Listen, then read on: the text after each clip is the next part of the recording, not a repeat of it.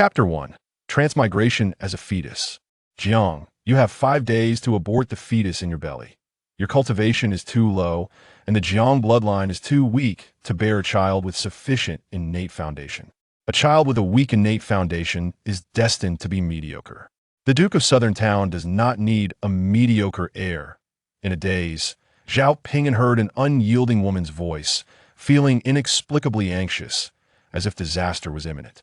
He wanted to open his eyes, but found he had no strength to lift his eyelids.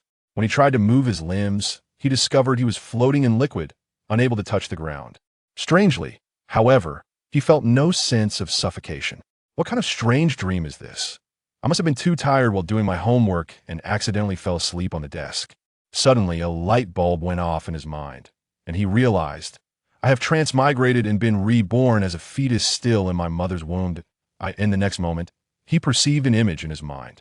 In a hall decorated in cool tones, there were items like a dragon's head, a white tiger skin, iron armor, long spears, and divine bows. A stunningly beautiful young woman with a slightly protruding belly and a gentle demeanor stood in the center of the hall, facing an elderly couple dressed in royal attire sitting.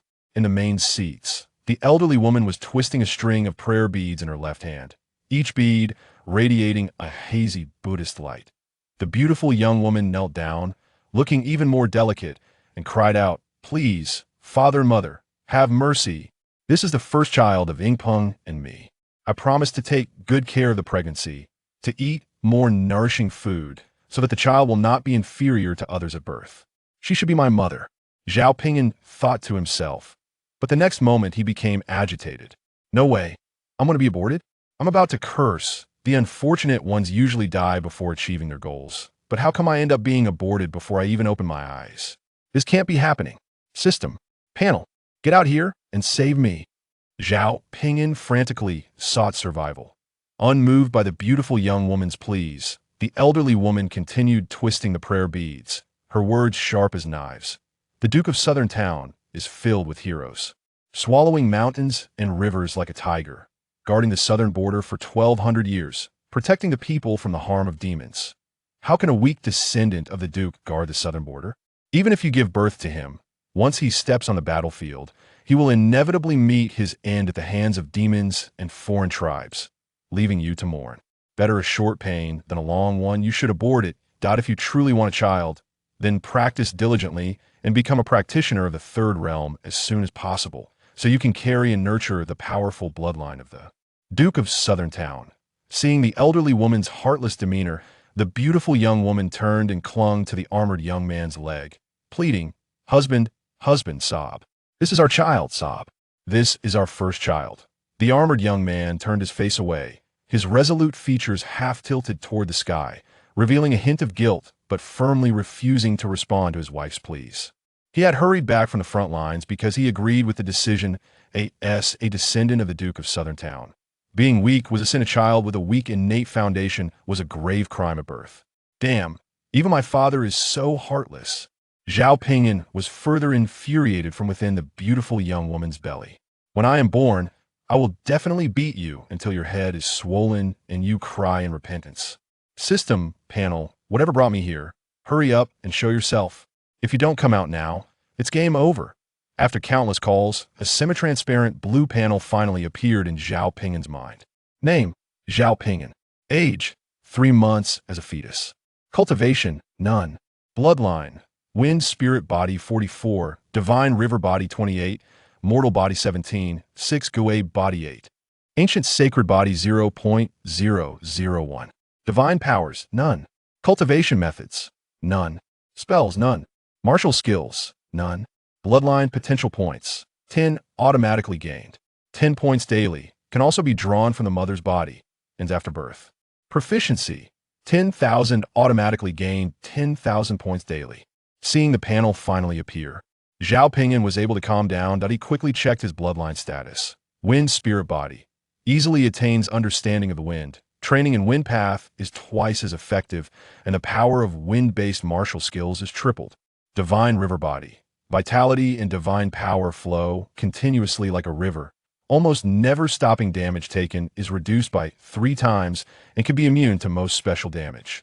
Ancient Sacred Body, the most perfect and powerful human battle body from ancient times, possessing many advantages such as being immune to myriad evils, restraining anomalies, being invincible at the same level, and having an indestructible physical body dot, and so on. When fully realized, it can rival emperors and suppress the heavens. After quickly reviewing the various bloodlines, Zhao Ping'an's gaze finally fell on the ancient sacred body bloodline. Although the content of the ancient sacred body bloodline was the least, it was the strongest and invincible. Since he could choose, he would naturally choose the strongest. Thus, he allocated all 10 points of bloodline potential to the ancient sacred body bloodline. In an instant, a shocking ancient scene appeared in his mind. A tall and powerful man stood atop a 100-foot platform flowing with blood, beneath the vast and ancient sky. In front of him were countless people bowing in. Worship commoners, powerful practitioners, deities and Buddhas, and so on. Behind the platform was a mountain of corpses and a sea of blood, filled with fierce beasts, demons, evil spirits, divine beasts, dragon serpents, and many more corpses. Further away were countless demons and ferocious beasts filling the sky, shrinking back in fear, trembling with terror. Zhao Ping'an was deeply shocked, staring blankly at the towering man. The man seemed to sense his gaze and slowly turned his head, casting a look at him. Boom! The image shattered, and Zhao Ping'an snapped back to reality, feeling a qualitative leap in his body, feeling stronger, clearer-headed, and more aware of his surroundings. Upon examining the panel closely, he saw that the proportion of the ancient sacred body bloodline had risen to 1/10. Bang! Bang! Bang! The fetal heartbeat intensified, and Jiang Shuiwei felt the existence of the child in her belly. Husband, I beg you, sob. She further pleaded with her husband, please don't abort our child. The elderly lady of the Duke of Southern Town slammed her palm on the table angrily, reprimanding, Jiang, my Duke of Southern Town is iron-willed and resolute. How can you cry and act like a child, ruining our family reputation? Jiang Shuiwei was frightened into silence, but her beautiful eyes were still filled with tears as she looked at her husband with a pleading gaze. Zhao Yingpeng finally turned back his face, bent down to support Jiang Shuiwei's frail body, and then solemnly said, have you considered that if the child is born weak, he will suffer greatly throughout his life, living in misery and even resenting us for bringing him into this world? That's nonsense. Zhao Ping'an couldn't help but curse upon hearing Zhao Yingpeng's twisted reasoning. You're killing me, even before I'm born, I won't let you off the hook.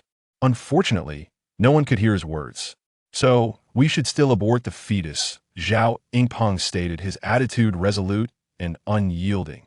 Jiang Shuiwei felt a chill run down her spine. She thought it was the elderly lady of the Duke of Southern Town forcing the abortion, but she never expected that her husband, the father of the child, would also demand the same. She broke free from Zhao Yingpeng's hands, taking 2 or 3 steps back, trying hard to steady herself. Don't blame me for being heartless. Everything is for the good of everyone, Zhao Yingpeng persuaded. Once you become a practitioner of the third realm, we can have children, many, many children. Jiang Shuiwei stopped crying, turned to face the elderly couple of the Duke of Southern Town, and sorrowfully said, Father, Mother, I am willing to abort the fetus, but I beseech you to be lenient for a few days. The elderly lady of the Duke of Southern Town paused her twisting of the prayer beads, took out a bottle of abortion pills, and said compassionately, I will give you 10 days. She had only given 5 days' time just now. Jiang Shuiwei stepped forward, her weak and submissive hands receiving the abortion pill. Seeing her mother, who was weak and could not withstand the pressure, agree to terminate her own pregnancy, Zhao Ping'an felt both angry and amused.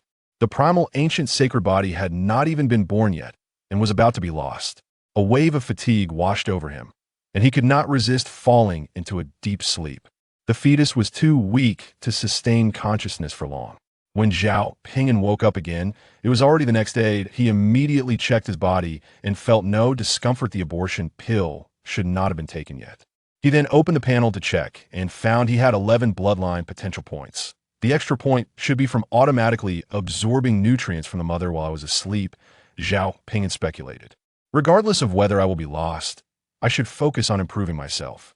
Thus, he allocated all the bloodline potential points to the primal ancient bloodline. An ancient, profound scene reappeared in Zhao Ping'an's mind that a towering man was engaged in a bloody battle with an 8-headed giant serpent, the Yamata no Orochi, which was over 10 miles long. Its coiled body resembled a mountain with 8 gigantic and terrifying heads spewing flames, ice, venom, and more. The man appeared as insignificant as dust before the Yamata no Orochi, desperately dodging under the assault of the 8 massive heads, unable to harm the serpent, let alone get close. Just as the towering man seemed about to be defeated and killed by the wide-ranging attacks of the serpent, he seemed to comprehend something, and in a flash his body grew larger, becoming a giant that stood on the earth and reached for the sky, even larger than the Yamata no Orochi. After transforming into a giant, the man easily tore off the 8 heads of the Yamata no Orochi using sheer brute force, and then grew even larger, stomping the serpent's body in two. Much with a single foot. Zhao Ping'an watched in shock, dumbfounded. At that moment, the towering man slowly turned his head and cast a glance at him. Boom! The scene shattered, and Zhao Ping'an came back to his senses. Feeling as if he had learned something, he quickly opened the panel to check and saw that he had gained a divine ability. Divine ability. Sacred Body Law of Heaven and Earth 0-10 million. Sacred Body Law of Heaven and Earth. The original primal ancient sacred body created the law of heaven and earth, granting the human race a physical body stronger than all others. Other laws of heaven and earth are merely weakened versions. The strength and defense increase exponentially by 10 times according to the degree of growth in a user's body size. If the body size doubles, strength and defense increase tenfold. If the body size increases tenfold, strength and defense increase 1,000-fold, and so on. Seeing the divine ability, sacred body law of heaven and earth appear on the panel, Zhao Ping'an was very pleased. The primal ancient sacred body could actually inherit divine abilities through bloodline. At the same time, Jiang Shuiwa also immediately sensed the fetal heartbeat strengthening. Thump, thump, thump. With each heartbeat, she even vaguely sensed the fetus continuously absorbing nutrients, believing that the fetus had subconsciously realized the danger and was desperately seeking to survive. She lowered her head and gently stroked the fetus, saying softly yet firmly, "Child, you have suffered, but your mother will ensure you are born." Hearing Jiang Shuyue's words, Zhao Ping'an suddenly understood. It turned out that his mother was pretending to yield and then looking for another way to protect him. Was she planning to sneak back to her family to give birth to him? Chapter 2. Demoted to a concubine. Zhao Ping'an felt slightly relieved and shifted his attention back to the primal ancient sacred body bloodline, noticing that it had increased. To 0.2 points of bloodline potential can increase the primal ancient sacred body bloodline by 0.1. Adding 11 points of bloodline potential can raise it from 0.1 to 0.2. To elevate the primal ancient sacred body bloodline to 100%, approximately 100,000 points of bloodline potential will be needed. He couldn't help but ponder. As the saying goes, a pregnancy lasts 10 months now. I'm already 3 months along, meaning I have 7 months left until I'm born, which is 210 days. Based on the current rate of acquiring bloodline potential points, I can only gain just over 2,000 points of bloodline potential, which would only raise the primal ancient sacred body bloodline to a little over 2. I must find a way to obtain more bloodline potential points. Zhao Ping'an couldn't help but feel worried. Even though I'm a fetus, I can maintain consciousness and should be able to actively absorb nutrients to gain bloodline potential points. Thus, he tried to consciously absorb his mother's nutrients and immediately felt energy rushing into his body. I can really do it. He was overjoyed and continued to absorb nutrients. Jiang Shuiwa clearly sensed her vital energy continuously flowing towards the fetus. She was surprised, but even more joyful. "Child, they all say you'll be inherently weak, but your mother believes you will be extraordinary," she said gently, her face filled with love and anticipation. "Even if you are indeed inherently weak, you are still my child." About a quarter of an hour later, an irresistible wave of fatigue hit him, and Zhao Ping'an stopped actively absorbing nutrients. He fought off his drowsiness and barely opened the panel to check, seeing that he had gained 20 points of bloodline potential. Then, he fell into a deep sleep. On the third day, Zhao Ping'an woke up. He immediately opened the panel to check and saw he had a total of 32 points of bloodline potential. After deducting the points provided by the system every day and the ones I actively absorbed yesterday, I automatically absorbed 2 points of bloodline potential, one more than the day before, indicating that the more primal ancient sacred body bloodline I have, the more bloodline potential points I can absorb automatically. Yesterday, 2 factors affected my ability to actively absorb nutrients. First, the time was too short. Second, the absorption speed was not fast enough. These 2 factors will improve as I grow. Stopping his thoughts, Zhao Ping'an began to sense the outside world and discovered that his mother, Jiang Shuyue, was sitting cross-legged on the bed practicing. Out of curiosity, Zhao Ping'an carefully sensed Jiang Shuyue's practice, wanting to understand it in advance. After about half a stick of incense, Zhao Ping'an suddenly came to his senses. I have limited time to be awake each day. I need to seize the opportunity to absorb nutrients.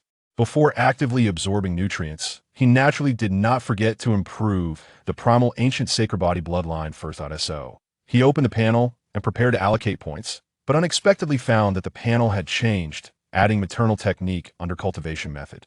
Maternal technique, Qingshu, Xuan Fengong, second layer 010, 000 disappears after birth. The maternal technique should be the technique my mother practices, Zhao Ping'an thought with delight. This means I can assist my mother in her practice. With that in mind, he allocated proficiency points to the maternal technique.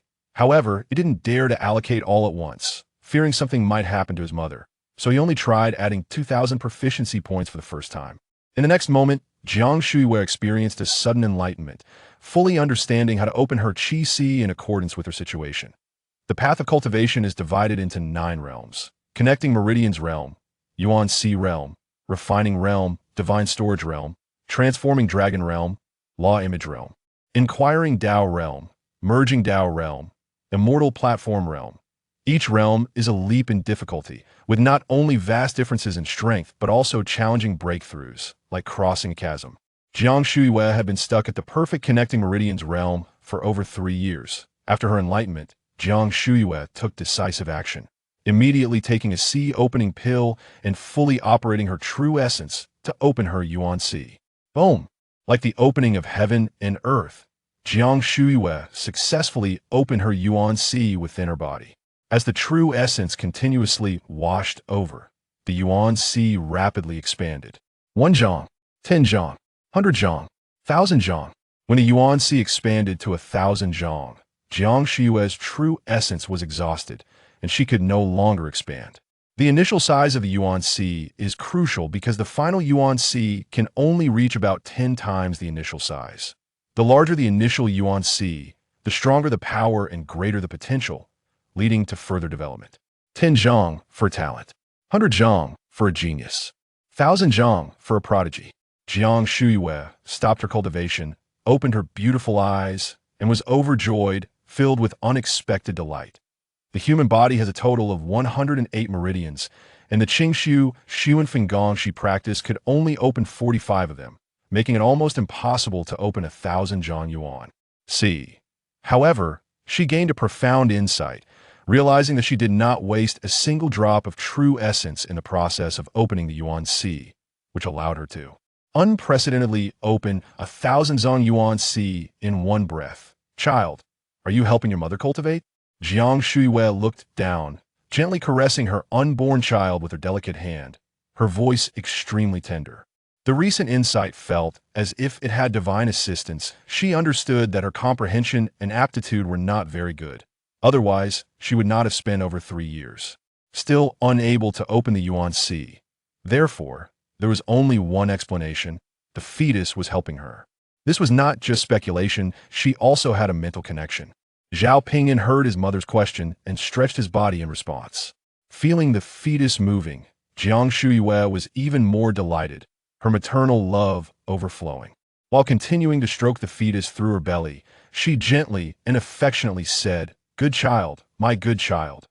Feeling the strong maternal love, Zhao Ping'an felt comfortable all over. He opened the panel and allocated all his bloodline potential points to the ancient saint body bloodline. An ancient and weathered scene appeared in his mind. A towering man stood at the peak of a mountain that pierced the clouds, scanning the surroundings from a slight bow, his eyes shimmering with golden light, rendering obstacles like clouds and fog transparent. a wounded, ferocious beast fleeing in the dense forest thousands of miles away, came into his view. The majestic man's eyes narrowed slightly, and suddenly, terrifying thunder descended upon the wounded beast, turning it to ashes on the spot. Finally, the majestic man slowly turned his head and cast a glance at Zhao Ping'an. Boom! The scene exploded, and Zhao Ping'an snapped back to reality from his shock. He opened the panel to check, and indeed, there was an additional divine ability on the panel. Divine ability. Heavenly Punishment Sacred Eye 01 million. Heavenly Punishment Sacred Eye. Observe the world as if it were a palm print. Nothing can escape, breaking all illusions. Wherever the sacred eye reaches, heavenly thunder descends as punishment. This divine ability is powerful, killing invisibly. It's perfect for being the sixth. I like it. Zhao Ping'an was overjoyed and very fond of the Heavenly Punishment Sacred Eye. From 1,000 miles away, just a glance could kill the enemy, not only providing perfect evidence of absence, but also making people believe that the enemy deserved to die, as even the heavenly way would deliver punishment. Closing the panel, Zhao Ping'an pondered, since my mother has exhausted her true essence in opening the Yuan Sea, I won't actively draw nutrients today. Thus, he voluntarily fell into a deep sleep. Noticing that the fetus had completely quieted down, Jiang Shuiwei took out a Millennium Yuan ginseng pill and swallowed it to refine and recover some true essence. Finally, she stood up, filled with joy, and went to find her husband, Zhao Ping'an. The fetus's ability to help her gain insight was enough to show that it was extraordinary. Before long, Jiang Shuiwei found Zhao Ping'an practicing in the martial arts arena. After hearing Jiang Shuiwei's words, Zhao Ping'an dismissed them, saying, "It has nothing to do with the fetus. You have already used over 3 years to open the Yuan Sea. That's a long time." Back then, after he perfected the first layer of the ancestral divine river dragon chanting technique, he opened a 10th Santang Yuan Sea in just 7 days, never thinking that opening the Yuan Sea was a difficult task. He then earnestly advised, now that you have entered the Yuan Sea realm, you should work harder and enter the third realm, the divine storage realm, as soon as possible, and then we can have many children. This fetus must be aborted as soon as possible to avoid hindering your cultivation. Jiang Shuiwei shook her head firmly, wanting to continue proving the fetus's extraordinary nature. I really gained insight with the fetus's help. After my breakthrough, I asked the fetus, and it responded to me. "Darling, our child is extraordinary. Let's give birth to him." She took a step forward, holding Zhao Ping'an's arm, her beautiful face looking up at him with pleading, begging, and desperate eyes. Zhao Ping'an sighed lightly, brushed Jiang Shuiwei's hands aside, and extended his hand in front of her. "Give me the abortion pill." Jiang Shuiwei thought she had moved Zhao Ping'an and happily took out the abortion pill to hand it to him. Zhao Ping'an uncorked the bottle, poured out a black pill the size of a longan with a spicy smell, and firmly pinched it between his thumb and index finger, unyieldingly saying to Jiang Shuiwei, "Open your mouth." That he turned out that he had seen through Jiang Shuiwei's unwillingness to abort, so he directly fed her the abortion pill to prevent any complications. Jiang Shuiwei's face changed, drastically frightened. She quickly covered her mouth with one hand, retreating repeatedly to distance herself from Zhao Ping'an. "I want to eat it. I want to eat it," she cried out excitedly. "If you want me to abort the child, I would rather die." Zhao Ping'an's face turned pale. Usually, Jiang Shuiwei was very docile, always following him. Yet unexpectedly, she was opposing him on such a significant matter. "Darling, you're also the father of the child. Can you really bear to abort him?" Jiang Shuiwei pleaded desperately. "Please, let me give birth to the child." Zhao Ping'an coldly replied, "Precisely because he is my child, he is not qualified to be born. A tiger father does not raise a dog son. I, Zhao Ping'an, do not need a mediocre offspring. Getting rid of it is good for everyone, including for the child itself." As he spoke, he stepped closer to Jiang Shuiwei, commanding, "Take it." Jiang Shuiwei was completely in despair. While retreating, she quickly drew a dagger and pressed it against her throat. Her beautiful face streaked with tears, yet resolute, as she said, "Darling, don't force me." Zhao Ping'an was forced to stop his advance, trembling with anger. "You are truly unreasonable." Jiang Shuiwei knelt down, the dagger pressed tightly against her throat, pleading in a sorrowful voice, "Please, let me give birth to the child." Zhao Ping'an, furious, waved his sleeve and left. Jiang Shuiwei remained kneeling, hoping Zhao Ping'an would soften his heart. Originally, she planned to deceive the Duke of Southern Town and his wife, along with Zhao Ping'an, and find an opportunity to quietly leave the Duke's residence to hide and give birth to the child. But now that she had been seen through, there was no chance to leave. Half a day later, the old lady of the Duke of Southern Town approached Jiang Shuiwei. "Jiang, you have disappointed everyone too much." The old lady of the Duke of Southern Town said with a dark face, scolding with disgust, "You threaten Ping with death. Do you want to put him in an unjust position?" Jiang Shuiwei pleaded in a sorrowful voice, "Please, allow me to give birth to the child. I am willing to bear all the punishment. Since you are so unreasonable and insist on giving birth to this illegitimate child, then you are unworthy of being Ping's legitimate wife." The old lady of the Duke of Southern Town said coldly, "From today on, you will be demoted to a concubine, and the child born will be a bastard with no inheritance rights. Moreover, the Duke's residence will not spend a single copper coin on the child after it is born." After saying this, she threw a document and a brush in front of Jiang Shuiwei. "If you want to give birth to the bastard, sign the confession." Jiang Shuiwei looked down at the document, which had black words on white paper that read, "Confession. I, Jiang Shuiwei, deceive my father-in-law, mother-in-law, and husband. Disobey my father-in-law, mother-in-law, and husband, unwilling to repent, willingly accept punishment, and demote myself to a concubine. All children born are bastards with no inheritance rights." After reading the confession, Jiang Shuiwei tearfully picked up the brush and signed her name on it. "Put your thumbprint." The old lady of the Duke of Southern Town said coldly. Jiang Shuiwei had no choice but to bite her finger, drawing blood to press her bloody thumbprint on the confession. The old lady of the Duke of Southern Town waved her hand, and the confession flew into her hand. Then she let out a heavy cold snort and turned to leave.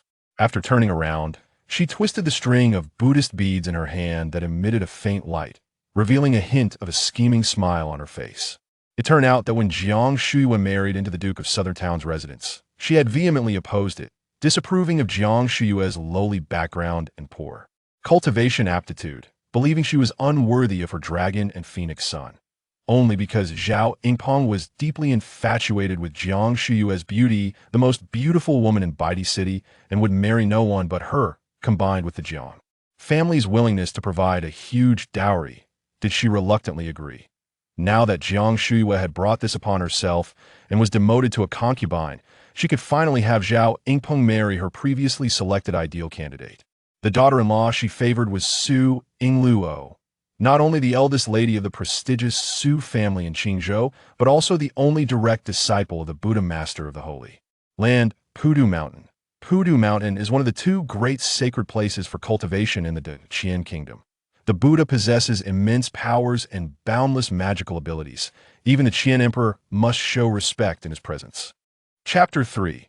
Forced to seize the dowry, finally able to protect her unborn child, Jiang Shuiwei stood up and walked back to her residence, the Dapeng courtyard. Just as she reached the entrance, several servants stepped forward to block her way. The old lady has ordered that a concubine is not worthy to reside in the main courtyard. Jiang Shuiwei's expression changed slightly, but in order to protect the fetus in her belly, she swallowed her anger and asked, "Then where should I live?" A middle-aged maid stepped forward. "Aunt Jiang, the old lady has already arranged a place for you. This servant will take you there." Hearing herself referred to as Aunt Jiang instead of Madam, Jiang Shuiwei felt a pang of discomfort, but for the sake of her unborn child, she had no regrets. "Lead the way," she said softly.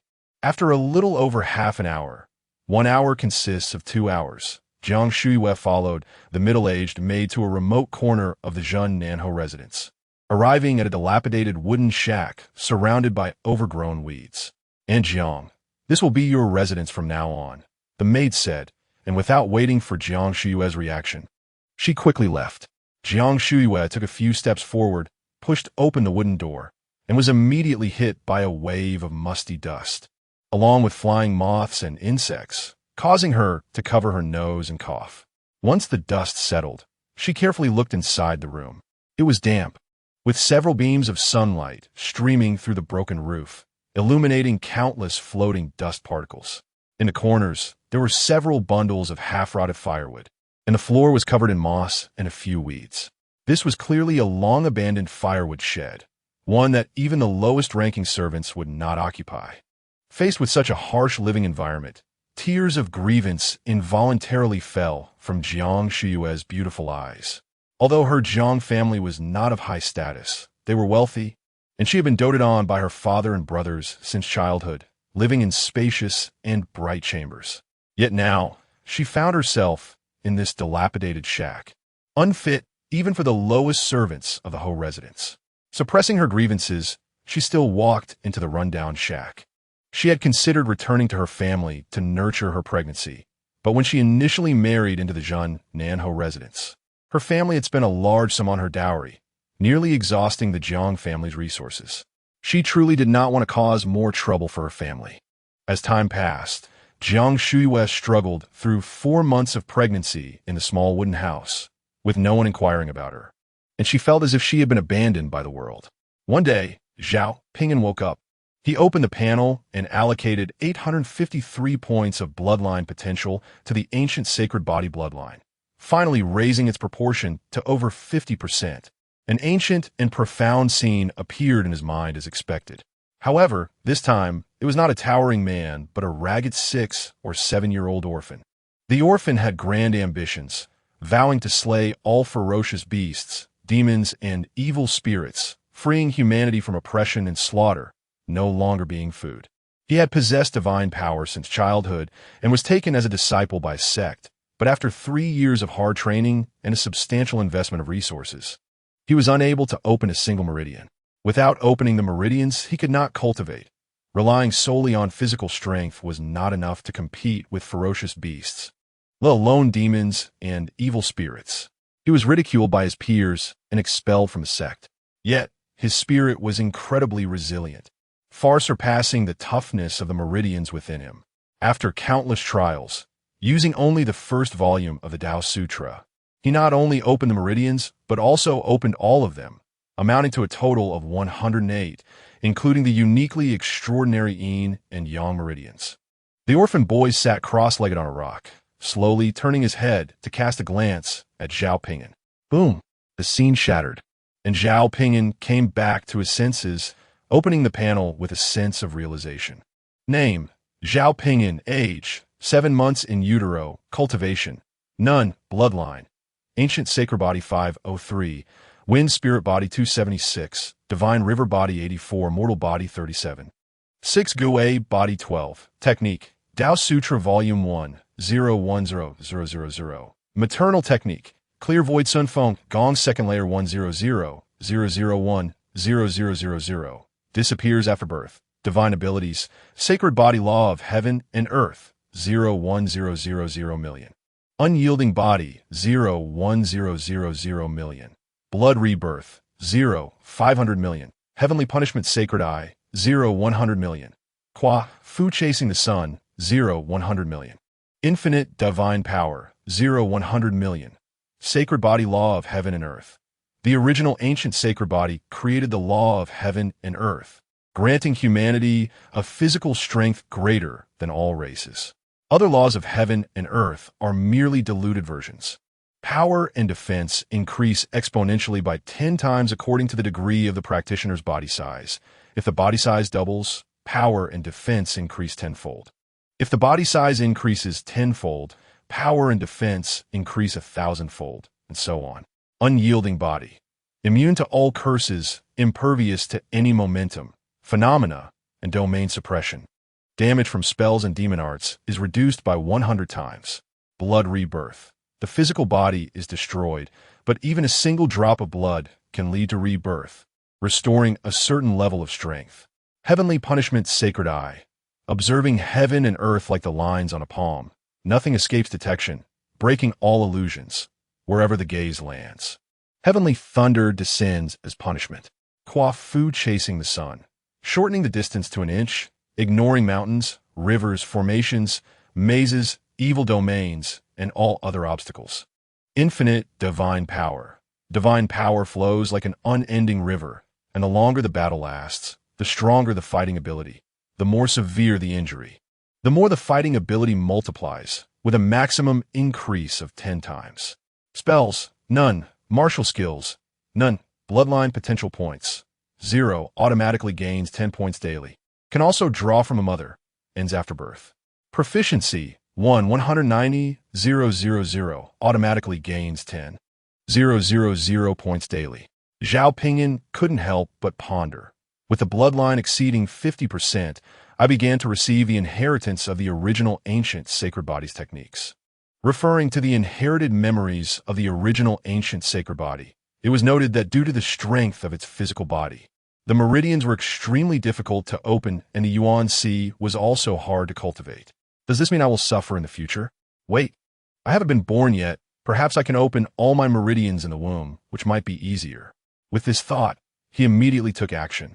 Out of caution, worried that the fetal body might not be able to handle too much complex understanding at once, he first attempted to add 1,000 proficiency points to the Tao Sutra Volume 1. In an instant, countless insights surged forth, and Zhao Ping'an gained a foundational understanding of the Tao Sutra Volume 1. Learning how to absorb the world's vital energy, knowing the locations and functions of the 108 meridians, and so on, allowing him to begin cultivation.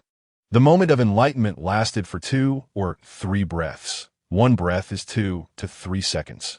And Zhao Ping'an felt no fatigue in his spirit and could continue to comprehend.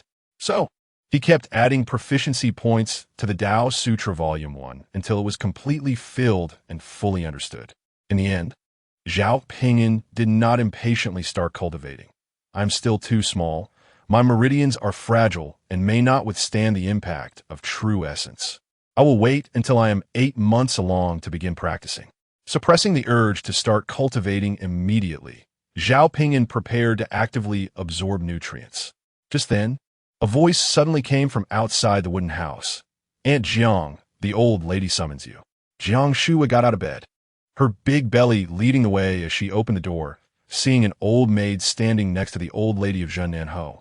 Come with me at once. No delays, the old maid said coldly, turning and leaving in a hurry. Jiang Shuai had no choice but to quickly follow behind, her big belly leading the way. Fortunately, she was a practitioner of the Yuan Sea realm. Otherwise, an ordinary 7-month pregnant woman would not have been able to keep up. After a quarter of an hour, Jiang Shuai saw the old lady of Zhennanhou. The old lady sat on a soft chair made of phoenix feathers, her fingers deftly twisting a string of Buddhist beads that glowed with a faint light. She glanced at Jiang Shui's 7-month pregnant belly with disgust. Retracting her gaze, she hastened her twisting of the beads and then spoke in a high and unassailable tone. Jiang family, hand over all your dowry. Jiang Shui was taken aback and unwillingly asked, Mother, why is that? The dowry had always been in the hands of the married woman, considered private property. As long as the woman did not wish to, not even her husband could forcibly demand it, let alone her mother-in-law. Why do you still have the face to ask why? The old lady of the Zhennanhou Marquis immediately snorted coldly and blamed. It's because you entered the door first, causing Ying Peng to have to pay 10 times the betrothal gift to marry his proper wife now. The calamity you caused, you must bear the responsibility. Although the Zhennanhou Marquis' household was large and prosperous, the expenses were also considerable, and there were other branches of the family. Zhao Yingpeng had already spent a lot on his first wedding. Now that he was getting married again, to marry Su Yingluo, the bride side demanded 10 times the betrothal gift because Zhao Yingpeng was not marrying for the first time, and insisted on a grand ceremony to ensure it was magnificent. The Zhennanhou Marquis' household could not spend too much on Zhao Yingpeng's remarriage, otherwise others in the household would have objections. So the old lady of the Zhennanhou Marquis set her sights on Jiang Shuyu's dowry. That was a huge sum of money.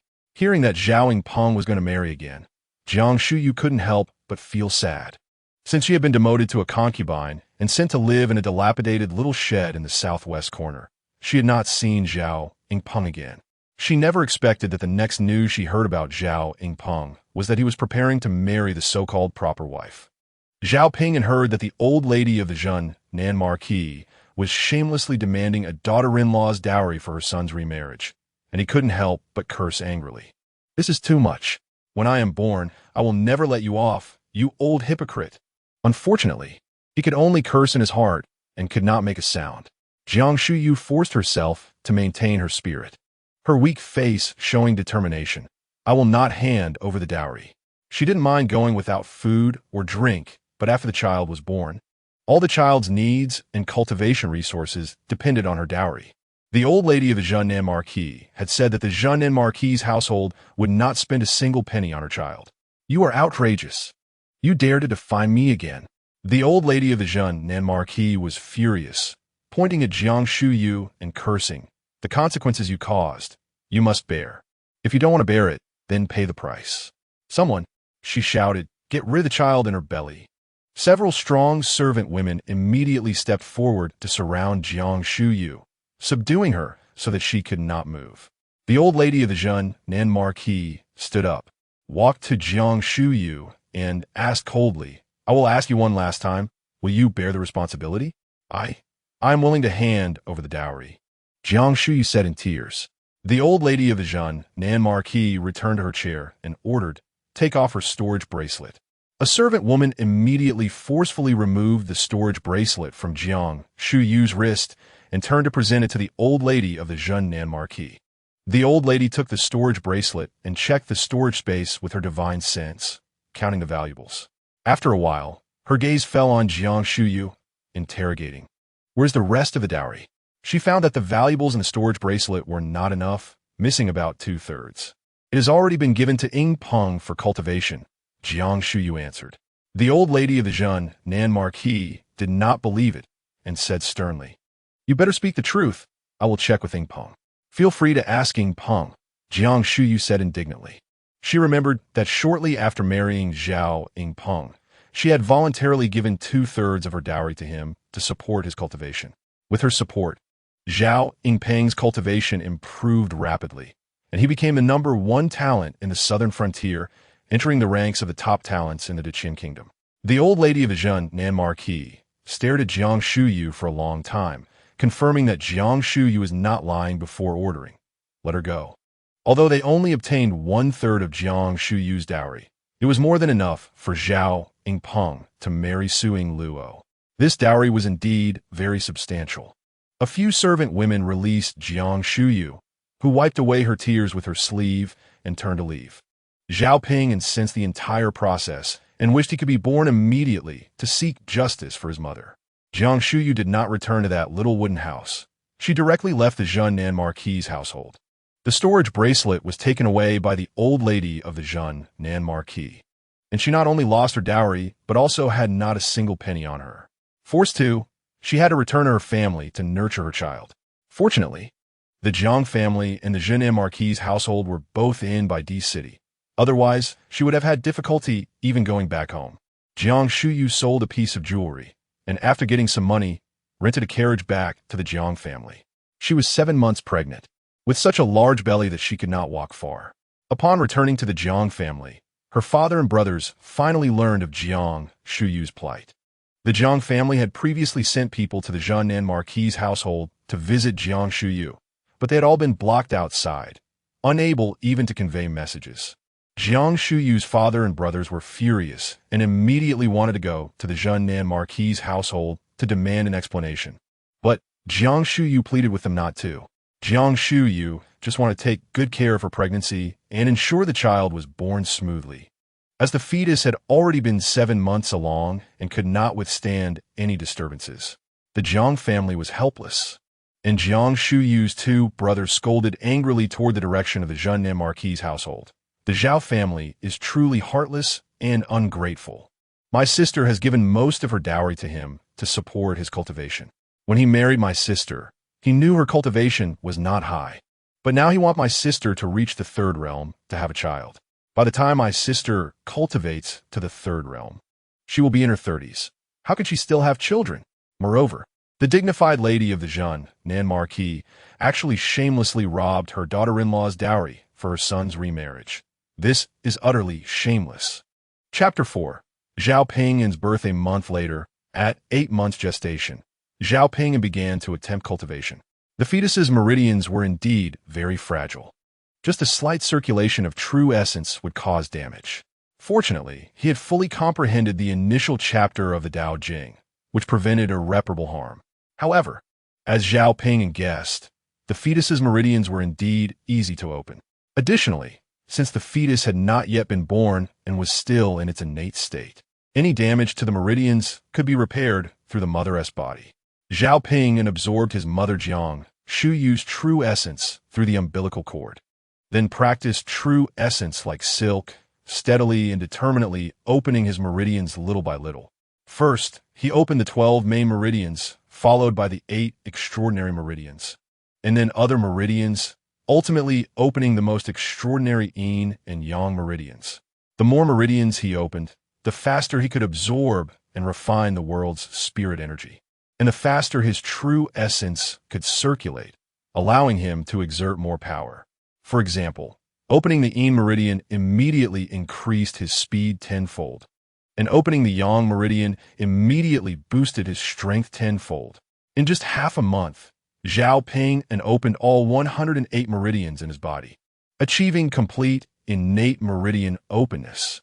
Zhao Ping'an then continued to cultivate the second volume of the Tao Jing, preparing to open the Sea of Origin. However, he soon discovered that the true essence provided by his mother Jiang Shu Yu was not pure enough to open his Sea of Origin. The Sea of Origin of the ancient sacred body is extremely difficult to open. His mother Xuanfeng's true essence was only of medium quality. I need to refine my mother's true essence into Tao Jing true essence. Thus, he operated the Tao Jing, refining Jiang Shu Yu's true essence into a pure version, dozens of times more refined than before. Jiang Shu Yu sensed that her entire body's true essence was automatically circulating, being continuously absorbed by the fetus, and flowing out incomparably pure, true essence. She was not at all alarmed. Instead, she was filled with joy. "Child, are you cultivating?" She gently stroked her prominent belly and softly said, "You are truly an extraordinary child. I can't wait for you to be born."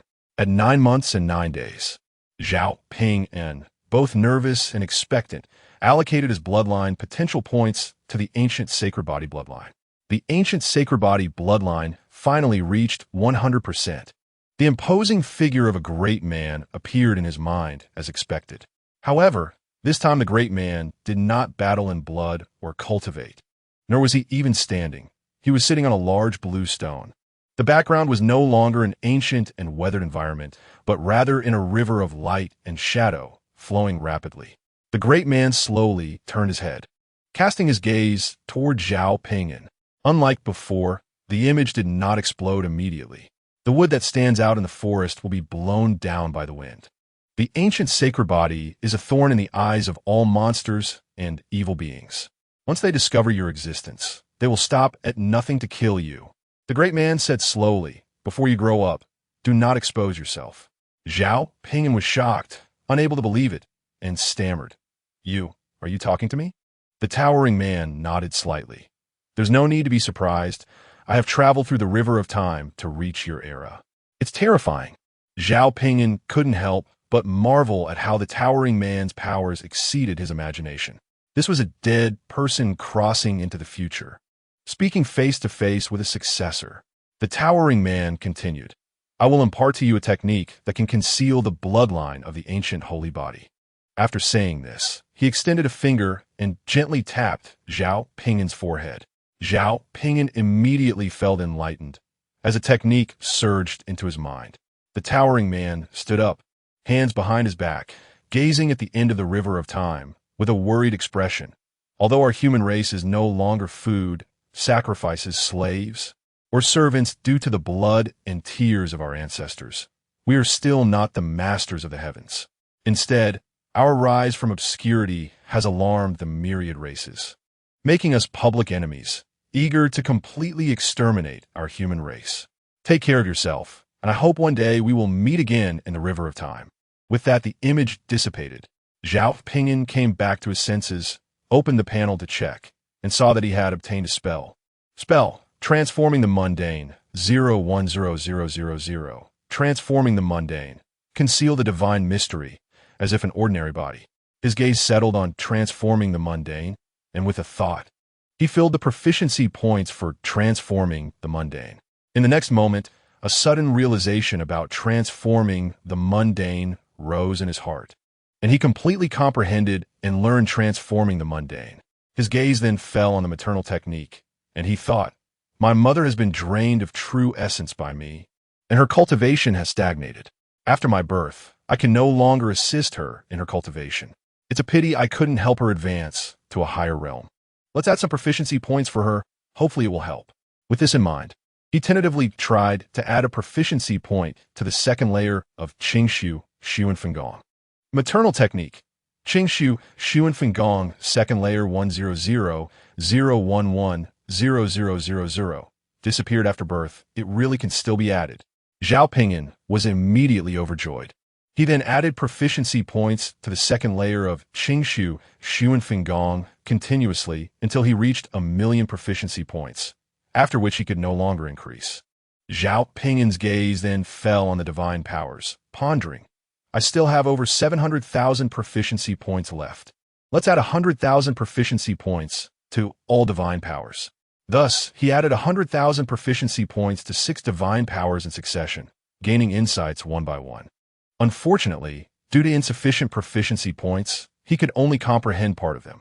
For example, for the Holy Body technique, he only comprehended 1%, barely able to use this divine power, but could only increase his size by about double, with strength and defense increased by 10 times. Additionally, 3 divine powers were restricted by his cultivation level and could not be used: Blood Rebirth, Heavenly Punishment Sacred Eye, and Kwafu Chasing the Sun. Zhao Ping'an did not know that when he comprehended 1% of the Immaculate Firm Body divine power, someone immediately fell into misfortune. Immaculate Firm Body, immune to all curses, invulnerable to all pressures of aura, phenomena, and domains, and reduces damage from spells and supernatural arts by 100 times. At the Zhun Nan Marquis Mansion, in the Great Peng Courtyard, and that had been set up for less than 7 days, incense was offered to a golden Buddha, with continuous chanting and the sound of wooden fish. Suddenly, the nun presiding over the ceremony screamed loudly, then collapsed. The maid outside heard the scream and hurried into the check, only to find that the nun had bled from all 7 orifices and died. The maid quickly left the inn and rushed to report to her master. Soon, a woman as pure and untainted as a 1,000-year-old snow lotus entered. Dressed in a clean white dress, with a silver light white draped over her head, half secular and half monastic attire. This woman was Su Yingluo, the recently married wife of Zhao Yingpeng, a young lady from the Su family of Qingzhou, and the only direct disciple of the Buddha master of the sacred land. Pudu Mountain. She walked to the nun's corpse, squatted down, and carefully examined the nun's gruesome death, knowing it was a curse that backfired, but unable to discern the means of the backlash. Sister, your skills are lacking. Rest in peace. She softly spoke, reaching out to gently wipe the nun's face, erasing all traces of blood. The nun's death expression immediately appeared peaceful and smiling, as if she had already gone to the Western paradise. Meanwhile, Zhao Ping'an continued adding 100,000 proficiency points to the remaining divine powers, resulting in only the infinite divine strength being usable, while the rest were unable to be used due to insufficient cultivation. After another 10 days, with about 10 days left until his birth, the true essence from the he refined finally filled his mother Jiang Shiyues. Then, he attempted to open the again. Boom! As if opening the heavens and earth. Zhao Ping'an successfully opened the within his body. The newly opened rapidly expanded under the wash of true essence. 10 zhang, 100 zhang, 1,000 zhang, 10,000 zhang, 100,000 zhang. It could still expand. The newly opened stopped expanding. Zhao Ping'an looked inside and saw an endless expanse, unable to discern its true size. Mine should be a congenital, perhaps with some extraordinary properties, Zhao Ping'an thought expectantly. That's right. After entering the realm, I can cultivate a spell that comes with the mixed Yuan protective. With this thought, Zhao Ping'an opened the panel and focused on the spell entry, finding mixed Yuan protective. Mixed Yuan protective, earth level, 010, a protective spell derived from its defense depends on the caster's true essence. Capable of withstanding attacks from earth-level spells or earth-level martial techniques at its strongest. He then added 100,000 proficiency points to Mixed Yuan Protective and completely comprehended it. Another 10 days passed, and Zhao Ping'an was full term. Just before his birth, Zhao Ping'an opened the panel to take a look. Name: Zhao Ping'an. Age: 10 months. Fetus. Cultivation: early. Bloodline: Ancient Holy Body. 100. Techniques: Volume 1, 10001000. Volume 2, 100000010000. Volume 3, 010. Volume 4, 0100. Volume 5, 01000. Volume 6, 01. Volume 7, 010. Volume 8, 0100. Volume 9, 01000. Maternal Technique: Qingshu, Xuanfeng Gong. Second layer, 110,000. Disappeared after birth. Divine Powers: Holy Body, 10. Immaculate Firm Body, 10,000. Infinite Divine Strength, 10,100. Blood Rebirth, 10,500. Cultivation 2 weak, temporarily unable to use. Heavenly Punishment Sacred Eye, 10100. Soul 2 weak, temporarily unable to use. Quafu Chasing the Sun, 10,100. Cultivation 2 weak, temporarily unable to use. Spells: Mixed Yuan Protective, Earth Level. Transforming the Mundane, Martial Techniques. None. Bloodline Potential Points, 0. Automatically gains 10 points daily. Can also be obtained from the mother. Ends after birth. Proficiency: 260. 000. Automatically gains 10,000 points daily. After 10 months of pregnancy, the day of birth arrived. Zhao Ping'an was born smoothly. During the birth, there were no unusual phenomena. It was quite ordinary. Jiang Shuiwei was drenched in sweat, her hair soaked, and despite her weakness, she held the newly born Zhao Ping'an in her arms. Tears of joy on her face. Child, from now on your name will be Ping'an. Mother hopes you will always be safe and sound. Chapter 5. Photographic Memory. Zhao Ping'an thought that after being born, he would immediately be able to talk and run, but unexpectedly, at the moment the umbilical cord was cut, his mind immediately became groggy and very sleepy. For the first 3 months after birth, he spent almost all his time eating and sleeping, and he ate a lot. In the first month, Jiang Shuyue's milk supply was already insufficient to satisfy him. Just in time, his cousin was weaned, and the beautiful second aunt joined the ranks of those feeding him. Zhao Ping'an didn't want to become a good-for-nothing and a sleepyhead. He had tried to absorb the essence of heaven and earth for cultivation, but being in swaddling clothes made it difficult for him to concentrate.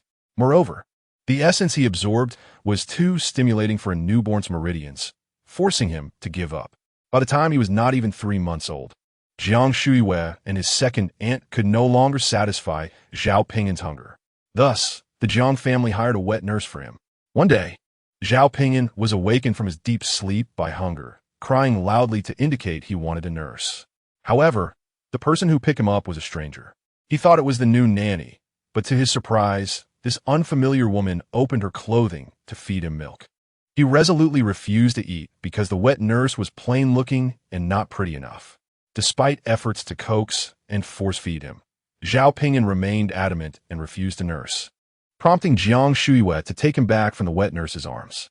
For the next 2 or 3 days, Zhao Ping'an preferred to go hungry rather than drink from the wet nurse. Jiang Shuiwei had no choice but to change the wet nurse. After trying 2 others, Zhao Ping'an finally agreed to drink from the 3rd wet nurse. Although she wasn't as beautiful as Jiang Shuiwei or his second aunt, she was still quite lovely and gentle. On his 100th day, Zhao Ping'an attempted to absorb the essence of heaven and earth for cultivation again. If he couldn't absorb it to replenish himself, Jiang Shuiwei, his second aunt, and the wet nurse would no longer be able to feed him. Over the past 100 days, he had not wasted his eating and sleeping. He had grown rapidly and was already the size of a 6 or 7-month-old baby, and quite sturdy. After waking up, he didn't make a sound immediately, but lay on the bed, concentrating on absorbing the essence of heaven and earth. Learning from his previous lesson, Zhao Ping'an carefully absorbed a wisp of this essence, which entered his meridians, causing a slight feeling of fullness. Enduring a bit of discomfort, he cautiously and slowly refined that wisp of essence, gaining a trace of true energy. Successfully cultivating a trace of true energy invigorated Zhao Ping'an. He pressed on and continued to refine 3 more traces of true energy before having to stop and fall into a deep sleep, as he was already mentally fatigued and his meridians ached slightly. After all, as a 100-day-old infant, he was still too fragile. Upon waking again and having his fill of milk, Zhao Ping'an was still full of energy, and the 4 traces of true energy began to take effect. Noticing Zhao Ping'an's shiny black eyes turning around like black gemstones, Jiang Shuyue was somewhat surprised.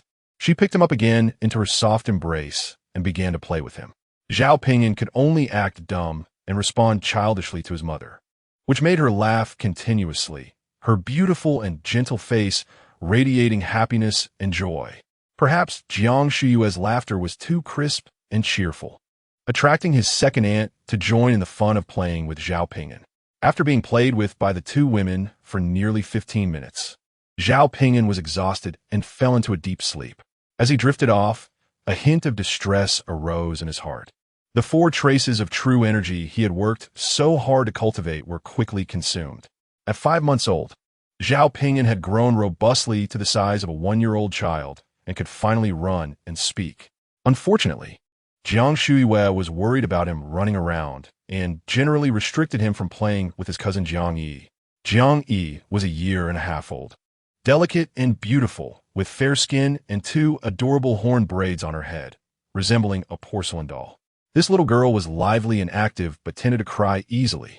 Zhao Ping'an was forced to take on the task of playing with her, coming up with various simple games to amuse Jiang Yi. She quickly became his fan, following him around like a little tail, insisting on sleeping with him and even crying to bathe in the same tub as him. At 6 months, Zhao Ping'an was no shorter than a boy of 1 year and 3 months. Plus, with his mature demeanor, he looked like a little adult. "Mother, I want to learn to read," Zhao Ping'an said seriously to Jiang Shuyue. Jiang Shuyue thought she had misheard and asked in surprise, "You want to learn to read?" "Yes." Zhao Ping'an nodded affirmatively. "Please teach me, mother." A strong joy welled up in Jiang Shuyue's heart. Her son, whom she had fought to save, was indeed extraordinary. Asking to learn to read at just 6 months old. "All right, I'll teach you to read," she said with a smile, bending down to pick up Zhao Ping'an. "Let's go borrow some books from your second aunt." His second aunt had a pair of children. Her eldest son, Jiang Huai, was over 6 years old and had started reading 2 years ago, so she had some used literacy books. Both families lived in the Jiang estate, with their courtyards adjacent to each other. After getting married, Jiang Shuyue's old courtyard, the Osmanthus courtyard, was reserved for her by the Jiang family, and she continued to live there after returning to her family. Before long, Jiang Shuyue entered her second aunt's courtyard with Zhao Ping'an and happened to encounter her second aunt resting in a small pavilion in the courtyard, sipping tea. "Is Ping'an hungry?" The second aunt stood up, proudly presenting her ample bosom. Jiang Shuyue smiled at Zhao Ping'an, saying, "Ping'an, you say it yourself." Saying this, she put Zhao Ping'an down. Zhao Ping'an waddled over to his second aunt, politely greeting her with a babyish voice. "Hello, second aunt." "Little Ping'an, hello." The second aunt couldn't help but pick Zhao Ping'an up affectionately. "What do you need from your second aunt?" Zhao Ping'an bore a strong resemblance to Jiang Shuyue, looking very handsome and adorably chiseled. Having fed Zhao Ping'an for 5 months, how could his second aunt not love him? Zhao Ping'an said earnestly, "Second aunt, I want to learn to read and borrow books from you and my cousin." The second aunt was taken aback and turned to Jiang Shuyue with a questioning look, who smiled and said, "He brought it up himself." I was also shocked. The second aunt's gaze returned to Zhao Ping'an's face, where she saw a serious expression on his tender little face and couldn't resist kissing his cheek. "Little Ping'an is amazing. Your second aunt loves you to death," she said joyfully. "I'll take you to get the books right now." She then carried Zhao Ping'an away from the pavilion to fetch the books. Not long after, the second aunt returned with a children's literacy primer, 1,000-character classic, and wanted to teach Zhao Ping'an his first character herself, but ultimately handed it over to Jiang Shuyue since she was his real mother. Jiang Shuyue opened the first page of the 1,000-character classic and earnestly began teaching Zhao Ping'an the first character, which he learned easily. Both Jiang Shuyue and the second aunt were filled with surprise, especially the second aunt, who had personally taught her son Jiang Huai to read. Jiang Huai was quite clever, but his reading speed was nowhere near Zhao Ping'an's. The key was that Jiang Huai was already 4 years old at that time. After Jiang Shuyue taught Zhao Ping'an 3 characters, the second aunt couldn't help but say, "Let me also teach Ping'an to read." Jiang Shuyue smiled and moved aside, please. Second sister-in-law. The second aunt happily continued teaching Zhao Ping'an to read. After learning several more characters, Zhao Ping'an thought he might be able to use his panel to learn to read quickly. So he said, "Second aunt, could you read the 1,000-character classic aloud for me first?" "Why?" the second aunt instinctively asked in confusion. Zhao Ping'an replied, "I think I'll learn faster that way." "Ping'an, learning requires patience. You can't rush it." Jiang Shuiwei immediately criticized sternly. However, the second aunt laughed and said indulgently, "It's fine to read it aloud for him first." After saying that, she began to read slowly. Word by word. Zhao Ping'an focused intently on the text while listening carefully. After the second aunt finished reading the 1,000-character classic, Zhao Ping'an slightly closed his eyes and opened the panel in his mind. He saw that under Skills, a new entry had appeared. Literacy, 1,000-character classic, 120. Seeing that learning to read could indeed be enhanced, Zhao Ping'an immediately filled the 1,000-character classic with proficiency points. He had already accumulated 2 million proficiency points, and 19 points were just a drop in the bucket. In an instant, a vast amount of textual information flooded into his mind, forcing him to remain quiet to absorb it. Jiang Shuiwei and the second aunt watched as Zhao Ping'an closed his eyes, looking as if he was digesting the information, and couldn't he help but smile at each other. Moments later, Zhao Ping'an opened his eyes, stood up, and faced Jiang Shuiwei and his second aunt. "Thank you, second aunt and mother. I have already learned the 1,000-character classic." Jiang Shuiwei and the second aunt were stunned, unable to believe it, and exclaimed in unison, "Really? Fake?" Zhao Ping'an immediately recited the 1,000-character classic backwards, with remarkable fluency. Just after reciting a few characters, Jiang Shuiwei and the second aunt listened with confusion. The next moment, after finishing a complete recitation of the 1,000-character classic, the second aunt reacted, exclaiming in shock, "You can recite the 1,000-character classic backwards." Shocked, she quickly opened the last page of the 1,000-character classic to check, and it was indeed true, word for word. Jiang Shuiwei hurriedly leaned over to look at the 1,000-character classic, and it was indeed as she thought. Amidst the astonishment of Jiang Shuiwei and the second aunt, Zhao Ping'an completed the recitation flawlessly. Closing the book, Jiang Shuiwei and the second aunt turned to look at each other, both seeing shock and joy in each other's eyes. "Shuiwei, Ping'an has an incredible memory. He remembers what he sees and hears. He is so talented," the second aunt exclaimed. "He will surely achieve great things in the future."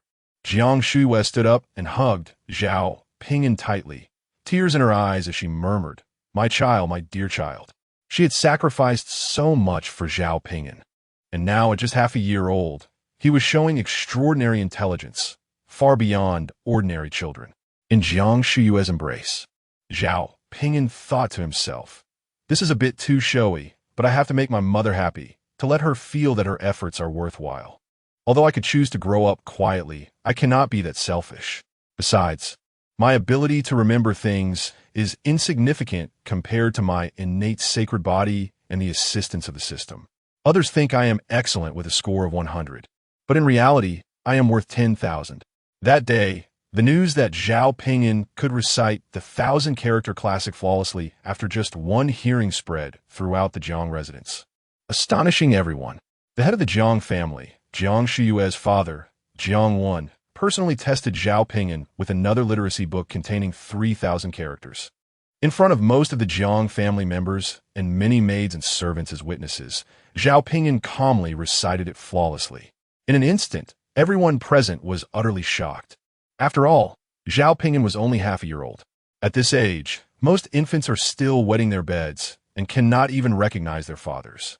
The next day, Zhao Ping'an's reputation as a genius spread beyond the Jiang residence.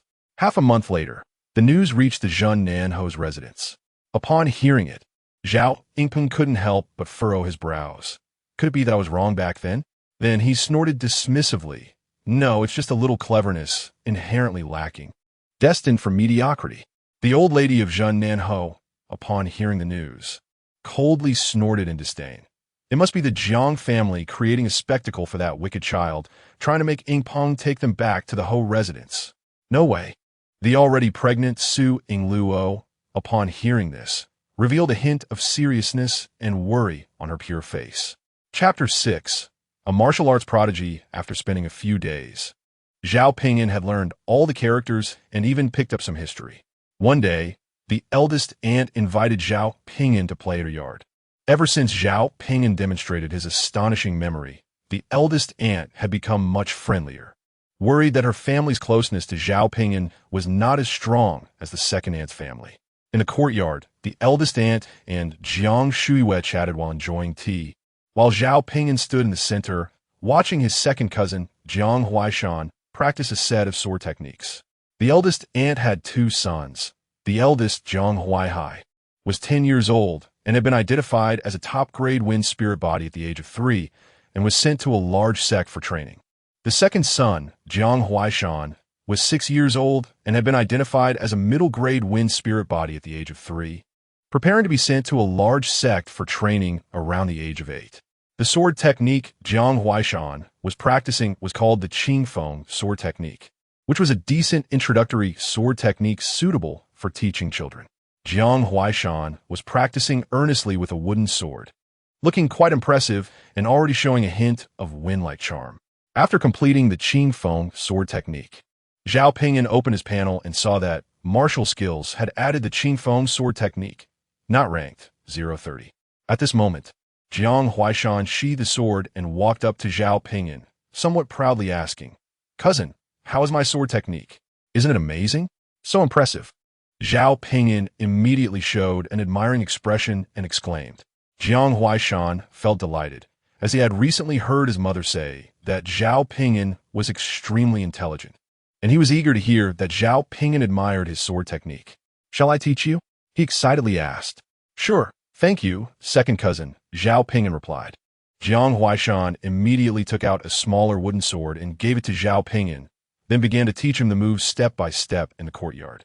Zhao Ping'an didn't directly add points, but instead cooperated with Jiang Huaishan's enthusiasm to learn earnestly. Jiang Shuiwei and the eldest aunt sat in the pavilion, chatting while smiling as they watched Jiang Huaishan teach Zhao Ping'an the sword techniques. They naturally thought the two cousins were just playing. After teaching for 2 rounds, Jiang Huaishan stopped, saying, "Cousin, that's all for today. I'll teach you more tomorrow if I have time." "Thank you, second cousin," Zhao Ping'an replied, performing a half bow to Jiang Huaishan. Jiang Huaishan was even more pleased, waving his hands. "You're welcome. I also know a set of Luohan fist. When I have time, I'll teach you too." "Really?" Zhao Ping'an showed childlike excitement. "Of course it's true. A man keeps his word." Jiang Huaishan pounded his chest. "Let me tell you, Luohan fist is amazing. It's the best foundational combat technique. If one day you don't have a sword with you, you can use Luohan fist to defeat bad guys." Zhao Ping'an nodded vigorously in agreement, showing an expression of anticipation. At this moment, the eldest aunt called out with a smile, "Huaishan Ping'an, come over for some water and wipe off your sweat. Mother is calling us. Let's call it a day," Jiang Huaishan said, reaching out to pull Zhao Ping'an's hand as they walked together to the pavilion. In the deep night, all was silent. In the moon-laurel courtyard, Zhao Ping'an woke up. He sat up carefully and observed Jiang Shuiwei, confirming that she was sound asleep. So, he quietly climbed down from the bed, took the small wooden sword his second cousin had given him during the day, left the room, and walked to the empty courtyard. Holding the small wooden sword, Zhao Ping'an stood with his feet shoulder-width apart, slightly closed his eyes, opened the panel in his mind, and then maxed out the proficiency of the Qingfeng sword technique. In an instant, a flood of insights about the Qingfeng sword technique surged into his mind, as if he had practiced it many times and completely mastered it. After about 2 breaths, Zhao Ping'an suddenly opened his eyes, his gaze sharp as a sword's edge, and then he swung the sword to practice the Qingfeng sword technique. His movements were as light and agile as the breeze, yet sharp, fully grasping the essence of the Qingfeng sword technique. In less than half a cup of tea's time, about 15 minutes, Zhao Ping'an perfectly completed the Qingfeng sword technique. After stopping, Zhao Ping'an pondered, "Finally, I have some self-defense abilities, but unfortunately, the Qingfeng sword technique is too basic and has limited power." He had cultivated the Tao Sutra in the womb and learned a spell it carried, the Primordial Protective Barrier. Primordial Protective Barrier, Earth Grade, 10000000000, a protective spell derived from the Tao Sutra, with defense based on the caster's true essence, capable of resisting Earth Grade spells or Earth Grade martial attacks at its strongest. However, now his true essence was pitifully low, barely allowing him to cast the Primordial Protective Barrier once, and it couldn't withstand strong attacks. As he pondered, a thought suddenly emerged in his mind. If I can continue to add proficiency points after maxing out, what if I add 10 times the proficiency points to the Qing Feng sword technique? Will I gain insights into a stronger sword technique? Let's give it a try.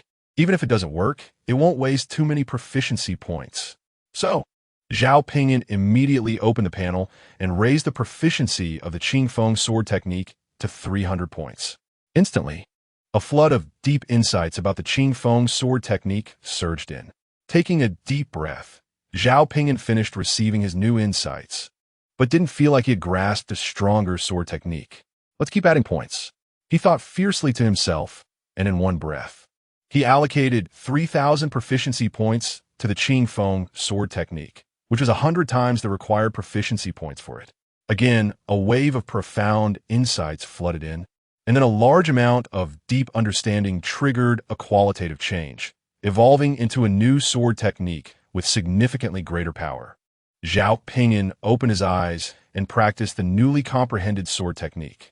He moved like the wind, his sword following his body, every move sharp and carrying a chilling autumn wind, causing the air around him to stir and whip up a breeze. As he reached the final move, Zhao Ping'an's body soared half a zhang above the ground with the force of the wind, and he struck a tree branch the thickness of a thumb with his sword.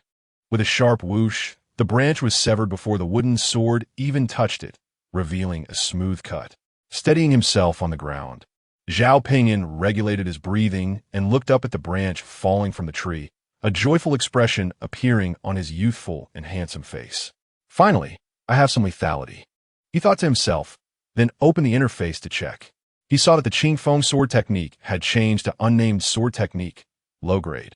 However, there was no proficiency displayed after unnamed sword technique, meaning he could not comprehend a stronger sword technique through a large amount of proficiency. Let's call it Swift Wind sword technique, he thought to himself. Under his will, the unnamed sword technique on the panel changed to Swift Wind sword technique. Putting away his sword, Zhao Ping'an happily left the courtyard, quietly returned to his room, and lay down to sleep beside Jiang Shuiwei. The next day, Jiang Huaishan invited Zhao Ping'an to his courtyard to practice swordsmanship, and Zhao Ping'an gladly took his small wooden sword and went. In the courtyard, Jiang Huaishan held a wooden sword and said to Zhao Ping'an, "Cousin, did you practice sword last night?" "I did. I've already learned it," Zhao Ping'an replied. Given his age, his voice sounded childish and unconvincing. Jiang Huaishan clearly did not believe him. "Really?"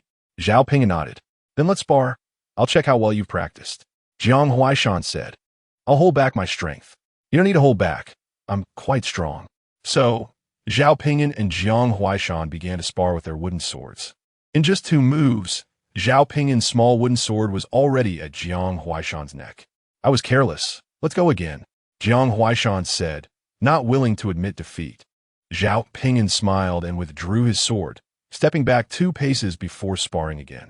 Again, in 2 moves, Zhao Ping'an's small wooden sword was pointed at Jiang Huaishan's heart.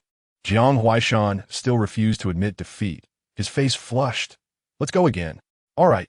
In the 3rd round, it was still 2 moves, and Jiang Huaishan was defeated again. Jiang Shuiwei and the ant, who were chatting in the pavilion, noticed the sparring and couldn't help but stop talking and stand up to watch seriously. Their expressions filled with surprise. Losing 3 times in a row, and each time not lasting more than 2 moves, Jiang Huaishan couldn't accept it, his eyes turning red. "You're not using the Qing Feng sword technique," he yelled angrily at Zhao Ping'an, tears welling in his eyes. Jiang Shuiwei and the ant were startled and quickly left the pavilion to approach Zhao Ping'an and Jiang Huaishan. "What happened? You 2 are cousins. You can't argue." "Mom," he asked, not using the Qing Feng sword technique. Jiang Huaishan pointed at Zhao Ping'an, feeling wronged. The ant naturally did not believe her son. Thinking Zhao Ping'an was still too young, and had only just followed Jiang Huaishan to learn swordsmanship the day before. How could he possibly know any other techniques? It might just be wild punches overwhelming the master. However, she didn't immediately refute her son and asked Zhao Ping'an, what do you say? Second cousin, I used the Qing Feng sword technique. Zhao Ping'an said seriously to Jiang Huaishan. It's just that there were some flaws in your sword technique that I took advantage of. Jiang Huaishan retorted, where are the flaws? Your sword technique was all taught by me. The aunt smiled and said, then you two should spar again. And I and your little aunt will be the judges. Thus, Zhao Ping'an and Jiang Huaishan sparred again, to prove that his sword technique had no flaws. Jiang Huaishan used the same moves as before. Just like before, in only 2 moves, Zhao Ping'an's small wooden sword was once again at Jiang Huaishan's neck. Although the aunt and Jiang Shuiwei were not swordsmanship experts, they had enough insight to see that Zhao Ping'an was indeed using the Qing Feng sword technique. Ping'an, how did you do that? The aunt asked Zhao Ping'an, surprised at his amazing talent in swordsmanship, while being kind and friendly. Zhao Ping'an pointed out the flaws in Jiang Huaishan's technique like a little adult, then explained how he used the Qing Feng sword technique to exploit those flaws. Jiang Huaishan still refused to accept it and repeated the second and third sparring sessions, with the same results. Huaishan, Ping'an is a swordsmanship genius. With comprehension that comes once in 100 years, you didn't lose unjustly, the aunt said seriously to Jiang Huaishan. Then she turned to Zhao Ping'an and said, Ping'an, your second cousin taught you the Qing Feng sword technique. So as a return, why don't you give him some pointers on his swordsmanship, all right? Sure. Zhao Ping'an readily agreed, and then said to Jiang Huaishan, second cousin, let us practice together, okay? Jiang Huaishan blushed and said shyly, all right. In fact, he was already somewhat convinced by Zhao Ping'an. Thus, Zhao Ping'an began to earnestly guide Jiang Huaishan in the Qing Feng sword technique. His understanding of the Qing Feng sword technique was so profound that it completely surpassed the teacher who taught Jiang Huaishan, and even the original creator of the Qing Feng sword technique. The tip of the sword should go up 1/2 inch, and the right elbow should go back 1.5 inches. Jiang Shuiwei and the aunt returned to the pavilion, but did not sit down. They stood watching Zhao Ping'an instruct Jiang Huaishan. Little sister, congratulations. Ping'an not only has an excellent memory, but is also a swordsmanship genius. The aunt said enviously. Jiang Shui's beautiful face revealed a smile of comfort, and she humbly said, I hope so. The aunt added, the Zhenin residents will surely regret it. It will. Jiang Shuiwen nodded vigorously.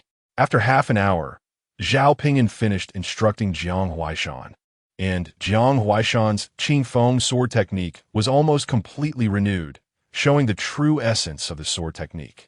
Cousin, thank you. Jiang Huaishan thanked Zhao Ping'an, feeling that his swordsmanship had improved significantly. Zhao Ping'an smiled and lightly shook his head. You're welcome. You taught me the Qing Feng sword technique. Also, didn't you say you know Luohan fist? Teach me Luohan fist another day, okay? Sure. After Zhao Ping'an and Jiang Shua left, the aunt immediately had a maid send for Jiang Huaishan's swordsmanship teacher. Half an hour later, after seriously watching Jiang Huaishan demonstrate the Qing Feng sword technique once, the middle-aged swordsmanship teacher praised him profusely, saying, Congratulations, madam. Huaishan's comprehension of swordsmanship is exceptional. He has already grasped the true essence of the Qing Feng sword technique. He just needs to spend some more time practicing to refine it, and his Qing Feng sword technique can be considered complete. It's thanks to Mr. Zhuo's great teaching. The aunt smiled and then turned to the maid behind her. Quickly bring 100 taels of silver to reward Mr. Zhuo. The maid responded and quickly went to fetch the silver. Soon, the swordsmanship teacher, Mr. Zhuo, received 100 taels of silver, and after encouraging and praising Jiang Huaishan a few more times, he left with a beaming smile. Mom, why did you give Mr. Zhuo so much silver? Clearly, it was my cousin who taught me, Jiang Huaishan said, half puzzled and half unconvinced. The aunt gently patted Jiang Huaishan's head and smiled. Mr. Zhuo has taught you swordsmanship for many days, so he deserves the credit. After a pause, she continued, Didn't Ping'an want you to teach him Luohan fist? Teach him tomorrow, and then have him give you pointers on Luohan fist. That way you can learn it faster. All right. Jiang Huaishan nodded vigorously. The aunt added, in the future, you should get along well with Ping'an, and at necessary times, let him have his way a bit. We're already cousins. Blood is thicker than water. I'm the older cousin. Of course I will let him. Jiang Huaishan replied matter-of-factly.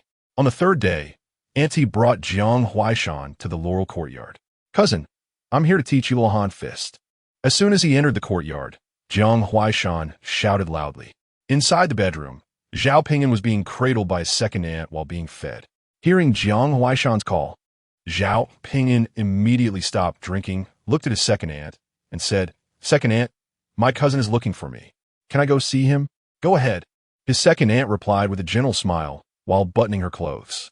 After she finished tidying up, she took a little while to come out and saw Zhao Ping'an seriously watching Jiang Huaishan practice Luohan Fist. She walked gracefully to Auntie, sister-in-law. Sister-in-law. Auntie nodded slightly at her and couldn't help but glance at her second aunt's full and towering chest, somewhat enviously saying, You've worked hard feeding Ping'an. Zhao Ping'an will surely have great prospects in the future. Since his second aunt has breastfed him, Zhao Ping'an will undoubtedly be closer to her family than to Auntie's family. Noticing the envy in her sister-in-law's eyes, the second aunt felt a bit puzzled, but smiled and shook her head. It's nothing to be tired about. It's like raising my own child. After saying that, her gaze turned to Zhao Ping'an and Jiang Huaishan. Ping'an is still very young. Isn't it too early for him to learn martial arts? She subtly expressed her concerns. It wasn't that she was worried about Zhao Ping'an learning incorrectly, but rather that she was concerned about him getting hurt. After all, Zhao Ping'an was only half a year old, which was indeed too young. Auntie sighed deeply and then said seriously, Sister-in-law, you may not know, but Ping'an is extraordinary. He not only has an excellent memory, but is also likely to be a martial arts prodigy. Huh? The second aunt couldn't help but be filled with doubt. Auntie explained, the day before yesterday, Huaishan taught Ping'an Qingfeng sword technique. Unexpectedly, the next day, Ping'an not only learned it, but completely understood Qingfeng sword technique. I asked Ping'an to give Huaishan some pointers, and it turned out that Huaishan's Qingfeng sword technique improved significantly. I had Mr. Zhuo watch it, and he said that Huaishan's Qingfeng sword technique has already grasped the essence and just needs to practice it more to be ready for a formal apprenticeship. The second aunt was shocked and found it hard to believe. Really? After all, Zhao Ping'an was only half a year old. Other babies his age were still far from walking. You will understand in the future, Auntie sighed, truly perplexed by what the Marquis of Southern Town was thinking. To actually dislike Ping'an.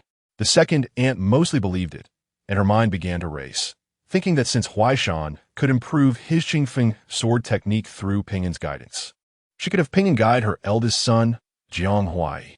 Her eldest son, Jiang Huai, was only 2 or 3 months younger than Jiang Huaishan and had already started learning Qingfeng sword technique.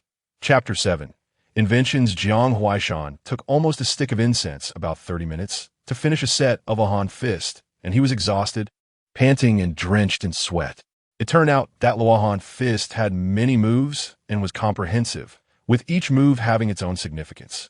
This set of martial arts originated from the sacred land of Pudu Mountain, and most disciples of Pudu Mountain use Luohan Fist as their foundation, spreading widely in the southern part of the Great Qian Kingdom. Zhao Ping'an opened the panel to check and saw that Luohan Fist had been successfully recorded. Luohan Fist, low grade, 0-100. He was somewhat surprised to discover that Luohan Fist was classified as a low-grade martial art. This meant that through proficiency and comprehension, he could achieve a medium-grade fist technique, further enhancing his self-defense capabilities. Cousin, I will teach you move by move, Jiang Huaishan said, panting without taking a break. Zhao Ping'an replied, Second cousin, I've already memorized all the moves. There's no need to learn them one by one. Huh? Jiang Huaishan exclaimed in shock and disbelief. Really? There were so many moves in Luohan Fist, and it had taken him half a year to barely remember them all. Zhao Ping'an nodded firmly. Really? At that moment, he slightly closed his eyes, opened the panel, and quickly maxed out the proficiency of Luohan Fist, after 2 or 3 breaths. Zhao Ping'an finished comprehending Luohan Fist. He opened his eyes and began to practice Luohan Fist in front of Jiang Huaishan. Jiang Huaishan watched in awe as Zhao Ping'an executed each move with tremendous vigor. The wind from his punches was alarming, seemingly better than his own martial arts teacher, leaving him utterly stunned. Not far away, the second aunt was equally shocked. Annie was also quite astonished, even though she had mentally prepared herself. After finishing a set of Lahan fist, Zhao Ping'an collected his fists and regulated his breathing. Not a drop of sweat on him. Jiang Huaishan snapped back to reality from his shock. His eyes filled with admiration and shouted, "Cousin, you are a genius." Zhao Ping'an smiled and said, "My understanding of Lahan fist is still not deep enough. Let's practice Lahan fist together again tomorrow, okay?" "Okay, I will do whatever you say." Jiang Huaishan nodded vigorously. After Annie and Jiang Huaishan left, the second ant squatted down in front of Zhao Ping'an, held his small hand, and smiled. "Ping'an, I heard your aunt say that you learn Qingfeng sword technique very well. Can you guide your third cousin a bit, okay?" Second ant, "I would love to." Zhao Ping'an readily agreed. "Let's go find third cousin." The second ant had nursed him since he was a baby, and one could say she was like a second mother to him. So he was very eager to repay her. Not so fast. The second ant picked up Zhao Ping'an. "Let me feed you first." After saying that, she turned and walked toward the bedroom. After being fed, Zhao Ping'an went with the second ant to her courtyard and earnestly guided Jiang Huai in Qingfeng sword technique. Jiang Huai's Qingfeng sword technique also improved significantly, grasping the true essence of it. Late at night, Zhao Ping'an quietly got out of bed and went to the courtyard again, then maxed out the proficiency of Lahan fist to 10,000 points, reaching 100 times the required proficiency. Smoothly, he comprehended a new level of fist technique. However, the new technique was not an unnamed one. It directly showed as Lahan Fumo fist, medium grade. It turned out that Lahan Fumo fist was the advanced form of Lahan fist, with tremendous power capable of exorcising demons. Only taught to inner disciples of Pudu Mountain. On the morning of the fourth day, in the Laurel Courtyard, Zhao Ping'an taught Jiang Huaishan and Jiang Huahan fist together. The news that Zhao Ping'an was teaching Jiang Huaishan and Jiang Huailahan fist spread among the servants and maids in the Jiang residence. And it even reached the ears of the family head, Jiang Wan. Jiang Wan was half convinced and personally sought verification. After watching Zhao Ping'an complete a set of Lahan fist with his own eyes, Jiang Wan was filled with shock and delight. He had also diligently practiced Lahan fist in his youth, but he found that this grandson performed even better than he did, embodying the true essence of Lahan fist. After all, he was a top expert in the fourth realm of the divine concealment realm. Good, Jiang Wan exclaimed 3 times, then couldn't help but burst into hearty laughter. Truly my good grandson. Seeing her father so approving of Zhao Ping'an, Jiang Shuiwe smiled while wiping away her tears. Forced to return to her family to nurture her pregnancy, give birth, and raise her child, even though her family wholeheartedly accepted her, she still felt embarrassed, uneasy, and ashamed. Now, that Zhao Ping'an, at just half a year old, showed astonishing intelligence and martial talent. Further gaining recognition from her family, she finally felt a bit more at ease. That day, the Jiang family held a family banquet to celebrate Zhao Ping'an. At the banquet, Jiang Wan sternly told Jiang Shuiwe and the other Jiang family members, "This child, Ping'an, has an extremely strong comprehension of martial arts, but it is not appropriate to force his growth. He is only half a year old, and his foundation is still very fragile. Other babies his age can hardly even crawl. From now on, he is not allowed to learn any martial arts until he is 4 years old." Everyone was solemn. What father says is true. Zhao Ping'an never expected that because of this, he would be unable to engage with any other martial arts for quite a long time. Time passed quickly, and in the blink of an eye, Zhao Ping'an was 8 months old, having grown robustly to the size of a 2-year-old boy. Zhao Ping'an had already actively requested to be weaned, switching to solid food, consuming foods rich in vitality, and eating monster meat, among other things. Relying solely on breast milk can only help him grow physically. It cannot quickly accumulate more true essence or enhance his strength. After stopping breastfeeding Zhao Ping'an, Jiang Shuiwe began to leave early and return late, busy with her work and unable to accompany Zhao Ping'an. She had to participate in the management of the Jiang family's business, contributing to the family, and could not just stay in the Jiang residence eating and drinking for free. During the day, Zhao Ping'an was accompanied by a wet nurse. Zhao Ping'an was very understanding. He did not cry or make a fuss, but instead found many books to read to understand this world. Through reading, he finally gained a clear understanding of this world. This world is called the Great Wasteland, evolved from the ancient wilderness. Nowadays, apart from the boundless ocean, the land in the Great Wasteland is divided into 5 parts: East Wasteland, South Wasteland, West Wasteland, North Wasteland, and Central Wasteland. In the Great Wasteland, countless races coexist, with fierce beasts and divine beasts, as well as dragon and phoenix creatures, demonic beasts and demons, and various evils and witchcraft. The human race is far from being the dominant force in the Great Wasteland. In fact, the human race was once food, sacrifices, slaves, and servants to the myriad races. After more than 100,000 years of unyielding and wise resistance, they finally broke free from the fate of being enslaved. Currently, the human race mainly reproduces in the East Wasteland's East Treasure Continent and Central Zhan Continent, occupying 1/10 of the East Wasteland, which is fertile land.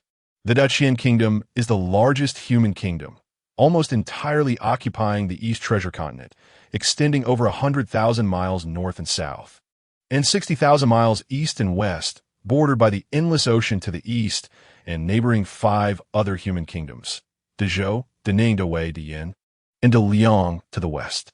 The northern border faces evil spirits and the Rakshasa tribe, while the southern border is threatened by demonic beasts and fierce creatures. The country has 2 sacred cultivation sites, Jingdao Palace and Pudu Mountain, located in the north and south, respectively. The central Daqian Imperial Court is of course the strongest, with the Qian Emperor's Palace housing an extreme imperial weapon, the Qian Yuan Sword. The extreme imperial weapon is the companion weapon of the supreme human race emperor, capable of suppressing the fate of the human race. Zhao Ping'an read quickly. He picked up books and flipped through them rapidly, allowing the panel to register the books, then directly adding proficiency points. The knowledge and information from the books immediately surged into his mind, allowing him not only to recite them fluently, but also to understand them deeply. This was almost equivalent to directly infusing the book's knowledge into his brain. After 2 months of reading, Zhao Ping'an found he had almost no books left to read, and life became quite dull. One evening, Jiang Shuiwei returned with 2 pounds of 3-colored deer meat, which he had the kitchen prepare for Zhao Ping'an. After tasting a piece of deer meat, Zhao Ping'an found it very delicious and immediately picked up another piece to offer it to Jiang Shuiwei, saying, "Mother, this meat is so tasty." However, Jiang Shuiwei leaned back slightly with a smile and shook her head, saying, "I've eaten before.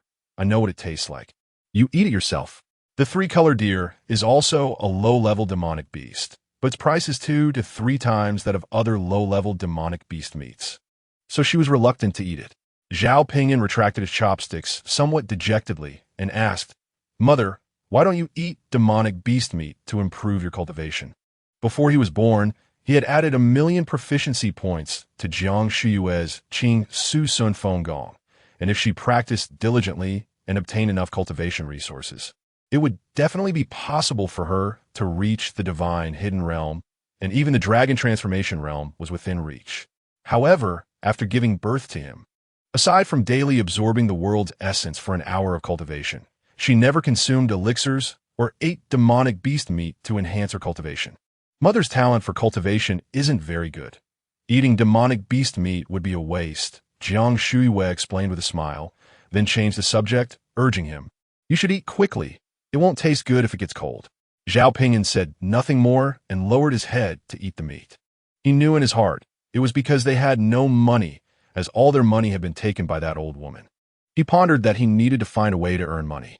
At the same time, he couldn't help but think about his nearly boundless sea of essence, wondering how many resources it would take to fill it. A few days later, Zhao Ping'an managed to make soap. He discovered that in the Jiang residence, everyone bathed to keep clean using relatively primitive lye, and no one used so-called cleansing talismans instead. Therefore, he believed that making and selling soap should be profitable. As the sun set and night fell, Jiang Shuiwei returned late that evening, and Zhao Ping'an insisted on waiting until the end of the Wu hour before she returned. "Ping'an, why are you still not asleep? You're still young. You must sleep early," Jiang Shuiwei said with a serious face, scolding Zhao Ping'an. Zhao Ping'an responded, "Mother is right. But you should also come home early to rest. You mustn't tire yourself too much." Jiang Shuiwei's expression softened, and she stroked Zhao Ping'an's small head, saying, Mother knows you are understanding. Mother, I have a gift for you, Zhao Ping'an said, looking up and taking out a piece of soap to present it to Jiang Shuiwei. Jiang Shuiwei picked up the soap and examined it carefully, a look of confusion and surprise appearing on her beautiful face. This looks like lye? But it is pure white like jade, with no impurities, no strange smell, just a faint jasmine fragrance. Ordinary lye typically contains ingredients like pig lye and plant ashes, which inevitably lead to impurities, colors, and odd smells. Zhao Ping'an soap was specially added with jasmine juice, hence the jasmine scent. The next moment, she lowered her head and, somewhat helplessly, smiled wryly at Zhao Ping'an, saying, "This piece of lye must be very expensive, right? Mother knows you love your mother, but don't spend money recklessly in the future." She planned to sell it tomorrow to get some silver back. Zhao Ping'an gently shook his head, smiling as he said, "Mother, you misunderstood. This piece of soap, fragrant lye, was not bought. I made it myself." "What? You made it yourself?" Jiang Shuiwei was taken aback, unable to believe it. "Really, you made it?" Zhao Ping'an nodded affirmatively. "I really made it." Then he explained, "In the past 2 months, I've read many books and had some insights, so I invented this recipe and made it to honor you." Jiang Shuiwei was even more shocked and quickly asked, "How did you make it?" Zhao Ping'an smiled and detailed the process of making soap. Jiang Shuiwei listened, astonished and incredulous. Pig fat can actually be made in a lye. And it's the finest lye? Ping'an, you're not lying to your mother, are you? "Mother, I wouldn't lie to anyone, let alone you," Zhao Ping'an said seriously. "Tomorrow I'll make it again for you to see." No, of course, Mother believes you." Jiang Shuiwei immediately shook her head. Mother is just too shocked. She squatted down and embraced Zhao Ping'an's small body, unable to help but say, "Good child, you are so smart. Mother is so happy." Seeing his mother happy, Zhao Ping'an also smiled joyfully. After a while, she released Zhao Ping'an and said earnestly, "This lye is very valuable. Can you give the recipe to Mother?" "Of course." Zhao Ping'an replied immediately. Sharing the method of making soap with Jiang Shuiwei was his true purpose. Jiang Shuiwei excitedly said, "Great. With the recipe, Mother will be able to spend more time with you." After putting Zhao Ping'an to bed, Jiang Shuiwei eagerly took the soap to find her father, Jiang Wan, the head of the Jiang family. This was a unique path to wealth. The next morning, early in the day, all the core members of the Jiang family were summoned by Jiang Wan to the family conference hall, and the doors and windows were shut, prohibiting any outsider from approaching. Jiang Wan took out a piece of soap made by Zhao Ping'an and showed it to everyone. "Guess how much silver this piece of lye is worth?" After saying this, he passed it around for everyone to see. The core members of the Jiang family took turns holding the soap, marveling at its quality. They had never seen lye of such high quality and perfection. Eventually, the soap returned to Jiang Wan's hands, and he asked, "What do you think its price is?" 30 taels of silver." Zhao Ping'an's second uncle was the first to speak. Immediately, others voiced differing opinions. "At least 50 taels. It's worth 100 taels." Another person shouted even higher. It was a woman's voice. Jiang Shuiwei looked over and saw it was her second aunt. Her second aunt was exceptionally talented, ranking second among the Jiang family's experts. She had not married but had brought a husband into the family. Jiang Wan couldn't help but glare at his sister, dissatisfied, saying, "Why not say 1,000 taels?" Unexpectedly, the second aunt retorted, "If I had more money, I would buy it for more than 1,000 taels." Jiang Wan was somewhat amused by the situation, but it was a happy laugh. This piece of gallbladder was indeed more sought after by women, willing to pay a higher price for it. "Shuyu, please introduce the origin of this gallbladder to everyone," Jiang Wan said, turning to Jiang Shuyu. Chapter 8. Self-Learning Alchemy. Everyone's gaze turned to Jiang Shuyu, and a hint of pride appeared on her stunning face. "This gallbladder was given to me by Ping'an. However, he didn't buy it. He made it himself." "Ah!" The crowd gasped, their faces revealing disbelief. It should be noted that Zhao Ping'an was only 1 year old, still in the age of being fed, even though he was already weaned. And this gallbladder was entirely white as jade, with no impurities, only the fragrance of jasmine, making it a perfect treasure. One can imagine how difficult it would be to make. Moments later, Zhao Ping'an's second uncle suddenly burst into hearty laughter. Ping'an is truly filial and exceptionally intelligent. The crowd snapped out of their shock and began to praise Zhao Ping'an, lamenting that he might be the reincarnation of a sage. After a round of enthusiastic praises, the second aunt asked Jiang Shuyu, how did Ping'an make this gallbladder? The meeting hall immediately fell silent, with all eyes focused on Jiang Shuyu. Filled with anticipation, Jiang Shuyu smiled and said, Ping'an has already told me the entire method of making this gallbladder. The method is not complicated, and the cost is not high. The crowd could not help but show ecstatic expressions, as this meant the family had gained a significant source of wealth. Jiang Shuyu continued to smile. Based on my calculations, even if we sell this gallbladder for just half a tael of silver, we will still make a profit. The meeting hall instantly erupted, and everyone became excited. After Zhao Ping'an shared the soap-making method with Jiang Shuyu, she did not spend more time accompanying him. Instead, she became even busier. This was because the Jiang family needed to establish a soap workshop, and the soap-making method had to be kept strictly confidential, only involving members of the Jiang family, as much as possible. As one of the leaders of the soap workshop, Jiang Shuyu was bound to be busy in the early stages. Zhao Ping'an guessed the reason and did not blame his mother for not keeping her word. After a few days of boredom, Zhao Ping'an began to seriously reconsider the issue of his future cultivation resources. Making and selling soap was just a small profit. If it became too lucrative or earned too much, the Jiang family would not be able to protect the soap-making technique. Moreover, as time passed, the soap-making technique would inevitably leak out, and it could not become a truly unique business. Therefore, relying on a piece of soap to provide him with a continuous supply of cultivation resources was undoubtedly wishful thinking. Since I need to consume a large amount of spiritual pills in the future, I will learn alchemy. Zhao Ping'an decided on this side business for the future. That evening, Zhao Ping'an waited for Jiang Shuyu to return after a busy day. Mother, I want to learn alchemy, he said seriously to Jiang Shuyu. Jiang Shuyu was slightly surprised. Why do you suddenly want to learn alchemy? But you're still too young, and alchemy can be dangerous. Zhao Ping'an did not explain his reasons. He only pleaded with a hint of a pout.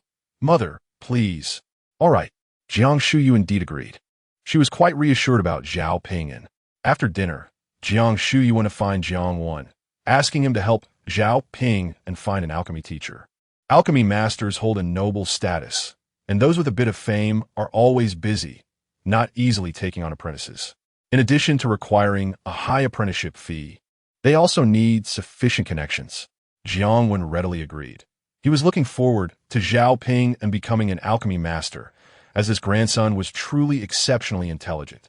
The next morning, Jiang Wan took Zhao Ping'an out to seek a teacher. However, they encountered obstacles everywhere and were all politely rejected.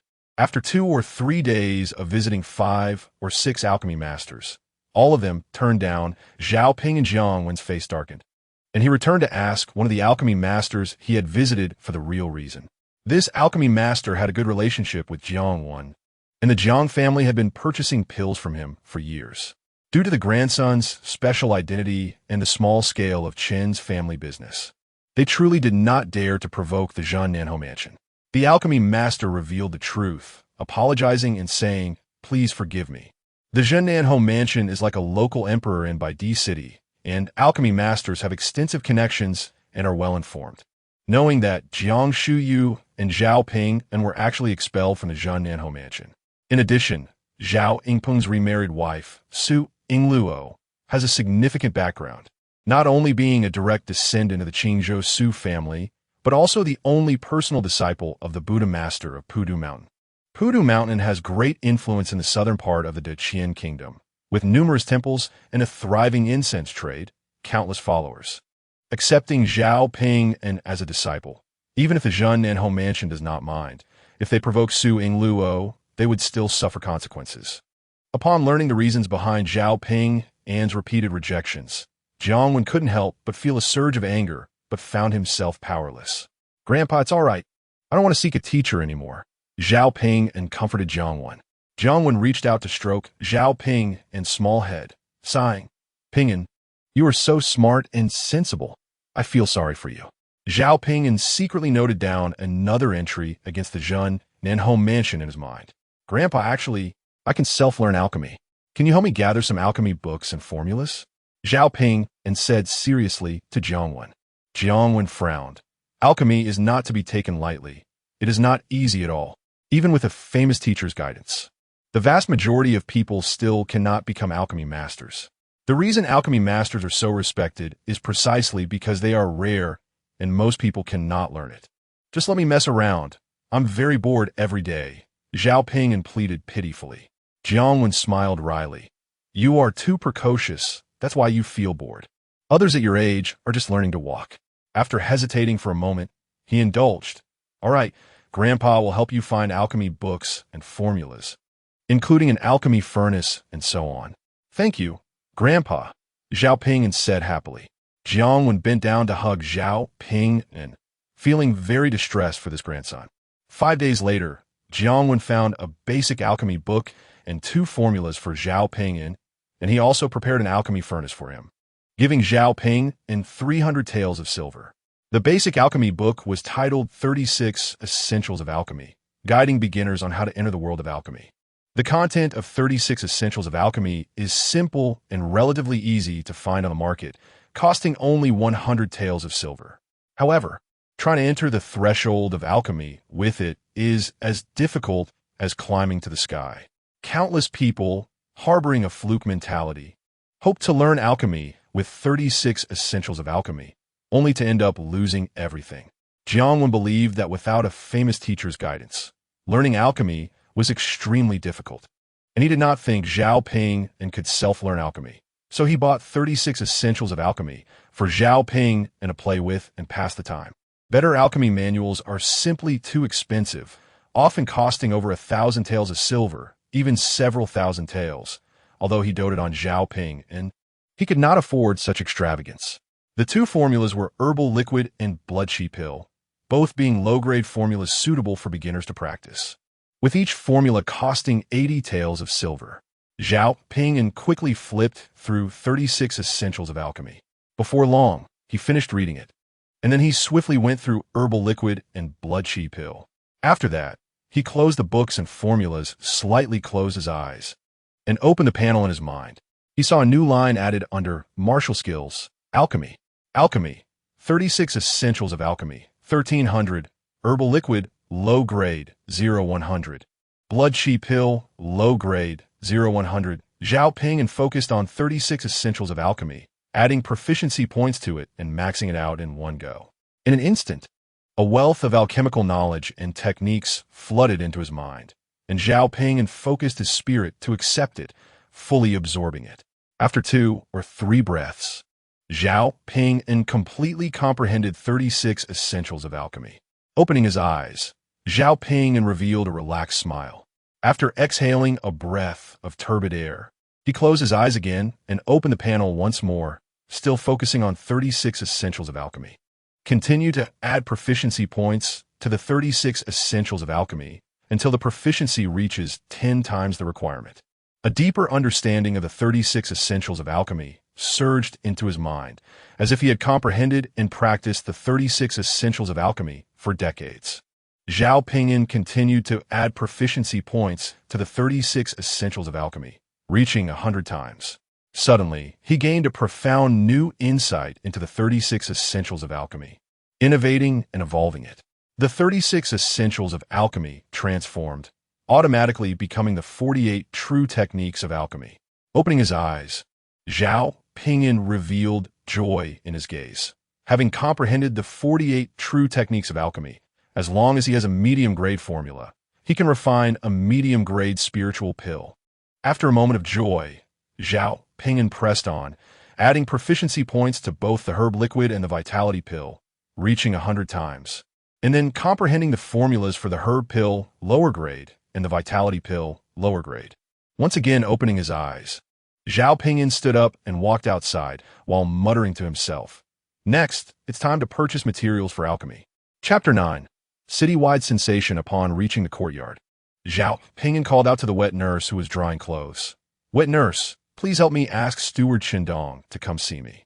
Qindong was the steward of the guard team at the Jiang residence, a family-born child of the Jiang family, loyal and reliable, with late-stage meridian realm cultivation. Considered quite strong, Zhao Ping'an needed not only labor for purchasing materials, but also guards to deter thieves, to prevent someone from trying to rob a child of his money. The wet nurse responded affirmatively, then paused drying the clothes and went out to fetch Qindong. Before long, a middle-aged man in his 30s, wearing the Jiang residence guard uniform, entered with the wet nurse and approached Zhao Ping'an. "Young master, what is your command?" Qindong respectfully inquired. He did not underestimate Zhao Ping'an due to his young age and status as a distant cousin. On the contrary, he regarded Zhao Ping'an as very important. Zhao Ping'an said, "I want to purchase a batch of materials for alchemy. The materials are quite valuable, so please send 2 guards to accompany me." "As you command," Qindong replied without hesitation. A little over half an hour later, Zhao Ping'an and the wet nurse set out in a horse-drawn carriage, with Qindong personally riding alongside for protection, in addition to sending 2 guards with them. The process of purchasing alchemical materials was both smooth and challenging. The smooth part was that Zhao Ping'an easily acquired the necessary materials. The challenging part was that the materials were prohibitively expensive to the point of making him gasp. He originally intended to buy 1 set each of materials for the herb pill and the vitality pill. But 300 taels of silver was only enough to buy 1 set of materials for the herb pill, and the quality of the materials was poor.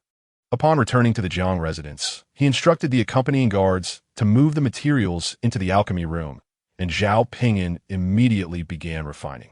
The wet nurse and Qindong did not dare to leave, closely watching Zhao Ping'an refine, worried about his safety.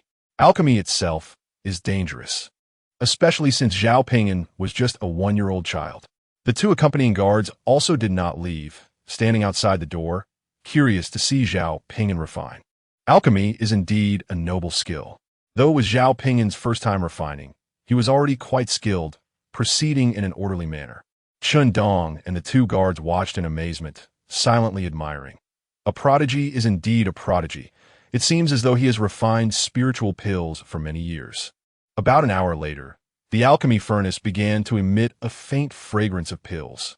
The aroma was a rich herbal scent that invigorated the spirit with just 1 whiff. Qindong was familiar with this fragrance and was deeply shocked. Could it be that young master has refined the herb pill? The herb pill is a lower-grade spiritual pill that only a true alchemist can produce. Young master is clearly refining for the first time. After another tea's worth of time, Zhao Ping'an opened the furnace to retrieve the pills, obtaining a total of 8 herb pills. Generally, a single batch of spiritual pills can yield up to 10 pills, with an average yield of 6 pills. If the alchemy fails, the materials are completely wasted, resulting in no returns. Thus, refining carries significant risks. While putting the herb pills into a small jade vial, Zhao Ping'an thought to himself, "It's not that my alchemy skills are lacking, but rather that the quality of the materials is too poor." Once Zhao Ping'an had collected all the herb pills, Qindong, who had recovered from shock, couldn't help but ask, "Young master, is the spiritual pill you refined the herb pill?" The wet nurse and the 2 guards also snapped back to reality, straining to listen. "It is the herb pill." Zhao Ping'an nodded slightly. "Young master, you truly are remarkable," Qindong exclaimed excitedly, nearly kneeling before Zhao Ping'an. The wet nurse and the 2 guards were even more astonished, realizing that Zhao Ping'an had refined the famous and highly valuable herb pill. Zhao Ping'an smiled and gently shook his head, asking Qindong, "Since you recognize the herb pill, tell me, how much can 1 herb pill sell for?" "1 herb pill sells for at least 100 taels of silver, and the price only goes higher for better quality," Qindong immediately replied. Zhao Ping'an poured out 1 herb pill from the jade vial and handed it over. "Please help me assess the quality of this pill and how much it is worth." The same type of spiritual pill is classified into 4 grades based on quality: inferior, ordinary, superior, and perfect flawless. The better the quality, the more potent the medicinal properties. The fewer impurities, the milder the side effects, and of course, the higher the price. Generally, inferior quality is priced 20% lower than ordinary quality. Superior quality is 50% higher than ordinary quality, and perfect quality is 3 times the price of ordinary quality. Qindong bent down, respectfully accepting the herb pill with both hands, then carefully assessed it. Taking advantage of the moment, while Qindong was evaluating the herb pill, Zhao Ping'an thought to himself, "I spent 300 taels on materials. 8 herb pills are worth at least 800 taels, making a pure profit of 500 taels. Making money from alchemy is relatively easy. At that moment, Chen Dong's voice came, filled with embarrassment. Young master, I feel very ashamed. I cannot discern the quality of your herb pill. I have only used inferior herb pills before. Then, he quickly added, however, I feel that your herb pill's quality is exceptionally good. It is very likely to be of superior quality or even perfect. Is that so? Zhao Ping'an nodded slightly, then said, you can keep this herb pill. Huh? Chen Dong thought he had misheard. This is the herb pill. The cheapest inferior herb pill costs 100 taels of silver, and a herb pill that is likely of superior quality is worth at least 180 taels. 180 taels. Zhao Ping'an smiled, huh? If you don't want it, then give it back to me. Chen Dong quickly clutched the herb pill tightly in his hand, then knelt down, excitedly saying, thank you, young master, for your generous gift. No need to be so excited. Get up, Zhao Ping'an said with a smile, gently shaking his head. He then poured out another herb pill for the wet nurse. Wet nurse, here's one for you as well. The wet nurse was so surprised that she nearly knelt down in gratitude, but was immediately stopped by Zhao Ping'an, who wouldn't allow her to kneel. It's just one herb pill. You are my wet nurse. Thank you for your generosity, young master, the wet nurse said, moved to tears. Seeing Chen Dong and the wet nurse each receive an herb pill, the two guards looked at Zhao Ping'an eagerly, hoping to receive an herb pill as well. Unfortunately, Zhao Ping'an was not a spendthrift and would not give them out randomly. The two guards had merely accompanied him to buy materials and did not deserve an herb pill, nor did they hold any significant value for gaining favor. Moreover, rewards are tiered. If everyone received one, it would be equivalent to giving nothing. That's enough. You can all leave, he said aloud. Chen Dong bowed and replied, yes. He then turned and led the two guards away. Although the two guards were disappointed, they did not dare to ask for rewards and understood that they had not contributed much. Tonight, I'll treat you to drinks at Xinghua Tower, Chen Dong quietly told the two guards. The two guards immediately showed joy. How can we let Brother Chen spend money? Xinghua Tower is a famous restaurant, and a meal there costs at least 20 or 30 taels of silver. Haha, I wouldn't dare to say it's a burden. This is a treat for me on behalf of the young master, Chen Dong said cheerfully. Today, Zhao Ping'an purchased alchemical materials for refining pills, and he will surely use them again when he goes out in the future. Although it's unlikely that he will obtain Baichao Dan every time with enough attempts, he will definitely receive rewards. Within less than an hour, the news that Zhao Ping'an had refined Baichao Dan spread rapidly throughout the Jiang residence. When everyone heard this news, they thought it was a case of misinformation, overly glorifying Zhao Ping'an. To be able to refine Baichao Dan means one is a true alchemist. Yet countless alchemical apprentices have spent their entire lives trying to refine pills. Their hair turned gray and still could not produce a furnace of Baichao Dan. Therefore, they simply did not believe that anyone could refine Baichao Dan right from the start, especially since Zhao Ping'an was only 1 year old, while other children hadn't even weaned yet. Until the news reached Jiang Wen's ears, he was extremely surprised and immediately went to Zhao Ping'an to verify it, then couldn't help but burst into a joyous laugh that echoed through the sky. What a tremendous surprise. He never expected Zhao Ping'an could actually refine spiritual pills, and so quickly learn alchemy. Additionally, he was puzzled as to how Zhao Ping'an managed to refine a higher grade Baichao Dan when he clearly provided the formula for Baichao liquid. This wonderful grandson truly knows how to surprise him. Once it was confirmed that Zhao Ping'an had indeed refined Baichao Dan, everyone in the Jiang residence was shocked. Their mouths agape for quite some time. The elder aunt and second aunt both personally sought out Zhao Ping'an to see the Baichao Dan he had refined. Ping'an, you are truly brilliant. You learn everything so quickly and so well. The two aunts couldn't help but exclaim, filled with anticipation for Zhao Ping'an's future. That evening, Jiang Shuiwei returned home earlier than usual. Upon seeing Zhao Ping'an, she eagerly asked, Ping'an, did you really refine Baichao Dan? Mother, this is the first spiritual pill I refined. For you, Zhao Ping'an said, taking out a small jade bottle containing Baichao Dan and presenting it to Jiang Shuiwei. Touched, Jiang Shuiwei received the small jade bottle, opened the cork, and poured out a Baichao Dan to examine closely. The fragrant aroma of the herbs wafted up, invigorating her spirit and instantly dispelling the fatigue from a day of hard work. It really is Baiqiao Dan, and of high quality. Jiang Shuiwei was overwhelmed with excitement and hugged Zhao Ping'an tightly, planting a kiss on his fair, tender face, saying, "Mother is very happy." Of course, she was not happy just because of receiving half a bottle of Baiqiao Dan. She was thrilled that Zhao Ping'an had become an alchemist, and so effortlessly. After putting Zhao Ping'an down, Jiang Shuiwei kept one Baiqiao Dan for herself and returned the rest to Zhao Ping'an. That night, the elder uncle, second uncle, and other elders came to congratulate Zhao Ping'an and Jiang Shuiwei. Within just one night, the news of Zhao Ping'an refining Baiqiao Dan spread outside the Jiang residence. In just 2 days, the news reached the alchemy community in Baidi City, shocking all alchemists and apprentices. Those alchemists who had previously rejected Zhao Ping'an felt deep regret, having missed out on a talented disciple and a future golden opportunity. In just 3 days, the news spread throughout the streets and alleys of Baidi City, creating a sensation and becoming a topic of discussion over tea and meals. Some were skeptical, some believed wholeheartedly, and some were half convinced, regardless of the debates. Zhao Ping'an had already gained fame in Baidi City and was referred to as a prodigy. The news also reached the Zhunnan Marquis residence. Zhao Yingpeng was not at the Zhunnan Marquis residence, so the news did not reach him. The old lady of the Zhunnan Marquis residence maintained her previous attitude, coldly snorting with disdain. The Zhang family is still not giving up, trying to create a spectacle for that bastard child, hoping to get Yingpeng to bring them back to the Marquis residence. No way.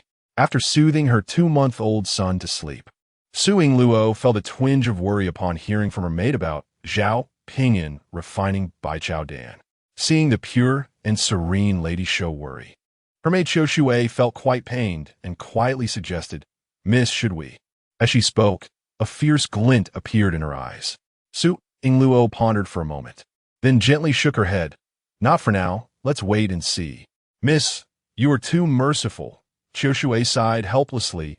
That bastard should not exist in this world. Chapter 10. Assassination. Zhao Ping'an sold 5 Baiqiao Dan and received 925 taels of silver. After obtaining the silver, Zhao Ping'an purchased alchemical materials again, buying a set of materials for Baiqiao Dan and a set for Qixue Dan. The materials for Qixue Dan were cheaper, costing only 280 taels of silver, with the main ingredients being iron skin barbarian cow meat, a first-tier low-level demon beast, and low-level tiger demon meat, a first-tier intermediate demon beast. However, the price of Qixue Dan was also slightly lower than that of Baiqiao Dan. After starting the furnace to refine pills, he obtained 8 Baiqiao Dan of high quality and 10 Qixue Dan of high quality. Zhao Ping'an gifted all the Baiqiao Dan to his grandfather, elder uncle, elder aunt, second uncle, second aunt, and other relatives. Jiang Wen and the aunts were very pleased to receive Zhao Ping'an's Baiqiao Dan. The Qixue Dan were all sold, earning him 500 taels of silver, which he used to purchase more alchemical materials. For the third purchase of Baiqiao Dan materials, Zhao Ping'an bought high-quality materials, spending 500 taels on each set, totaling 3 sets.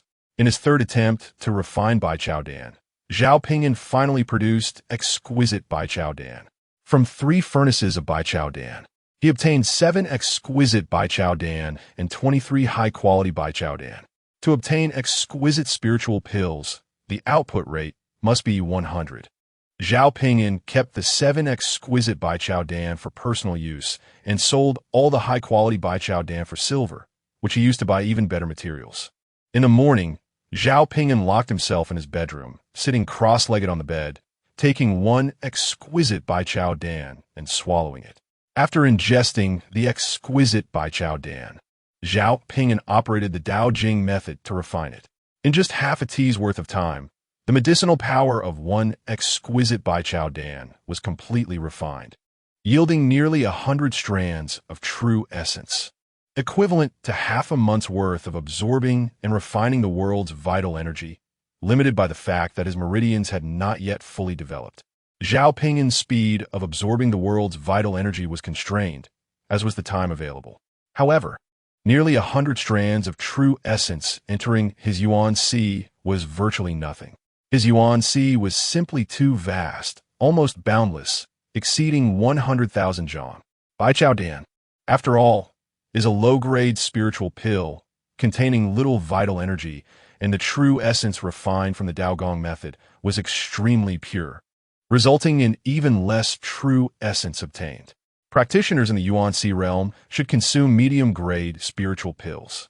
In less than half an hour, Zhao Ping'an consumed and refined all 5 exquisite Baijiao, which was equivalent to practicing for 2.5 months. Days went by, and aside from refining pills and consuming spiritual pills to enhance his cultivation, Zhao Ping'an also effortlessly became a talisman master and a weapon refiner using his panel. As the saying goes, having many skills does not burden one. Learning them may prove useful one day, and they do not consume much proficiency points. The news that Zhao Ping'an had become a talisman master and weapon refiner shocked the entire city once again. What kind of genius could easily become the coveted alchemist, talisman master, and weapon refiner before even turning 2? When the news reached the Zhunnan Marquis residence, the old lady of the Zhunnan Marquis was a bit unsettled, but still stubbornly believed it was the Jiang family fabricating falsehoods to promote Zhao Ping'an, trying to get him back to the Zhunnan Marquis residence. She was too disdainful to send someone to verify it. The servants of the Zhunnan Marquis residence privately whispered among themselves that with such a genius, Zhao Ping'an might be brought back to the Zhunnan Marquis residence. The maid Xiushui was quite anxious, ever since the news of Zhao Ping'an becoming an alchemist spread. She had bribed informants in the Jiang residence to keep a close watch on Zhao Ping'an's actions. From the feedback from her informants, it was clear that Zhao Ping'an was extraordinarily talented, practically a reincarnation of a sage. She once again suggested to Su Yingluo to eliminate Zhao Ping'an.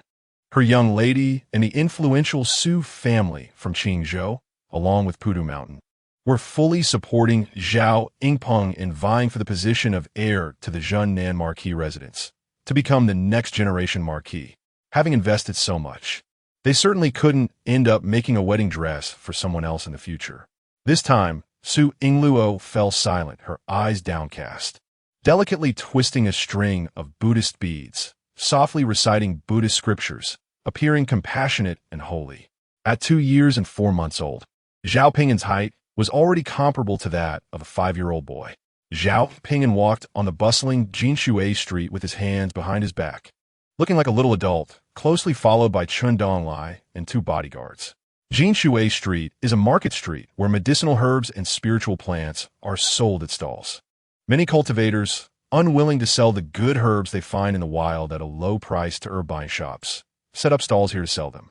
Zhao Ping'an enjoyed wandering around Jinshui Street to collect some good spiritual medicines, which became a source of joy for him.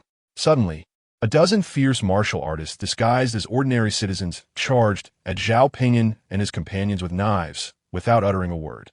Among them, the strongest martial artists targeted Zhao Ping'an directly.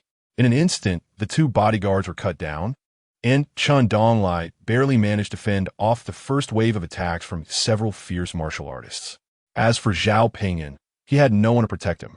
Just as knives and swords were about to strike or stab Zhao Ping'an, a protective golden light suddenly appeared around his body. This was the Hunyuan protective barrier from the Tao Sutra.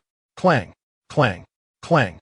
The knives and swords seemed to strike against the hardest diamond, and a force diverted their momentum, preventing them from fully exerting their power and breaking through the Hunyuan protective barrier.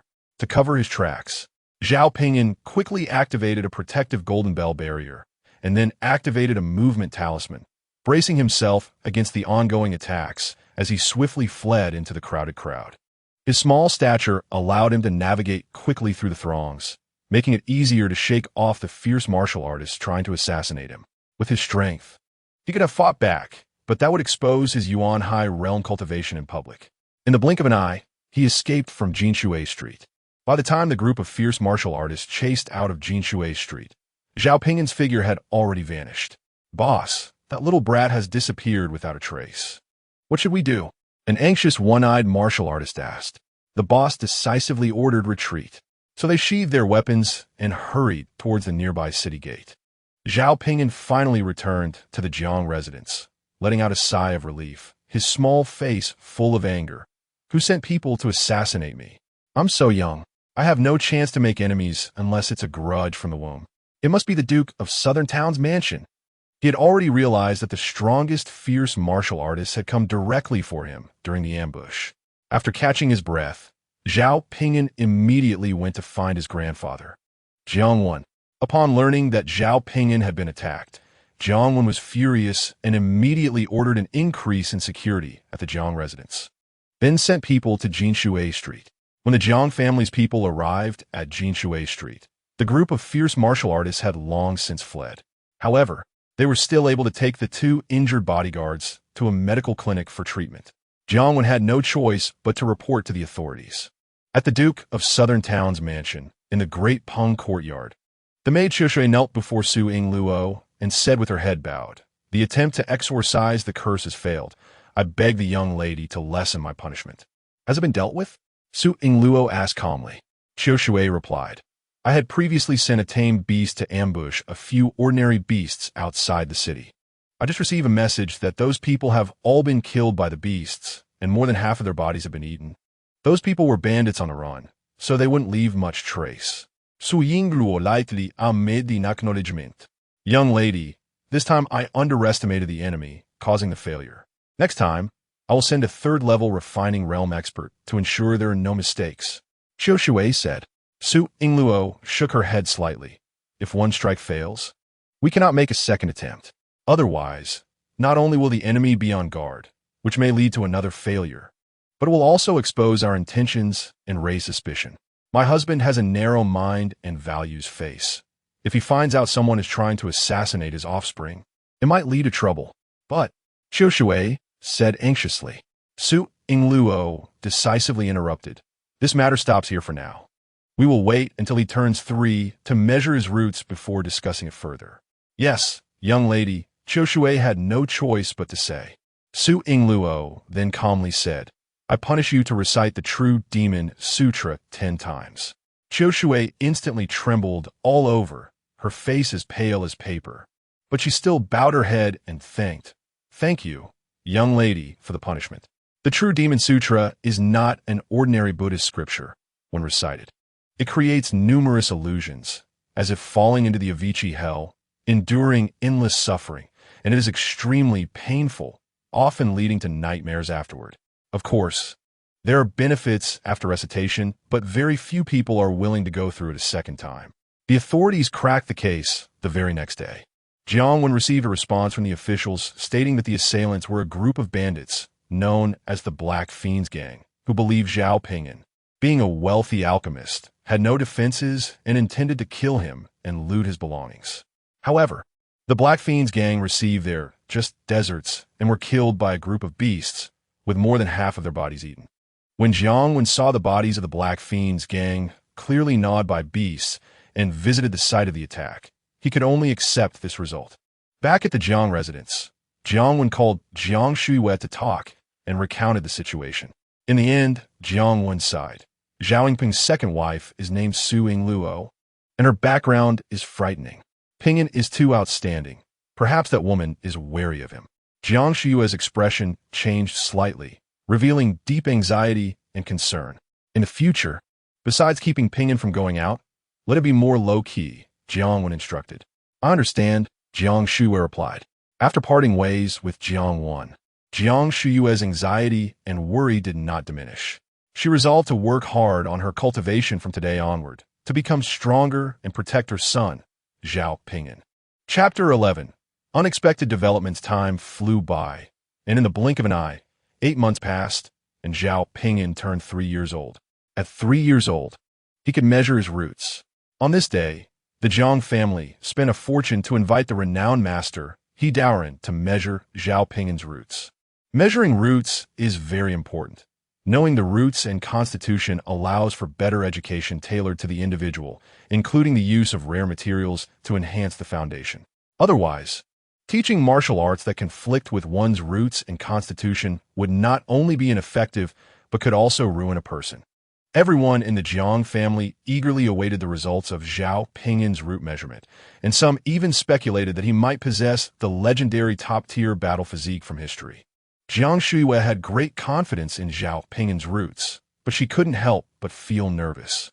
In the past, she had been looked down upon by her in-laws for not giving birth to a child with a sufficient innate foundation, enduring demands for abortion, being demoted to a concubine, and being forced to leave the Duke of Southern Town's mansion, etc. She wanted to slap Zhao Ping'an and the old lady of the Duke of Southern Town in the face, making them regret their mistakes, and have the old lady of the Duke of Southern Town and Zhao Ping'an personally come to plead for her and her son to return. Throughout Baidi City, many were also waiting for the results of Zhao Ping'an's root measurement, and even gambling houses opened betting on it. Such a prodigy made everyone curious about what his roots would be like. In a room with the door closed in the Jiang residence, Daoran examined Zhao Ping'an from head to toe, even infusing his true essence to probe. Jiang Shuhe and Jiang Wen stood by, watching with a mix of anticipation and tension. Daoran's brows furrowed more and more, thinking he had measured incorrectly. After measuring repeatedly, he finally confirmed that he was not mistaken. He concluded the measurement and turned to Jiang Shuhe, regretfully saying, "Madam Jiang, your son has ordinary roots. He's an ordinary body. How is that possible?" Jiang Shuhe couldn't help but exclaim, unable to believe it. Jiang Wen's face also changed drastically, incredulous. "Master, please measure again." His words clearly indicated he thought Daoran had made a mistake. Daoran sighed softly. "I'm also very surprised and feel sorry for your son. However, he truly has ordinary roots. I have measured repeatedly. I guarantee with my years of credibility that the measurement is accurate." Jiang Shuhe staggered back 2 steps, her body shaking, nearly falling over, unable to accept that Zhao Ping'an was an ordinary body. Zhao Ping'an saw Jiang Shuhe's devastated expression and hurriedly stepped forward to support her, feeling very ashamed as he called out, "Mother." Jiang Shuhe came back to her senses and quickly hugged Zhao Ping'an tightly, tears streaming down her face as she comforted him. "Ping'an, don't be sad. Mother believes you are extraordinary by nature and will definitely achieve great things. Don't be afraid. Everything has a mother." Zhao Ping'an heard his mother trying to comfort him with a strong facade. He couldn't help but hug her tightly, feeling an overwhelming sense of guilt, his eyes turning red. "I'm sorry, Mother." To hide the fact that he was the ancestral holy body, he could only use the common body to deceive everyone, including making Jiang Shuhe feel disappointed and sad. "You have not wronged your mother. You have not wronged anyone." Jiang Shuhe crouched down, gently caressing Zhao Ping'an's face, looking into his eyes and giving him strength through her gaze. She firmly said, "You are excellent. You are intelligent. You have become an alchemist, talisman master, and weapons master at such a young age. You have an extraordinary memory, and your one day of martial training is worth years for others. I have always been proud of you." Jiang Wen looked at his daughter and grandson, feeling a deep unease in his heart, thinking that heaven was too unfair. Why must it cruelly torment his daughter? He comforted Jiang Shuhe, saying, Ping'an being a common body may not be a bad thing. At least he can live a peaceful life." Jiang Shuhe suppressed her emotions and stood up to respond to her father. "What you said is true. Ping'an, although you are a common body, you are exceptionally wise and have strong comprehension. A common body can also cultivate martial arts. As long as you work hard, you will surely achieve great things in the future." Jiang Wen added to Zhao Ping'an, "So, you must not give up on yourself." Zhao Ping'an replied seriously. Grandfather's teachings are well remembered by Ping'an. Seeing Zhao Ping'an accept the fact that he was a common body so calmly, Jiang Wen felt a sense of relief. But at the same time, he felt even more pity for him. At that moment, Taoist, he spoke up, "Actually, you don't have to disclose his root bone. This poor Taoist will keep a secret. There's no need to hide." Zhao Ping'an interjected, "What is what it is." He then said to Jiang Wen and Jiang Shuhe, "Grandfather, mother, I don't want to hide that I'm a common body." "All right, we want to hide it." Jiang Shuhe agreed with a pained heart. Taoist, he couldn't help but admire. "Young Master Zhao, you are not only precocious, but also have an extraordinary character. Even as a common body, you will surely become remarkable in the future." May the Master's words come true. Zhao Ping'an cupped his hands and replied calmly. After confirming the announcement of the measurement results, the door opened, and Jiang Wen and Taoist, he walked out first, followed by Jiang Shuhe holding Zhao Ping'an's small hand. Standing at the front, the uncles and aunts immediately came forward, all smiles and expectations, ready to ask questions. However, the next moment, they saw Jiang Wen and Jiang Shuyue with serious expressions, and even noticed that Jiang Shuyue's eyes were red, showing signs of having cried. They couldn't help but feel a jolt in their hearts and swallowed their questions back. The other members of the Jiang family squeezed forward, eager to hear the result. However, sharp-eyed people also noticed that something was off. Daoist He, please announce it, Jiang Wen said to Daoist He. Facing the crowd of dark figures, Daoist He opened his mouth.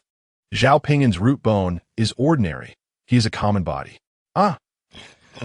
Everyone was taken aback, unable to believe it, thinking they had misheard. Even those who had sensed something was wrong were shocked, as they thought Zhao Ping'an's root bone, at worst, would be of average quality, just not reaching the expected top-tier root bone or the legendary battle body. Daoist He, did you measure incorrectly?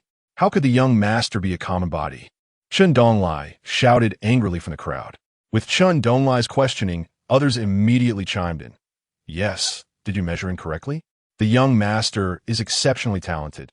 He became an alchemist, talisman master, and weapons master before the age of 2. If he is a common body, then no one is not a common body. What kind of root bone master is this? Clearly, he is a big fraud. Daoist, he had to raise his voice. This poor Daoist guarantees with years of reputation that I did not mismeasure Zhao Ping'an's root bone. Unfortunately, the crowd remained agitated, shouting accusations continuously. Silence, Jiang Wen said in a deep voice. The noise finally stopped quickly, falling into a silence where a pin drop could be heard. Jiang Wen didn't say anything further. Feeling somewhat exhausted and weakly waved his hand, everyone dispersed. Only then did the crowd realize that the highly anticipated Zhao Ping'an was indeed a common body, an ordinary person, not a reincarnation of a saint, and even inferior to many. They were filled with disappointment.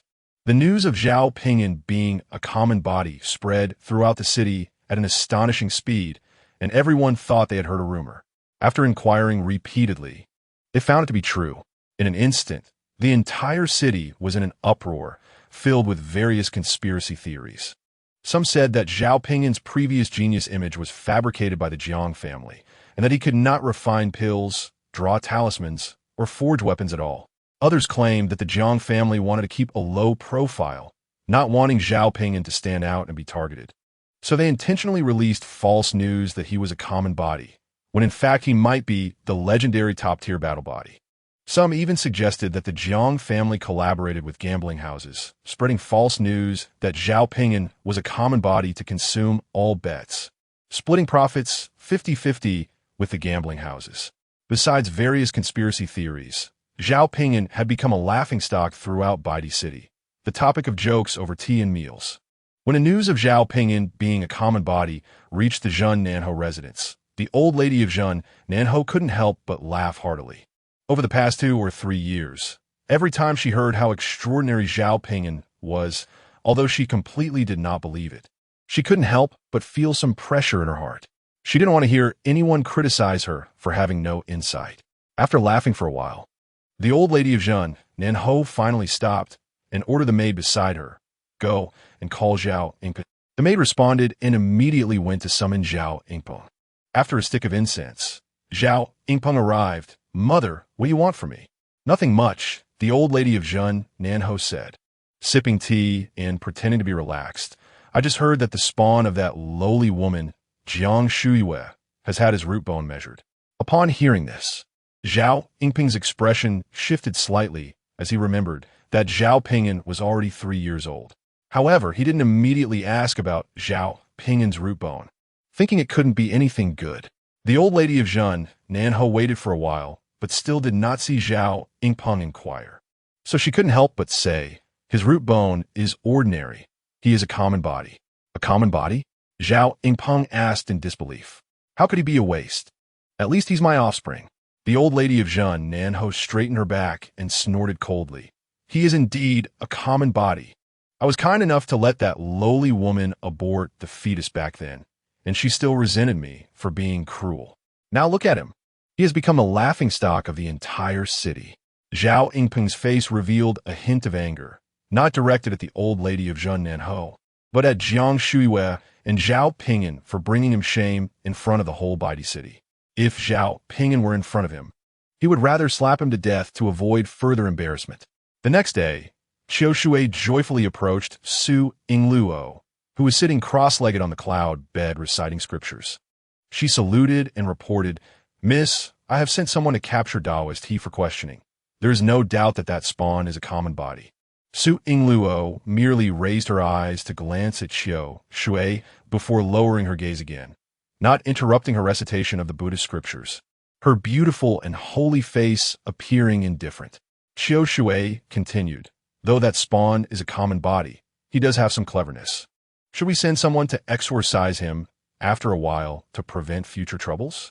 Ba. Su Yingluo stopped reciting and said compassionately, "My Buddha is merciful. Heaven has the virtue of cherishing life, so let him live or die on his own." Understood. Qiu Shui bowed and accepted the order, then couldn't help but sigh. Miss has a bodhisattva's heart. If that spawn has any sense, he should be grateful. Chapter 12. Escape time flew by, and another year passed. Zhao Ping'an turned 4 years old, his size comparable to that of a 10-year-old boy. No longer the delicate child, the now 10-year-old Zhao Ping'an had developed distinct features. A tall figure dressed in splendid garments, with his hair tied up, becoming a graceful and handsome young master, causing countless girls to blush and fall in love. At the age of 4, Zhao Ping'an could finally engage with martial arts again. Jiang Wen personally taught him a set of the Zhang family's ancestral swordsmanship, the Lingxing sword technique. The Lingxing sword technique is light and fierce, perfectly complementing the Zhang family's wind spirit bloodline with immense power, making it a high-quality martial art. In front of Zhao Ping'an, Jiang Wen first demonstrated the complete Lingxing sword technique, then sheathed her sword and walked back to Zhao Ping'an, saying, "The Lingxing sword technique requires the use of true essence during its execution. Since you haven't started practicing the techniques yet and lack true essence, you should first memorize the stances of the Lingxing sword technique." At this point, she paused and intentionally tested him by asking, "Did you remember all the moves?" She had high expectations for Zhao Ping'an, so she started teaching him the Jiang family's ancestral sword technique, Lingxing sword technique. Even though it was a high-grade sword technique suitable for the third realm of the refinement stage. "I remembered all of them. Thank you, grandfather," Zhao Ping'an replied. Jiang Wen couldn't help but smile and said, "Show me how you practice it." Zhao Ping'an stepped away a few paces, drew his real long sword, and then seriously practiced the Lingxing sword technique. Of course, he did not use any true essence. Even so, Jiang Wen couldn't help but nod in approval and stroke his beard, for he could see that Zhao Ping'an had grasped the true essence of the sword technique even without the application of true essence. You only watched it once, and it's your first time practicing. After Zhao Ping'an finished, Jiang Wen couldn't help but laugh heartily. Good. You've learned well and already grasped the true essence of the Lingxing sword technique. Once you cultivate true essence, you'll be able to unleash the true power of the Lingxing sword technique. It's thanks to grandfather's excellent teaching, Zhao Ping'an said as he returned to Jiang Wen's side with a smile. Jiang Wen laughed joyfully again and couldn't help but say, "Grandfather will teach you another set of the Jiang family's ancestral movement technique, Fenhua Fuliyu." After saying that, he began to demonstrate it in front of Zhao Ping'an, his figure like willow catkins in the wind, elusive and unpredictable, making it impossible for others to grasp. All attacks invoked the wind, moving with it, so that no matter how fast or strange the enemy's attacks were, they couldn't touch the corners of their clothing. Zhao Ping'an watched attentively, and compared to the Lingxing sword technique, he was more interested in Fenhua Fuliyu, because the Lingxing sword technique was an offensive technique, while Fenhua Fuliyu was a life-saving technique, and living was more important than killing enemies. Once Jiang Wen finished demonstrating the Fenhua Fuliyu movement technique, Zhao Ping'an slightly closed his eyes and opened the panel in his mind to check. Technique, Fenhua Fuliyu, high grade, 01000. Lingxing sword technique, high grade, 10001000. Luoan Fumo fist, medium grade. He casually filled the proficiency of Fenhua Fuliyu. In the dead of night, all was silent. Zhao Ping'an got out of bed, dressed, opened the door, and walked into the courtyard. Now he had been sleeping separately from Jiang Shui. Although he was only 4 years old, He was already about the size of a 10-year-old boy and was precocious. Jiang Shuiwei was reluctant, but Zhao Ping'an insisted, so she had to agree. With his own bedroom, Zhao Ping'an could finally meditate at night to absorb the world's vitality for cultivation. Now, his speed of absorbing the world's vitality had already surpassed that of adult Yuan Hai realm cultivators, and the absorption speed was still continuously rising. Being innately connected through all meridians was extraordinary, giving him a significant advantage. After persistently absorbing the world's vitality every day and taking spiritual pills, his innate Yuan Hai finally had 1,000th of true essence. Although the proportion was small, the amount of true essence was more than that of ordinary Yuan Hai realm cultivators. In the center of the courtyard, Zhao Ping'an slightly closed his eyes, opened the panel in his mind, and then allocated proficiency points to the Lingxing sword technique to 100 times. In an instant, a flood of profound insights about the Lingxing sword technique surged into his mind, and he innovated to comprehend a higher-tier supreme sword technique. I'll call you Xuanxing sword technique. Zhao Ping'an named this brand New Supreme Sword Technique. The next moment, he opened his eyes, his gaze sharp as a sword's edge, and unsheathed his sword, beginning to practice Xuanxing sword technique. The sword energy of Xuanxing sword technique surged like the wind, with the sword tip attacking like a shooting star. Powerful and a full tier stronger than Jiang Wen's Lingxing sword technique. After practicing the Xuanxing sword technique, Zhao Ping'an closed his eyes again, opened the panel, and added 100 times proficiency points to Finhua Fuliyu. Not long after, he comprehended an even stronger movement technique. The Finhua Fuliyu technique was originally a passive dodging technique, but the new movement technique Zhao Ping'an comprehended was a step further, allowing him to utilize the wind to make his movements and attacks sharper, swifter, and more elusive, while also being able to take the initiative to strike. The name Finhua Fuliyu is quite nice, so I'll keep the original name, Zhao Ping'an muttered to himself. Just then, a grand roar suddenly echoed from afar, like a dragon soaring through the heavens. Zhao Ping'an was startled and immediately opened his eyes, looking in the direction of the sound.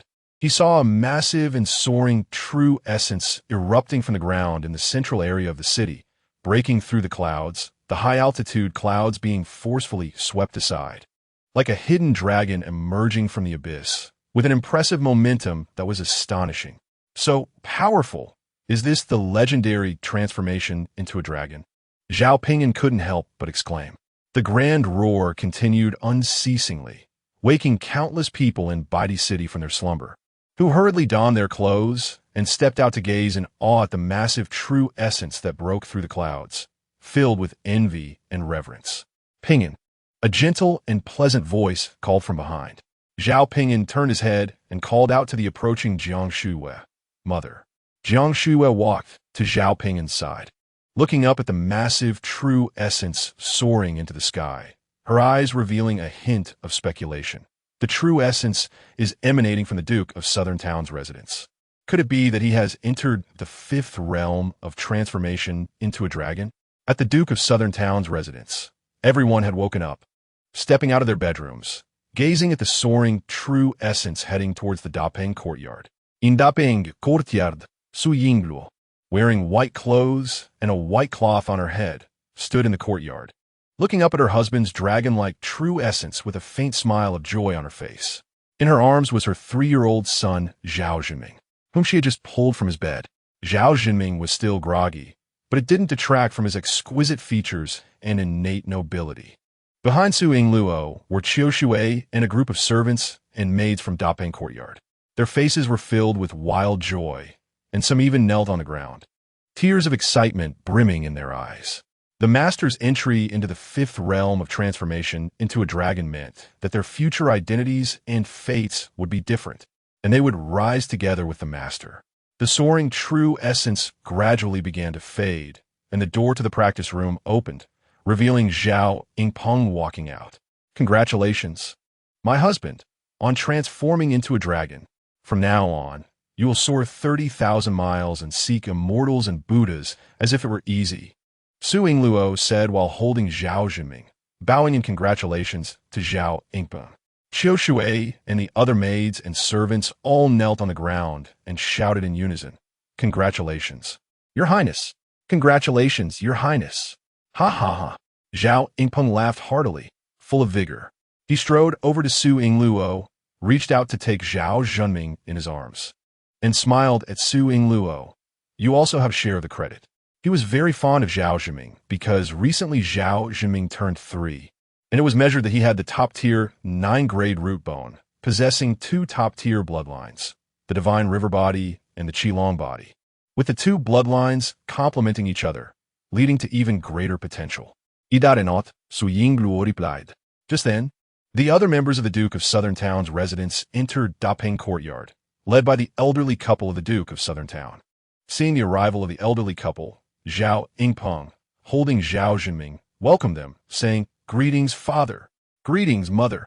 "Yingpeng, you truly did not disappoint me," the Duke of Southern Town said happily.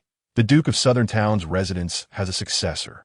The Duke of Southern Town continued, "Tomorrow at dawn, I will prepare to report to the Qian Emperor for your appointment as the heir of the Duke of Southern Town."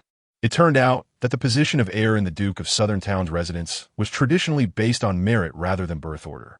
Usually, the one who reached the transformation into a dragon realm first would be appointed as the heir, becoming the next Duke of Southern Town. Among the Duke of Southern Town's several offspring, Zhao Yingpeng was the first to enter the transformation into a dragon realm, and since Zhao Yingpeng had no other issues, the Duke of Southern Town readily appointed him as the heir. The Duke of Southern Town's title was hereditary and unchangeable, and reporting to the Qian Emperor to appoint the heir was merely a formality. The Qian Emperor had no power to interfere. Therefore, Zhao Yingpeng's appointment as the heir of the Duke of Southern Town's residence was a done deal. "Thank you, father," Zhao Yingpeng said excitedly, bowing deeply. The next day, the news of Zhao Yingpeng being promoted to the Dragon Transformation Realm and being established as the heir of the Southern Town Marquis estate spread rapidly throughout Baidi City and beyond. The Southern Town Marquis estate is extremely important in the southern borders, and the choice of heir will profoundly affect all aspects of the southern region. The news also reached the Jiang family, and both Zhao Ping'an and Jiang Shuiwei were aware of it. However, neither of them felt any joy. Instead, Jiang Shuiwei's inner worries grew stronger. As time passed, this worry intensified, leading Jiang Shuiwei to have recurring nightmares. More than 10 days later, Jiang Shuiwei could no longer contain herself and sought a private conversation with her father, Jiang Wan. "Father, I want to take Ping'an away from Baidi City, far from the southern borders," Jiang Shuiwei said with great seriousness. Jiang Wan was taken aback and quickly asked, "Why? Has anyone in the estate treated you and your son poorly? Tell me." When Jiang Shuiwei married into the Southern Town Marquis estate, her dowry had indeed drained the Jiang family, but later, the soap formula that Zhao Ping'an handed over to the Jiang family had earned them a fortune over the past 3 years. Given time, the Jiang family would not only recover, but also rise to new heights. "No one has treated Ping'an and me poorly," Jiang Shuiwei shook her head and said. "I'm worried about the Southern Town Marquis estate." Jiang Wan frowned and said, "Ping'an is an ordinary body. That woman surnamed Su wouldn't bother to target him again, right? Ping'an has snuck out to play many times without any issues. It's not her I'm worried about. It's Zhao Yingpeng," Jiang Shuiwei said anxiously. "Now that he is to be established as the heir of the Southern Town Marquis estate, I'm worried he will pose a threat to Ping'an." Jiang Wan fell into deep thought. He understood that those in high positions care greatly about their reputation. Previously, Zhao Yingpeng was merely one of the several sons of the Southern Town Marquis, but now he was about to become the heir, the next generation's Marquis, and his face would matter even more. He sighed deeply, feeling helpless and frustrated. His daughter had done nothing wrong, yet fate refused to spare her. "All right," Jiang Wan said weakly, his spirit visibly diminished. "You should pack up over the next couple of days, then quietly take Ping'an and leave Baidi City." Jiang Shuiwei suddenly cried out in sorrow, "Daughter is unfilial. I can no longer serve you in the future. If she could, she would never want to be away from her father, brothers, and family."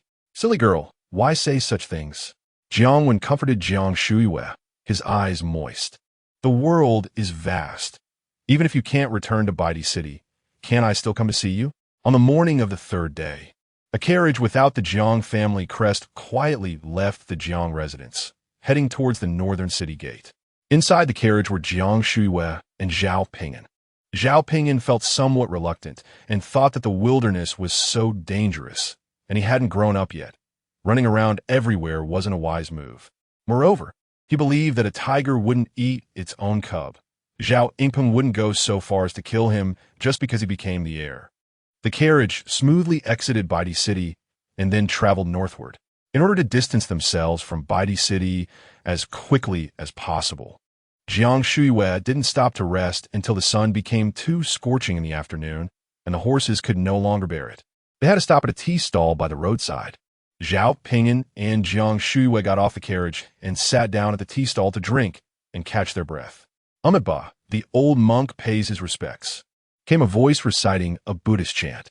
Zhao Ping'an turned to see a fat old monk, resembling Mithria, holding a begging bowl and approaching him. Zhao Ping'an casually dropped a piece of silver into the old monk's bowl. "Thank you, little benefactor," the fat old monk said, bowing in gratitude. Zhao Ping'an waved his hand and turned back to continue drinking his tea.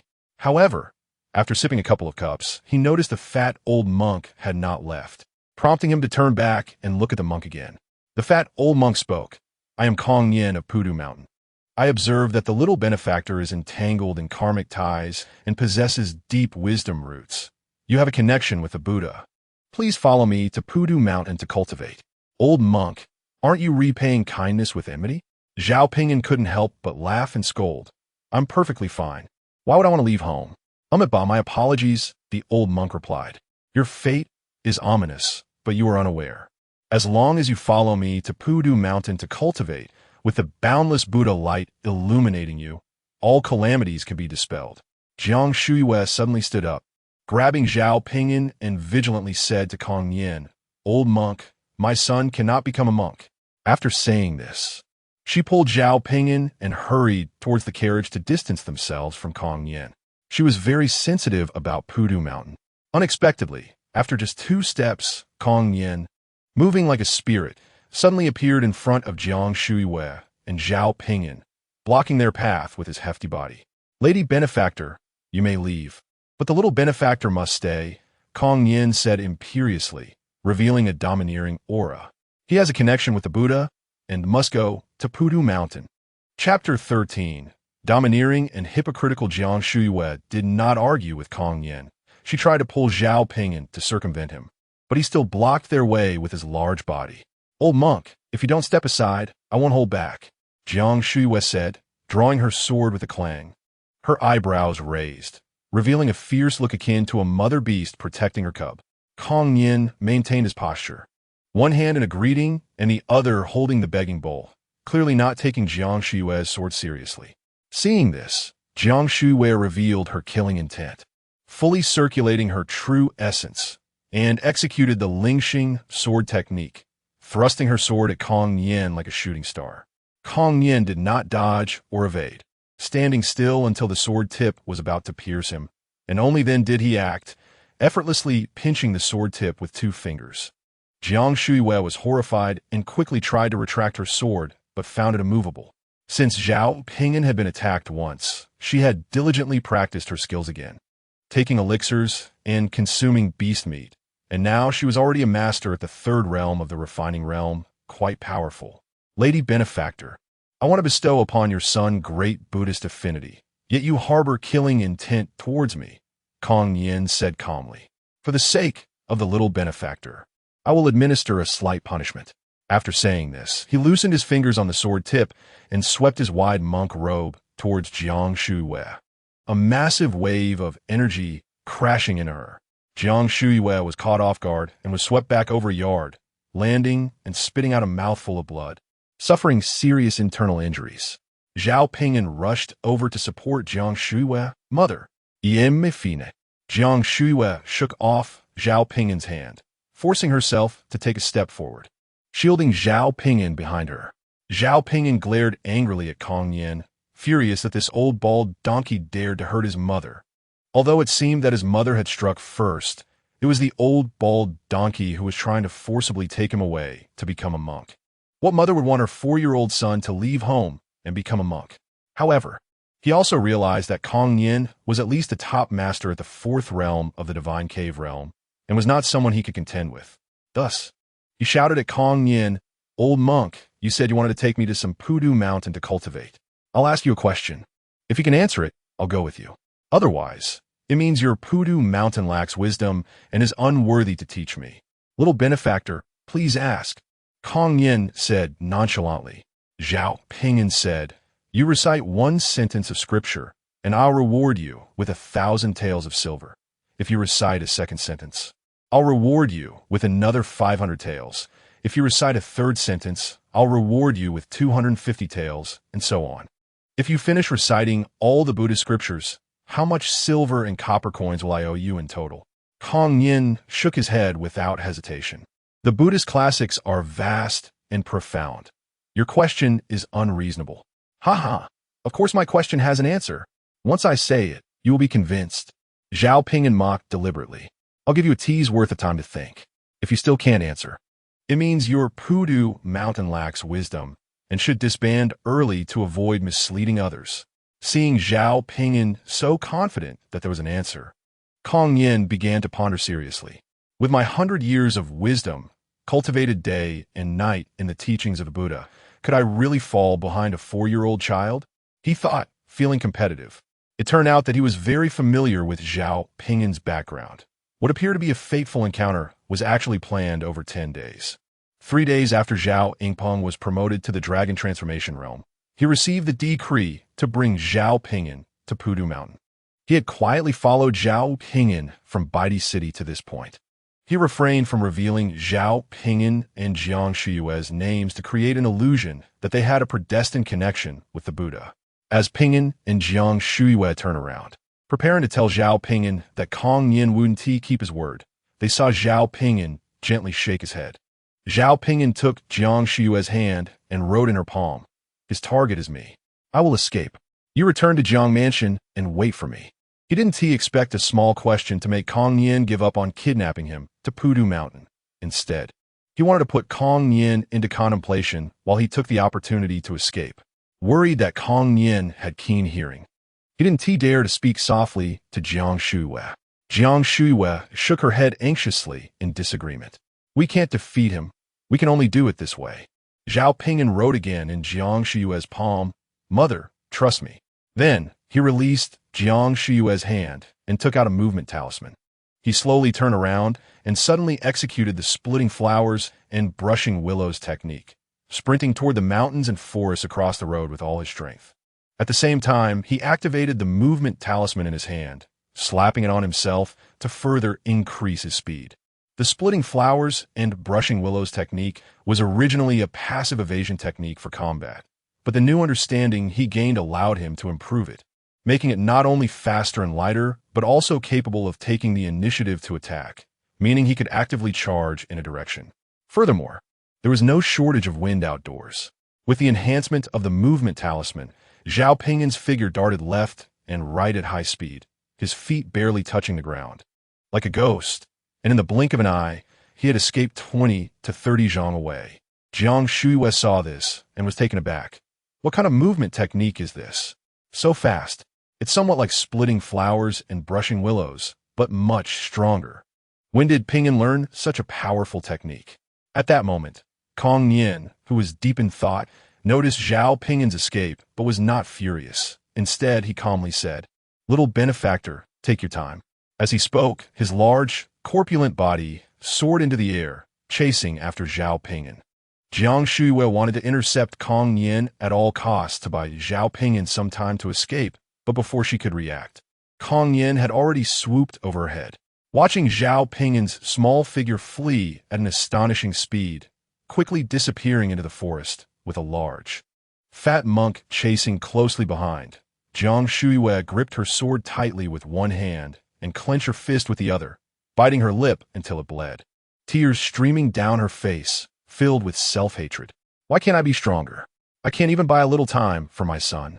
After Zhao Ping'an entered the forest, he used the trees to conceal his figure and continued to flee. However, after running for a while, he realized he couldn't shake off Kong Yin's pursuit. No matter which direction he fled, Kong Yin always followed closely from above. He couldn't help but speculate that Kong Yin must have used some technique to lock onto him. Since the forest couldn't hide him and his speed was affected while moving through it, he decided to fly up to the treetops, fully utilizing the splitting flowers and brushing willows technique to escape. In the treetops, with the stronger wind, he gained more assistance, and his speed immediately increased significantly. Little benefactor, you have a connection with our Buddha. Why avoid it? Kong Yin said leisurely, pursuing Zhao Ping'an. While enticing him, Pudu Mountain is a sacred place for cultivation. With countless profound cultivation methods, others accumulate luck over 3 lifetimes, yet cannot attain it. With your wisdom, given time, you could achieve enlightenment. Zhao Ping'an felt annoyed and couldn't help but retort, "Old bald donkey, you repay kindness with enmity. I generously offered you some silver, and this is how you repay your benefactor? Ba, the old monk offers you a great connection with the Buddha. It is indeed a case of a drop of water repaid with a fountain. Ba, you are forcing me to be kidnapped. I, a young master, desire fame, wealth, and women, and I'm inherently at odds with you bald donkeys. I've aspired since childhood to sleep with the most beautiful women under the sky, to sleep with princesses and saints, to embrace many women and share the same bed. After continuously fleeing for about an incense stick's worth of time, Zhao Ping'an noticed that Kong Yin was not only keeping up but maintaining a distance of about 3 zhang. He realized that while Kong Yin could easily catch up, he was allowing him to escape, likely intending to completely subdue him. However, he didn't feel discouraged or stop. Instead, he continued to flee with all his might. As long as he didn't stop, there was a possibility of escape. Kong Yin indeed intended to make Zhao Ping'an feel despair, at least until Zhao Ping'an could no longer move. However, as time passed, Kong Yin gradually grew impatient because Zhao Ping'an had been escaping for too long, already exceeding an hour.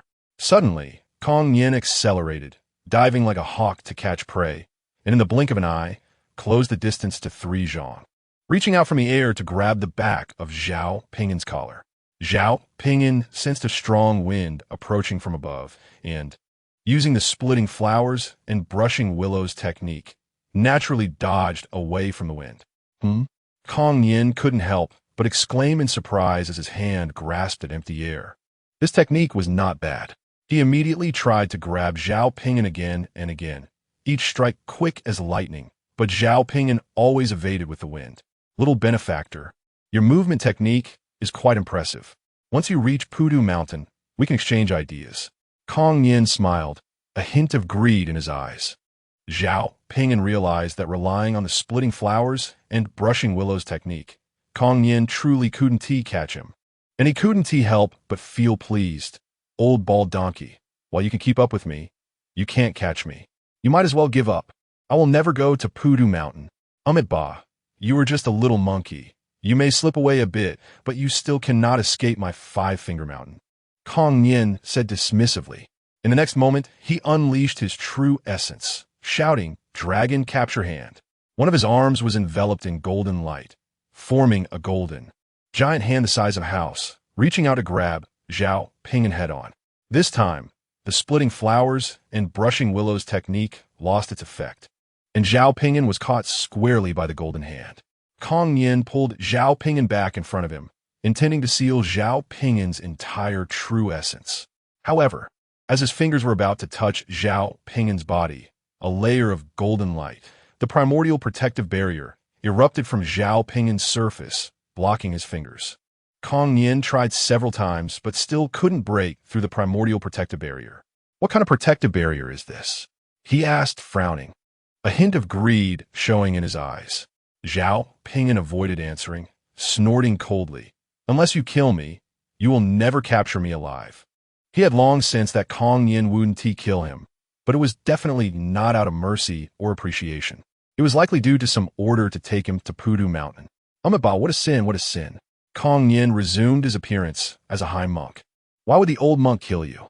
You have a connection with our Buddha. It is destiny. After saying this, he took out a golden rope, reciting a few incantations, and the golden rope immediately came to life like a long serpent, wrapping around Zhao Ping'an in circles. Zhao Ping'an tried to struggle a few times, but couldn't break free. At this moment, Kong Nian's voice came. This is the golden serpent rope, made from the tendons of a 3,000-year-old calamity serpent, with the serpent's soul sealed within. Little benefactor, it's better to save your strength. Hearing this, Zhao Ping'an stopped struggling and allowed Kong Nian to carry him toward Pudu Mountain. Though his ancient holy body was invincible, and although he was still young, that golden serpent rope might not be able to bind him. For instance, he could use the holy body technique to enhance his strength tenfold. Additionally, he could draw on the power of the solar meridian. The solar meridian and the lunar meridian were the most extraordinary meridians in his body. When true essence flowed through the solar meridian, his strength surged over tenfold. When it flowed through the lunar meridian, his speed increased over tenfold. Unfortunately, whether using the solar meridian or the lunar meridian, the consumption of true essence was immense. Earlier, during his escape, he used the lunar meridian to increase his speed because his true essence was limited and couldn't be sustained for long. At this moment, he pretended to resign himself to fate, precisely to lull Kong Nian into a false sense of security while looking for a chance to break the golden serpent rope and escape. After a while, the sun set in the west, and night was approaching. As they passed over a town, Kong Nian landed with Zhao Ping'an, preparing to find a place to stay. I will let you go for now, but don't think about escaping. Otherwise, the old monk will give you a long lesson, Kong Nian said to Zhao Ping'an. You should understand that you cannot escape. The town was populous, and he did not want to affect the image of the Purity Mountain holy site. However, Zhao Ping'an was uncooperative and pouted. I definitely plan to escape. After a pause, he added, but I'm hungry and thirsty. If there's food and drink, I want to escape for an hour. Kong Nian secretly laughed. After all, he was just a 4-year-old child. Thus, he performed a spell to retract the golden entangling rope from Zhao Ping'an and then took him into the town. Entering the town, they found an inn. Kong Nian only requested one room and then ordered a full vegetarian meal at the inn's restaurant. Zhao Ping'an did not intentionally ask for meat. He buried his head in the food. Only when he was full would he have the strength.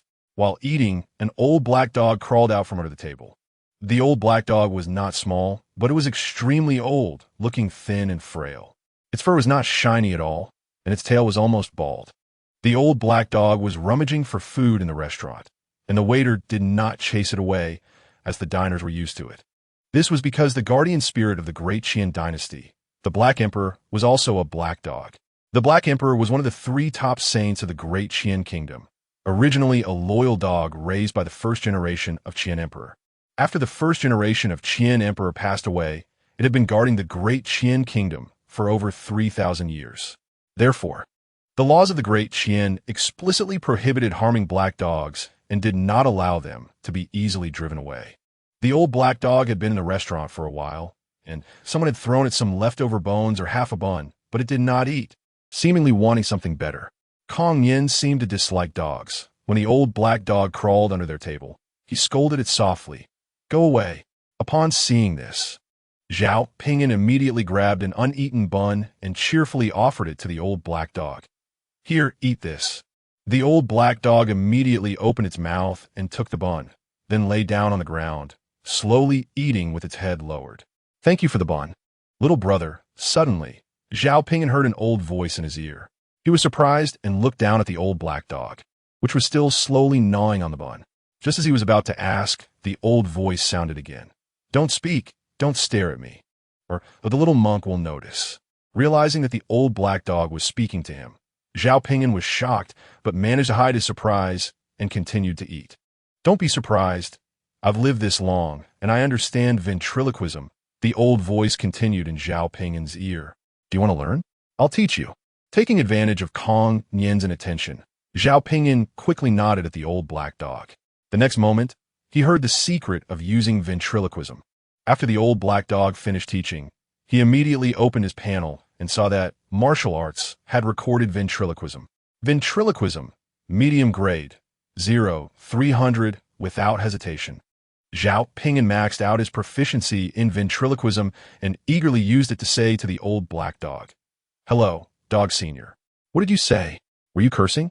The old black dog's voice sounded again in Zhao Ping'an's ear, seemingly a bit displeased.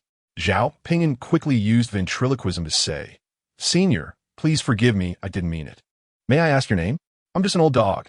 "I have no name," the old black dog replied. "Just call me Old Dog." Zhao Ping'an was somewhat speechless and thought to himself that Old Dog and Dog Senior were pretty much the same. "I dare not." He used ventriloquism to say, "How about I call you Old Black Senior?"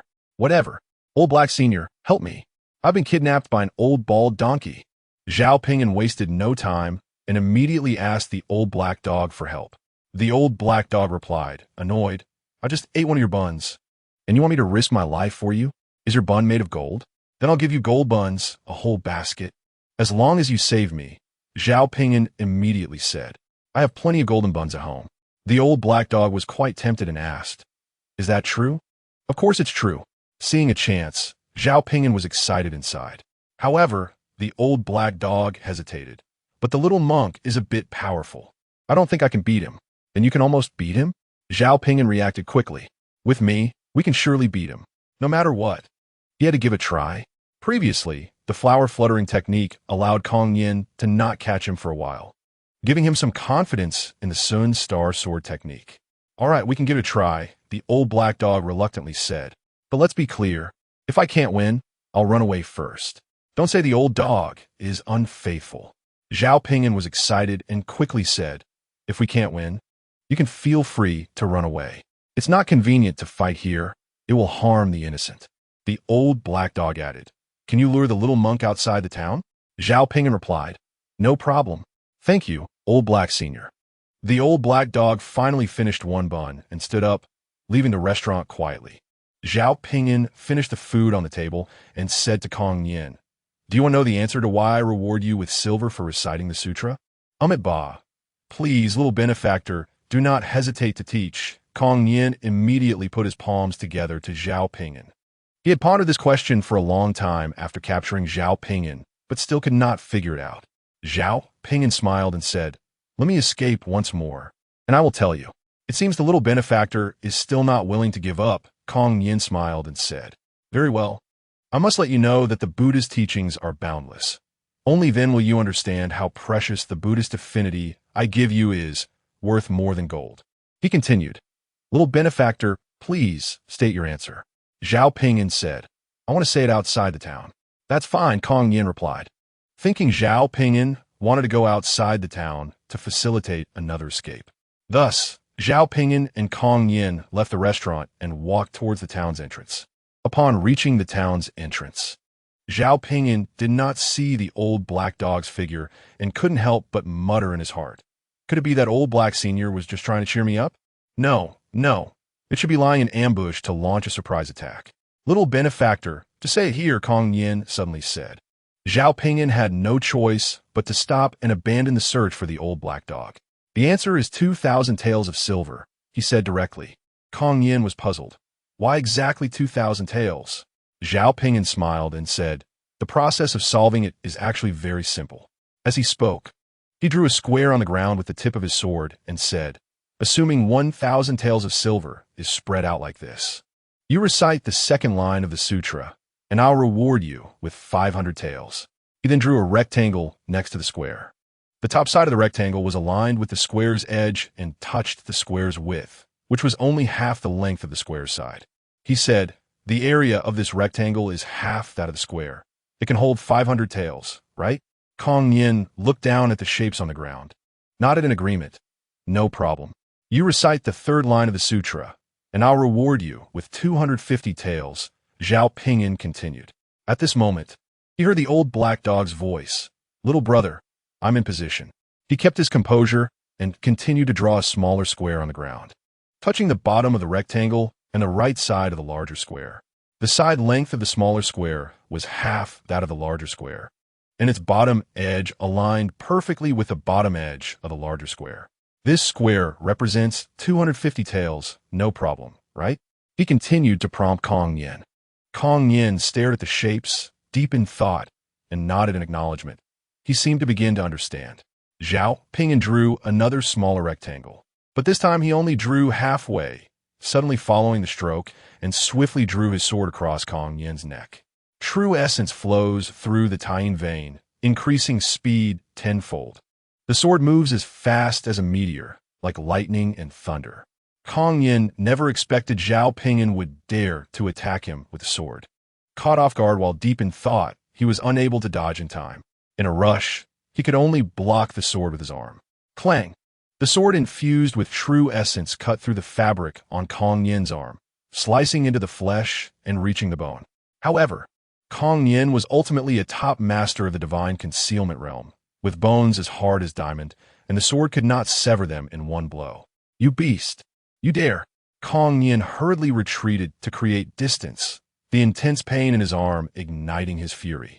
Seeing his sneak attack succeed, Zhao Ping'an immediately unleashed the flowing flowers and weeping willows technique to closely pursue Kong Yin, while simultaneously launching a frenzied assault with the Xuanxing sword technique. Kong Yin, both shocked and enraged, could not suppress his murderous intent. He swung his other arm, using the wide sleeves of his robe to strike at Zhao Ping'an. A wave of dense energy, like a mountain wall, surged toward Zhao Ping'an, containing tens of thousands of pounds of force. Zhao Ping'an, fully employing the flowing flowers and weeping willows technique and bolstered by the tying vein, narrowly dodged to the right side of Kong Yin, evading the energy wave. Just then, a dark shadow suddenly lunged out, biting down on Kong Yin's left calf with lightning speed. Kong Yin instantly felt all his true essence completely bound, unable to use any martial skills, spells, or divine abilities. Even his consciousness became muddled, as if he had turned into an old, weak monk with a dull mind. "Di!" Zhao Ping'an shouted, stabbing his sword through the center of Kong Yin's forehead. Kong Yin couldn't even let out a single scream before he died. Zhao Ping'an withdrew his sword and retreated a yard, staring intently at Kong Yin's corpse, disbelief etched on his face. Although that sword strike was ruthless, it shouldn't have taken the life of a top master of the divine concealment realm. He was clearly just providing support. Chapter 15. Sharing the spoils, little brother. "Turns out you're so powerful," the old black dog exclaimed, astonished.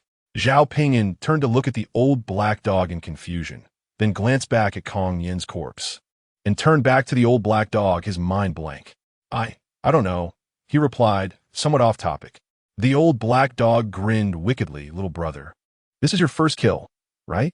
Your reaction is not surprising. You'll feel better in a while, and you'll get used to it."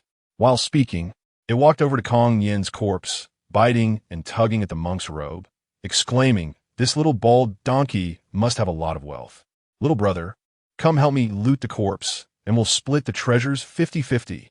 Zhao Ping'an, slowly regaining his thoughts, noticed the old black dog's familiarity with corpse looting and felt that this old black dog was not a loyal good dog at all. As he walked over, he said, "The valuable things on the old bald donkey should all be in the bowl." He had seen Kong Yin take the golden serpent rope from the bowl. The old black dog immediately grabbed the edge of the bowl, turning it upside down, and began to pour it out. Things kept spilling out of the bowl. First the golden serpent rope, followed by several bottles of elixirs, and then a large pile of gold, silver, and elemental stones. In an instant, the items that spilled out from the bowl piled up into a small mountain high enough for a person. Clatter! The old black dog tossed aside the emptied bowl and turned excitedly to Zhao Ping'an, shouting, "So many treasures, 50-50. Zhao Ping'an cautiously replied, "Old black dog, you saved me. How could I dare to take half of the benefits? That's a different matter. The basket of gold and buns you promised me cannot be taken back."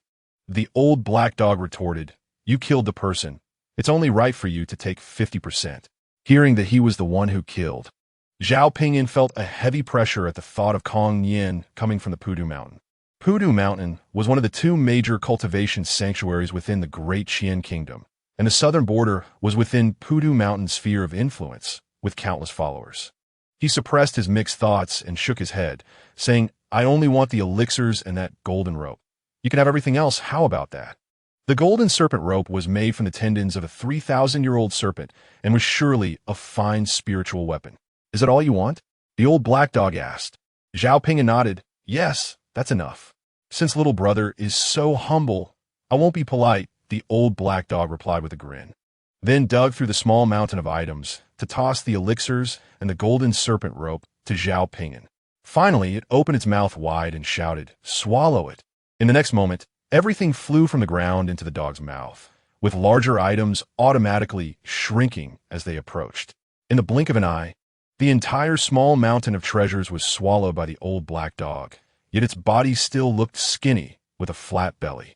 Little brother, after looting the corpse, be sure to remember to destroy the body and erase the traces, the old black dog instructed Zhao Ping'an.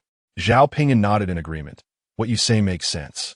However, he knew deep down that no matter how much they destroyed the body, it would be useless. Kong Yin was sent by Pudu Mountain to kidnap him. And with Kong Yin dead, Pudu Mountain would definitely come looking for him. Still, there was a glimmer of hope that Pudu Mountain wouldn't believe that a 4-year-old child could kill a top master of the divine concealment realm. The old black dog spat out a fist-sized ball of white fire at Kong Yin's large corpse, and the white fire instantly engulfed the body. In just 2 or 3 breaths, Kong Yin's corpse was burned to ashes, carried away by the wind. The grass on the ground remained lush and green, showing no trace of the recent corpse burning. Truly, it was a complete destruction of the body. Zhao Ping'an stored the elixirs and the golden serpent rope, then asked the old black dog, "Old black dog, are you really going to follow me home to get a basket of golden buns? Are you thinking of going back on your word?" The old black dog immediately showed a hint of threat, its mouth opening slightly to reveal a mouthful of sharp, white teeth. No, no. Zhao Ping'an quickly waved his hands. "I'm absolutely not an ungrateful person." Only then did the old black dog relax, snorting lightly. "Remember, even among brothers, accounts must be settled clearly. Don't think that just because we have shared the spoils, you can renege." "What you say is true," Zhao Ping'an replied with a forced smile. After a moment of silence, Zhao Ping'an glanced at the town's enclosing wall shrouded in night, then turned back to the old black dog, saying, "I can't go back to this town for the night. Let's head to another town or village to find lodging. I know where the nearest neighboring town is. Just follow me," the old black dog said, choosing a direction and running off lightly. Zhao Ping'an used the flowing flowers and weeping willows technique to follow behind. The next day, in the evening, Zhao Ping'an returned to the Jiang Manor in Baidi City, bringing along the old black dog. Jiang Shuiwei, who had been waiting at the manor's entrance for an entire day, excitedly rushed forward and hugged Zhao Ping'an tightly. If Zhao Ping'an hadn't returned, she would have had to abandon all her dignity to plead with the town's South Marquis residents. After a while, Jiang Wen stepped forward and quietly reminded, "This is the street. Let's go inside the manor first." Only then did Jiang Shuiwei let go of Zhao Ping'an, tightly holding one of his hands as she led him into the Jiang Manor. Once back in the Yuegui courtyard, Jiang Shuiwei suddenly couldn't help but groan softly and spat out a mouthful of dark red blood. "Mother, your injury?" Zhao Ping'an asked urgently. Jiang Shuiwei endured the pain, her face pale, and forced a smile. "I'm fine." Jiang Wen reproached, "You say you're fine? You suffered such a severe internal injury, and you won't rest." Zhao Ping'an couldn't help but remember when Kong Yin said it was just a small punishment, not expecting it to injure his mother so severely. That old bald donkey was merciful in words but vicious in action. He truly deserved to die. Then, he recalled that the elixirs from the old bald donkey included those for treating internal injuries. So, he immediately took one out, presenting a healing elixir before Jiang Shuiwei. "Mother, this is the Great Recovery Pill, a precious elixir for internal injuries. Please take it quickly." "Great Recovery Pill?" Jiang Wen exclaimed in surprise, then skeptically added, "The Great Recovery Pill is a top-tier healing elixir, very hard to come by." Zhao Ping'an understood Jiang Wen's implication and explained, "Rest assured, Uncle, I've checked it carefully. I'm also an alchemist." "That's good." Jiang Wen sighed in relief and nodded happily, saying, "Your mother's internal injury will heal in 2 or 3 days after taking the Great Returning Pill. Otherwise, she will need at least 1.5 years to recover." Zhao Ping'an fed Jiang Shuiwei the Great Returning Pill and then assisted her back to her bedroom to rest. After leaving Jiang Shuiwei's room, Jiang Wen said to Zhao Ping'an, "You look weary and rushed. I'll have someone bring you some food. After you eat, take a bath and rest. We can talk tomorrow." "Yes, grandfather," Zhao Ping'an replied. The next moment, he remembered the old black dog and asked, "Grandfather, could you send 2 meals?" "Of course," Jiang Wen responded and signaled for others to leave the courtyard. As the others departed, Zhang's second aunt affectionately touched Zhao Ping'an's face. After they left, Zhao Ping'an said to the old black dog, "Old Black, I can't give you the golden steam buns right away, but I promise to get them to you in the next couple of days." "A couple of days won't make a difference," the old black dog replied, looking around the environment. "Your home isn't bad. I can stay here for a few days." Zhao Ping'an smiled and said, "I would love that. If you're willing to stay long-term, I'll take good care of you, providing delicious food and even beautiful female dogs. Whatever you want, you can have. You wish." The old black dog rolled his eyes at Zhao Ping'an, seeing through his thoughts. "If you're willing to be my pet, I might take you out to play for a few years." Having been seen through, Zhao Ping'an helplessly shrugged. In the stillness of the night, in the bedroom, Zhao Ping'an sat cross-legged on the bed, examining the golden jiao rope. This spiritual artifact was forged from the tendons of a 3,000-year-old jiao, emanating a fierce jiao aura. Holding in his hand, he seemed to hear the roar of a jiao dragon filled with unwillingness. Zhao Ping'an speculated that the golden jiao rope must be extremely valuable, perhaps not even something top-tier experts in the divine concealment realm could possess. He wondered if blood could recognize its master. He bit his finger and dripped 2 drops of blood onto the golden jiao rope.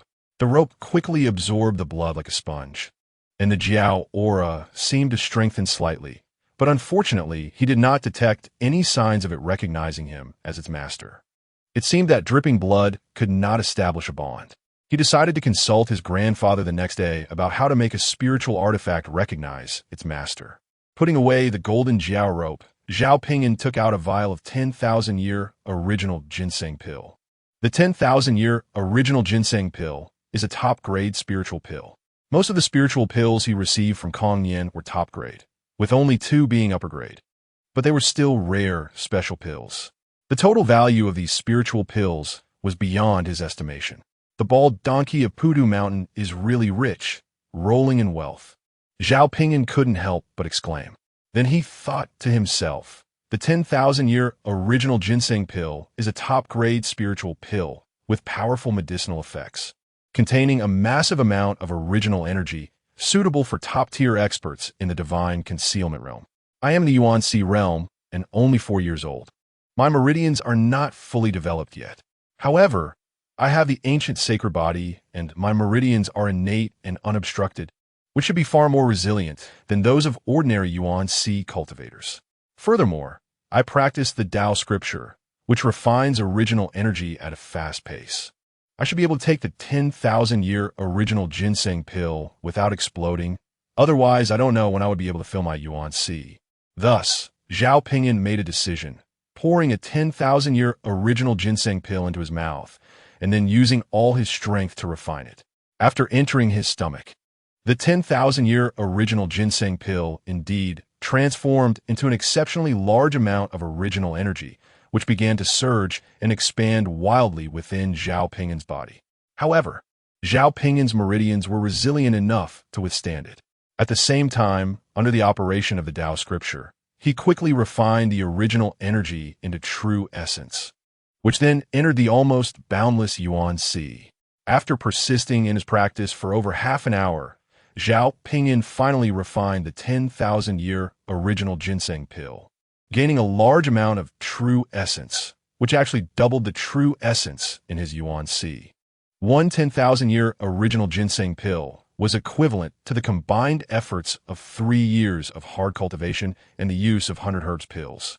Opening his eyes, Zhao Ping'an showed a delighted expression. Great. As expected of a pill used in the divine concealment realm, the effects are remarkable. The next moment, he showed a thoughtful expression. However, my meridians have suffered slight damage. So I want to be able to take the 10,000-year original ginseng pill for a few days. My meridians are innate and unobstructed, far stronger than those of later cultivators. So my recovery ability is much better. In 5 days, I should be able to take the 10,000-year original ginseng pill again. The next morning, when Zhao Ping'an came to pay his respects to Jiang Shuiwei, he saw that her injuries had improved significantly, which eased his mind. The mother and son exchanged a few words before Jiang Wen arrived. After closing the door, Jiang Wen asked Zhao Ping'an, How did you shake off the pursuit of the monks from Pudu Mountain? I killed him, Zhao Ping'an replied, truthfully. Killing a top-tier expert from Pudu Mountain was a serious matter that needed to be kept secret, but he still had to let his close family know so they could be prepared. Otherwise, if the monks from Pudu Mountain came knocking one day and the Jiang family was caught unprepared, it would lead to their extermination. Jiang Wen couldn't help but exclaim in shock, standing up with a terrified expression, as if a disaster was about to befall his clan. Jiang Shuiwei looked surprised. The monk from Pudu Mountain was a top-tier expert in the divine concealment realm. How did Zhao Ping'an manage to kill him? Coming back to her senses, she noticed her father's anxious expression and immediately realized Zhao Ping'an had gotten himself into serious trouble. Father, I will take Ping'an away from Body City today, she said to Jiang Wen, reasoning that Pudu Mountain being one of the two major cultivation sanctuaries in the Great Qian Kingdom, wouldn't he recklessly take out their anger on the Jiang family. Jiang Wen, recovering from his panic, said to Jiang Shuiwei, you haven't fully healed from your internal injuries. How can you leave immediately? Even if you want to leave Baidu City, there's no rush in the next few days. Then, he thought of a crucial question and turned to Zhao Ping'an, asking, according to your mother, that old monk from Pudu Mountain might be a top-tier expert in the divine concealment realm. How did you kill him? I had the help of Old Black. Zhao Ping'an replied. Old Black is the old black dog that came back with me. Jiang Wen and Jiang Shuiwei were both astonished. They had noticed the old black dog last night, thinking it was just an ordinary old dog. So, the old monk was killed by the old black dog? Jiang Wen's hopes surged, and he asked excitedly. Zhao Ping'an shook his head. I killed him with my own hands. Jiang Wen's face fell again. Zhao Ping'an said seriously, Grandfather, don't worry. Once my mother's internal injuries are healed, we will leave Baidu City immediately. If there are grievances, let them come for me. Jiang Wen let out a resigned, bitter smile and fell silent. He personally was not afraid of death, but he was scared that the entire Jiang family would be retaliated against by Pudu Mountain. In front of Pudu Mountain, the Jiang family was too insignificant, like an ant before a mountain. In the south, common people might not know who the Qian Emperor is, but they certainly knew the Buddha master of Pudu Mountain.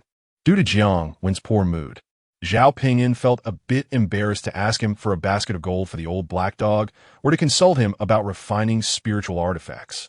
Chapter 16. House arrest in the Zhennan Marquis Mansion. At the Dapeng courtyard, Qiu Shui quietly entered Su Yingluo's sutra recitation room, respectfully and softly saying, Miss, I have important news about that troublesome person to report. Su Yingluo's lips stopped moving, pausing her recitation, but she did not raise her eyes. Qiu Shui reported. The day before yesterday, that troublesome person and his mother quietly left Baidu City, but it seems they encountered a high monk from Pudu Mountain along the way. That troublesome person's mother was injured internally and returned to the Jiang family that same night. Then, despite her injuries, she waited anxiously at the front gate for her son to return. That troublesome person returned to the Jiang family yesterday evening. Su Yingluo slightly raised her eyes and asked seriously, Are you sure they encountered a monk from Pudu Mountain? The informant cannot confirm completely, Qiu Shui replied honestly. The Jiang family has sealed this matter, and no further inquiries can be made. Qiu Shui continued, I'm worried that Pudu Mountain intends to take that troublesome person to control him as a bargaining chip against you and the young master in the future. How dare you?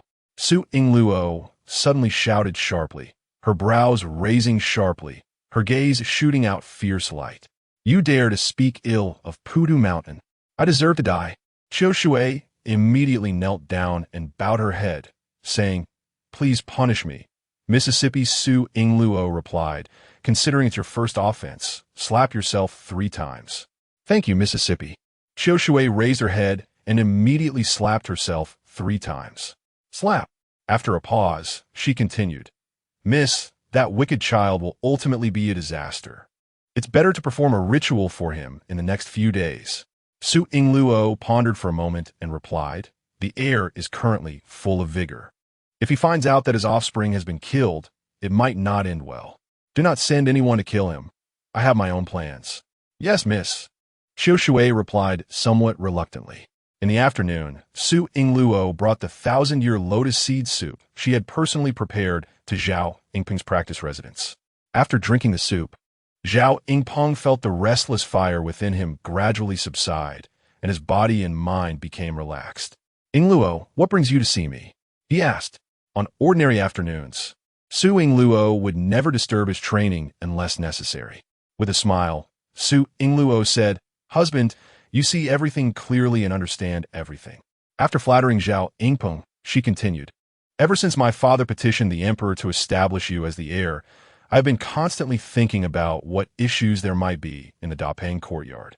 To avoid any backhanded criticisms once you officially become the heir and lose face." Zhao Ping'an nodded in satisfaction. "Thank you for your hard work." Su Yingluo continued, "I have discovered something in the Dapeng courtyard that is likely to attract criticism, but I've been worried that you might be unhappy, so I have refrained from speaking." "What is it?" Zhao Ping'an immediately asked. "Speak up. I promise I won't be angry." Su Yingluo said, "Zhao Ping'an, the brother of the true heir." Upon hearing Zhao Ping'an's name, Zhao Ping'an's expression immediately darkened. Su Yingluo continued, "Ping'an shares your bloodline, and if he remains outside, there will surely be criticisms behind your back. I dare to suggest bringing him back to the residence for proper upbringing. I am willing to treat him as my own and treat him equally with the true heir." Zhao Ping'an's face showed a look of disgust, and he said unhappily, "He is nothing but a useless person. He is not worth nurturing." Su Yingluo seemed hesitant to speak. After 2 or 3 breaths, Zhao Ping'an continued, "Since you brought it up, then send someone to bring him back to the Marca residence. But do not waste a single cent on him. Give him a courtyard and let him fend for himself within the Marca residence for a lifetime, so that he doesn't embarrass us. The Dapeng courtyard won't give him a single coin. Let that wretched woman who insisted on giving birth to him raise him for a lifetime." Su Yingluo seemed too afraid to persuade him and could only agree, "Yes, husband." After parting with Zhao Ping'an, Su Yingluo acted swiftly and immediately sent people to the Jiang residence to bring Zhao Ping'an back to the Zhun Marca residence. Furthermore, to ensure everything went smoothly, she also dispatched 2 top experts from the divine concealment realm to oversee the operation. An hour later, Qiu Shui led the team to the entrance of the Jiang residence. Without any prior notification, they stormed straight into the Jiang residence. The guards at the entrance hurriedly stepped forward and politely said, "This is the Jiang residence. May I ask who you are?" Before the guard could finish speaking, Qiu Shui, mounted on his horse, issued a high-handed command. "Anyone who obstructs will die." The 2 guards were so frightened that they hurriedly made way, but unexpectedly, they were pierced through the body by the spears of 2 soldiers from the Zhun Marca residence. Qiu Shui and his men continued to charge into the Jiang residence, heading straight for the Guiwei courtyard where Zhao Ping'an lived. The guards and servants of the Jiang residence did not dare to block them easily and could only follow along and report to their masters, causing chaos throughout the Jiang residence. Before long, the forces from Zhun Marca residence burst into the Guiwei courtyard, kicking the courtyard door open and entering the yard. Jiang Wen and a group of experts from the Jiang residence finally arrived in time to block their path. "You people from a Zhun Marca residence barging into a private home is exceedingly rude and domineering," Jiang Wen said in a deep voice. "How dare an old fool criticize the Zhun Marca residence? Kill him," Qiu Shui contemptuously ordered. Immediately, 2 experts at the refinement realm charged at Jiang Wen. Jiang Wen snorted in anger, unleashing an immense pressure from his divine concealment realm strength. The 2 refinement realm experts were so frightened that they hastily withdrew. However, 2 top experts from the Zhun Marca residence followed suit, emitting a powerful aura that not only blocked Jiang Wen's pressure, but pushed it back, making everyone behind Jiang Wen feel as if a mountain was pressing down on them, making it hard to breathe. "The Zhun Marca residence barges into my Jiang residence. There must be an explanation," Jiang Wen coldly stated. At this moment, Zhao Ping'an and Jiang Shuiwe had already walked out of the house and stood behind Jiang Wen. Qiu Shui's gaze fell on Zhao Ping'an, still mounted on his horse, and arrogantly declared, "The heir has ordered Zhao Ping'an to return to the Zhun Marca residence." "I won't go to the Zhun Marca residence," Zhao Ping'an immediately shouted back. Once he went to the Zhun Marca residence, not to mention whether he would be killed, he would lose his freedom. Jiang Shuiwe immediately shielded Zhao Ping'an behind her and also loudly declared, "My son will not enter the Zhun Marca residence. Humph. How dare you defy the heir's command? Qiu Shui snorted coldly and ordered, Su Chuanzhong, Su Chuani, please get Zhao Ping'an onto the carriage. Yes. Two refinement realm experts stepped forward and approached Zhao Ping'an. They were the offspring of the Su family from Qingzhou, who had accompanied Su Yingluo and were completely under her command. Jiangwen stepped in front of the two refinement realm experts and shouted angrily, Who dares to touch my grandson?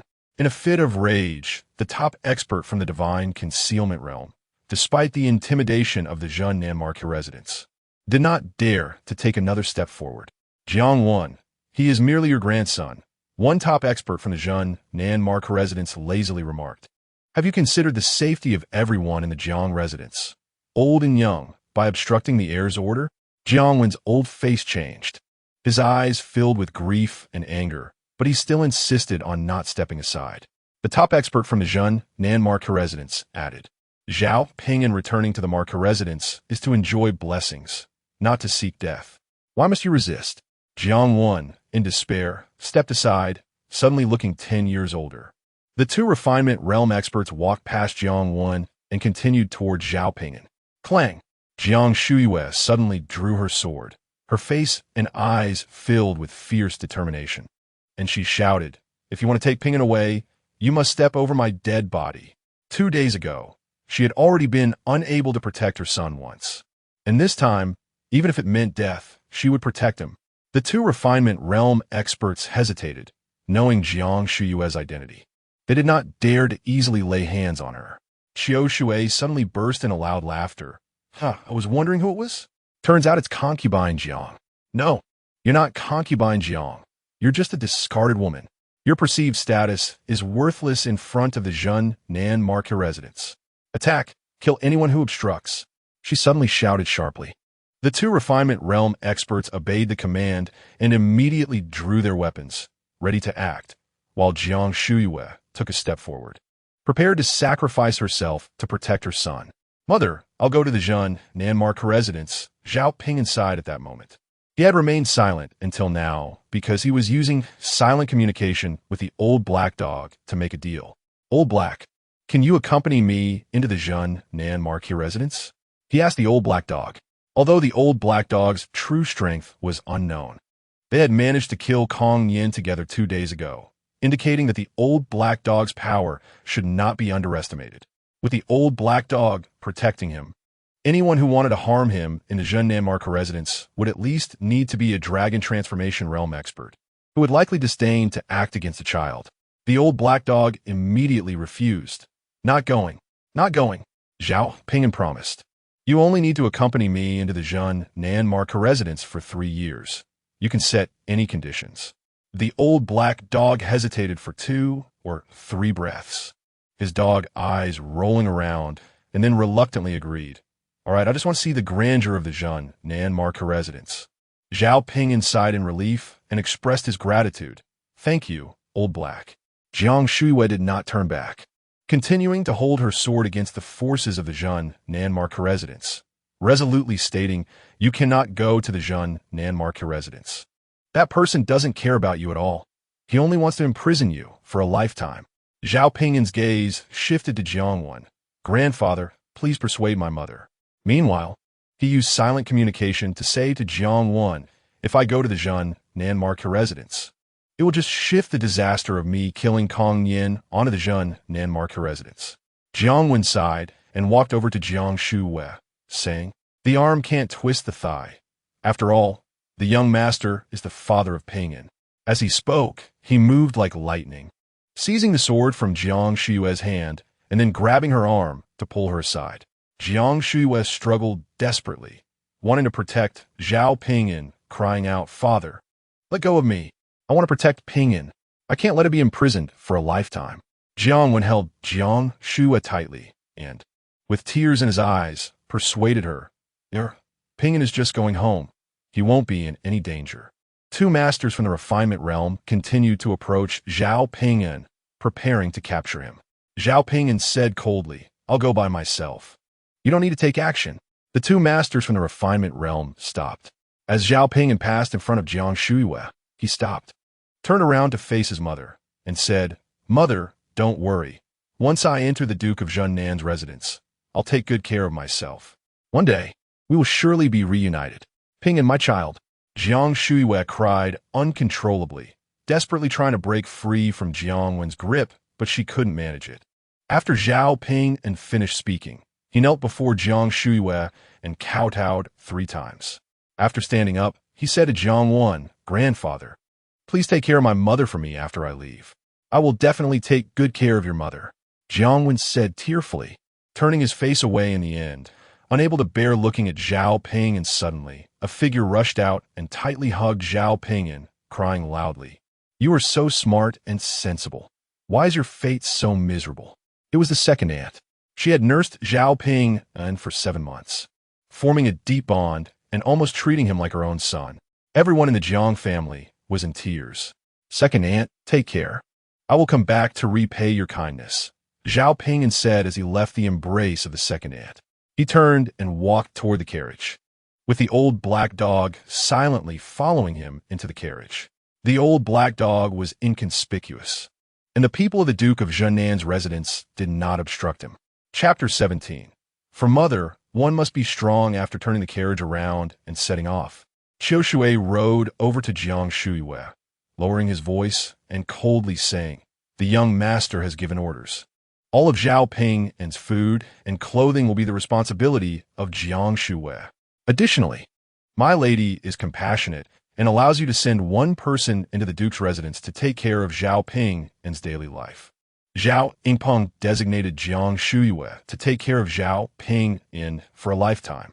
Su Yingluo did not want Jiang Shuiwei to set foot in the Duke of Junnan's residence again, so she had no choice but to allow the Jiang family to send someone to take care of Zhao Ping'an.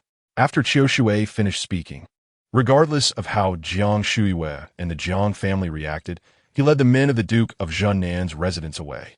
An hour later, Zhao Ping'an was brought into the Duke of Junnan's residence and taken to a secluded little wooden house in the southwest corner. This wooden house was the very place his mother had been driven out to by the old lady of the Duke of Junnan after being forced to leave the Depong courtyard. Qiu Shui sternly warned Zhao Ping'an, "Young Master Ping'an, listen carefully. This house and the surrounding empty space are your activity range from now on. You must not step outside even half a step. If you dare to run around in the residence, the first time you will receive 20 lashes, the second time 40, and the third time 60. Don't even think about escaping the residence. If you escape and are caught, you will receive 50 lashes and one person from the Jiang family will be executed. If you run away and don't return, the entire Jiang family will be executed." After finishing, she left with everyone, leaving Zhao Ping'an and an old black dog behind. Zhao Ping'an walked in front of the little wooden house and said to himself, "I didn't expect to come back here again." His heart was filled with anger, not for himself, but for the unfair treatment his mother had endured. He opened the wooden door, and a musty smell wafted out. More than 4 years ago, after his mother was forcibly taken for her dowry by that old hag, she could not stay in the Duke of Junnan's residence to give birth and had to leave directly for her family home. Since then, this little wooden house had not been opened again. The food and items inside had rotted and maggots had emerged, only to die afterward. 4 years and 7 months ago, his mother had tried to repair the rickety little wooden house, which was now, after more than 4 years, weather-beaten and eaten away by insects. Once again on the verge of collapse. "Zhao Ping'an, I need to escape." The old black dog peeked into the wooden house and showed a look of disdain, thinking to itself that given the current situation, it was afraid that even Zhao Ping'an would starve to death, and it couldn't follow him and go hungry. Zhao Ping'an quickly said, "Old Black, you are a trustworthy senior.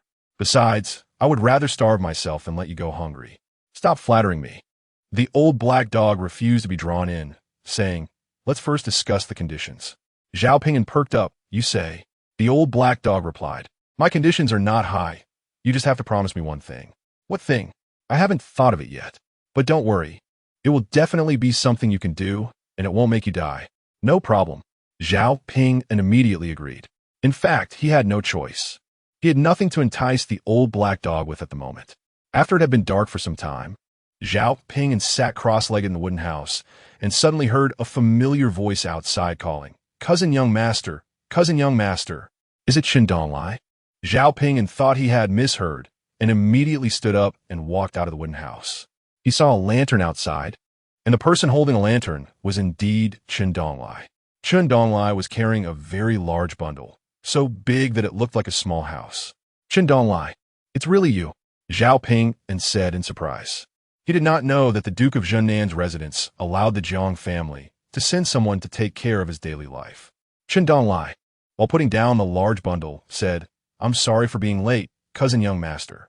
When the Jiang family was selecting someone to enter the Duke of Junnan's residence to take care of Zhao Ping'an, he immediately volunteered.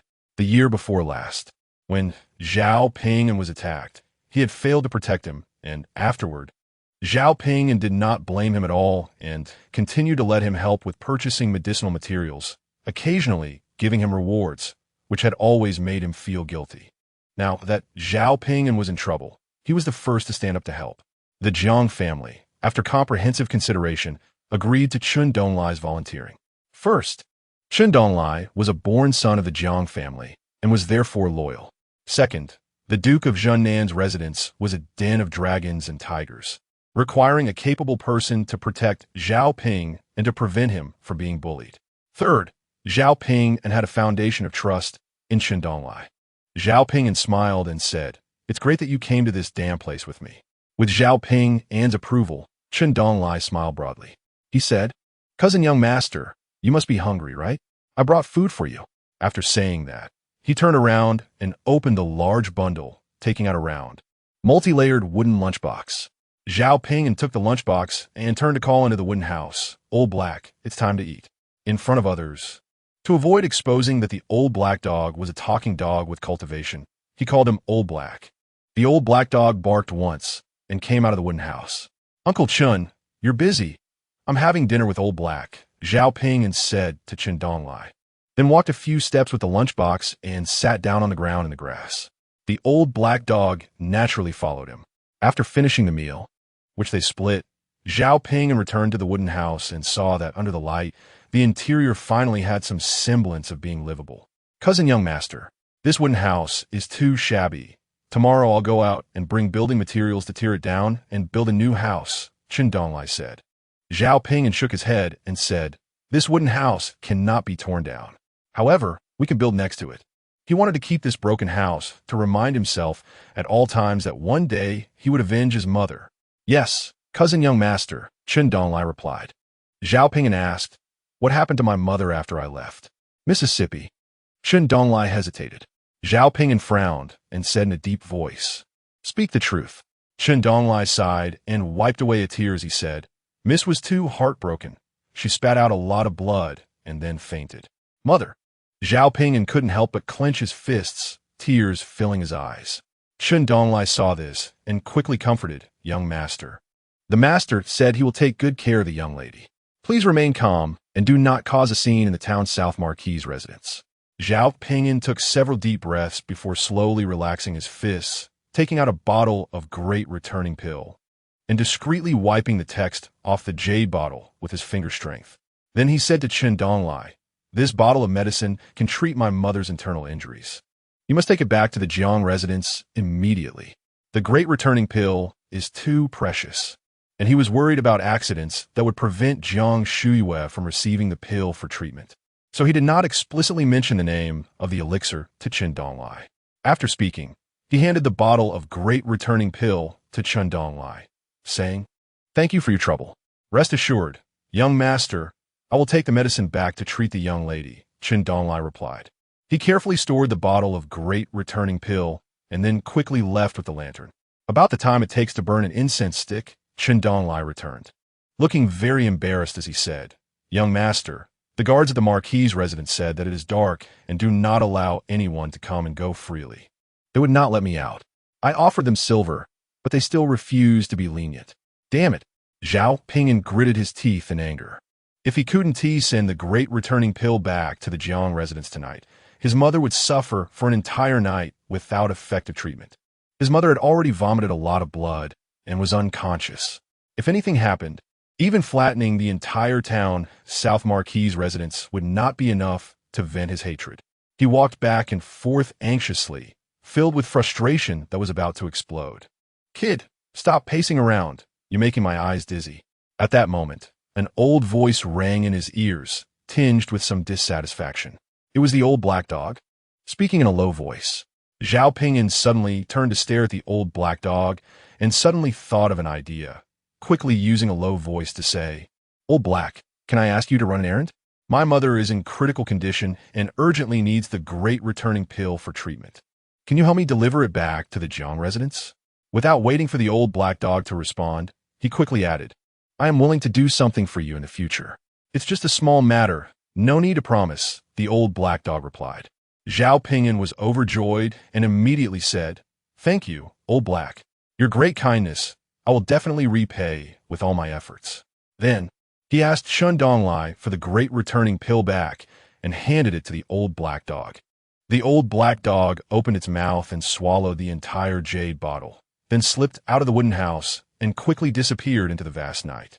In the deep of night, at the Jiang residence, in the Guiwei courtyard, in Jiang Shuyue's bedroom, Jiang Shuyue lay unconscious on the bed, breathing faintly, her face pale with no trace of color. Jiang Wen sat by the bed, his upper body hunched over, staring blankly at his daughter, brows tightly knitted, eyes filled with tears and fists clenched tightly. He regretted deeply, very deeply, regretting why he agreed to let his daughter marry into the town's South Marquis residence, marrying that scoundrel Zhao Ping'an. After Jiang Shuyue fainted from vomiting blood, he immediately summoned a famous doctor for treatment, but after the doctor took her pulse, he shook his head and told him to prepare for the worst. Suddenly, a dog bark sounded in the bedroom. However, Jiang Wen was deaf to it, completely unresponsive to the outside world. The old black dog had to step forward, tugging at Jiang Wen's pants leg, and only then did Jiang Wen snap out of his sorrowful numbness. He slowly turned to look down at the old black dog, recognizing it as the old black dog Zhao Ping'an had brought back. The old black dog opened its mouth and spat out a jade bottle of elixir. Seeing the elixir bottle, Jiang Wen's heart stirred, and he immediately bent down to pick it up, opened the cap, and poured out a pill. It was the great returning pill. He showed an excited expression. He leaned down and asked the old black dog, "Was it Ping'an who sent you?" The old black dog nodded humanely and then turned and swiftly left. Jiang Wen came back to his senses and immediately helped Jiang Shuyue sit up, feeding her the great returning pill, then inputting his true essence in her body to help her catalyze the medicinal effects of the pill. After about the time it takes to burn an incense stick, Jiang Shuyue slowly woke up. She opened her eyes halfway, staring blankly at the mosquito net above, her eyes lacking color and even a hint of spirit. Jiang Wen knew this was because his daughter was too heartbroken, her heart feeling like ashes. To help his daughter recover, he needed to awaken her will to live. "You Ping'an knew you had fainted from vomiting blood and specifically asked that old black dog to bring back the great returning pill for you." Jiang Wen whispered in Jiang Shuyue's ear, "You woke up because you took his great returning pill." Hearing Ping'an's name, Jiang Shuyue's eyes finally showed a flicker of emotion. Jiang Wen continued, "Ping'an is so sensible and filial. You, as his mother, must think carefully for him. He is currently confined in the town's South Marquis residence, relying on you for food and clothing. If you don't pull yourself together, he will starve to death.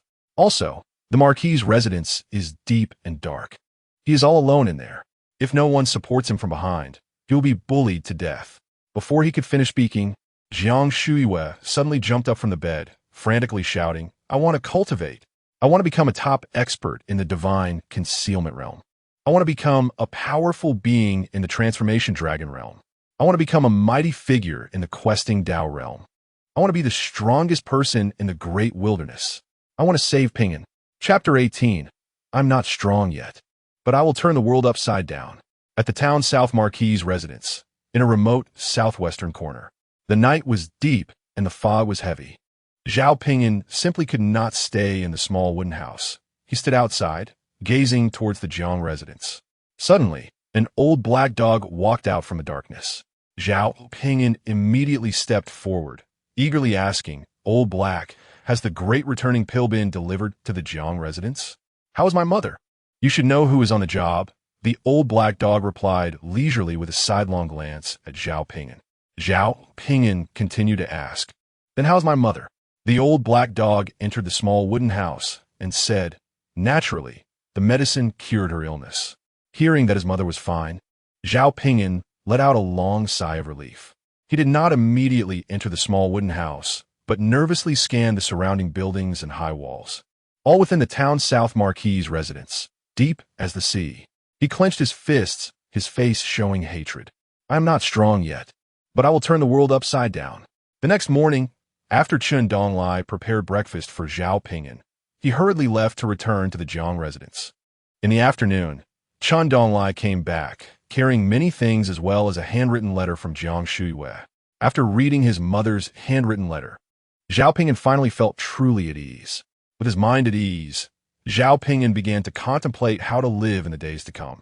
Uncle Chen, this small wooden house just needs to be reinforced, he said to Chen Donglai. Build 2 rooms to the left of the small wooden house. One for you and one for Old Black. Build another room on the right as a pill refining room. Thank you for carrying the materials in. Chen Donglai couldn't help but ask, young master, where will you stay? Zhao Ping'an replied, I will stay in the small wooden house. However, Chen Donglai became a bit anxious. Even if the small wooden house is repaired, it is still too small and too shabby. Zhao Ping'an waved his hand decisively, interrupting Chen Donglai's words. There is no need for any buts. After saying that, he took out a 100-tael silver note and handed it to Chen Donglai. In the following days, Chen Donglai continuously transported building materials in, but after moving in about a third of the materials, the guards of the town's South Marquis residence suddenly did not allow him to bring in any more building materials. The materials were probably only enough to build 1 room. Young master, actually I don't want to live in the town's South Marquis residence. I will serve you during the day and stay outside at night, Chen Donglai voluntarily said. Zhao Ping'an pondered for a moment and said, you'll have to put up with running in and out every day. You can rent a courtyard nearby to live in, and I will cover the rent. Thank you, young master. A few days later, the house was completed. The rickety small wooden house was reinforced, and a pill refining room was built to the right, which was only slightly larger than the small wooden house. The leftover building materials were used to construct a doghouse. The old black dog grumbled as it moved into the doghouse, saying, Zhao Ping'an, you don't act like a son at all, truly treating me like a dog. Elder Black, please forgive me, I have no choice, it's due to limited conditions. Zhao Ping'an explained helplessly, spreading his hands.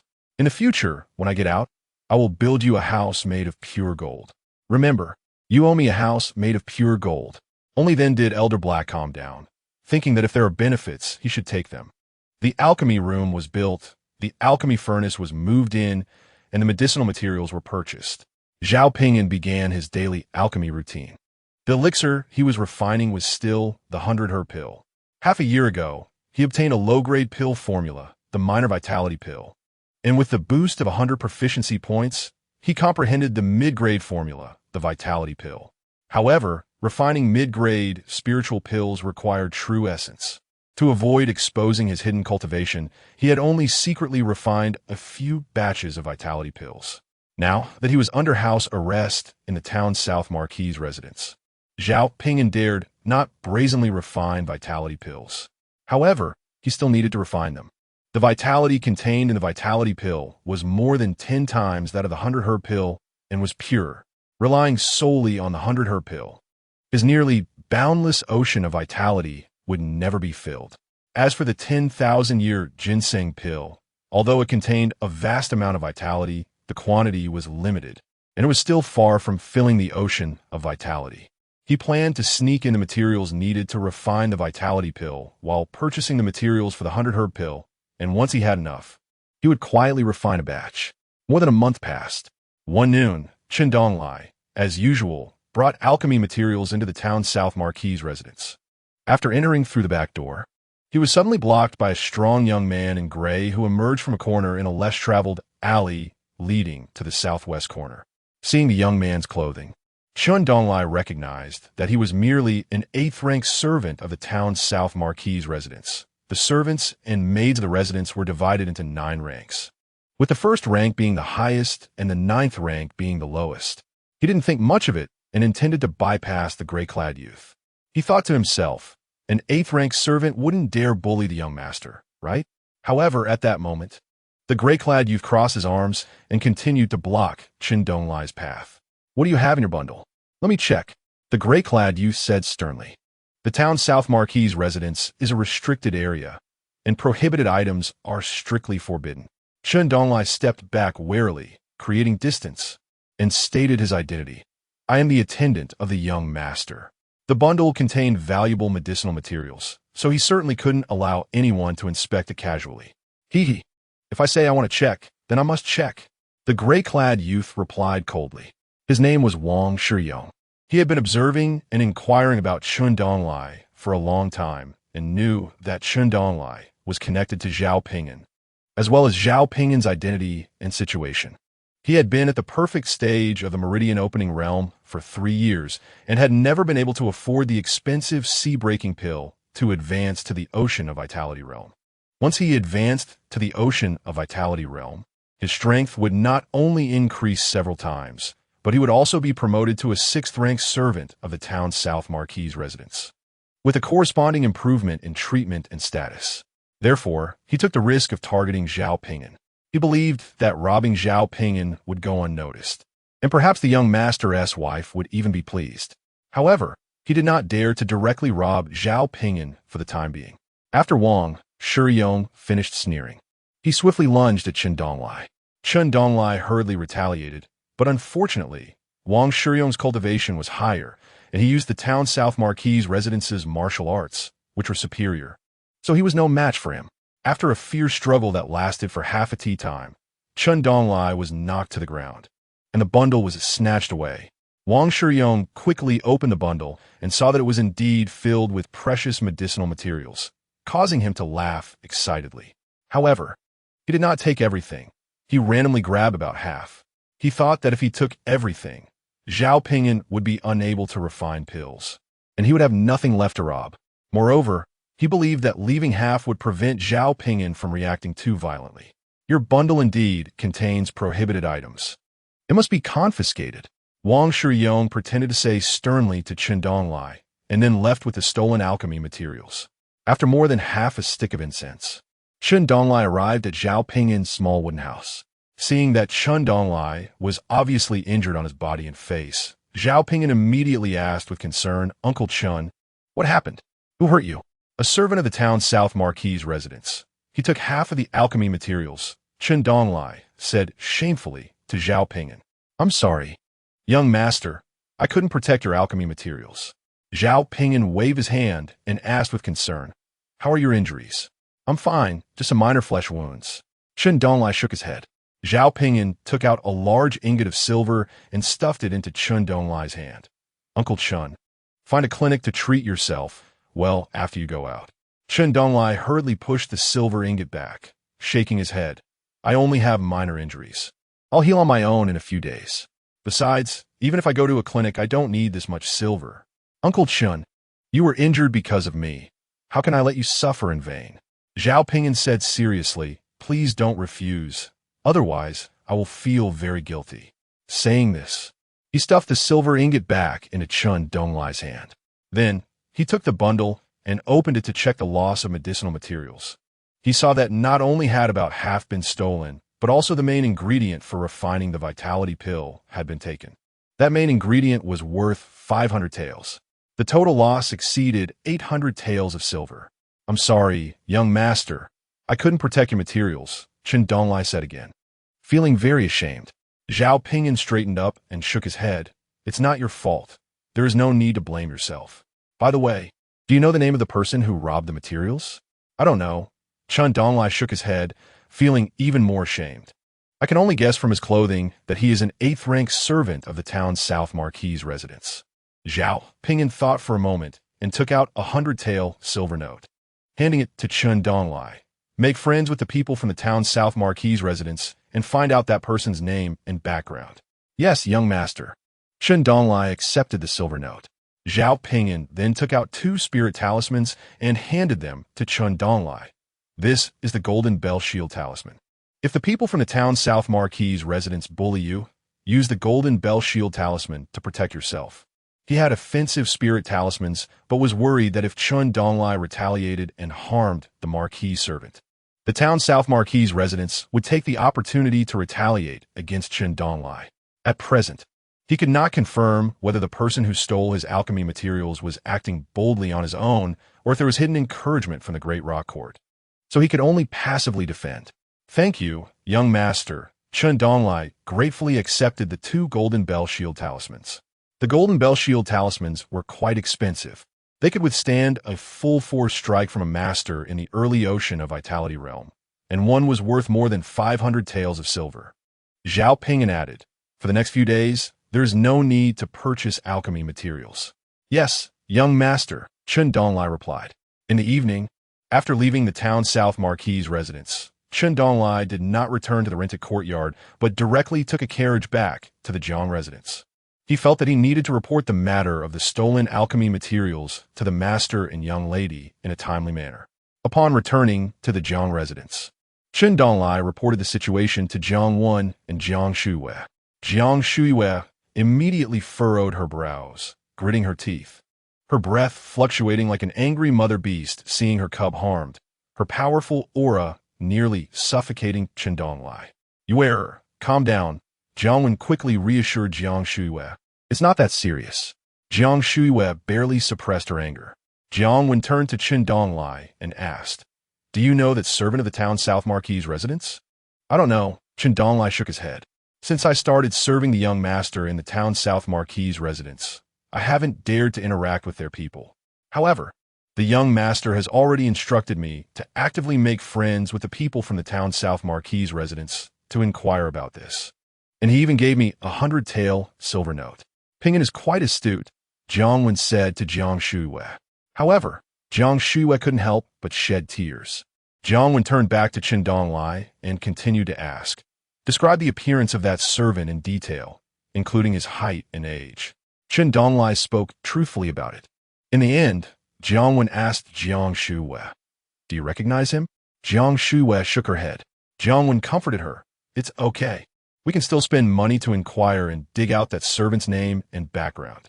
The next day at noon, Jiang Wen spared no expense in silver and connections to find out the name and background of Wang Shiyong.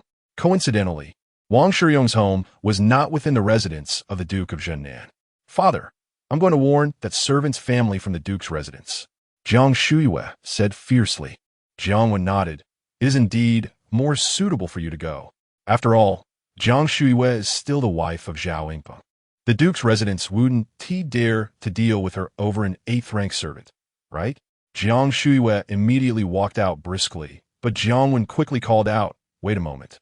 Jiang Shuiwei stopped, turned to look at her father, waiting for him to speak. "Be cautious in your actions. Do not take lives," Jiang Wen reminded her. "That servant only stole some alchemy materials." Jiang Shuiwei remained silent, turned back, and quickly headed towards the stable. Soon, she rode out of the Jiang residence, her face full of murderous intent as she galloped towards Wang Shiyong's home.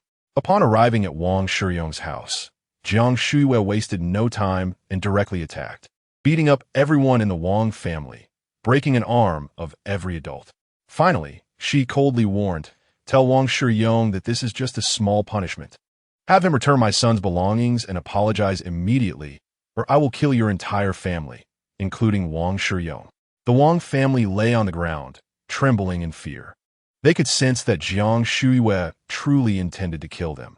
Her gaze was filled with a reckless and fierce madness. Chapter 19. Whoever bully my son, I will kill them. After Jiang Shuiwei left, the Wang family went to the clinic to treat their injuries. Wang Shiyong's brother, disregarding his injuries, hurried to the Duke of Zhennan's residence to find Wang Shiyong. Wang Shiyong's brother spent 20 taels of silver to ask a guard for help to convey a message, finally managing to meet Wang Shiyong quickly. The meeting place was, of course, outside the side gate of the Duke's residence. Ordinary people could not enter the Duke's residence, let alone the brother of an 8th-rank servant. "Brother, your arm." Wang Shiyong's face changed upon seeing his brother, and he immediately asked, "Who did this? Tell me, I'll make them pay with their lives. How dare they bully me? Doesn't he know I'm from the Duke's residence?" After stealing Zhao Ping'an's alchemy materials, he sold them for 700 taels of silver. After 2 or 3 more thefts, he would have more than enough to buy a sea-breaking pill, which made him feel elated and energetic. "Brother, did you steal someone else's belongings?" Wang Shuyong's brother said with a mournful face. "Their mother came to our house, and everyone was beaten bloody, except for the children, father, mother, sister-in-law, and I all had an arm broken by that fierce woman." "What?" Wang Shuyong was taken aback. Then, furious, instinctively saying, She actually dared." His brother hurriedly said, "Brother, you must not steal their materials again. That fierce woman has threatened that if you do not return the items to her son and apologize, she will kill our entire family, including you." Hearing such a serious threat, Wang Shuyong had to calm down. He thought for a moment and said to his brother, "You go home and take care of father and mother. I will handle this. Brother, you must return the items to them. Even if you don't care about father and mother's lives, think about sister-in-law and the two nephews," Wang Shuyong's brother pleaded. "I have my own plans," Wang Shuyong said impatiently, taking out 50 taels of silver and stuffing it into his brother's hand. "You go home and take care of father and mother." He had finally found a way to buy the sea-breaking pill and didn't want to give it up easily. For the past few days, he had been thinking about buying the sea-breaking pill, opening up the Yuan Sea, becoming a Yuan Sea realm cultivator, and then a master of the refining realm. Although having the sea-breaking pill did not guarantee that he could open the Yuan Sea. After saying that, he turned to head back to the Duke of Zhennan's residence. Whoosh! A sword wind suddenly slashed in front of him, scaring him to retreat a step. The next moment, he saw a stunning woman, radiating murder and wielding a long sword, appear before him. Wang Shuyong's brother saw the stunning woman and immediately cried out in terror. "It's her! It's her!" It turned out that after warning the Wang family, Jiang Shuiwe did not leave, but hid to monitor them. Seeing Wang Shuyong's brother go to the Duke of Zhennan's residence, she quietly followed. She knew the Duke's residence had strict rules and figured that Wang Shuyong's brother would definitely meet Wang Shuyong, who would have to come out. After eavesdropping on the conversation between the Wang brothers, Jiang Shuiwe realized that Wang Shuyong had no intention of backing down, and her killing intent could no longer be suppressed. "Wang Shuyong, you dare to bully my son? You deserve to die," Jiang Shuiwe shouted fiercely. The next moment, before Wang Shuyong could plead for mercy, she unleashed the Spirit Star Sword technique and charged at him. Wang Shuyong panicked and turned to flee, shouting loudly, Brother Zhou, save me." The so-called Brother He and Brother Zhou were guards of the Duke's residence nearby. However, Jiang Shuiwe was far stronger than him. Before he could finish calling for help, she had already caught up and, from behind, chopped off his head with a single sword strike. "How dare you kill someone in front of the Duke's residence?" At this moment, several angry shouts came from behind.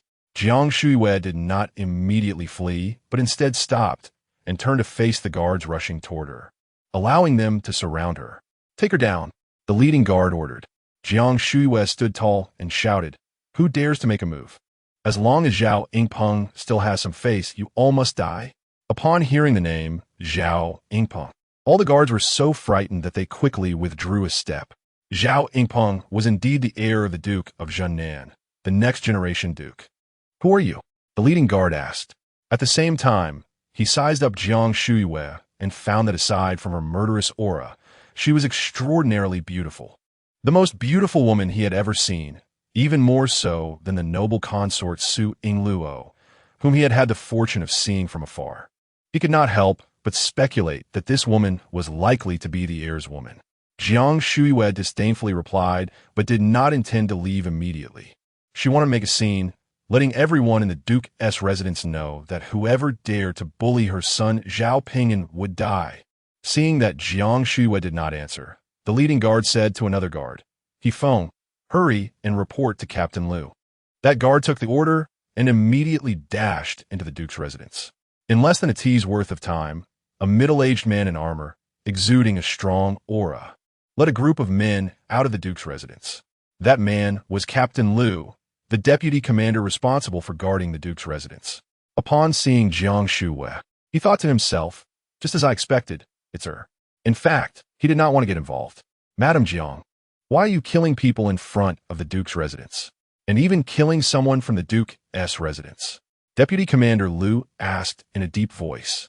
Jiang Shuiwe pointed her sword at Wang Shuyong's corpse, This person dared to bully my son Zhao Ping'an, stealing my son's belongings. He deserves to die. No matter who it is, they must die.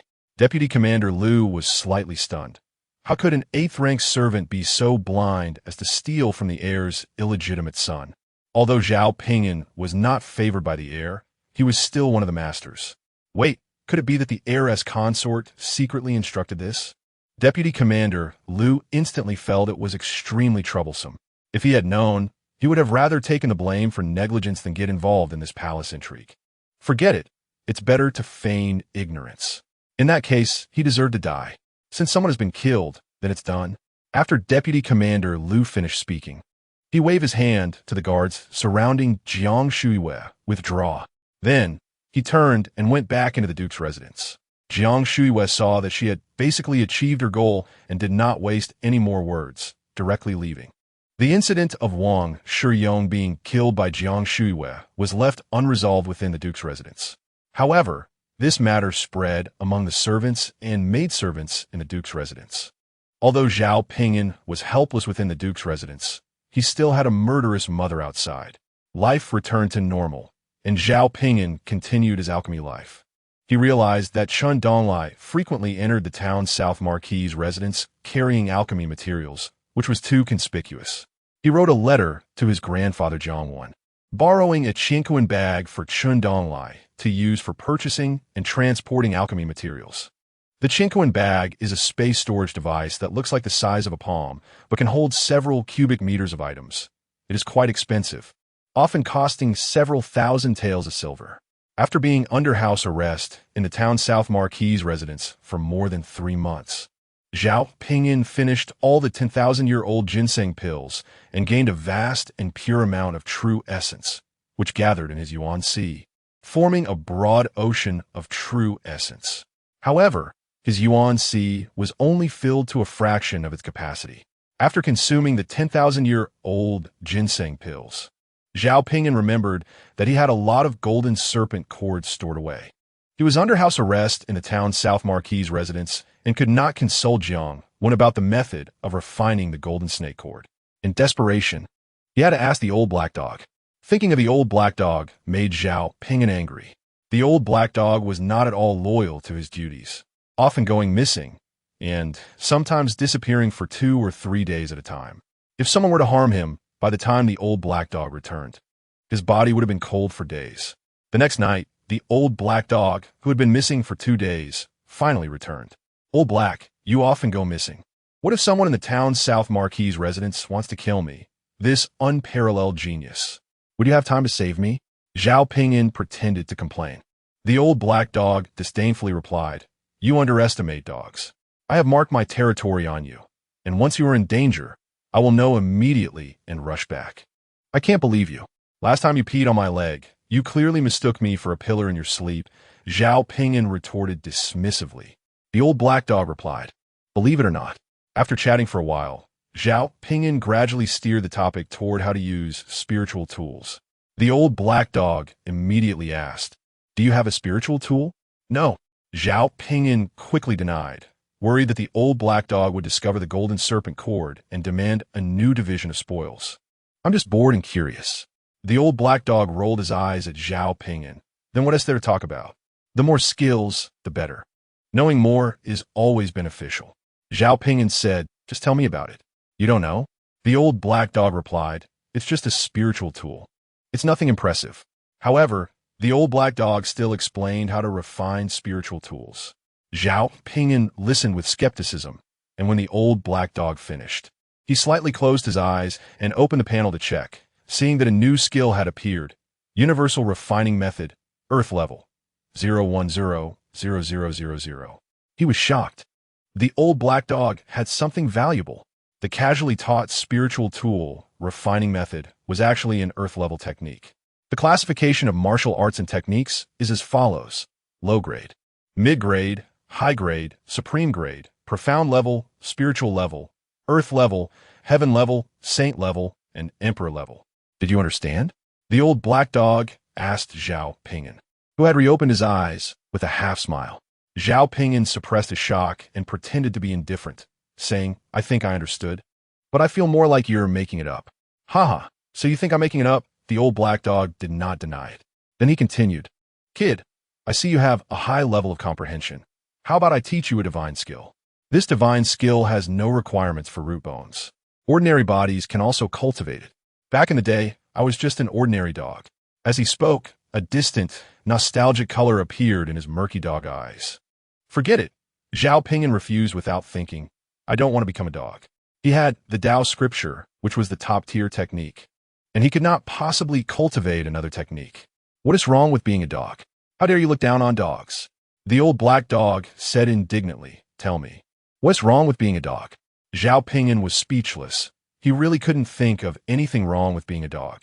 Seeing Zhao Ping'an at a loss for words. The old black dog continued, This divine skill of mine is called sun devouring divine skill. Cultivating to the peak allows you to eat the sun in one bite. You're just bragging. Zhao Ping'an said dismissively, If sun devouring divine skill is that powerful, why is the sun still there? The old black dog was somewhat speechless, feeling guilty, and said, Well, I haven't cultivated to the peak yet. Seeing Zhao Ping'an unwilling to learn, the old black dog gave up. The old black dog seemed to recall some distant past and asked, Kid, what do you think the great wilderness will become after the human race becomes supreme? You really asked the right person. I know. Zhao Ping'an replied confidently. After the human race becomes supreme, they will definitely suppress all potential threats. However, the human race will not kill all, but instead will find ways to protect those nearly extinct races and allow them to thrive. Really? The old black dog was skeptical. It's true. Zhao Ping'an's tone was full of certainty. The human race is great. Our ideals will not be limited to the earth because there is still the sky and the vast ocean of stars. The old black dog stared blankly at Zhao Ping'an, sensing his unwavering conviction, as if he had seen it with his own eyes and experienced it personally. He began to take an interest in Zhao Ping'an's thoughts and insights, even though Zhao Ping'an was just a little kid over 4 years old. Chapter 20. Refining the golden serpent cord that night, a man and a dog. One young and one old talked until dawn. The more they talked, the more the old black dog found that Zhao Ping'an's viewpoints and insights were often unique and different, and his basic logic was self-consistent. During the conversation, he suddenly asked how to maintain a dynasty's long-lasting prosperity. Zhao Ping'an was slightly taken aback and laughed. You think too highly of me. What do I know? I only know that nothing in this world is immortal, not even the sun in the sky. Immediately after, he added to the old black dog, After all, even a dog wants to eat the sun in one bite. The old black dog replied unwillingly, But surely one can try to extend the dynasty's duration, right? What if there are local forces that want to rebel or split?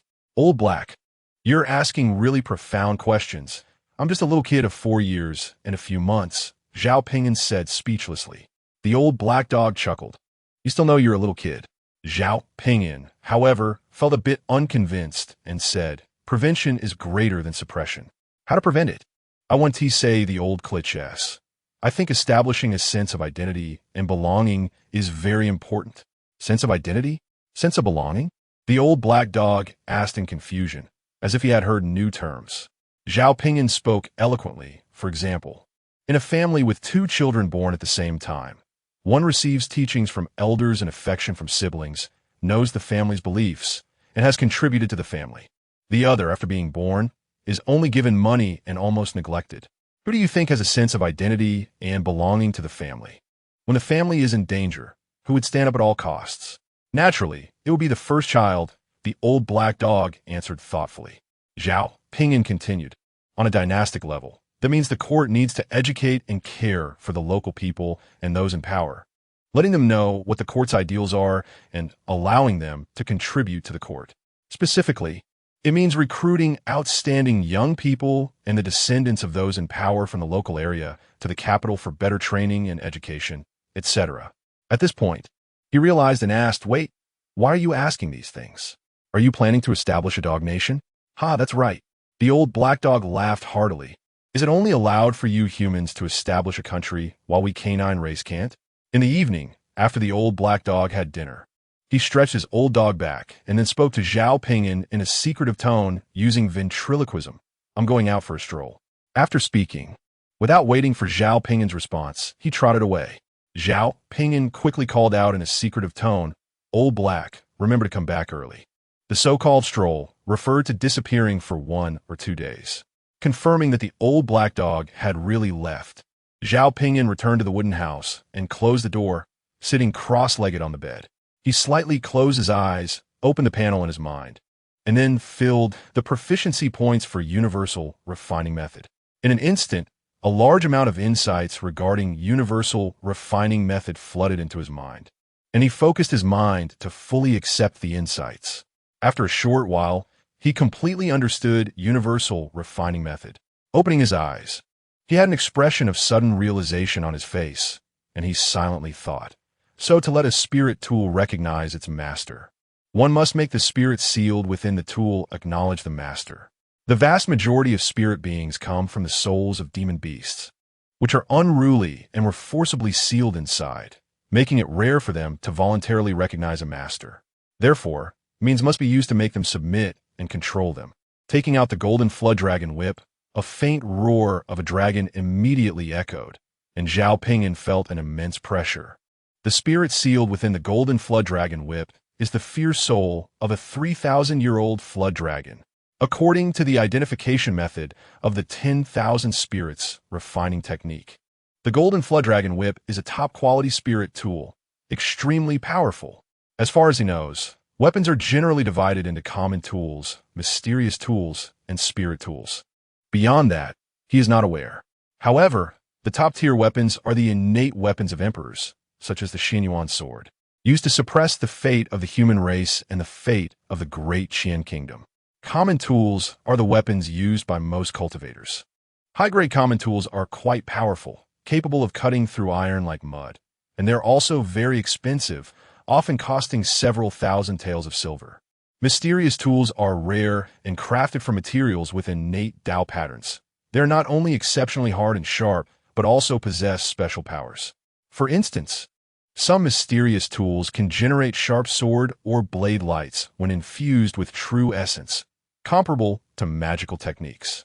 Mysterious tools are hard to come by and often become the treasured possessions of a family or sect. With the resources of the Jiang family, they only possess one low-grade mysterious sword. This shows how precious and formidable the Golden Flood Dragon Whip is. Gongniao, being merely a top expert in the divine concealment realm, although Pudu Mountain is rich, he still cannot afford the Golden Flood Dragon Whip, which indicates how determined Pudu Mountain is to capture him. Zhao Ping'an couldn't help but ponder. Why is that? Am I really important? Or does Pudu Mountain have some significant plot or conspiracy?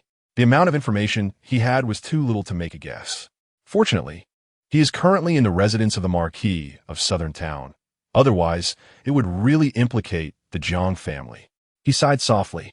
After a while, he put aside his distracting thoughts and refocused his gaze on the Golden Flood Dragon Whip. Regardless of whether I can refine it, I should give it a try.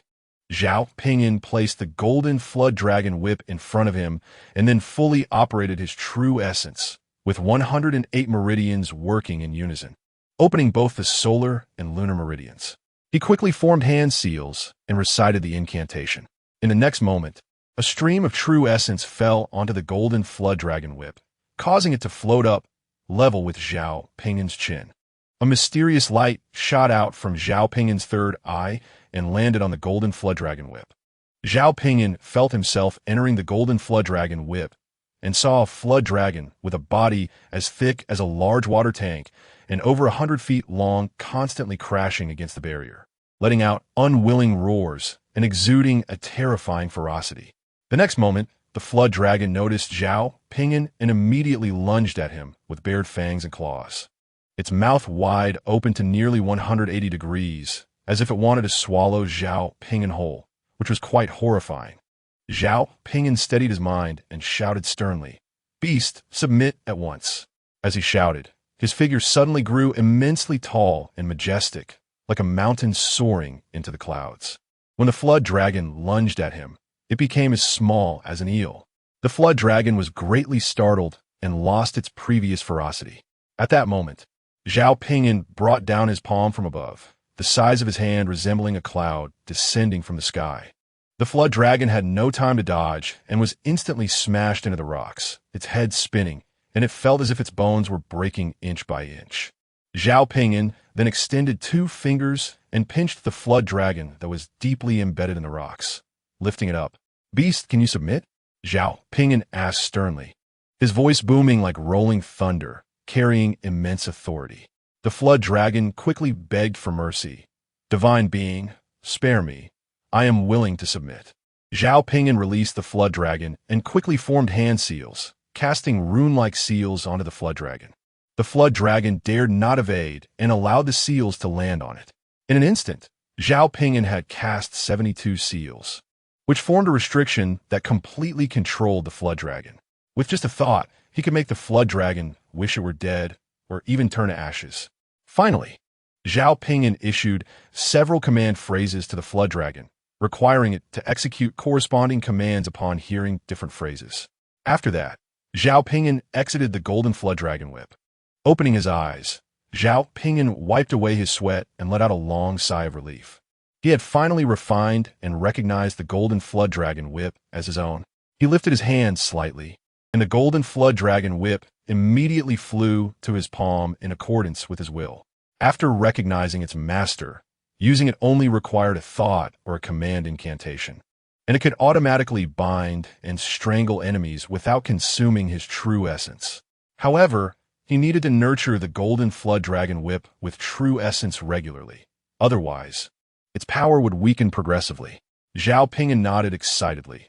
With his top-quality spirit tool, he finally felt a bit of security.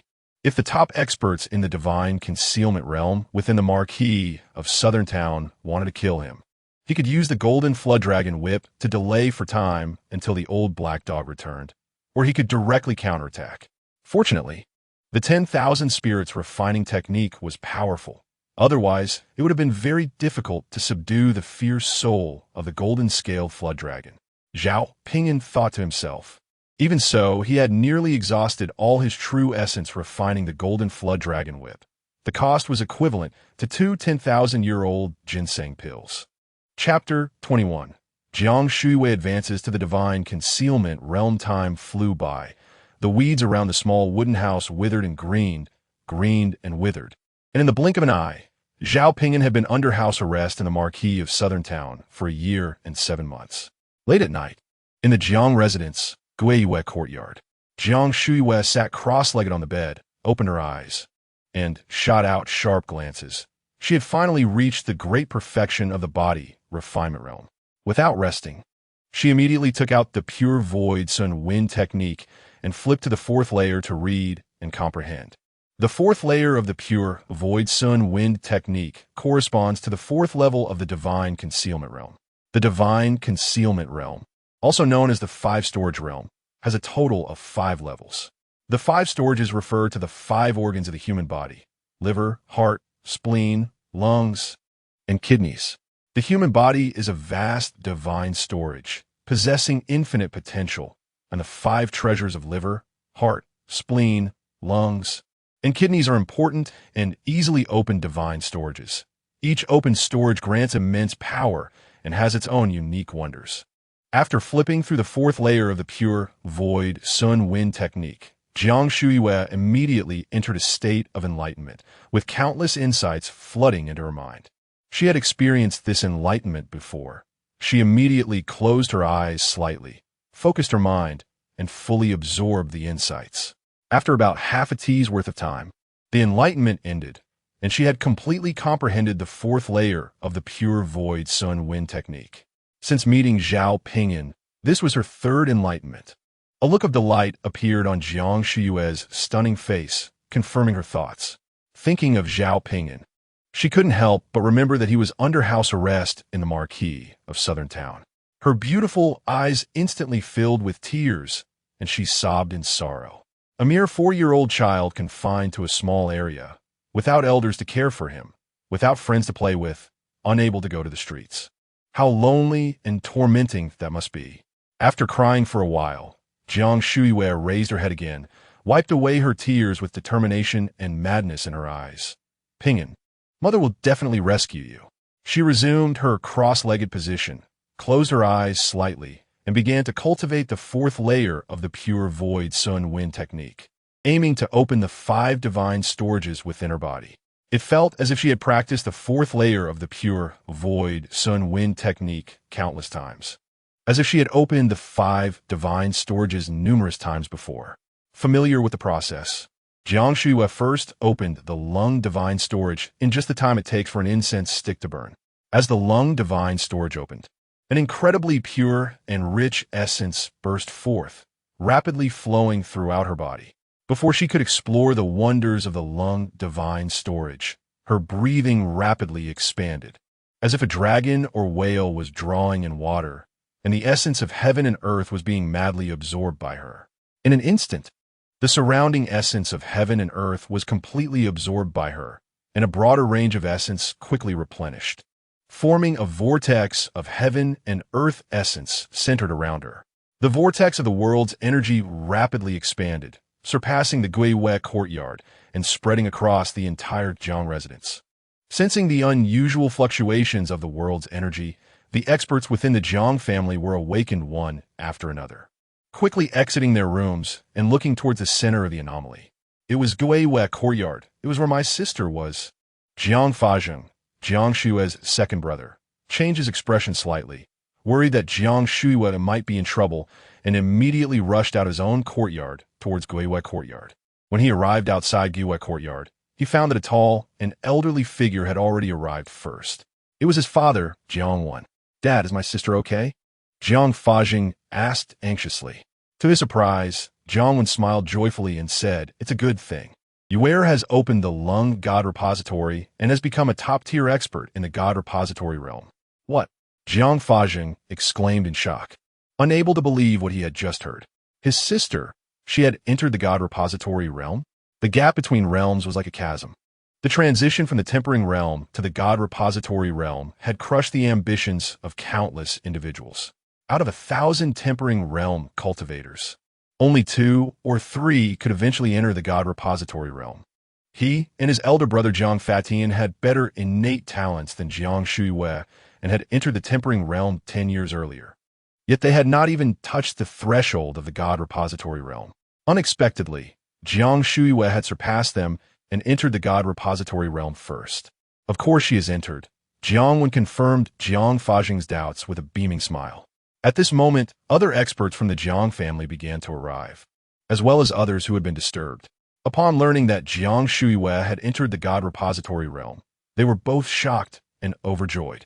From now on, the Jiang family had 2 top-tier experts in the God Repository realm. After more than half an hour, Jiang Shuiwei finished her practice and sensed that many people were outside, so she walked out. "Sister, congratulations on entering the God Repository realm." Her 2 brothers excitedly welcomed her. Jiang Shuiwei rarely showed a smile. "Thank you, elder brother, second brother." Then, she walked up to Jiang Wan and said resolutely, "Dad, we must agree to the life and death arena battle proposed by the Li family. The time is set for a month later." In recent years, the Jiang family had made a fortune by selling soap. Although they had operated cautiously, taking a high-end and small-scale route, selling soap as a precious item, and promoting the difficulty and high cost of soap production while sharing some profits, they still attracted many covetous individuals wanting to seize the soap formula. Among them, the Li family was the most powerful contender. The Li family was large and populous, far stronger than the Jiang family, with 5 or 6 times the number of experts in the Yuan Sea and God Repository realms. In terms of top-tier combat strength, the Jiang family had only Jiang Wan as a God Repository expert, while the Li family had 5 top-tier experts in the God Repository realm. Recently, the Li family had lost patience and issued an ultimatum to the Jiang family: either hand over the soap formula or accept the life and death arena battle. The so-called life and death arena battle involved each side sending 5 people. The list of participants was confirmed before the battle, to take turns fighting on the arena until one side was completely defeated or agreed to surrender. Jiang Wan frowned at this, shaking his head. "You just entered the God Repository realm. Moreover, we only have 2 God Repository experts in the Jiang family. While the Li family has 5, we simply cannot win. In a month, I will reach the 5th level of the God Repository realm, and I alone will defeat their 5 experts." Jiang Shuiwei declared firmly. The soap was the Jiang family's primary source of income. Losing this revenue stream, or significantly reducing, it would greatly affect her ability to acquire resources for cultivation, hinder her rapid progress in strength, and impact her ability to rescue Zhao Ping'an. She could not allow the soap formula to be taken away. Furthermore, the soap formula belonged to her son, Zhao Ping'an. What? Jiangwen was shocked and could hardly believe it. To reach the 5th level of the God Repository realm within a month after just entering was too far-fetched. Even a reincarnated sage couldn't do that. My poor daughter has truly gone mad. She has lost her rationality. Jiang Shuiwen knew her father wouldn't easily believe her. So she said, in 2 days, I will reach the 2nd level of the God Repository realm. Please watch, Father. Chapter 22. Life and Death Arena Battle 2 days later. Jiang Shuiwei opened the 2nd God Repository, and her strength surged again. The God Repository realm was quite mysterious. Each open repository raised one's level, and there was no direct correlation between the 5 repositories. Some techniques required opening the lung God Repository first, while others required opening the kidney God Repository or the heart God Repository first, etc. Opening different repositories first would lead to significant improvements and anomalies in different aspects. Moreover, opening one repository would not increase the difficulty of opening the subsequent ones. Jiang Shuiwei fully comprehended the 3rd layer of the Qingshu Xuanfengong, so there was no difficulty in quickly opening the 5 repositories. Jiang Wen was shocked beyond words when he saw Jiang Shuiwei really reach the 2nd level of the God Repository realm in just 2 days. He had cultivated for decades and had been in the God Repository realm for nearly 20 years, yet he was still only at the 3rd level. Yue, I always thought you had the worst talent and comprehension among the 3 siblings, but I didn't expect you to be the highest. Jiang Wen exclaimed joyfully. In fact, you have far surpassed me. Jiang Shuiwei shook her head slightly. My talent and comprehension are indeed the worst. My entering the God Repository realm is all thanks to Ping'an's enlightenment. Related to Ping'an? Jiang Wen was confused and couldn't believe it. Jiang Shuiwen nodded affirmatively, but did not elaborate, as this kind of perception was very subtle, like a connection in the dark that no one would believe. Dad, you can agree to the life and death arena battle proposed by the Li family now, right? She said. Jiang Wen nodded. Since you can reach the 5th level of the God Repository realm within a month, you can indeed single-handedly defeat the 5 top-tier experts from the Li family. The Li family is too overbearing. We, the Jiang family, must retaliate fiercely, catching them off guard and causing them to decline. A fierce look appeared on his face, and it was also a chance to establish authority over the Li family and deter all those coveting the soap formula. The next day, news of the life and death arena battle between the Jiang family and the Li family being set for a month later spread throughout Baidi City at an astonishing speed, with everyone discussing it. The Jiang family is really risking their lives for wealth. The Li family has 5 top-tier experts in the God Repository realm, and the Jiang family only has 1. Are they really expecting 1 person to defeat 5? You're outdated. The Jiang family has a 2nd top-tier expert in the God Repository realm. However, their 2nd top-tier expert has just been promoted, so their strength is definitely not great. It's still like hitting a stone with an egg. Is the soap really profitable? The Li family is willing to risk their reputation as bullies and robbers just to seize it, while the Jiang family is fighting desperately to protect the soap formula. It was said that the soap formula originated from Zhao Ping'an.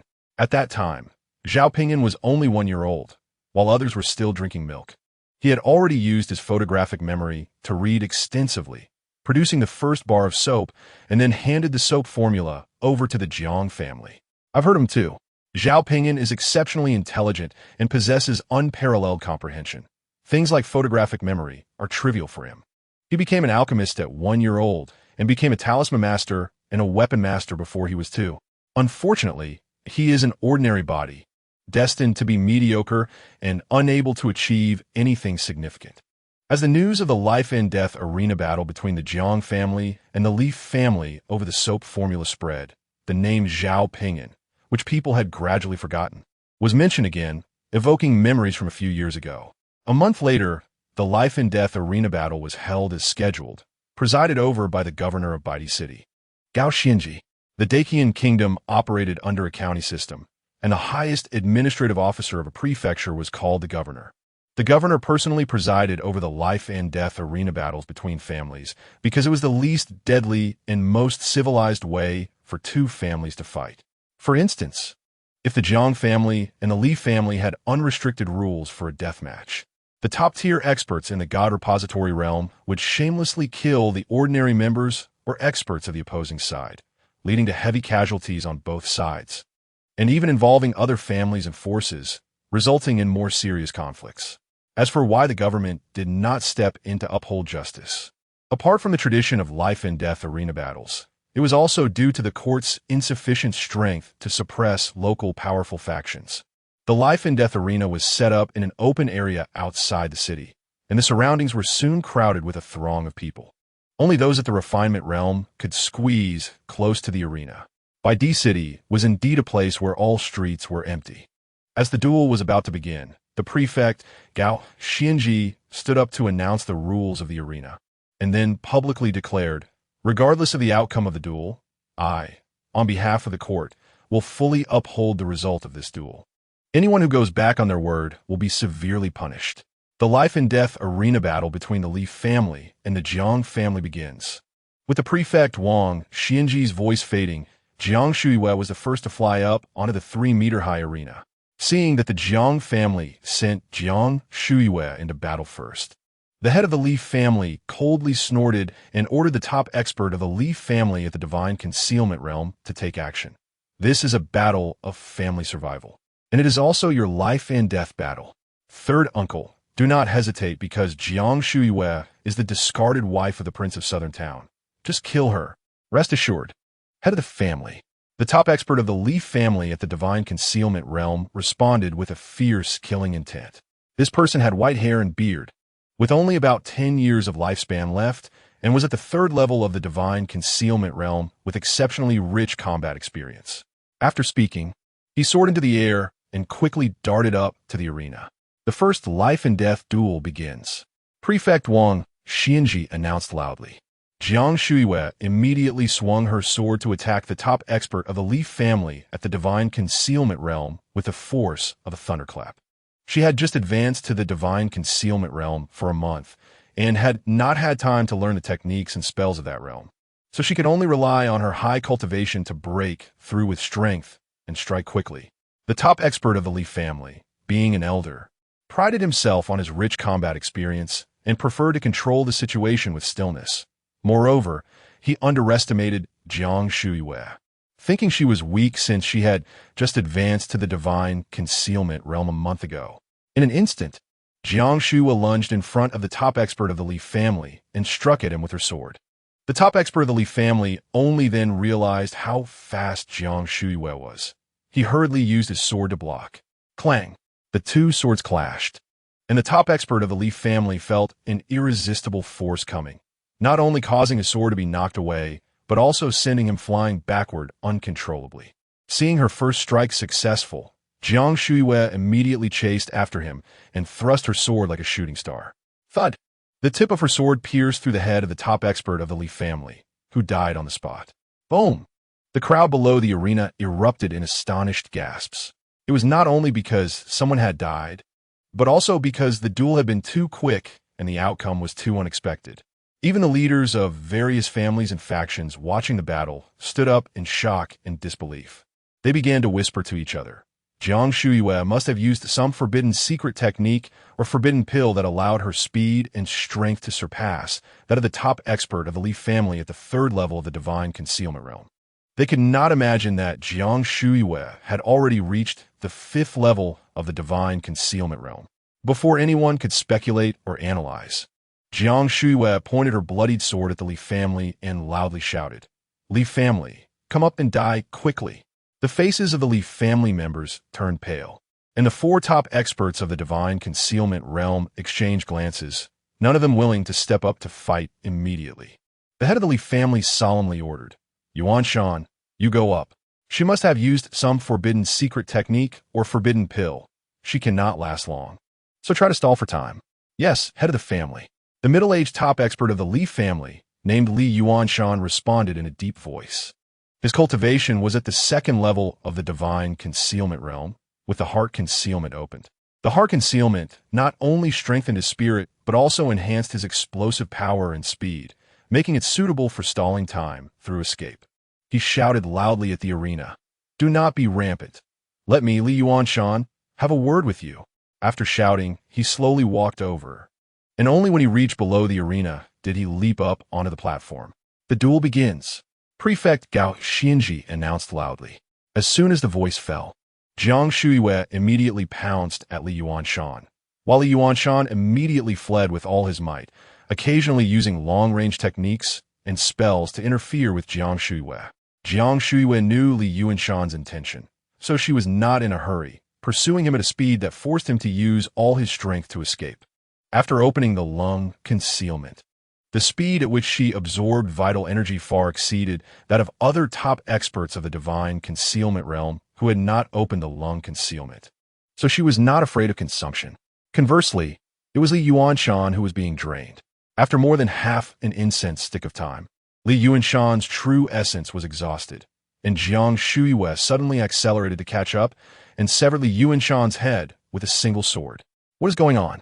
All the cultivators were bewildered, wondering why Jiang Shuiwei's true essence had not depleted, why the backlash had not arrived, and why it was Li Yuanshan who exhausted his true essence first.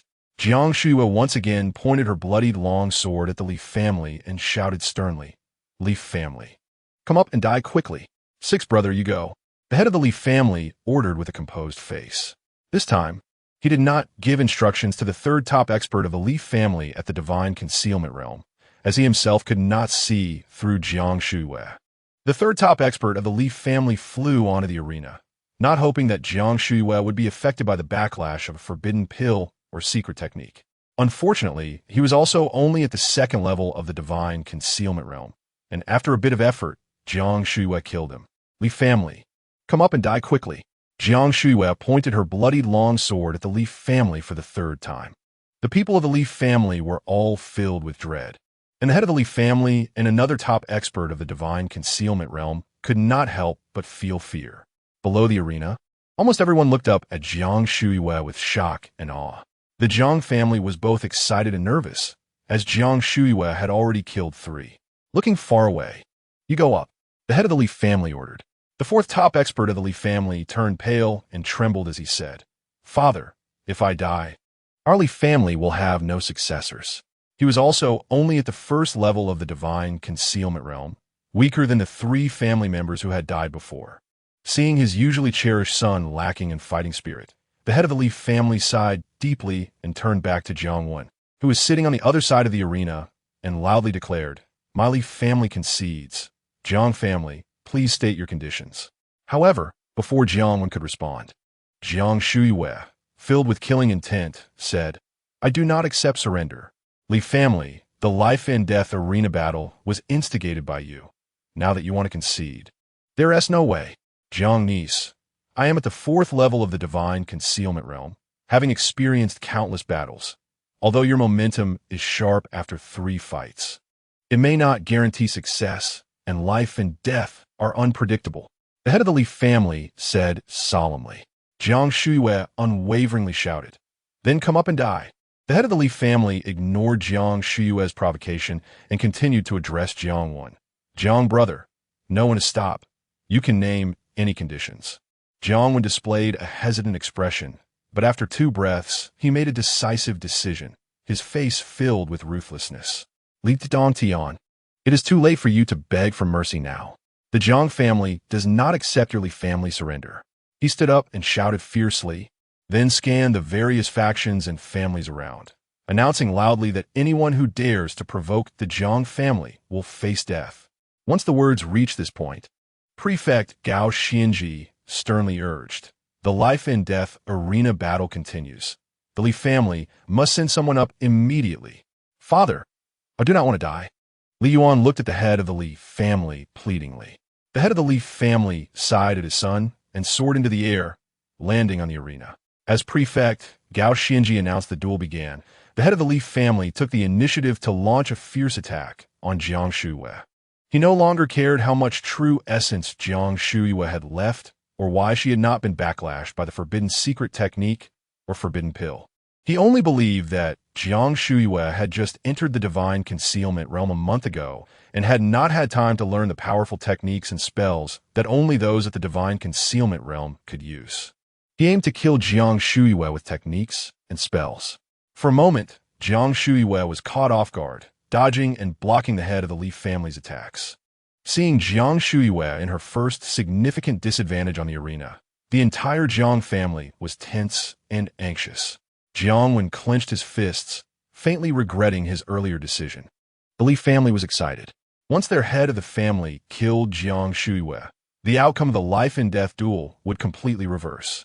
As time passed, Jiang Shuiwa continued to suffer injuries. "You little brat, aren't you seeking a life-and-death struggle?" After the head of the Li family gained the upper hand, he taunted and provoked Jiang Shuiwa, declaring, "Today, I will let you die here. Don't worry, I won't let you die gracefully. I will tear your clothes apart so that the entire Baidi city can admire your body." Chapter 23. Rising to prominence, Jiang Shuiwa gritted her silver teeth, remaining unmoved, and resiliently dodged or blocked the head of the Li family's attacks. She firmly believed she would win because her true essence was not only larger, but she had also opened 5 divine abodes, making her abilities more comprehensive. After a stick of incense burned, Jiang Shuiwa was covered in blood, but her eyes shone even sharper and more determined. She finally identified the divine abode that the head of the Li family had not opened. It was the kidney divine abode. Jiang Shuiwa suddenly counterattacked with all her strength, ignoring the head of the Li family's attack, and relentlessly targeted his weaknesses, even at the risk of mutual destruction. The head of the Li family, having gained the advantage, was unwilling to suffer mutual destruction and quickly withdrew his sword to defend. However, the rhythm of the battle instantly reversed, completely under Jiang Shuiwa's control. In less than 10 moves, Jiang Shuiwa pierced the head of the Li family's heart with her sword and crushed it, then withdrew her sword to prevent him from dragging anyone down with him in death. "You!" The head of the Li family clutched his gushing heart with one hand, pointing at Jiang Shuiwa with the other, filled with resentment. Below the arena, countless spectators were dumbfounded, unable to understand why the situation had suddenly reversed. Only a few powerful individuals knew the real reason, but they were equally shocked and incredulous. Jiang Shuiwa had only entered the divine abode realm for a month, yet she had already reached the 5th level of the divine abode realm. Even a reincarnated saint could not achieve this. The Jiang family erupted in thunderous cheers, filled with excitement. As for the Li family, their smiles froze and then turned to despair. The head of the Li family fell down in unwillingness, dying from anger. Jiang Shuiwa, drenched in blood, once again pointed her sword at the Li family and shouted, "Li family, come up and die quickly." Li Yuanwang, unable to withstand the pressure, broke down and cried out, "The Li family surrenders. The entire Li family will be given to you, Jiang family. Come up and die quickly." Jiang Shuiwa's voice echoed in everyone's ears like a bloodied female reaper. "Why doesn't your Jiang family accept our surrender?" Li Wenwang Castunat Razanfudi. The governor, Gao Xinji, urged again. "The duel continues, and the Li family must immediately send someone up." "I won't die," Li Yuanwang screamed, turning to flee with all his strength. Gao Xinji calmly announced, "The Li family's chosen duel participant has fled without a fight, and the Jiang family has achieved final victory." After speaking, a Tianzhong tall divine image flew out above his head, an incredibly powerful aura enveloping everyone. The divine image quickly caught up with Li Yuanwang, and a massive hand struck out, releasing a bolt of lightning as thick as a water barrel, instantly turning Li Yuanwang to ashes. After the divine image returned to its original form, Gao Xinji slowly stood up, sweeping his gaze over everyone and warning, "Whoever breaks the law will die." The Jiang family achieved complete victory.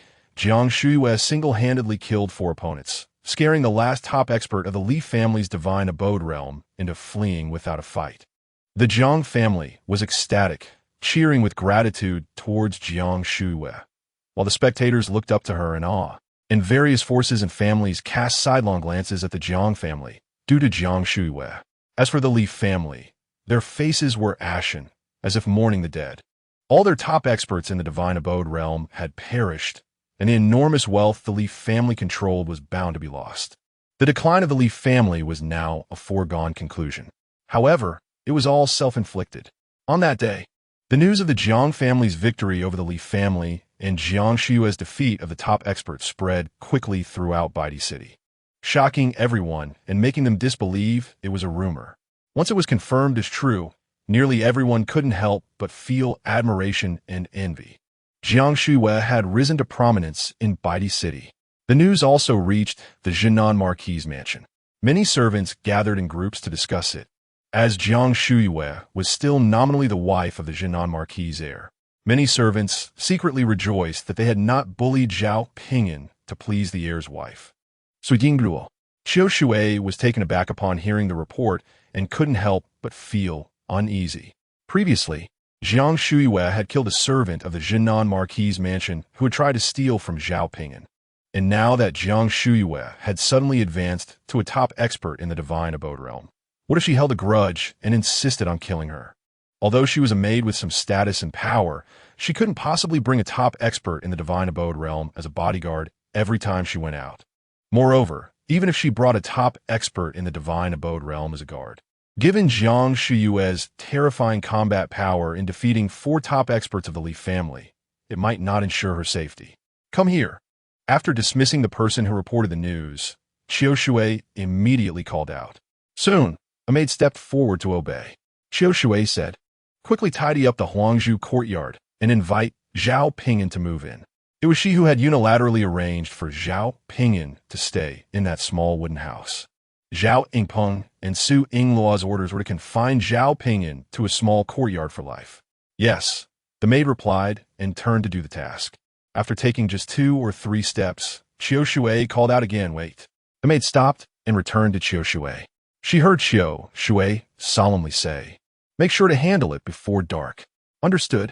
After the maid left, Qiu Shui collected her thoughts and went to report Jiang Shiyue's situation to her master, Su Yingluo. Upon hearing the news, Su Yingluo showed no reaction, continuing to chant scriptures and cultivate, her mind undistracted. The matriarch of the Jinan Marquis' mansion coldly snorted after hearing about Jiang Shiyue. What does it matter for a woman to show off and kill? It has brought shame to the Jinan Marquis' mansion. Zhao Yingpeng was quite surprised after hearing the news. He had once been married to Jiang Shiyue and knew that aside from her stunning beauty, which made her the most beautiful woman he had ever seen, and her gentle personality, her cultivation talent and comprehension were quite average. He never expected that in just a few short years, Jiang Shiyue had advanced to a top expert in the divine abode realm. Moreover, intelligence suggested that Jiang Shiyue might already be at the 5th level of the divine abode realm. Could it be that she has gained some great opportunity? He speculated. Unbeknownst to him, Jiang Shiyue's great opportunity was precisely her pregnancy and determination to give birth to Zhao Ping'an. Zhao Ping'an also received the news, which was brought by Chen Donglai. Hearing Chen Donglai recount the life-threatening encounters Jiang Shiyue faced against the head of the Li family, Zhao Ping'an clenched his fists nervously, his nails digging into his palms and drawing blood. After hearing the whole story, Zhao Ping'an felt no joy but rather sadness in his heart. Mother, you were once such a gentle, kind, and beautiful person, but now, because of me, you have turned yourself into a feared killing star. Not long after, a maid arrived with several male servants. Young Master Ping'an, the Huangzhou courtyard has been tidied up, and we respectfully invite you to move in. The maid said as she approached Zhao Ping'an. Zhao Ping'an laughed a few times and said, you are quite quick to adapt to the situation. Not even a day has passed. After laughing, he said calmly, let that lowly Qiu Shui come personally to invite me. Otherwise, I won't move. Half an hour later, Qiu Shui came personally to invite Zhao Ping'an to move into the Huangzhou courtyard. Zhao Ping'an glanced at Qiu Shui and mocked, are you afraid my mother will kill you? Having her thoughts exposed by Zhao Ping'an in front of the other servants made Qiu Shui feel angry inside, but she maintained a calm facade and said, my life is worthless. If I'm killed, then I'm killed. However, I believe the lady will stand up for me. Hee hee. Zhao Ping'an chuckled twice and turned to walk back into the small wooden house, saying, "Aren't you going to help me pack my things?" It was his mother who had nearly risked her life to secure the move into the Huangzhou courtyard, so he certainly wouldn't refuse. Before dark, Zhao Ping'an moved into the Huangzhou courtyard. Huangzhou courtyard got its name from the more than 10 yellow bamboos planted in the courtyard. These yellow bamboos are not ordinary bamboo, but low-grade spiritual plants. The yellow bamboo has a slightly yellowish-green color and is not tall, only a little over 1 zhang high. The more than 10 yellow bamboos gather together, their shadows swaying gracefully. When a gentle breeze blows, the bamboo leaves rustle, emitting a tranquil fragrance that calms the mind. The entire courtyard has 7 rooms, including a kitchen and a toilet. The main room is spacious, bright, clean, and well-ventilated, much better than living in a small wooden house. The next day, Chen Donglai specially returned to the Jiang residence to report to Jiang Shuiwei that Zhao Ping'an had moved into Huangzhou courtyard. Jiang Shuiwei, lying in bed with injuries, felt a bit of relief from her internal pain upon hearing this. However, she did not relax for a moment. She needed to advance to the 5th realm, the transformation into Dragon Realm. Only by becoming a strong practitioner in the transformation into Dragon Realm could there be a chance to rescue Zhao Ping'an from the Zhen Nanho's residence. If that didn't work, she would cultivate to the Law Image Realm. Jiang Shuiwei opened Qing Su Sun Fenggong and turned to the 5th layer, which is also the last layer of Qing Su Sun Fenggong. After reading the 5th layer, she immediately had an epiphany. In just the time it takes to brew a cup of tea, she fully comprehended the 5th layer of Qing Su Sun Fenggong. Unfortunately, advancing to the transformation into Dragon Realm is not an easy matter. It requires a massive accumulation of resources. Although she had opened 5 divine stores within a month, she needed to explore and excavate the wonders within those divine stores and also fill them up. All of this requires time and countless cultivation resources. More than a year later, Zhao Ping'an had been under house arrest in the Zhen Nanho residence for 3 full years. "Little Zhao, I'm leaving, remember your promise," the old black dog said to Zhao Ping'an. Zhao Ping'an was momentarily stunned, then quickly realized, "Has it already been 3 years? Thank you, Senior Black Dog, for your protection. I, Zhao Ping'an, am eternally grateful and will repay you in the future. I played with you for so long, and all I've gotten are empty promises," the old black dog said dissatisfiedly. "You haven't even given me the basket of golden buns you initially promised." Zhao Ping'an smiled and said, "You're like an angel investor. In the future, when I become powerful, I'll help you build a big dog kingdom and a grand dog harem, with white, black, spotted, and yellow dogs. And if you like wild ones, I'll catch some she-wolves for you. Everything you desire. I'll make sure you're happy until you die. Do you want to get bitten?" The old black dog showed its sharp white teeth and was about to pounce. Zhao Ping'an quickly waved his hand. "I was just joking, just joking." The old black dog snorted coldly, turned, and prepared to leave. After walking a few steps, it stopped and turned back. "I'll ask you one last time. Do you want to learn swallowing the sun divine skill?" "Thank you for your kindness, but I don't want to learn," Zhao Ping'an replied sincerely. The old black dog said nothing more, turned, walked a few steps, then jumped over the wall and left. Zhao Ping'an waved goodbye in the direction the old black dog had gone. From now on, he would have one less companion. Chapter 24. The Imperial Edict. After being under house arrest for 4 years, Zhao Ping'an was 8 years old. One day, Zhao Ping'an was brewing tea under the shade of the yellow bamboo. Suddenly, the courtyard door was kicked open from the outside. Zhao Ping'an turned to look and saw a proud and noble 7-year-old boy accompanied by a delicate 4-year-old girl striding into the courtyard. The boy was about 1 meter 4 tall, wearing a brocade robe interwoven with gold and silver threads, shining brilliantly. With a white jade belt around his waist and a jade crown adorned with rare gemstones on his head, showcasing his extraordinary status and identity. He wore 7-colored deerskin boots on his feet. The girl was similarly dressed in luxurious attire, with golden threads and jade. Behind the boy and girl followed a large group of people, including beautiful maidservants and powerful servants, numbering as many as 11 or 12. For a moment, Zhao Ping'an couldn't help but guess that this pair of boy and girl must be his half-brother and half-sister. However, he did not stand up and continued to sit there drinking tea. The boy and girl stopped in the center of the courtyard, their gazes landing on Zhao Ping'an. Zhao Ping'an, why don't you quickly come and greet the young master and young miss? A servant standing behind the boy and girl shouted at Zhao Ping'an sternly. Zhao Ping'an secretly thought to himself, as expected, then stood up gracefully and cupped his hands. I've met the young master and young miss. Under the eaves, one must bow their head. He still had this much forbearance. How bold! You dare to be disrespectful to the young master and young miss. The servant immediately shouted angrily and was about to step forward to teach Zhao Ping'an some manners. Zhao Zhiming raised his hand to stop the servant. He looked at Zhao Ping'an, glanced around Huangzhou courtyard, and then focused back on Zhao Ping'an.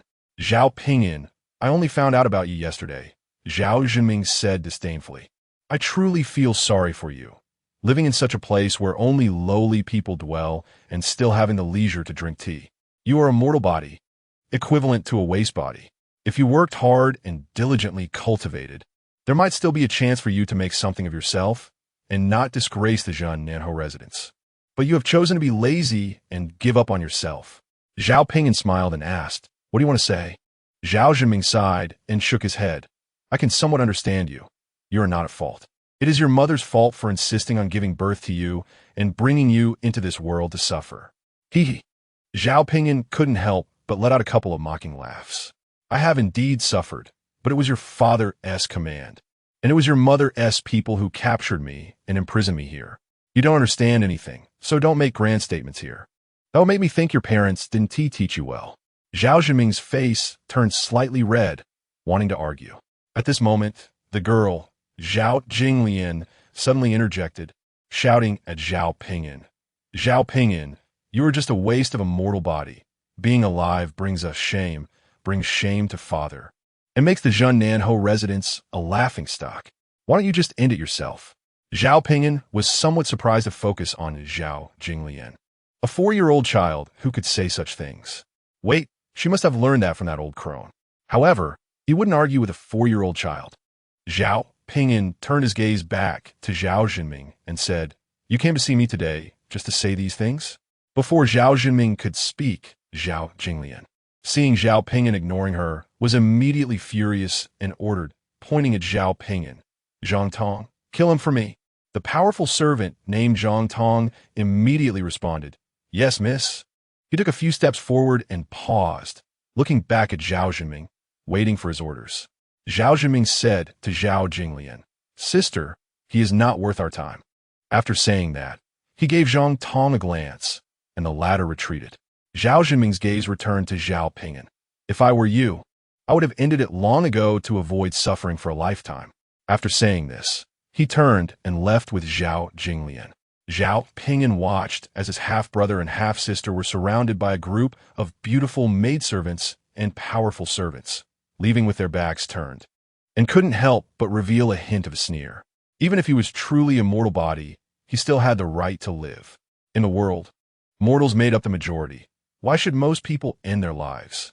Moreover, if it weren't for Zhao Yingpeng and Su Yingluo imprisoning him here, he could also live a colorful life and make a name for himself. If being inferior means one should end their life.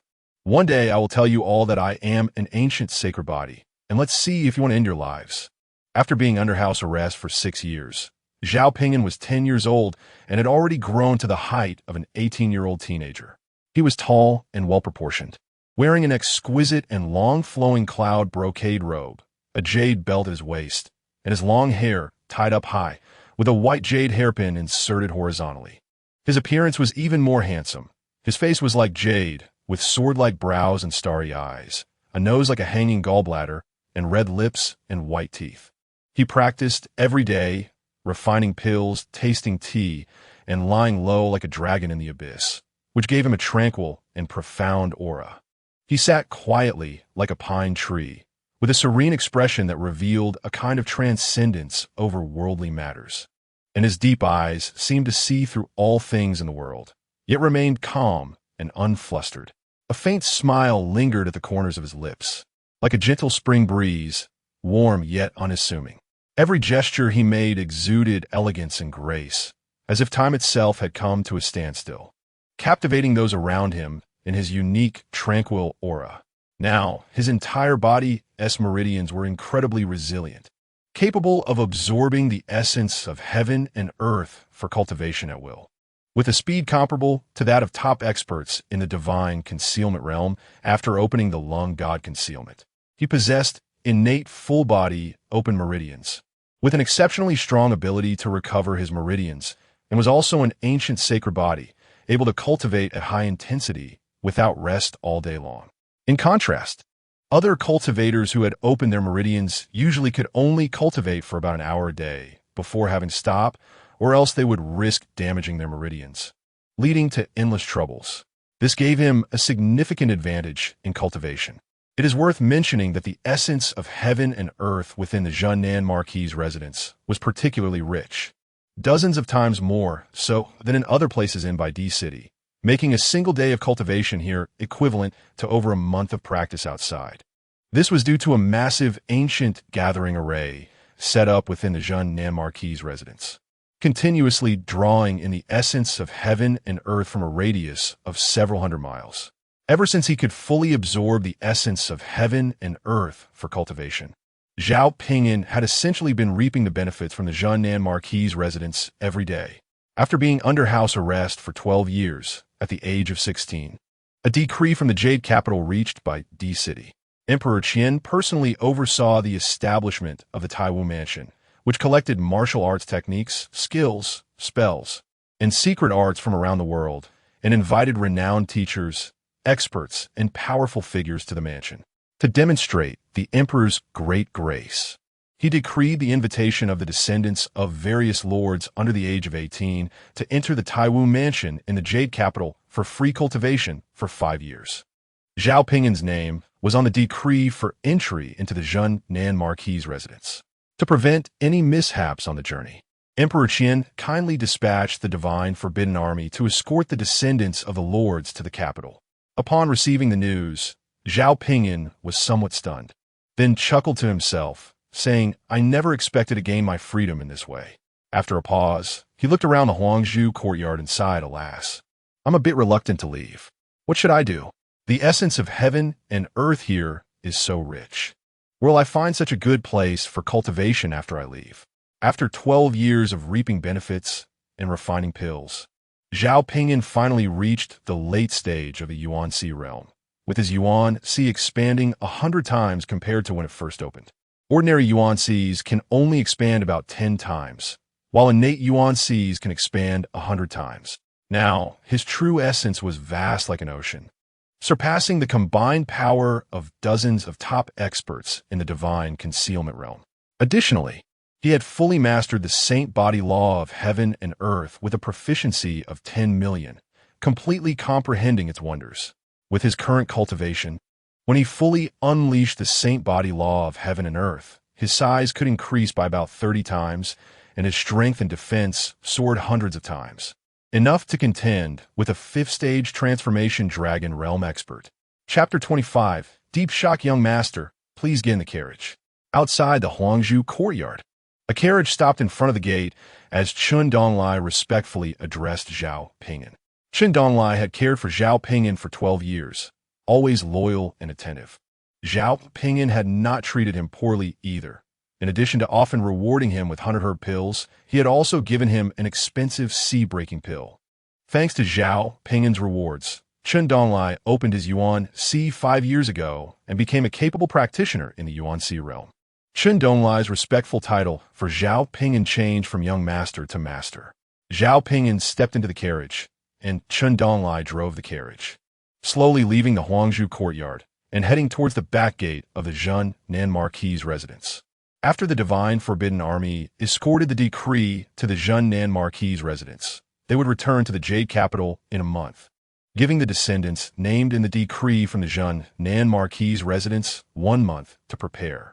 Zhao Yingpeng knew he could not keep Zhao Ping'an under house arrest for now, so he simply allowed Zhao Ping'an to return to the Jiang family to make ample preparations, fearing that Zhao Ping'an would embarrass him too much in the Jade capital. As the carriage reached the back gate of the Zhunnan Marquis residence, the guards routinely stopped the carriage for inspection. Chun Donglai put on a smiling face for the guards, while inwardly he was very nervous, worried about any changes. Is he Zhao Ping'an? After a brief inspection of the carriage, a guard returned to the front of the carriage and asked Chen Donglai in a low voice, puzzled. Chen Donglai frequently used the back entrance and was familiar with the guards there. Over the 12 years, the guards at the back gate had changed several times, but they all knew of Zhao Ping'an's existence. The illegitimate son of the Zhun Nan Marquis who had been under house arrest as a waste, ordinary body, and raised like a pig. However, it was the first time they had seen Zhao Ping'an in person. Zhao Ping'an's handsome appearance and calm demeanor surprised them, completely contrasting with their imagined image of a fat, foolish, and rude boy. "That's my young master," Chen Donglai said with a somewhat flattering smile. The guard replied, "Seeing is believing." Chen Donglai chuckled a few times, not fully understanding the implication. "Inspection is clear. You may pass," the guard announced. Chen Donglai thanked the guard and then cracked the whip, urging the horse to move forward. As they entered the street and continued for about 70 to 80 feet, Chen Donglai could not help but turn around, excitedly calling to Zhao Ping'an inside the carriage, "Master, we're out. We're out." "Yes, we're out." Zhao Ping'an smiled from within the carriage. "From now on, the sky is high, and I can soar." He pulled back the curtain and looked at the bustling street filled with people and the prosperous shops and taverns lining the street. The time for cultivation at the Taiwu mansion in the Jade capital was 5 years. After 5 years, he would be 21 years old, and the seals within him would be lifted upon turning 20, at which point no one would be able to restrain him. Chen Donglai smiled and said, "Master, it should be the dragon returning to the sea." The journey was swift, and after more than half an hour, the Jiang residence came into view. At this moment, in front of the Jiang residence, almost everyone from the Jiang family was standing there, eagerly waiting. Jiang Shuiwei, eager to see Zhao Ping'an as soon as possible, even consumed true essence to hover in the air and gaze out. The Zhenan Marquis residence did not allow anyone to meet people outside the Jiang residence, so they could only wait at their doorstep to welcome Zhao Ping'an back. From a distance, Jiang Shuiwei spotted Chen Donglai driving the carriage toward the Jiang residence. Seeing the relaxed and smiling expression on Chen Donglai's face, she realized her son had truly come out of the Zhenan Marquis residence, and her tightly wounded heart finally relaxed, tears streaming down her face uncontrollably. After a while, others in the Jiang residence also saw the carriage and exclaimed excitedly, "Look, Ping'an really is back." The Jiang family was immediately filled with excitement, and some maids and servants rushed forward to greet him. Under the excited gazes of the Jiang family, the carriage stopped in front of the Jiang residence's gate. Chen Donglai jumped down from the carriage, pulled back the curtain, and called out, "Master, we've arrived home. Please get out." Zhao Ping'an extended a hand, pale as jade and with long fingers, grasping the doorframe of the carriage. He then leaned down to peek out from the carriage before finally stepping out onto the ground. A tall, serene, fair-skinned young man with the appearance of a refined gentleman appeared before the Jiang family and the surrounding onlookers. In an instant, the maids of the Jiang family and the young women watching were captivated, their eyes widening and faces flushing. The men couldn't help but give a thumbs up in admiration. What a graceful young man! Jiang Shuiwei descended from the air and embraced Zhao Ping'an, her voice choked with emotion. She wished to hold him completely in her arms, but found it impossible. Zhao Ping'an had grown taller than her. When Zhao Ping'an was forcibly taken away and placed under house arrest by the Zhenan Marquis residence, he hadn't even reached her chin. Thinking of this, Jiang Shuiwei felt a wave of sadness and couldn't help but cry. "Mother!" Zhao Ping'an also hugged Jiang Shuiwei. His voice choked, his starry eyes filled with tears. It had been 12 years. They had been separated for 12 long years, with no chance to meet during that time. After embracing and crying for a while, Jiang Wan, Jiang Jingtan, and other relatives stepped forward to comfort them. "It's a joyous occasion for Ping'an's return. Why are you crying?" Jiang Wan comforted Jiang Shuiwei. "So many neighbors are watching." Only then did Jiang Shuiwei reluctantly wipe away her tears and stop crying, releasing Zhao Ping'an. Zhao Ping'an then greeted and paid his respects to Jiang Wan, Jiang Zhengtian, and other relatives one by one. When Zhao Ping'an greeted his second aunt, she hugged him tightly and cried for a while. After Zhao Ping'an returned, the Jiang family held a 3-day banquet to celebrate, and all the servants received generous rewards. more lavish than during the New Year. In today's Jiang family, Jiang Shuiwei represents the highest combat power, since she single-handedly defeated 4 top masters from the Li family to establish a reputation. The Jiang family has entered a period of rapid rise. With such strong combat power as a backing, the soap business is no longer cautious and has begun to earn gold daily. The wealth of the Jiang family now exceeds what it was before Jiang Shuiwei married into the Zhen Marquis family. A mother can gain status through her son, and a son can also gain status through his mother. So, Zhao Ping'an's position in the Jiang family is far beyond that of an ordinary young master. Outside, the lively sounds of the banquet continued, while Zhao Ping'an and Jiang Shuiwei spoke quietly in the room. Ping'an, Mother is about to reach the peak of the divine concealment realm. Once I achieve perfection, no one will be able to take you away from me, Jiang Shuiwei said, her calm tone containing immense determination. Not even Zhao Ping'an could do it. Although she had opened 5 divine concealments, due to insufficient training resources, she had been unable to refine enough true essence to fill the 5 divine concealments. Zhao Ping'an smiled happily and said, "Congratulations, Mother." Jiang Shuiwei smiled slightly. "Mother thanks you. If it weren't for carrying you with my talent and comprehension, I would probably only reach the Yuan High realm in this lifetime." "Mother, you're being modest." Zhao Ping'an shook his head. Then he took the initiative to mention his own cultivation. "Mother, I have also been diligently practicing these years, and I am already in the Yuan High realm." Mother knew you were born extraordinary, definitely not an ordinary body." Jiang Shuiwei was not surprised. As she had vaguely guessed, Zhao Ping'an possessed Yuan High realm cultivation 12 years ago. Back then, when Kong Yin wanted to capture Zhao Ping'an to go to Pudu Mountain, Zhao Ping'an's escape technique was not something a person at the Meridian realm could perform. The next morning, in the Jiang family's training ground, Zhao Ping'an invited his grandfather Jiang Wen, his uncle Jiang Zhikan, who had promoted to the divine concealment realm 2 years ago, and his second uncle Jiang Zhengfa. Jiang Shuiwei naturally stayed with him. "Grandfather, uncle, second uncle, mother, ever since grandfather taught me the Lingxing sword technique and Finhua Fuliu, I have been practicing," Zhao Ping'an said. "After practicing for so many years, I have gained some insights. Please correct me." After saying this, he quickly flew to an open space 2 or 3 zhang away and demonstrated the Xuanxing sword technique move by move. A month later, he would leave Baidi City with the divine forbidden army to Yujing, and he estimated he wouldn't return for 7 to 8 years.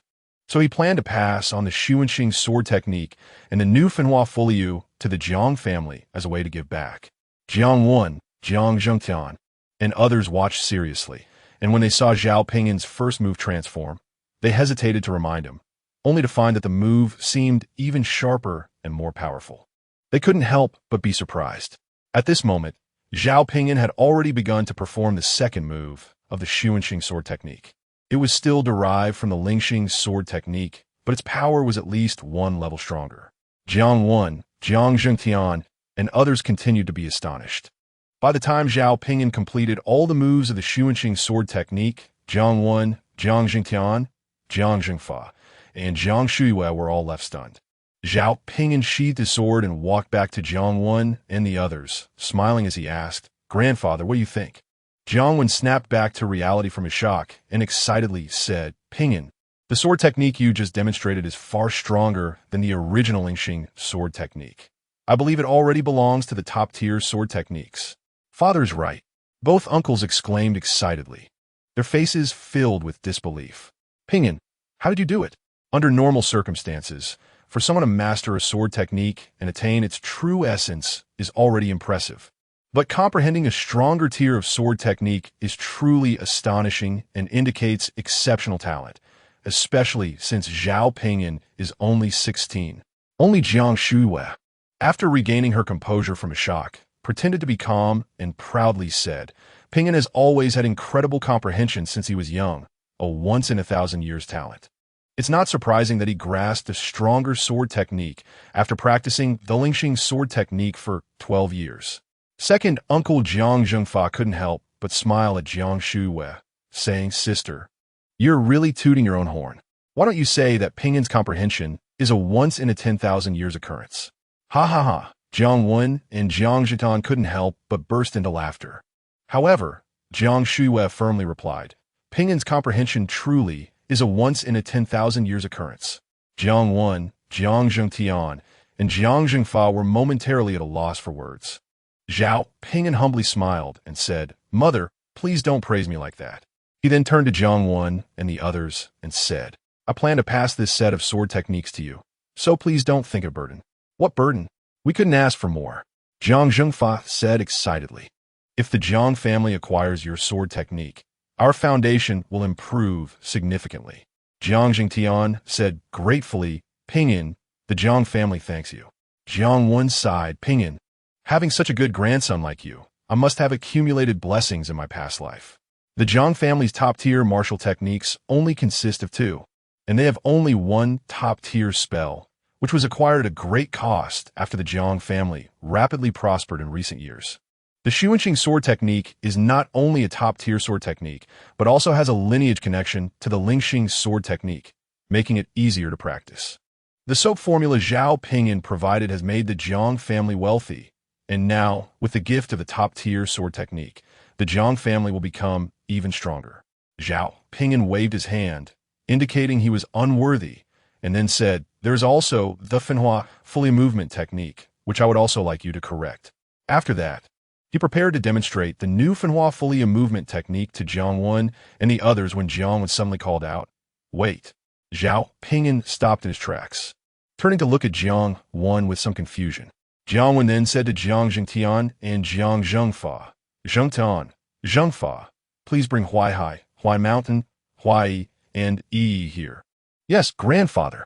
Jiang Zhengtian and Jiang Zhengfa immediately responded, understanding Jiang Wen's intention. They turned and quickly left the training ground to fetch them. Chapter 26. Comprehending profound-level martial techniques and spells before long. Jiang Zhengtian and Jiang Zhengfa returned, bringing along their children, who were Zhao Ping'an's cousins. The eldest cousin Jiang Huaihai is 26 years old, has already returned to the family after learning the arts, married, and had children, gradually taking over part of the family business. The second cousin Jiang Huaishan and the third cousin Jiang Huai are both 22 years old and also returned to the family a few months ago. Now that the Jiang family is thriving, they urgently need reliable core personnel, so all three cousins have returned to the family. As for cousin Jiang Yi, she has been growing up in the family and is now 17, a graceful and lively young girl, with many admirers in Baidi City. Zhao Ping'an, the fourth cousin, has a good cultivation level and is already in the Yuan High realm, stronger than their fathers were at their age. This is a thriving family. Cousin, so you are here? Jiang Yi, seeing the handsome Zhao Ping'an, immediately jogged over to him, saying happily. The girl's eyes sparkled as she looked at Zhao Ping'an, her hands clasped behind her back, her lovely figure leaning slightly towards him, swaying gently from side to side, very charming and adorable. Zhao Ping'an smiled and nodded, cousin. Their demeanor and expressions resembled that of siblings rather than cousins. 12 years later, Jiang Yi still remembers being Zhao Ping'an's little shadow in childhood. At this moment, Jiang Huaihai, Jiang Huaishan, and Jiang Huai approached, greeting Jiang Wen and Jiang Shuiyue before saying to Zhao Ping'an, cousin. Eldest cousin, second cousin, third cousin. Zhao Ping'an responded to each of them. Jiang Wen cleared his throat to gather everyone's attention, then said to Jiang Huaihai and the others, I called you here because Ping'an will be teaching us 2 sets of top-tier martial techniques. Pay close attention. Jiang Huaihai and the others were surprised, then filled with joy. Thank you, cousin. The eldest cousin Jiang Huaihai, being relatively mature in thought, quickly expressed his gratitude to Zhao Ping'an after realizing what was happening. Jiang Huaishan, Jiang Huai, and Jiang Yi quickly regained their composure and hurried to thank Zhao Ping'an. Zhao Ping'an smiled and waved his hand, saying, There's no need for formalities among family. And these 2 sets of martial arts also come from the Jiang family. After saying this, he demonstrated the new Finhua fully movement technique, his figure flickering and dashing forward like lightning to a few feet of open ground, then performing the new Finhua fully movements one by one. It's the Finhua fully technique. No. What kind of movement technique is this? So powerful. Jiang Huaishan, Jiang Yi, and others couldn't help but exclaim in surprise.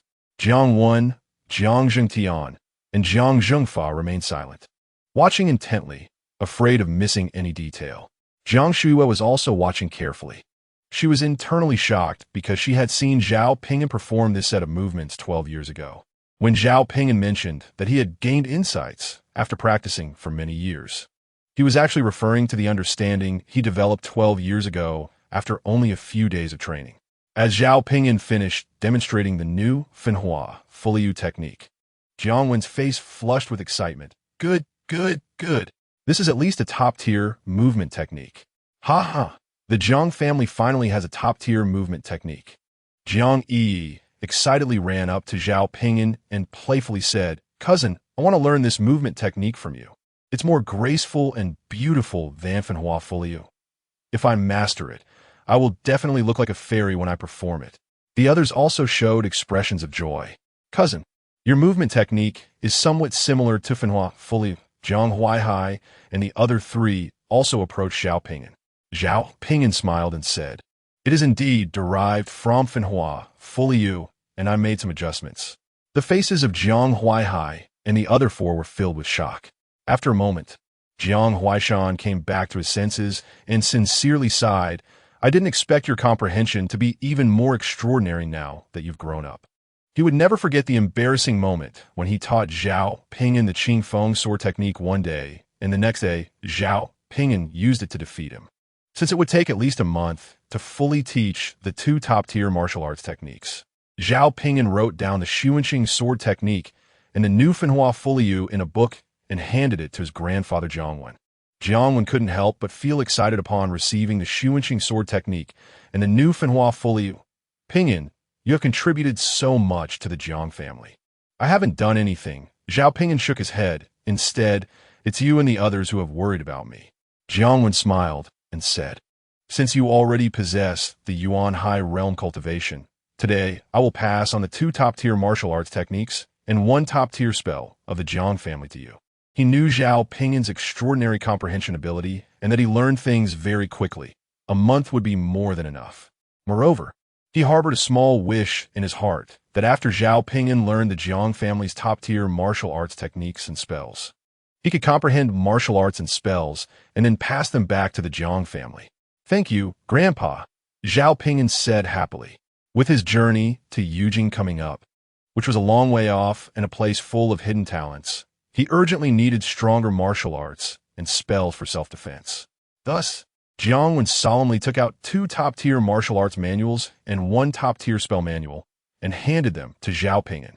After Zhao Ping'an received the manuals, he quickly opened them and flipped through them one by one, in less than a stick of incense. He finished reading all three top-tier manuals and returned them to Jiang Wen. "Thank you, Grandpa.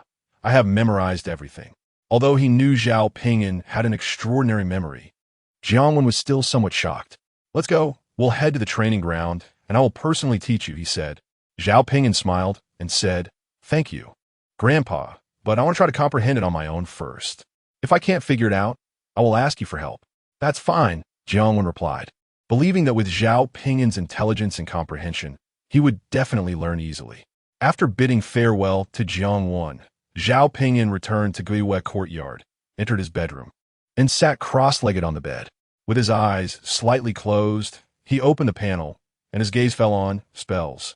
Spell, Hunyuan Protective Barrier, Earth Level, 100,000 100,000. Xuanfeng Blade Technique, Top Tier, 03000. Xuanfeng Blade Technique. After a brief gathering of the world's elemental energy, it releases one or dozens of wind blades towards the target. With an effective attack range of up to 10 zhong, 33 meters, sharp enough to cut through a hugging stone pillar. After reading the introduction of Xuanfeng technique, Zhao Ping'an couldn't help but think. Spells of the same level are indeed stronger than martial arts techniques, but it has a casting delay. Moreover, the proficiency requirement is twice as high, which should make it more difficult to master. Perhaps the consumption of true essence is also greater. With this in mind, Zhao Ping'an began to invest proficiency points into Xuanfeng Blade Technique, filling it up in one go. In the next moment, a large amount of insights about Xuanfeng Blade Technique flooded into his mind. After a dozen breaths, he fully comprehended Xuanfeng blade technique. He opened his eyes, rested briefly, and before continuing to invest 100 times the proficiency points in a Xuanfeng blade technique, he thought to himself, I hope to minimize the gathering time for the new spell. After more than 100 breaths, Zhao Ping'an's understanding of Xuanfeng blade technique reached an extreme point, and he innovated, comprehending a stronger new spell. He named the new spell Rapid Xuanfeng blade technique. Spell: Hanyuan Protective Barrier, Earth Level, 100,000. Rapid Xuanfeng Technique, Profound Level. Rapid Xuanfeng blade technique. After a very brief gathering of the world's elemental energy, it releases one or hundreds of wind blades towards the target. With an effective attack range of 30 zhang, 100 meters, sharp enough to cut through an iron pillar with a diameter of 1 foot, 3 centimeters. After reading the Rapid Xuanfeng blade technique, Zhao Ping'an couldn't help but feel delighted. He could indeed control the direction of the evolution of martial arts and spells. Moreover, the power of the Rapid Xuanfeng blade technique was also very strong. Ordinary armor could not withstand it, and only profound artifacts might barely hold up. After giving his brain a rest, Zhao Ping'an continued to invest proficiency points in the 2 top-tier martial arts techniques of the Zhang family. Martial Arts, Xuanfeng Wing, Top Tier, 03000. Jinfeng Xiaoyu Palm, Top Tier, 03000. Xuanxing Sword Technique, Top Tier, Xuanfeng Wing, combines true essence with wind elemental energy to form wind wings, with a flying speed of up to 100 zhang in a breath. Jinfeng Xiaoyu Palm provides solid defense, with palm strikes carrying wind and rain, injuring enemies from a distance, eroding the enemy's body, leading to inevitable defeat in prolonged combat. After reading the introductions of Xuanfeng Wing and Jinfeng Xiaoyu Palm, Zhao Ping'an couldn't help but feel delighted. Xuanfeng Wing is just right for me, allowing me to gain flying ability before reaching the Shunsong realm. And it's very fast. The Jinfeng Xiaoyu Palm pairs well with the Fenhua fully a movement technique as well. He then filled the proficiency points for Xuanfeng Wing and Jinfeng Xiaoyu Palm to learn both martial arts techniques. After that, he invested 100 times the proficiency points in a Xuanfeng Wing and Jinfeng Xiaoyu Palm, comprehending 2 new martial arts techniques. After some thought, he named these 2 top-tier martial arts techniques. Xuanfeng Killing Wing combines true essence with wind elemental energy to form a pair of wind wings with a span of 5 zhang. With a flying speed of 300 zhang in a breath, the wind wings are sharp as knives and can cut through targets as they pass by. Wind and Rain Transformation Palm provides solid defense, with palms carrying wind and rain, forming a storm of wind and rain that rapidly erodes the enemy's body, leading to their demise. After upgrading the 2 top-tier martial arts techniques and 1 top-tier spell, Zhao Ping'an did not plan to pass them on to the Zhang family immediately, as they were too astonishing. He intended to wait a few years before passing them on to the Zhang family. A few days after returning to the Zhang family, Zhao Ping'an couldn't wait to wander around. Being confined to a small courtyard for 12 years, the feeling of oppression and suffocation was unimaginable. He had been able to suppress the negative emotions from being confined, but that didn't mean he was unaffected. Zhao Ping'an first wandered around the streets of Baidi City for 7 or 8 days, gravitating towards crowded places, and then began to go out of the city for excursions, even camping in the wild mountains and forests. At first, his cousins accompanied him in playing and having fun, but after several days of camping in the wild mountains and forests, they couldn't keep up, so Zhao Ping'an let them return to the city, including Chundonglai. Everyone has been sent away, leaving him alone in the wilderness. Amitba, Zhao Xiao, the poor monk from Pudu Mountain, is truly grateful. As Zhao Ping'an was roasting a plump wild rabbit, a middle-aged monk appeared from the forest and approached him. Chapter 27. Using oneself as bait to collect revenge interest. Zhao Ping'an did not stand up, only casting a faint glance at the monk Kongzhen. While continuing to roast the rabbit, he sighed. After 12 years, do you Pudu Mountain still want to take me back? About my apologies. Kongzhen said. Zhao Xiao has misunderstood.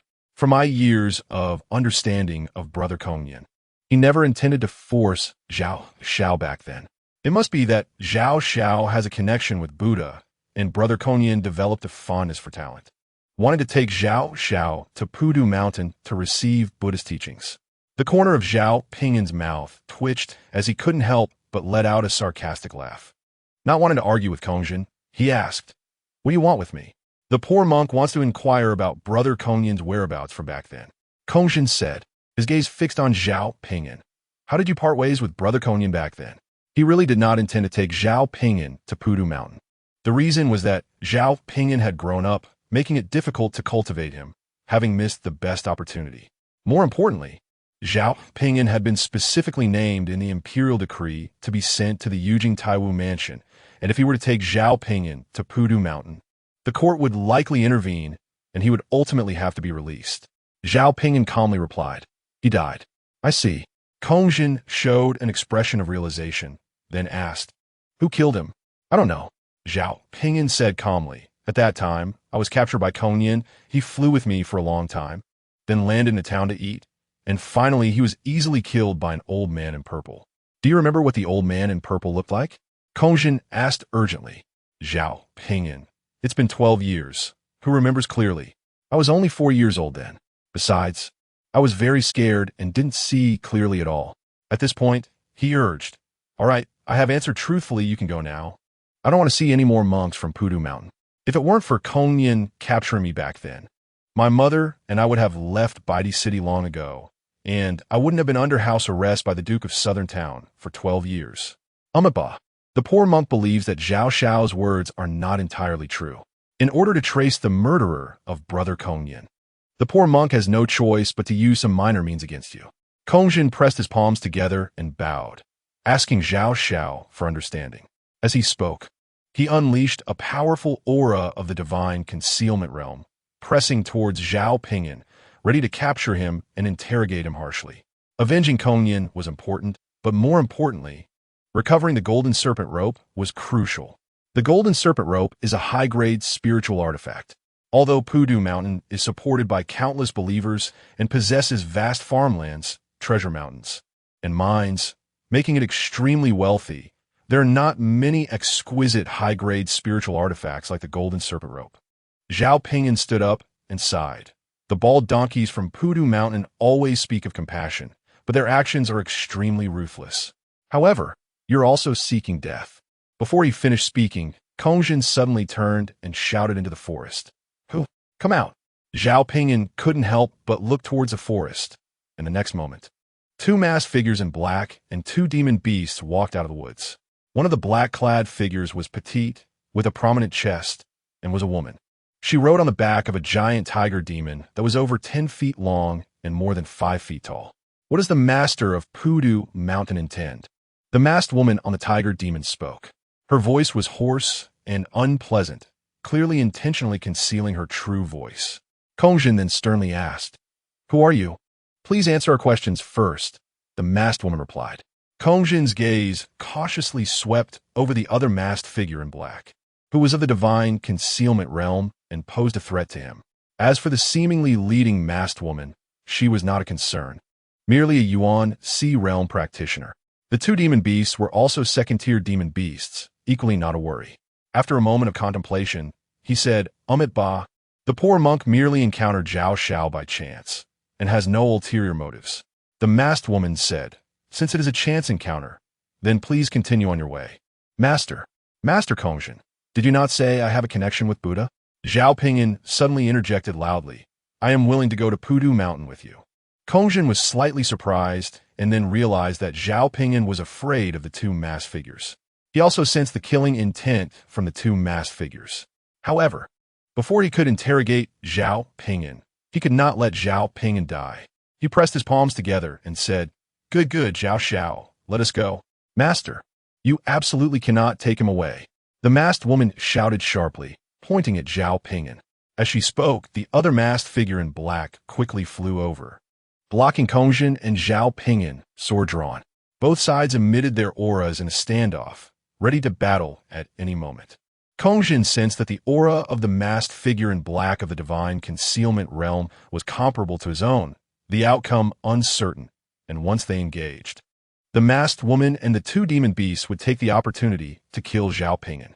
His goal was to interrogate Zhao Ping'an about the murderer of Kongyan, not to risk his life for Zhao Ping'an's life. Ba, he suddenly chanted a Buddhist phrase and said to the masked woman, "It seems that Zhao Xiao has a greater connection with you. The poor monk is willing to let him stay. However, the poor monk has one request." The masked woman's tone softened. "Please speak, master. The poor monk wants to ask him a few questions, and once done, we will leave," Kongyan said. The masked woman immediately agreed. "All right, master, please go ahead."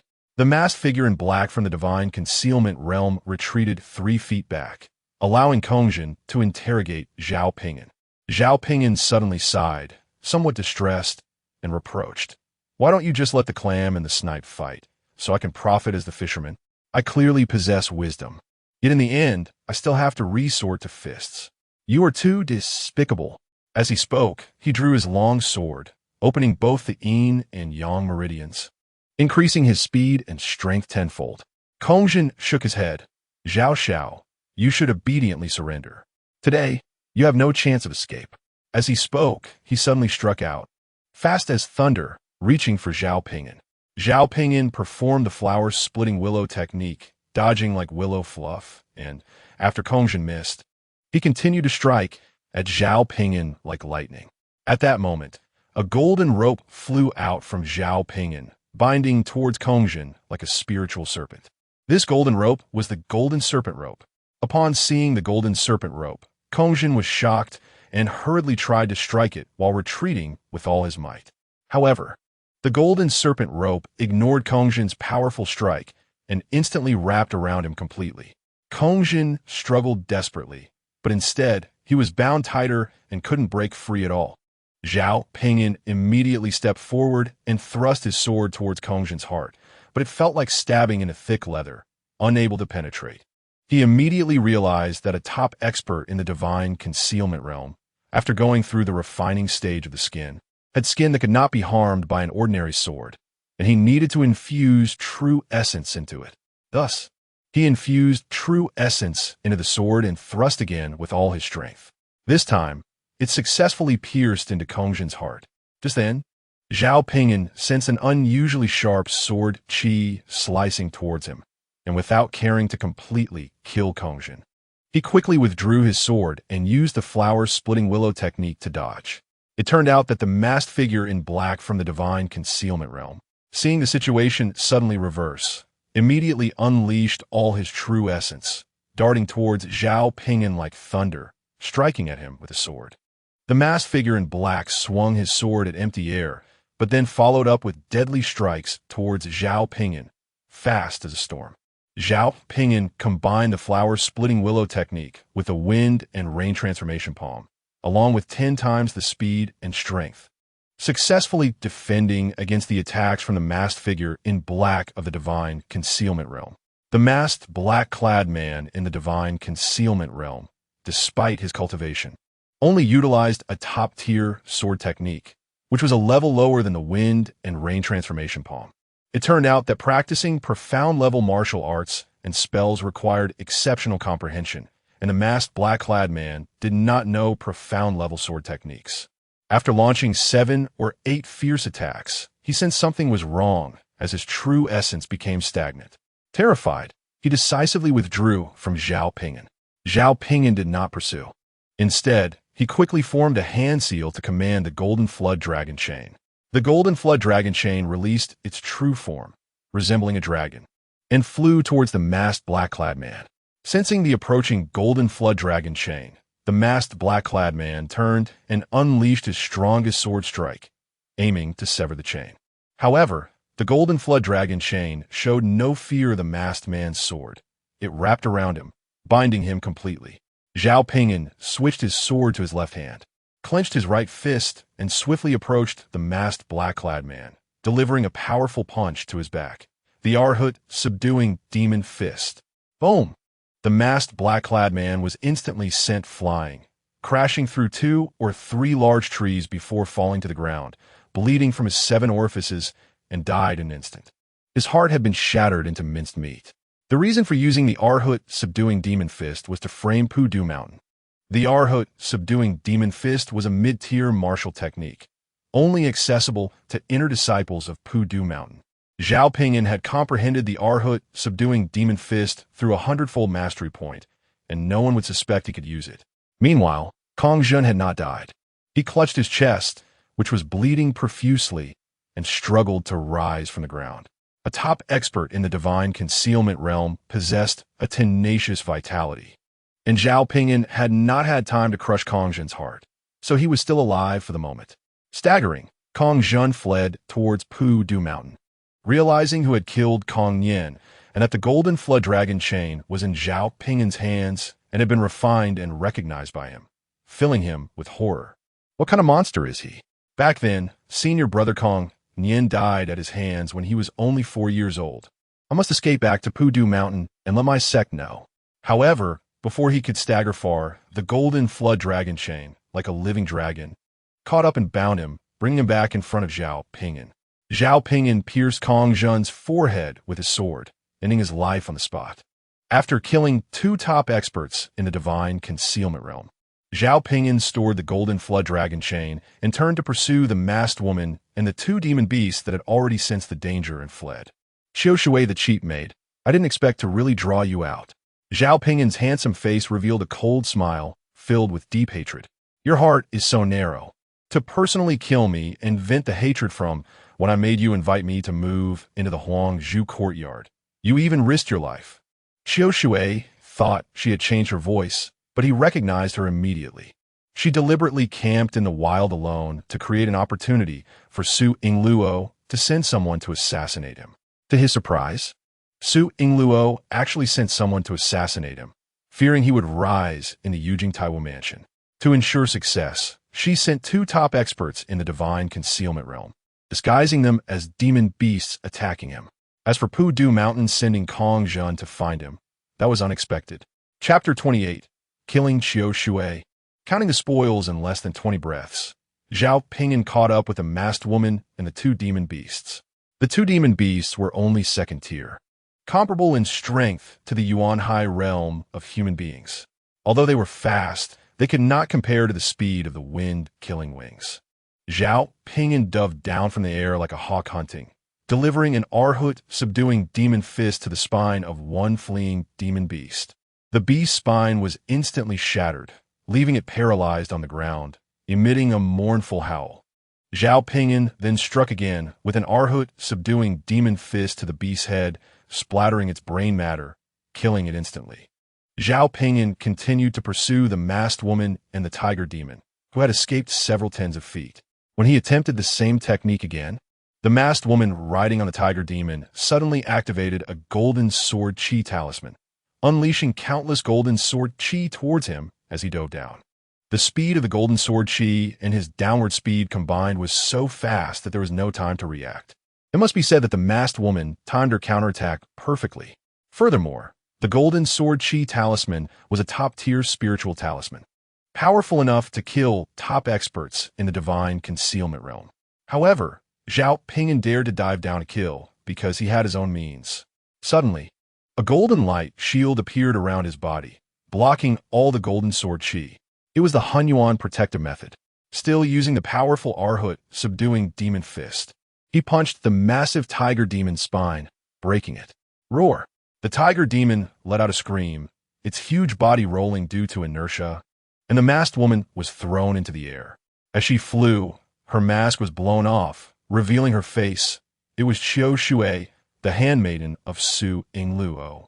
Zhao Ping'an abandoned the paralyzed tiger demon and lunged at Xiao Shui. As soon as Xiao Shui landed, his fists followed closely. Buzz! Just as he was about to hit Xiao Shui, a golden shield appeared around her, blocking Zhao Ping'an's fist. It was a stronger protective talisman than the Golden Bell talisman. A golden light talisman, a high-quality spiritual talisman capable of defending against attack from masters in the refinement realm. Zhao Ping'an sneered, opened his solar meridian, and an ocean of true essence surged forth as he struck again. Bang!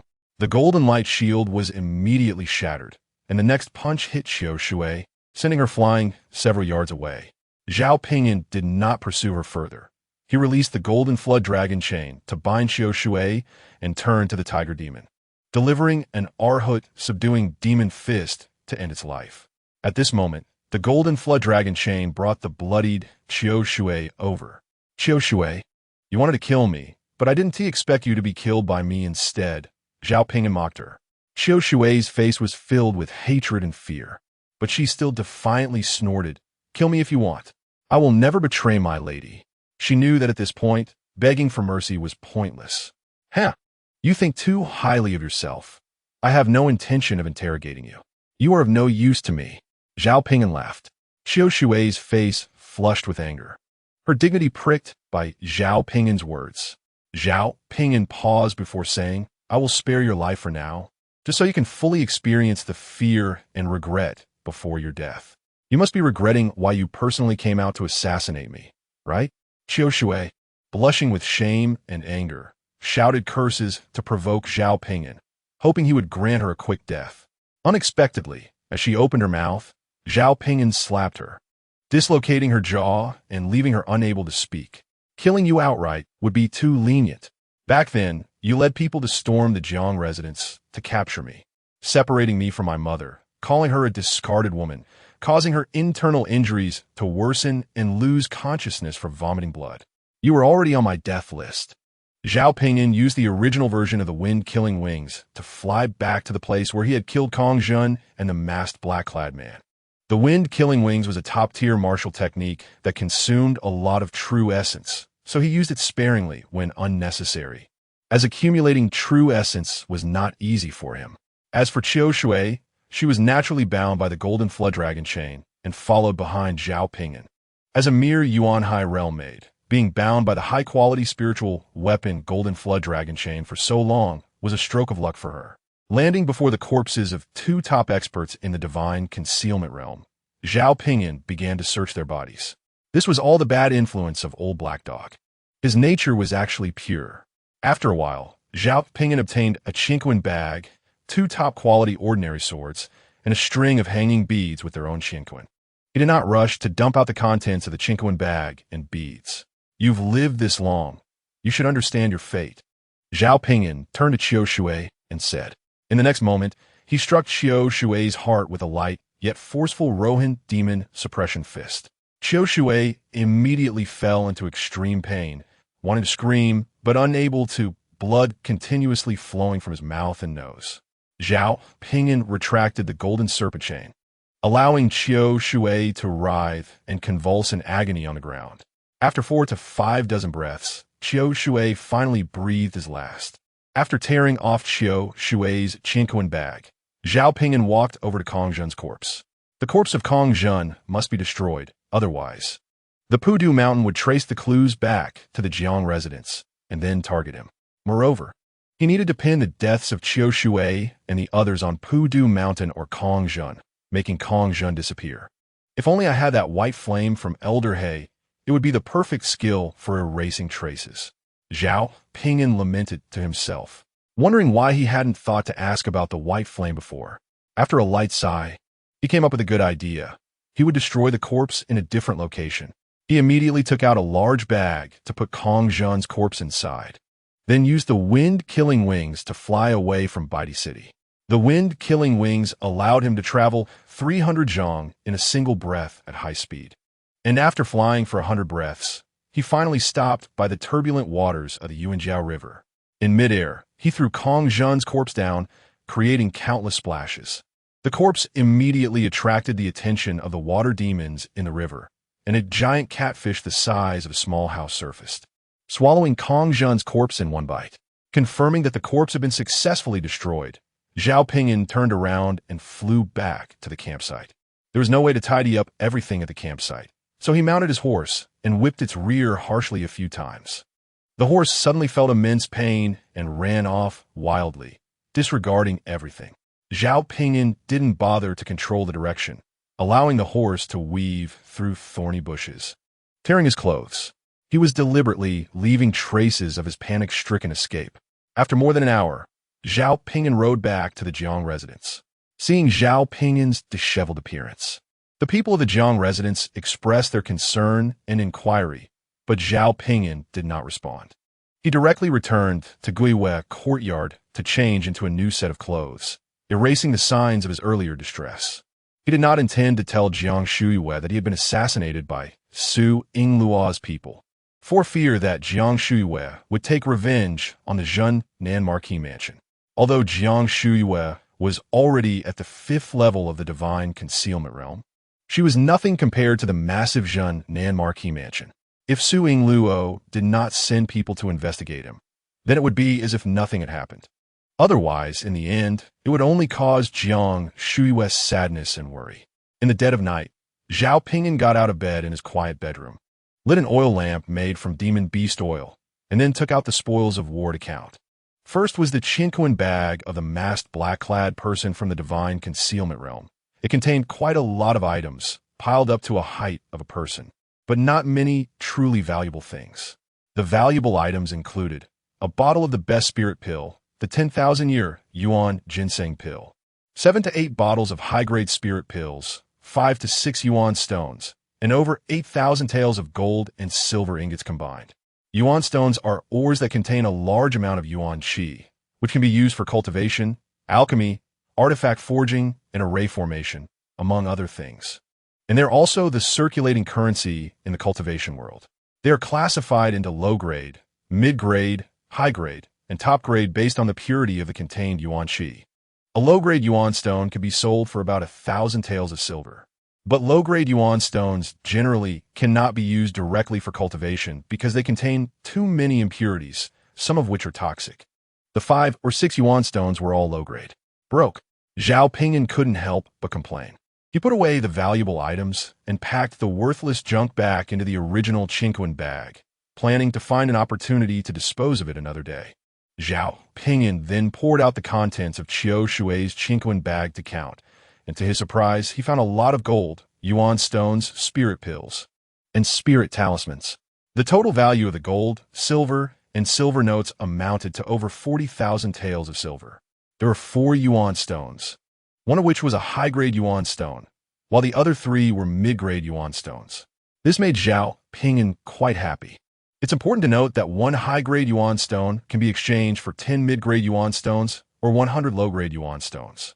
High-grade Yuan stones can be used directly for cultivation, while mid-grade Yuan stones can also be used, but they are not recommended for that purpose. High-grade Yuan stones resemble crystal stones, with visible rich Yuan Qi contained inside as a liquid, emanating a shimmering light. Zhao Ping'an held the high-grade Yuan stone in his hand, playing with it, and found it hard to part with.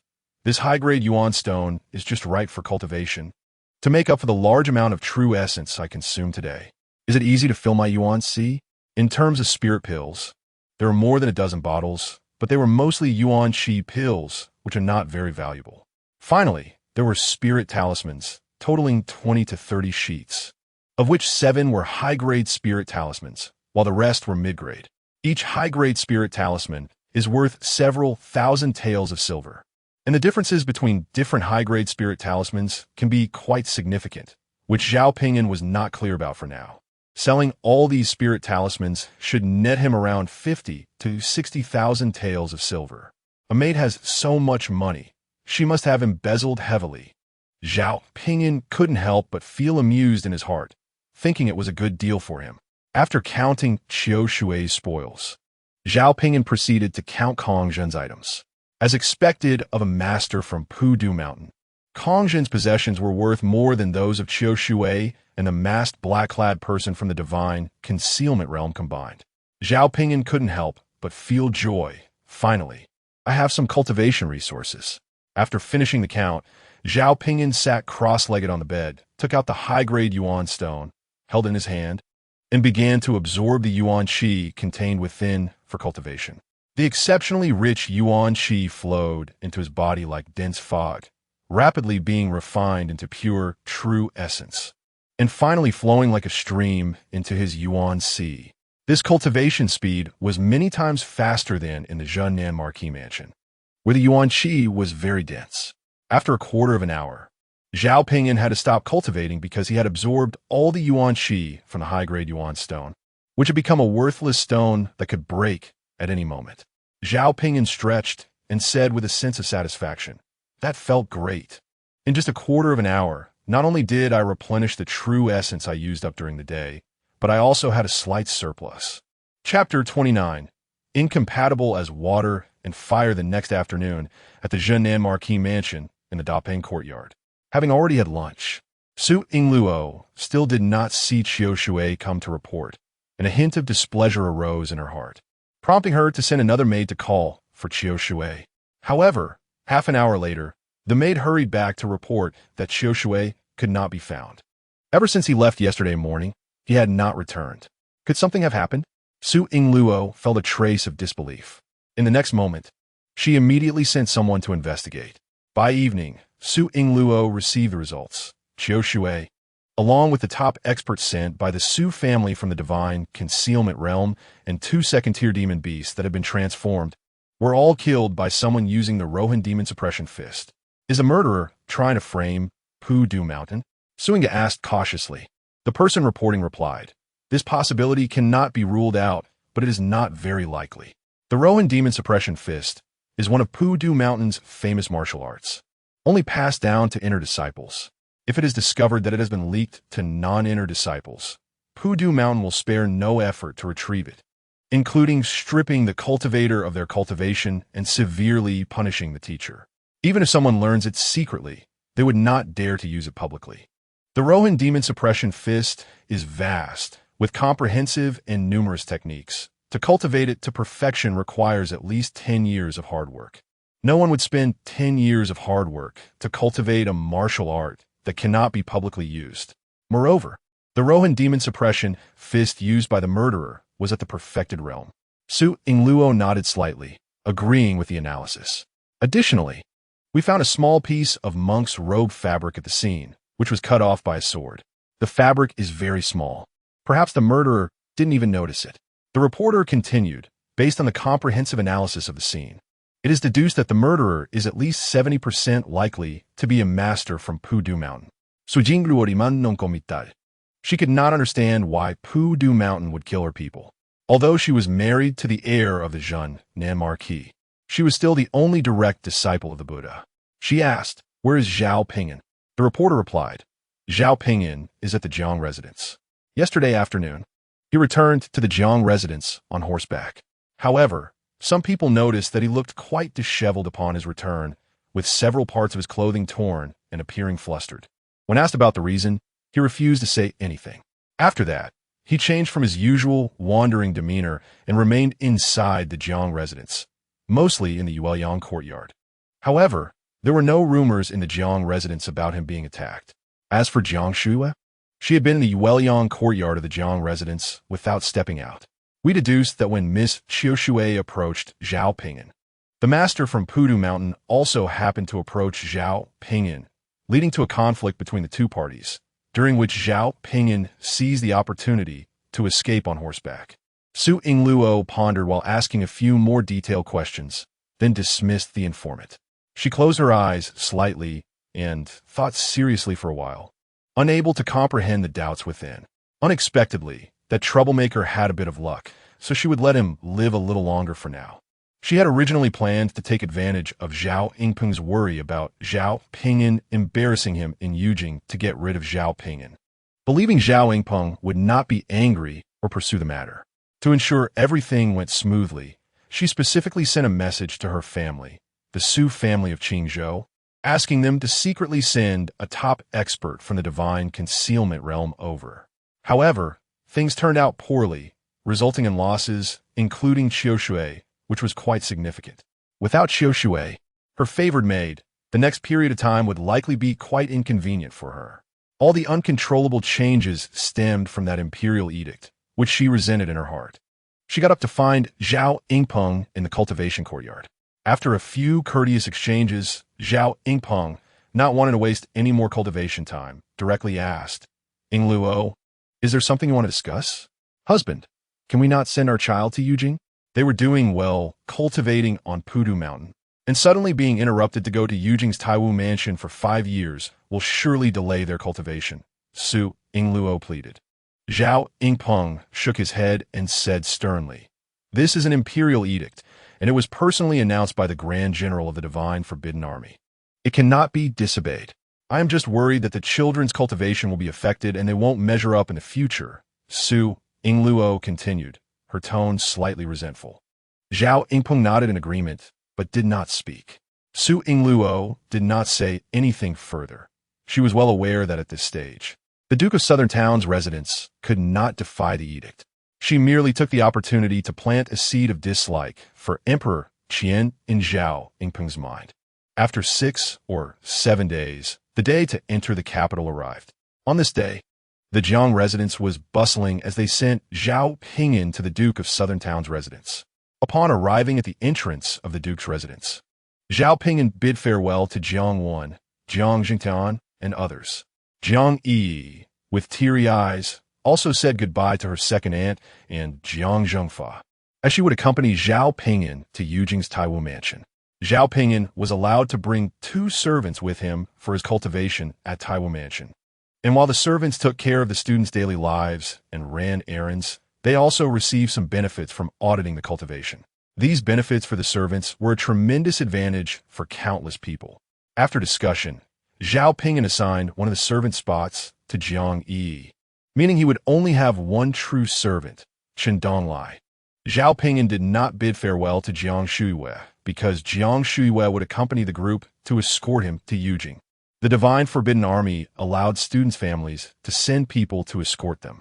After a brief moment of farewells, Zhao Ping'an, Jiang Yi, and Chen Donglai formally entered the Duke of Southern Town's residence. Jiang Shuiwei was unwilling to step into the Duke of Southern Town's residence, so she waited outside for the group to come out before following along. Zhao Ping'an had not walked far into the Duke of Southern Town's residence when a middle-aged steward approached him and said coldly, "The Duke will give a speech to all the young disciples going to Yujing's Taiwu mansion in the Zhuangxing Hall. Young Master Ping'an, please follow me immediately. Lead the way," Zhao Ping'an replied calmly. The middle-aged steward turned and led the way to the Zhuangxing Hall. The Zhuangxing Hall served as the departure point for the Duke of Southern Town's disciples heading to the front lines. After about half a stick of incense, Zhao Ping'an followed the middle-aged steward to the Zhuangxing Hall. The hall consisted of a large main hall and a large square in front of it. When there were many people, the farewell would take place in the square, and when there were fewer, it would be held in the main hall. This time, the farewell for the Duke of Southern Town's residence was held in the main hall. As Zhao Ping'an entered the main hall, Jiang Yi and Chen Donglai were kept outside to wait. As soon as he stepped into the hall, he immediately attracted the attention of everyone inside.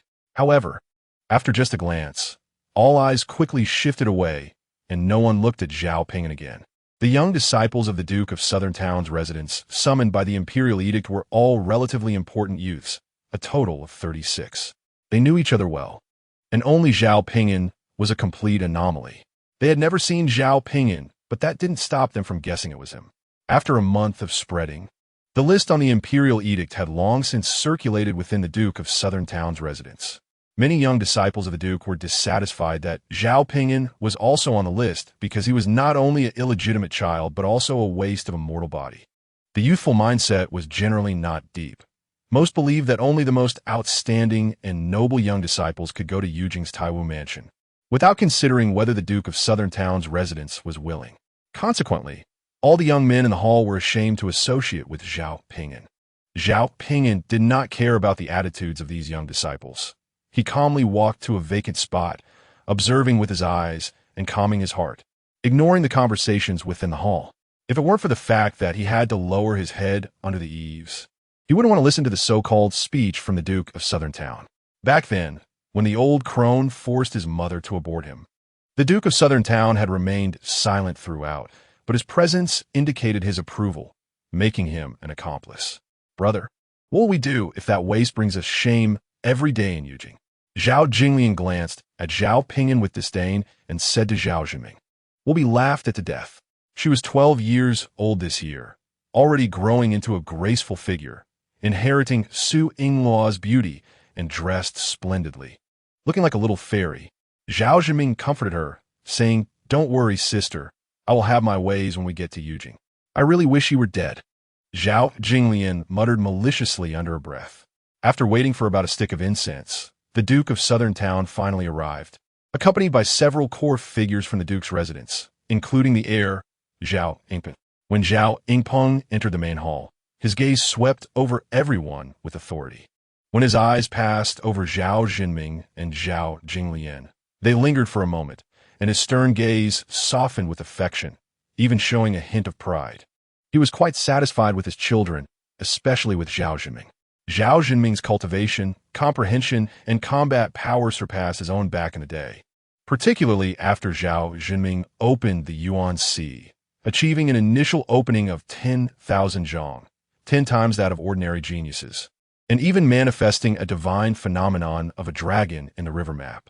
The divine phenomenon of the Yuan Sea was incredibly extraordinary when unleashed in battle. It not only enhanced one's own strength, but also suppressed and weakened the enemy. This was the hallmark of the top-tier human prodigies. Additionally, Zhao Jinming was handsome, with a noble demeanor and an excellent appearance. This was his perfect son. Zhao Ping'an's gaze continued to scan, and the next moment, a completely unfamiliar young figure appeared in his sight.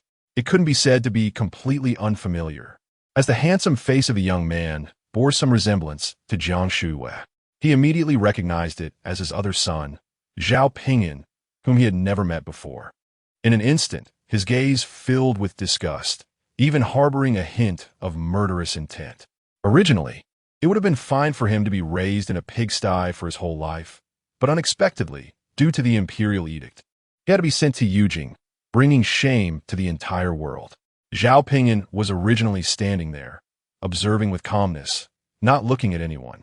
However, when Zhao Ping'an's gaze fell on him, he sensed the murderous intent directed at him and raised his eyes, coincidentally meeting Zhao Ping'an's gaze. Zhao Ping'an did not know what Zhao Ping'an looked like, but due to their blood relation, just a single glance allowed him to guess. Despite the so-called father's gaze, despite the murderous intent in his eyes, Zhao Ping'an did not lower his head or shy away from the gaze. He stared unflinchingly at Zhao Ping'an, wanting to see clearly the enemy who had kept him under house arrest for 12 years. Seeing Zhao Ping'an not avoiding his gaze, Zhao Ping'an's heart was filled with even more disgust. He kept his eyes fixed on Zhao Ping'an, his gaze filled with threats, trying to force Zhao Ping'an to lower his head, but Zhao Ping'an refused to back down. Even when they reached the innermost part of the Great Hall, Zhao Ping'an did not get his wish. He had to look away and face all the youths who were going to the Yujing Taiwu mansion. After the youths saluted the Duke of Southern Town and other elders, the Duke of Southern Town began his speech. Zhao Ping'an listened without paying attention, roughly understanding that the key points of the Duke's speech were 3. First, all youths must remember that they are members of the Duke's family, rooted in the Duke's house, living as members of the Duke's house and dying as souls of the Duke's house. Second, after arriving in Yujing, the Duke's children must unite, support each other, and bring glory to the Duke's house. Third, after entering the Yujing Taiwu mansion, the Duke's house would continue to focus on cultivating the youths. Once the Duke finished his speech, he immediately distributed a generous amount of training resources to each person, 10 bottles of high-quality vitality pills, 13 spirit talismans, 3 high-grade talismans, and 10 mid-grade talismans, and 50,000 taels in silver notes. The value of these training resources exceeded 120,000 taels of silver. The youths lined up joyfully and excitedly to receive this generous training resource. When it was Zhao Ping'an's turn, I don't want it. He was unwilling to accept even a bit of the Duke's house's favor. The person distributing the training resources frowned slightly and turned to Zhao Ping'an with a questioning look. Zhao Ping'an said in a deep voice, "He is not worthy." The person distributing the resources then skipped over Zhao Ping'an. After distributing the training resources under the Duke's order, they officially left the Zhuangxing Hall and set off. However, the actual departure point was not the Duke's house, but outside the North City Gate, where the Divine Forbidden Army and the transport airship were waiting. Zhao Ping'an left the Duke's house with the group, and Jiang Shuiwei, who was waiting outside, followed the group but kept her distance from the Duke's people. The procession was grand, with many citizens watching along the way. They arrived at the North City Gate and walked in front of the massive expedition airship. The expedition airship was 100 zhong long, over 20 zhong wide, and over 30 zhong high, with its surface covered in dense talismanic engravings, and its sides equipped with various powerful long-range attack weapons, looking quite ferocious and terrifying. Yujing was located in the central northern part of the Dacian kingdom, while Baidi City was in the southern border, with the two cities separated by more than 10,000 miles. The divine forbidden army could not ride horses to deliver the imperial edict to the duke's house, so they used the expedition airship instead. Moreover, it was not only for transportation, but also served a deterrent purpose, compelling the duke's house to obey the edict. Before boarding the airship, the divine forbidden army allowed the students to say their final goodbyes to their families. After patiently reminding Zhao Jinming and Zhao Jinglian together with Su Yingluo, Zhao Yingpeng walked up to Zhao Ping'an, ignoring Jiang Shuiwei, who was standing next to Zhao Ping'an. When you arrive in Yujing, do not consider yourself a member of the duke's house. He warned Zhao Ping'an coldly. If you are useless, you should have self-awareness and keep a low profile. If you dare to embarrass me, bring shame to the duke's house, and make a fool of yourself, I will not spare you. Don't blame me for being merciless. Chapter 30. Unyielding. Before Zhao Ping'an could speak, Jiang Shuiwei had already shielded Zhao Ping'an behind her and sharply rebutted Zhao Yingpeng. Ping'an is not useless. He is more talented than everyone. Zhao Yingpeng, there is no one in the world who acts like a father as you do. Jiang Shuiwei's voice rose in excitement, instantly drawing the attention of everyone around. Being publicly accused of failing as a father made Zhao Yingpeng feel embarrassed. His expression immediately darkened as he exuded a terrifying aura of the law image realm, pressing down on Jiang Shuiwei and Zhao Ping'an. You lowly maid, you dare to defy me in public.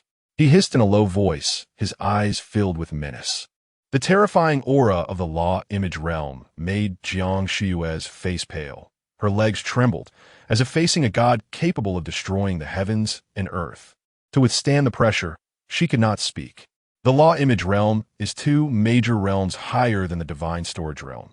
As the saying goes, one realm is a world of its own, and the difference in strength is like the difference between heaven and earth.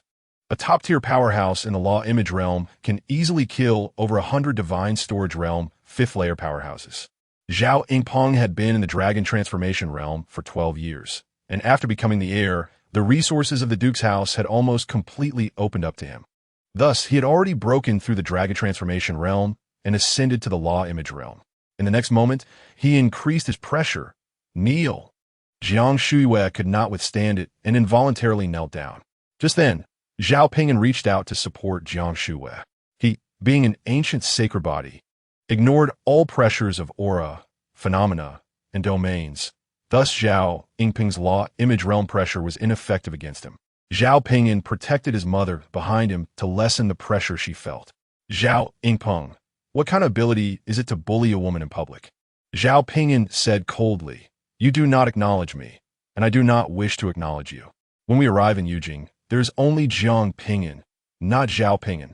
His voice was neither too high nor too low, and everyone around could hear it, immediately whispering among themselves, a variety of discussions arising. Zhao Yingpeng's face turned ashen in an instant, and he was filled with rage, his eyes filled with murderous intent as he cursed. Bastard! Zhao Ping'an did not back down, glaring angrily at Zhao Yingpeng. He had already sensed Zhao Yingpeng's killing intent, but he was unafraid. He was ready to unleash his sacred body's heavenly phenomenon divine ability to fight Zhao Yingpeng. The only reason he had not done so immediately was that using the sacred body's heavenly phenomenon divine ability might expose his secret of being an ancient sacred body.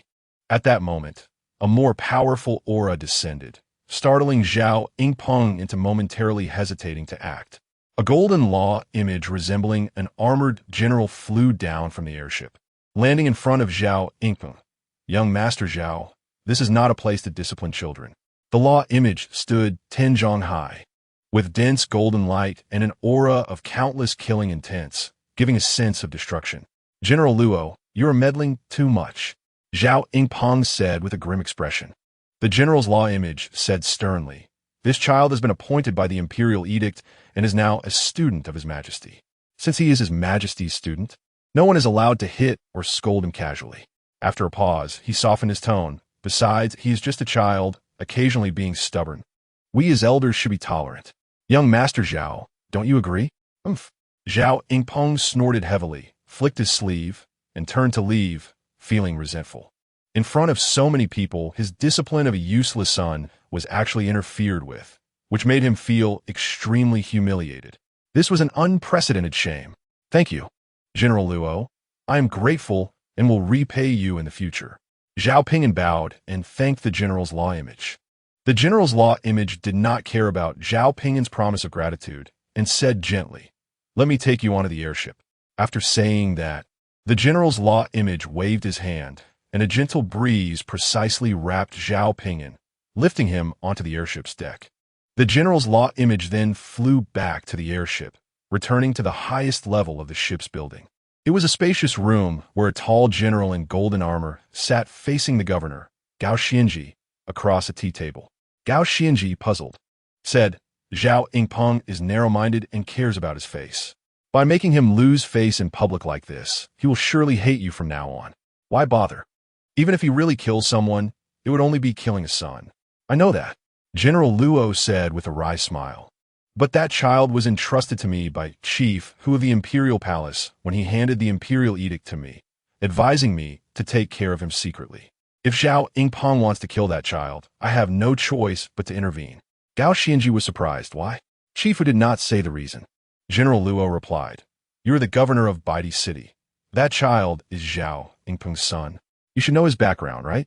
As Gao Xianji pondered, he slowly said, "That child is Zhao Ping'an. He is indeed an anomaly in the Duke's house. Although he is Zhao Yingpeng's eldest illegitimate son and quite intelligent, he is unfortunately a mortal body. A mortal body cannot possibly shake the foundations of the Zhen Nanhou mansion." At this point, he suddenly said, "The Zhen Nanhou is actually loyal to His Majesty and the court." Perhaps. General Luo did not comment, saying, however, that the Zhen Nanhou mansion is too close to Pudu Mountain. Gao Xianji said with hatred, "Those bald donkeys from Pudu Mountain are truly detestable, daring to plot rebellion and establish a nation." Under the expedition spaceship, Su Yingluo, Zhao Jinming, and Zhao Jinglian walked up to Zhao Yingpeng.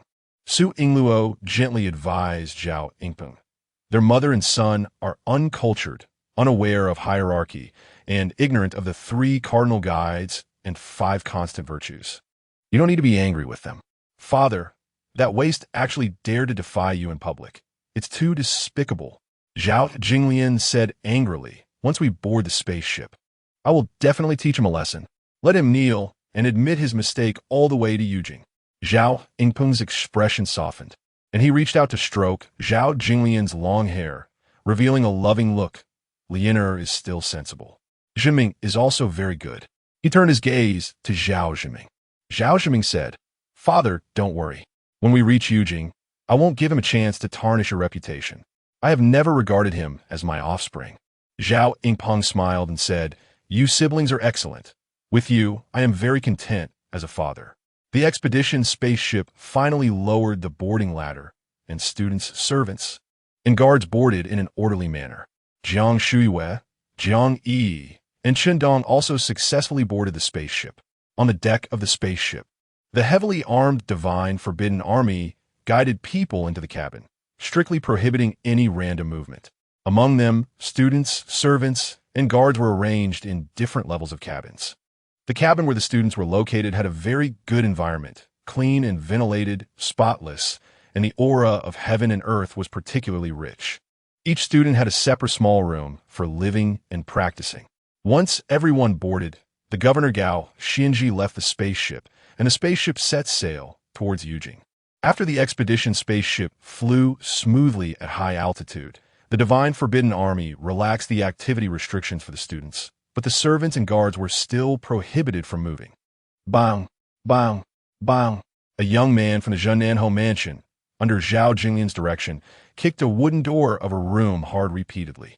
However, this was inside the expedition spaceship, and with the strict Divine Forbidden Army around, that young man from the Zhennanhou mansion did not dare to actually break the door.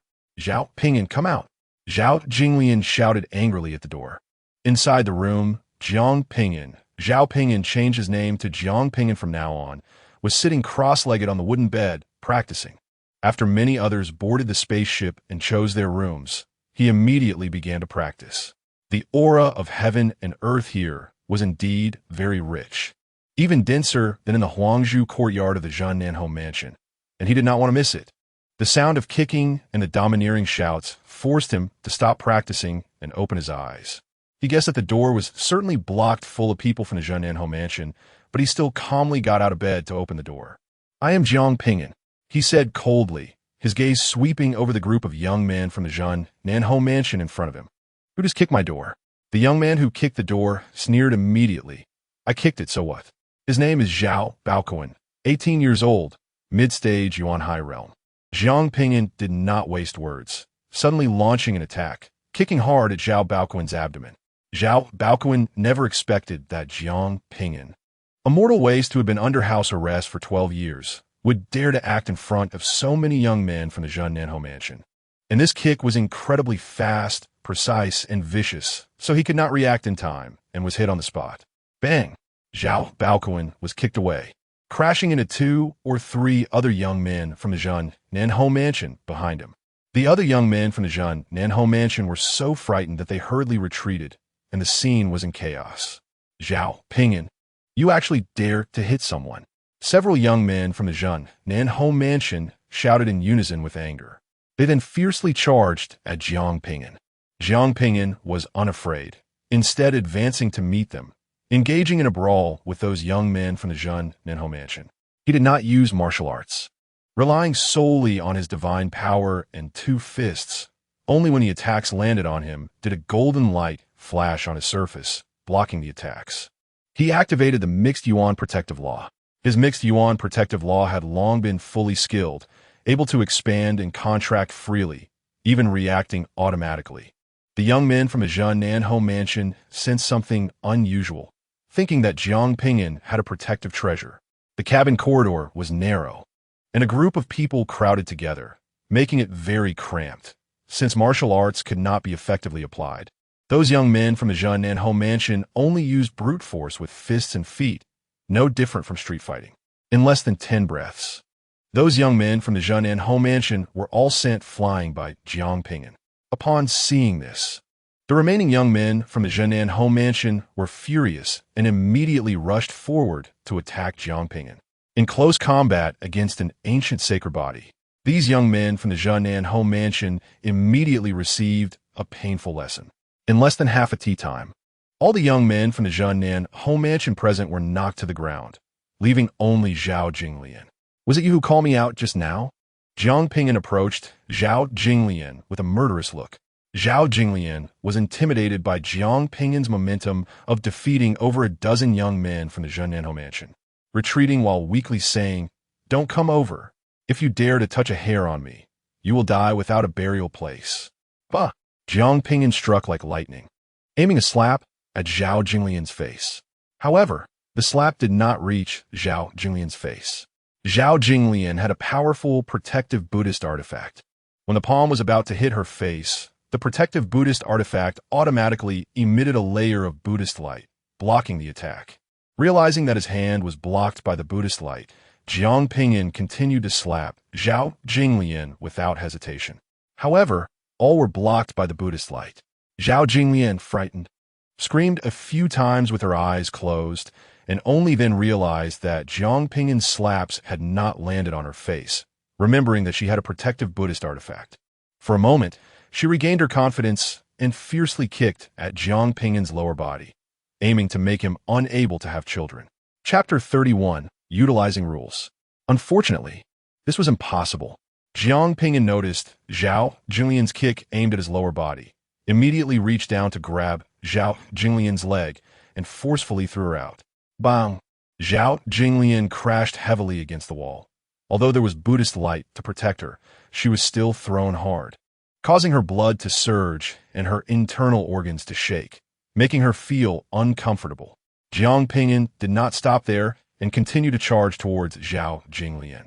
Just then, several heavily armed members of the Divine Forbidden Army arrived, with the leading general exuding a dragon-like aura and a killing intent. "Everyone stop," the leading general shouted sternly. "Fighting is prohibited inside the ship." Zhao Ping'an immediately stopped, lowered his hands, and returned to a harmless and quiet, handsome appearance. Zhao Jinglian and the other young men from the Zhenan home mansion got up from the ground, although they did not fight back. Their gazes towards Zhao Ping'an were filled with murderous intent and anger. They were actually beaten by a mortal waste. It must have been a narrow corridor of the cabin that affected their performance. The leading general said sternly, "Fighting in the cabin, regardless of right or wrong. Everyone will receive 100 military sticks, including those who did not participate in the same level of cabin." Hearing the words military sticks, the young men from the Zhenan home mansion all changed their expressions drastically. Military sticks are used by executors of the same cultivation level as the punished.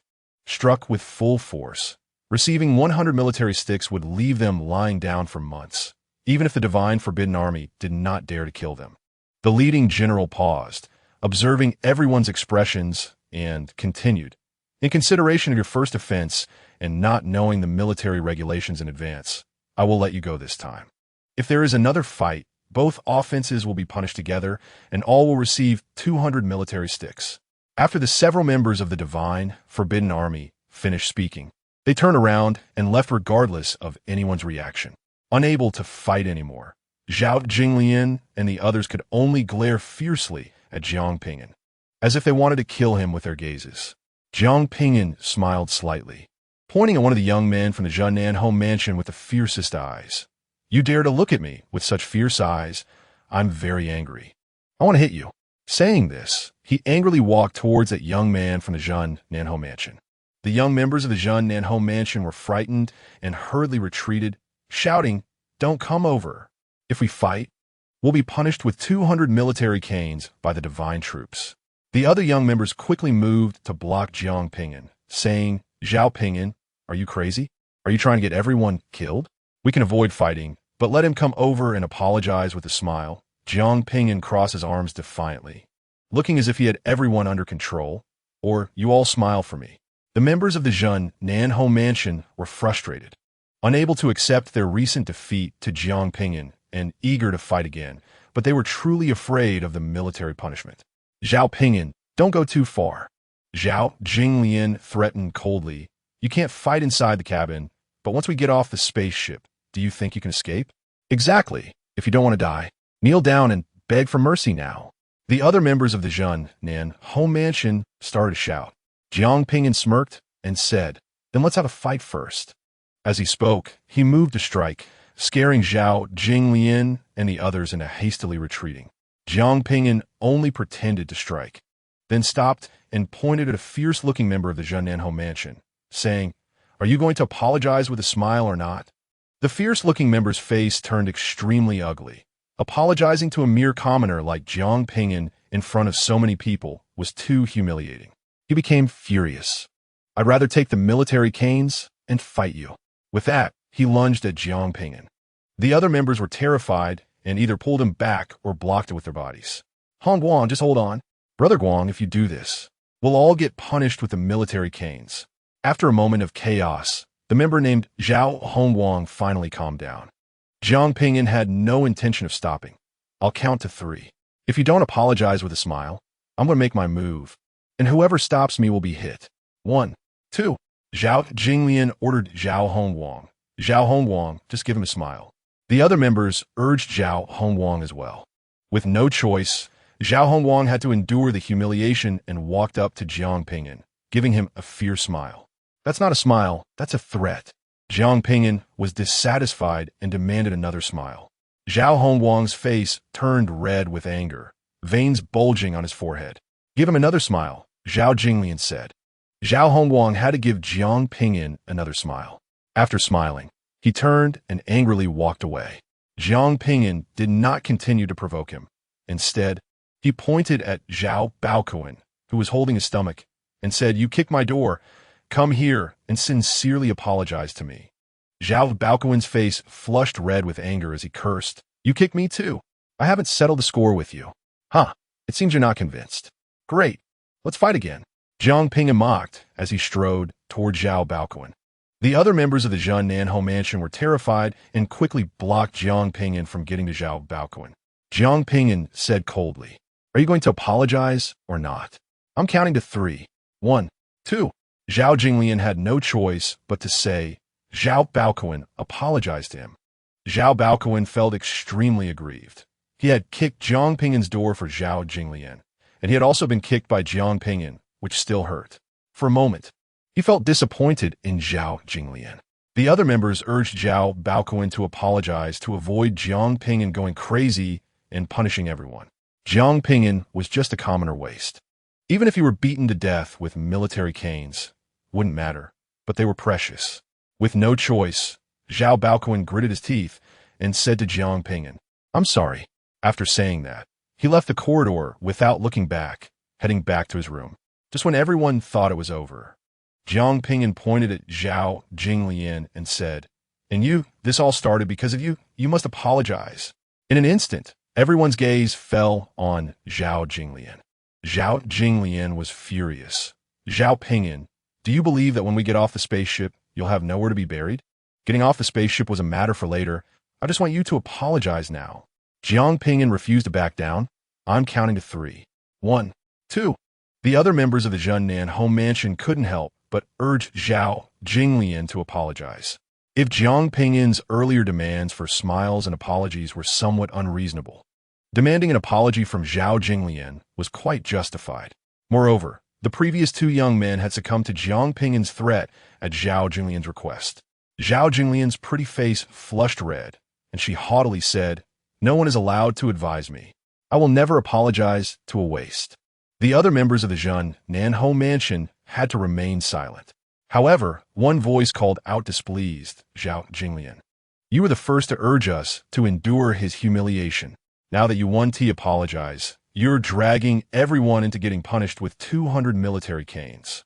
Zhao Jinglian turned around angrily to glare, and the speaker was Zhao Hongguang, the young man forced to apologize to Zhao Ping'an. Zhao Hongguang, are you looking for death? Zhao Jinglian threatened, pointing at him. Zhao Hongguang chuckled a couple of times. While he didn't dare to directly argue with Zhao Jinglian, he also wasn't willing to back down.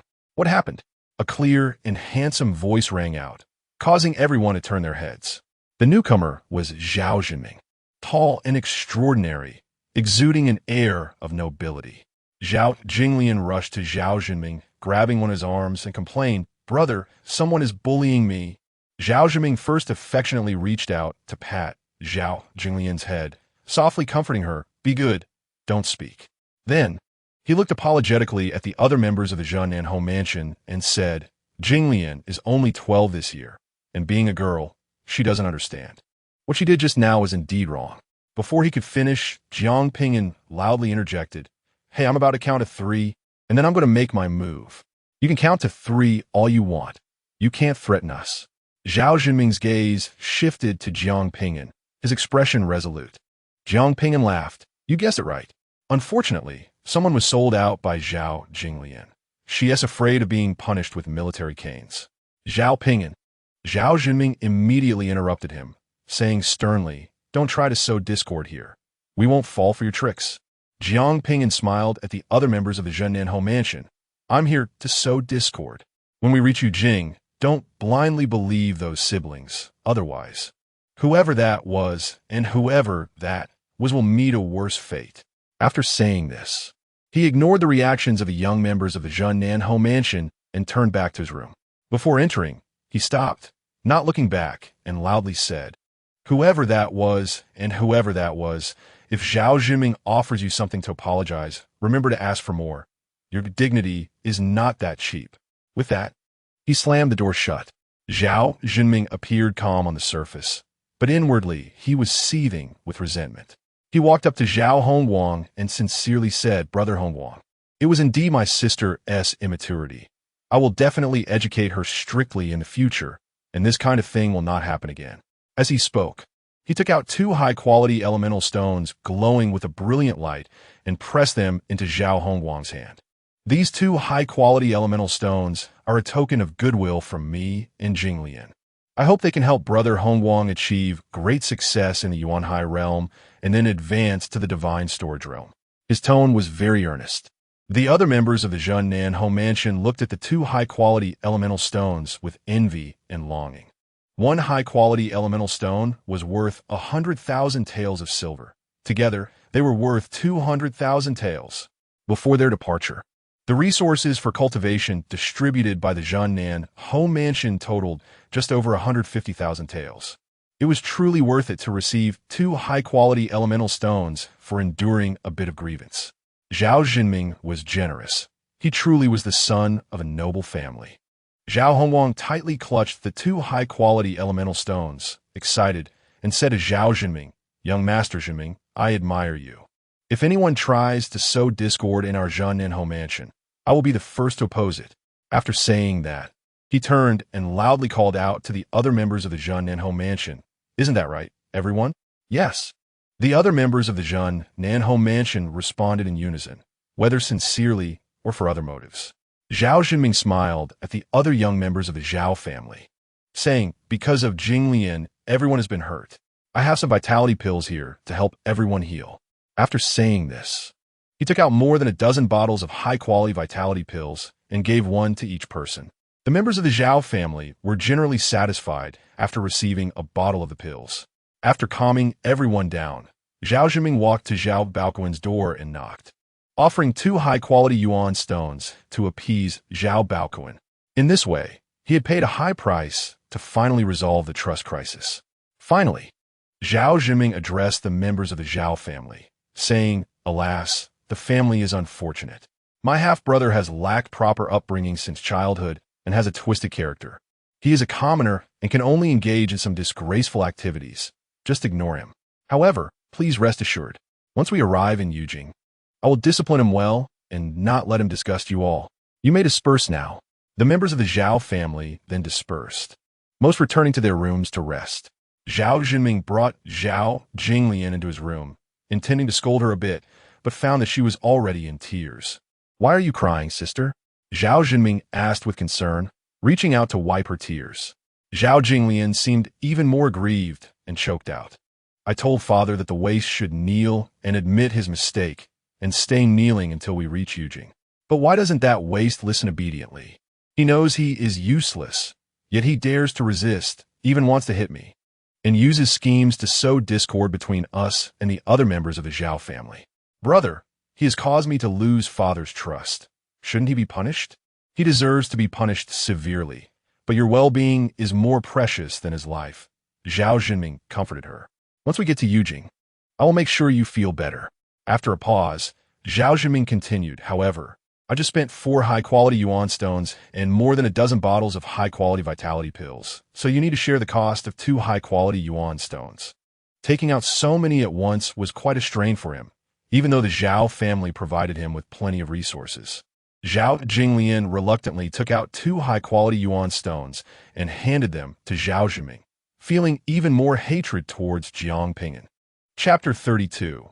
The genius ranking competition. The spaceship did not return directly to Yujing, but flew to other states to pick up the children of other lords, including some powerful families from various regions.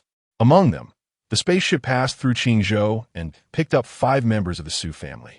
As more and more people boarded, the atmosphere on the spaceship grew lively. However, none of this concerned Zhao Ping'an, who spent most of his time in his room absorbing the vitality of heaven and earth to cultivate. He had innate connections throughout his body, plus he was an ancient sacred body, allowing him to cultivate uninterrupted for 12 hours a day, while others could manage only 1 hour at most. After more than a month, the spaceship finally arrived at Yujing. Before entering Yujing, Zhao Ping'an stood on the deck of the expedition ship, looking down at the entire Yujing city, feeling extremely shocked. He saw that Yujing city was located north to south, backed by the towering Yulong Mountain, with one of its ridges extending into part of Yujing city. Yujing city stretched more than 300 miles east to west and more than 200 miles north to south, with a continuous array of buildings and numerous hills, along with 3 or 4 rivers. The city walls were 100 feet high, wide at the bottom and narrow at the top, 30 feet wide at the bottom and 10 feet wide at the top, covered in intricate patterns. Truly, it was the premier land of the largest nation of mankind. The expedition ship did not fly directly into Yujing, but instead entered through a south gate that was 100 feet wide and 60 feet high. After entering the city, The ship ascended again and flew for more than 200 miles before landing on a half-mountain plaza on a mountaintop in the northeast of Yujing City. The mountain was about 200 feet high, with a gentle slope and an area of over 30,000 acres. The plaza was 100 feet long and 60 feet wide, paved with uniform and sturdy dark blue stones. After disembarking, the students, servants, and guards stood in groups.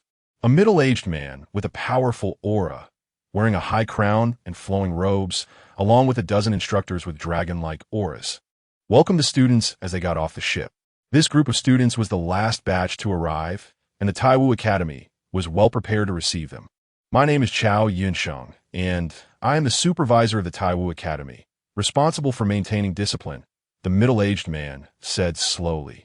His voice was not loud, but it resonated clearly in everyone's ears.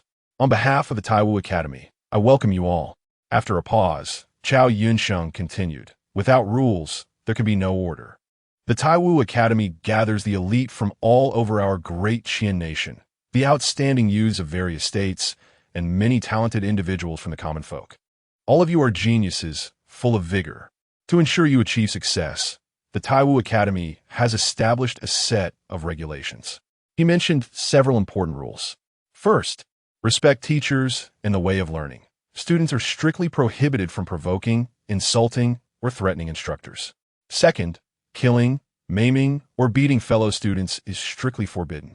Third, all techniques, spells, martial arts, and secret arts within the academy must not be leaked outside. These rules apply to everyone, regardless of their background. Anyone who violates them will be severely punished without leniency. As Chao Yunsheng spoke the last part, he used a secret technique, and although his voice was not loud, it carried a sense of authority that left all the students feeling shaken and filled with fear and obedience. After a brief pause, to allow the students to collect themselves, Chao Yunsheng continued, "Now, stand according to your cultivation levels. Those in the meridian opening realm on the left, those in the Yuan Sea realm in the middle, and those in the refinement realm on the right." A quarter of the students began to move left, while no one moved to the right, with 3/4 remaining in place. The Yuan Sea realm had the majority. After categorizing according to cultivation level, Chao Yunsheng directed the instructors behind him to lead the students to their dormitories. The academy's arrangement for student housing was clear. They aimed to disperse members from the same lord or family as much as possible, placing them in different dormitory areas. Once everyone had been assigned their accommodations, only Zhao Ping'an remained. "What is your name?" asked an instructor responsible for housing arrangements. "Which lord or family do you come from?" Zhao Ping'an replied, "My name is Zhao Ping'an, originally Zhao Ping'an, from the Zhao family of the South Town Marquis." Upon hearing that he had changed his surname, the instructor immediately guessed there were grievances within the noble family, but he was not concerned. "Wait, a student from the Zhao family who has changed his surname needs special attention." He took out a roster and glanced at it, then looked at Zhao Ping'an and said, "Your cultivation level should be in the meridian opening realm, right?" Zhao Ping'an practiced transforming the ordinary, and unless a sage personally arrived, no one could see through his cultivation level. "I am the Yuan Sea realm," Zhao Ping'an said, simultaneously releasing his Yuan Sea realm aura. Seeing that Zhao Ping'an was indeed in the Yuan Sea realm, the instructor thought for a moment and said with a gentle smile, "Zhao Ping'an, come with me.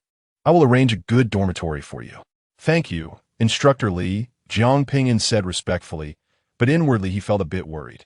After walking for a short while, Instructor Li finally stopped and pointed at an empty small courtyard, saying, "Zhao Ping'an, this will be your residence."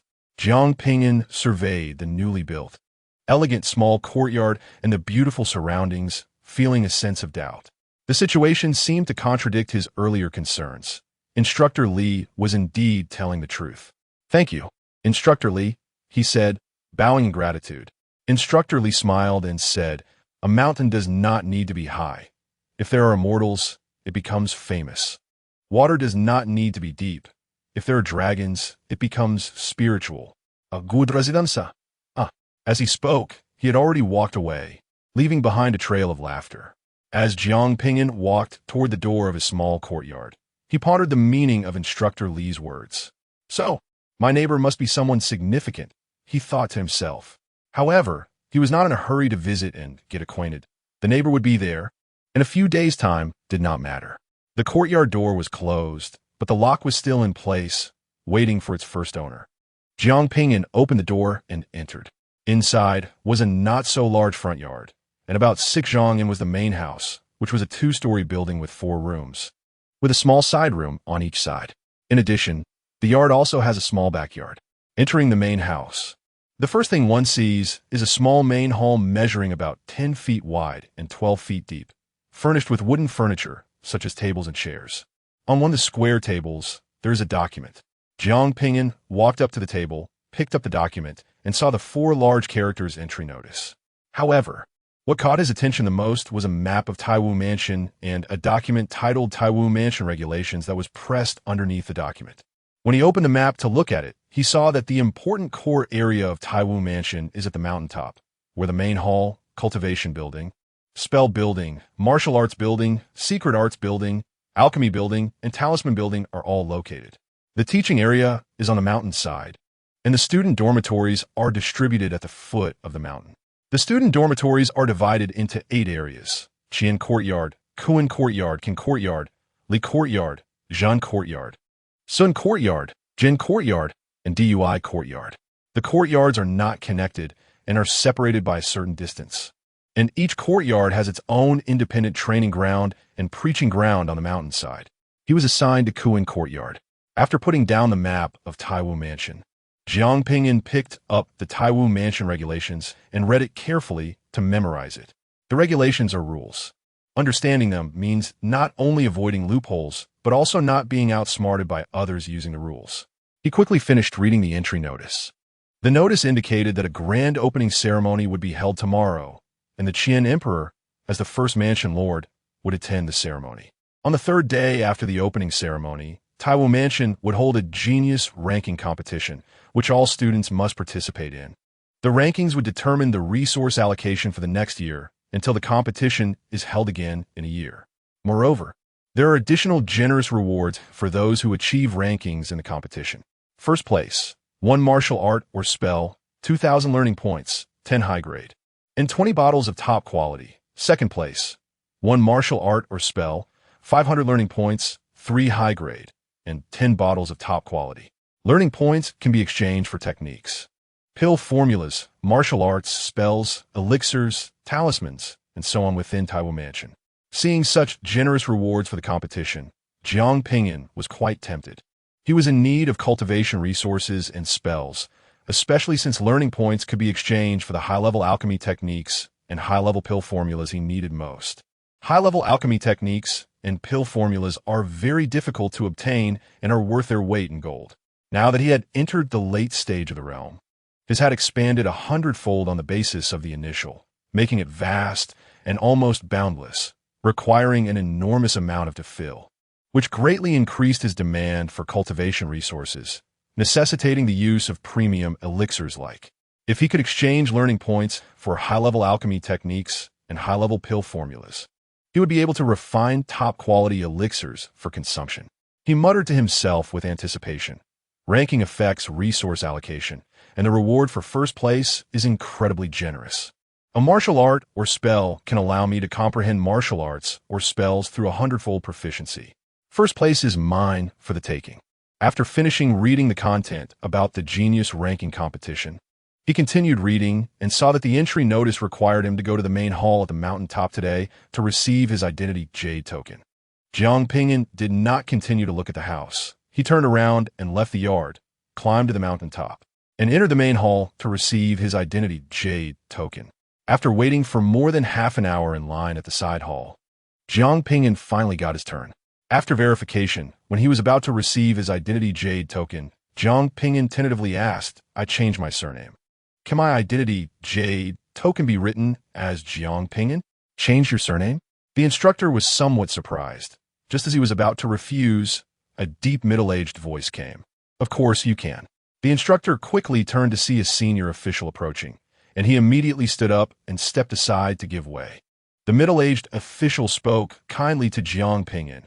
"Our Taiwu Mansion appreciates those with ideas and looks forward to your brilliance here." "Thank you," Zhao Ping'an replied. sensing that the middle-aged official seemed to have other intentions. The middle-aged official nodded slightly and turned to leave. Shortly after, Zhao Ping'an successfully received a jade token with the name Zhao Ping'an on it. From now on, at least within Taiwu Mansion, he would be Zhao Ping'an, not Zhao Ping'an. After successfully receiving the identity jade token, Zhao Ping'an immediately hurried to meet Jiang Shuiwei, Jiang Yi, and Chen Donglai. Taiwu Mansion is very large, and even though Zhao Ping'an walked quickly, it still took him half an hour to reach the place where the students, servants, and guards were concentrated. "Mother, cousin, are you all well?" Zhao Ping'an asked with concern. Although they were on the same flying ship during the journey, they hadn't seen each other for a month. "We are fine," Jiang Shuiwei nodded slightly and asked with concern. "And you?" Zhao Ping'an smiled and said, "Everything went smoothly for me." After chatting for a while, Zhao Ping'an took the initiative to detail his entry situation, including his dormitory. "It's getting late." Jiang Shuiwei looked up at the sky and said to Zhao Ping'an, "I need to leave Taiwu Mansion to find an inn to stay in. Once I find a place to settle down, I will send someone to inform you." This time, Jiang Shuiwei escorted Zhao Ping'an to Yujing and did not plan to return immediately. She was worried about Zhao Ping'an encountering problems in Yujing and wanted to spend more time with him, so she intended to stay in Yujing for about a year. In addition, she had a family task to establish a soap shop in Yujing and sell soap there. "Mother," Zhao Ping'an couldn't help but call out, feeling reluctant. But he didn't know what to say for a moment. Jiang Shuiwei smiled gently, reached out her jade hand to pat Zhao Ping'an on the head. But realizing he was much taller than her, she instead lightly patted his upper arm before turning to leave. After watching his mother leave, Zhao Ping'an took Jiang Yi and Chen Donglai to register them as his servants. After Jiang Yi and Chen Donglai received their servant identity jade tokens, they could finally enter Taiwu Mansion for real. Finally, Zhao Ping'an took Jiang Yi and Chen Donglai back to his dormitory in Kuan Courtyard, Jecha number. Chapter 33. Alchemy skills improved to high level the next day. The grand opening ceremony was held as scheduled and was very grand.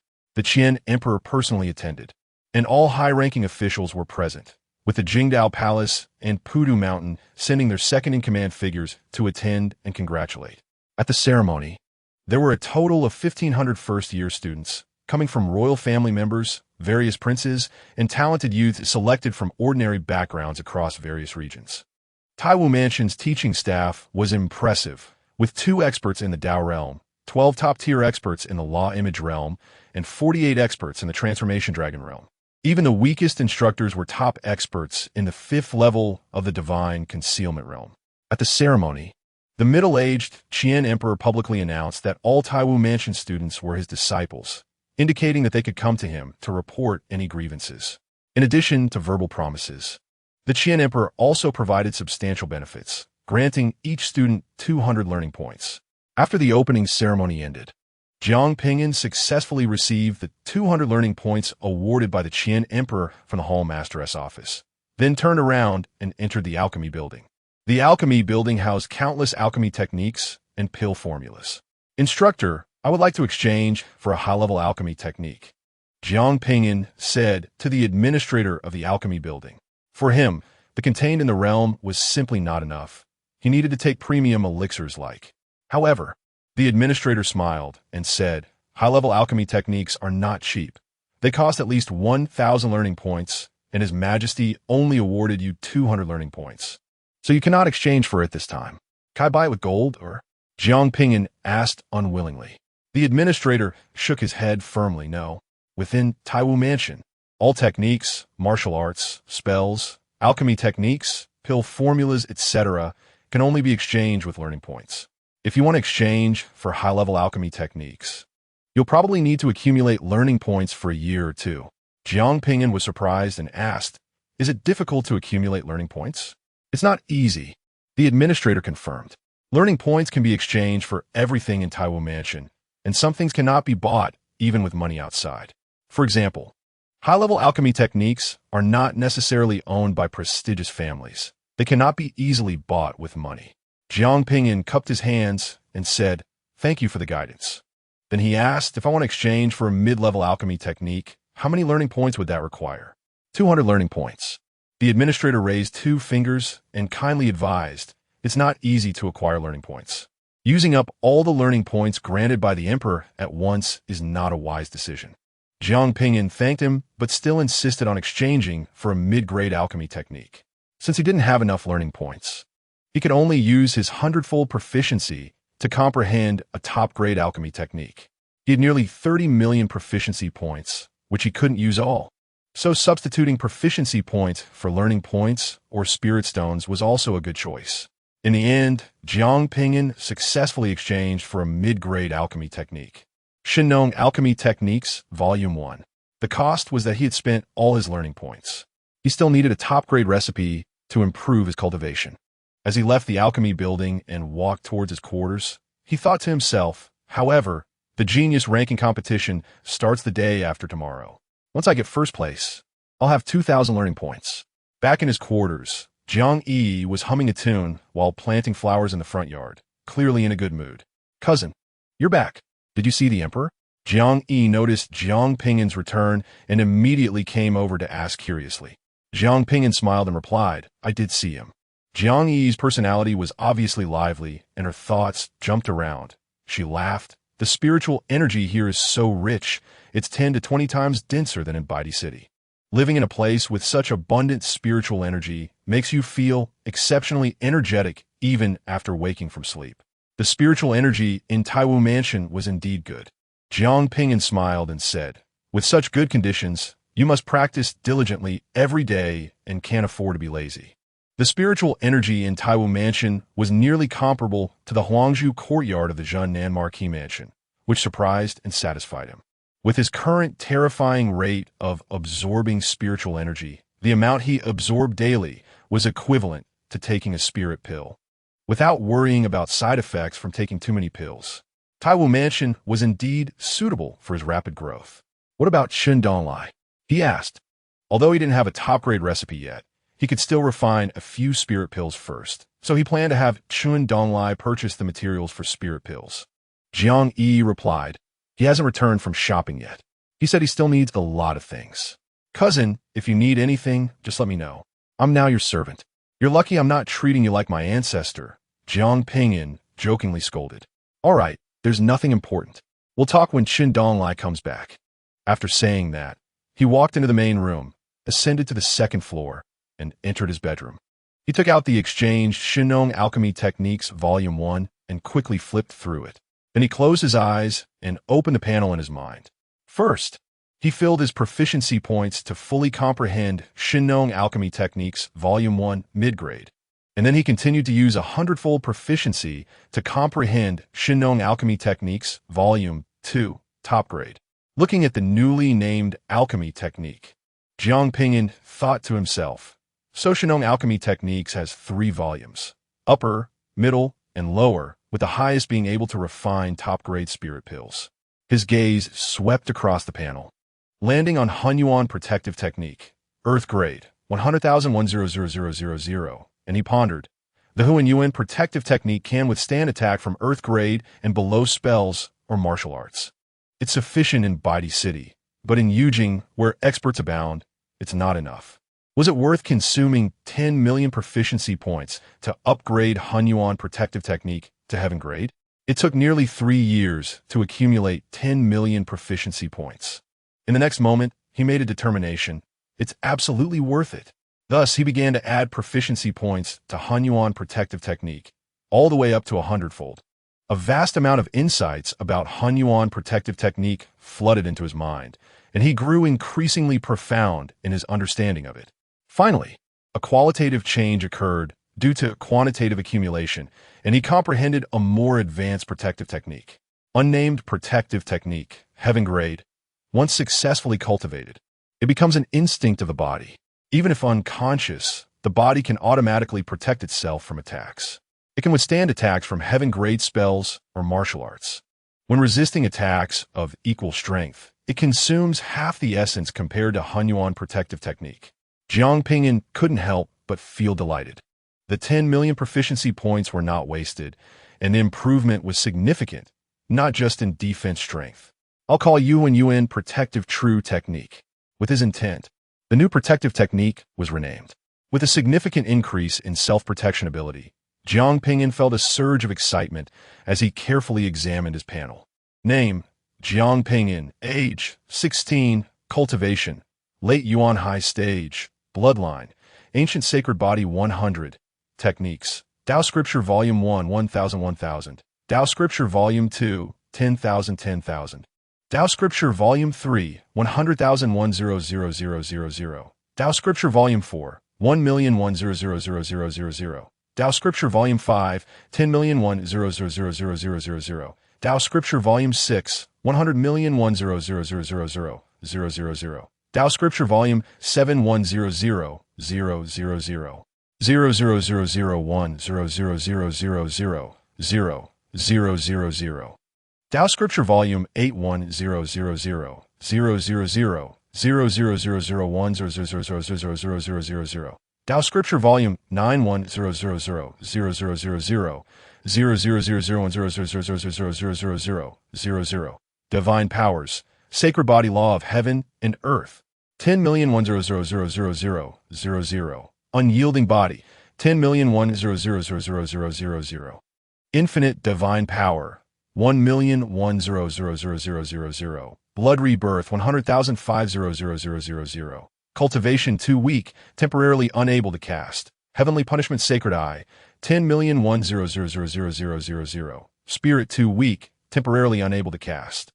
Kwafu Chasing the Sun, 100,000,000. 100,000,000. Cultivation 2 weak, temporarily unable to cast. Spells: Hunyuan Protective True Technique, Heaven Grade. Wanling Refinement Method, Earth Grade, 100,000 100,000. Transforming to the Ordinary, 100,000,000. 100,000,000. Rapid Sun Wind Technique, Top Grade. Martial Arts: Sun Wind Killing Wings, Top Grade. Wind and Rain Transformation Palm, Top Grade. Sun Star Sword Technique, Mid Grade. Splitting Flowers and Brushing Willows Technique, Mid Grade. Arhat Suppressing Demons Fist, Mid Grade. Swift Wind Sword Technique, Low Grade. Alchemy, Shinong Alchemy Techniques Volume 2, Top Grade. 48 True Methods of Alchemy, Mid Grade. Spirit Pill, Mid Grade. Herbal Pill, Low Grade. Vitality Pill, Low Grade, 100. Symbol Crafting, Golden Bell Shield Talisman, Low Grade. Swift Movement Talisman, Low Grade. Fireball Talisman, Low Grade. Refining, Basic Refining Mastery. Dragon Roar Sword, Top Grade Common Artifact. Literacy, A Brief History of the Great Wilderness, 3030. The Suffering History of the Human Race, 3030. Proficiency, 29, 240. 000. Automatically gains 10,000 points daily. Closing the panel, Zhao Ping'an kept his eyes slightly closed to rest and recover from mental fatigue. After about half a stick of incense, there was a knock on the door. "Young master, I have important matters to report." Chen Donglai's voice came from outside. Zhao Ping'an opened his eyes, got out of bed, and opened the door. "Uncle Chen, what is the matter?" "Young master, just on the way back from shopping, I encountered Zhao Zhiming at the Upper King Courtyard." Chen Donglai reported respectfully, yet with a hint of shame. "Zhao Zhiming had his men follow me." Zhao Ping'an smiled to reassure him. "I thought it was something serious." "It's nothing, since Zhao Zhiming also lives in the Upper King Courtyard. It was only a matter of time before he learned about my quarters." Chen Donglai was anxious and worried. "But Zhao Zhiming will definitely bully you." "Who bullies whom is still uncertain," Zhao Ping'an said confidently and calmly with a smile. "This is Yujing, the Taiwu mansion, not his Zhunnan Marquis mansion." As Chen Donglai reported to Zhao Ping'an, Zhao Zhiming was also receiving reports from his servants. After hearing the number of Zhao Ping'an's quarters, Zhao Zhiming fell into contemplation, a hint of jealousy flashing in his eyes. His servant, Zhao Qingshi, cautiously advised, "Young master, the quarters to the left of Jichen number are the most favored by the emperor, the 100 Spirit Princess, and to the right is the only granddaughter and holy maiden of the sacred Confucian sect, Yen Ruyu. It is rumored that both the 100 Spirit Princess and Yen Ruyu not only come from noble backgrounds and possess extraordinary talents, but are also breathtakingly beautiful, like celestial beings. That quarter is not a place where a mere illegitimate child like Zhao Ping'an can reside. Only you are worthy to live there, next to the 100 Spirit Princess and Yen Ruyu." Zhao Qingshi is 2 years older than Zhao Zhiming and is a legitimate son of the Zhengnan Marquis residence.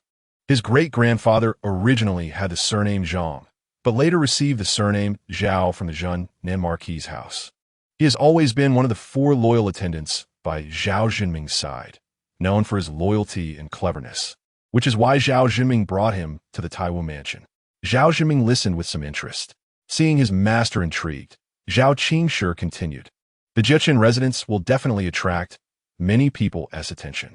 Once they learn about Zhao Ping'an's background, they will surely resort to means, either through bribery or coercion, to make Zhao Ping'an change residences. Zhao Ping'an will definitely be unable to withstand the pressure and will have to move out of the Jiechen residence for someone else. As the saying goes, the rich water should not flow to outsiders.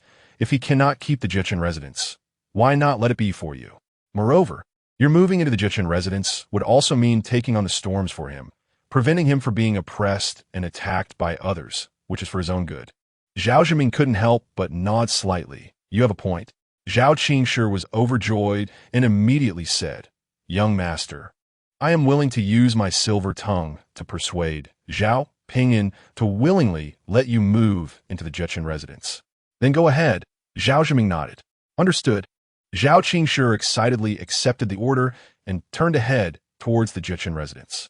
Chapter 34. Reporting to the law enforcement hall in less than the time it takes to drink a cup of tea, Zhao Qingshi arrived outside Zhao Ping'an's residence. He knocked on the door, took a deep breath, suppressed his slightly panting breath, straightened his waist, raised his face, and lifted his nostrils. Soon, the small courtyard door opened, and to his surprise, it was actually Zhao Ping'an himself who opened the door. It turned out that Chen Donglai was busy, and Zhao Ping'an was talking with Jiang Yi in the front yard, so he opened the door casually. Zhao Ping'an, I am Zhao Qingshi, a person of young Master Zhiming, Zhao Qingshi declared arrogantly. However, as soon as he introduced himself, Zhao Ping'an slammed the door shut. In an instant, Zhao Qingshi's face flushed with anger and humiliation. A mere ordinary waste of a person, raised like a pig for 12 years, actually dared to disrespect him like this. Therefore, he kicked the courtyard door fiercely, deciding to force Zhao Ping'an to change residences. Bang! The courtyard door was kicked open with great force. The wooden bolt broke, and one of the doors was kicked half off its hinges. The door was damaged.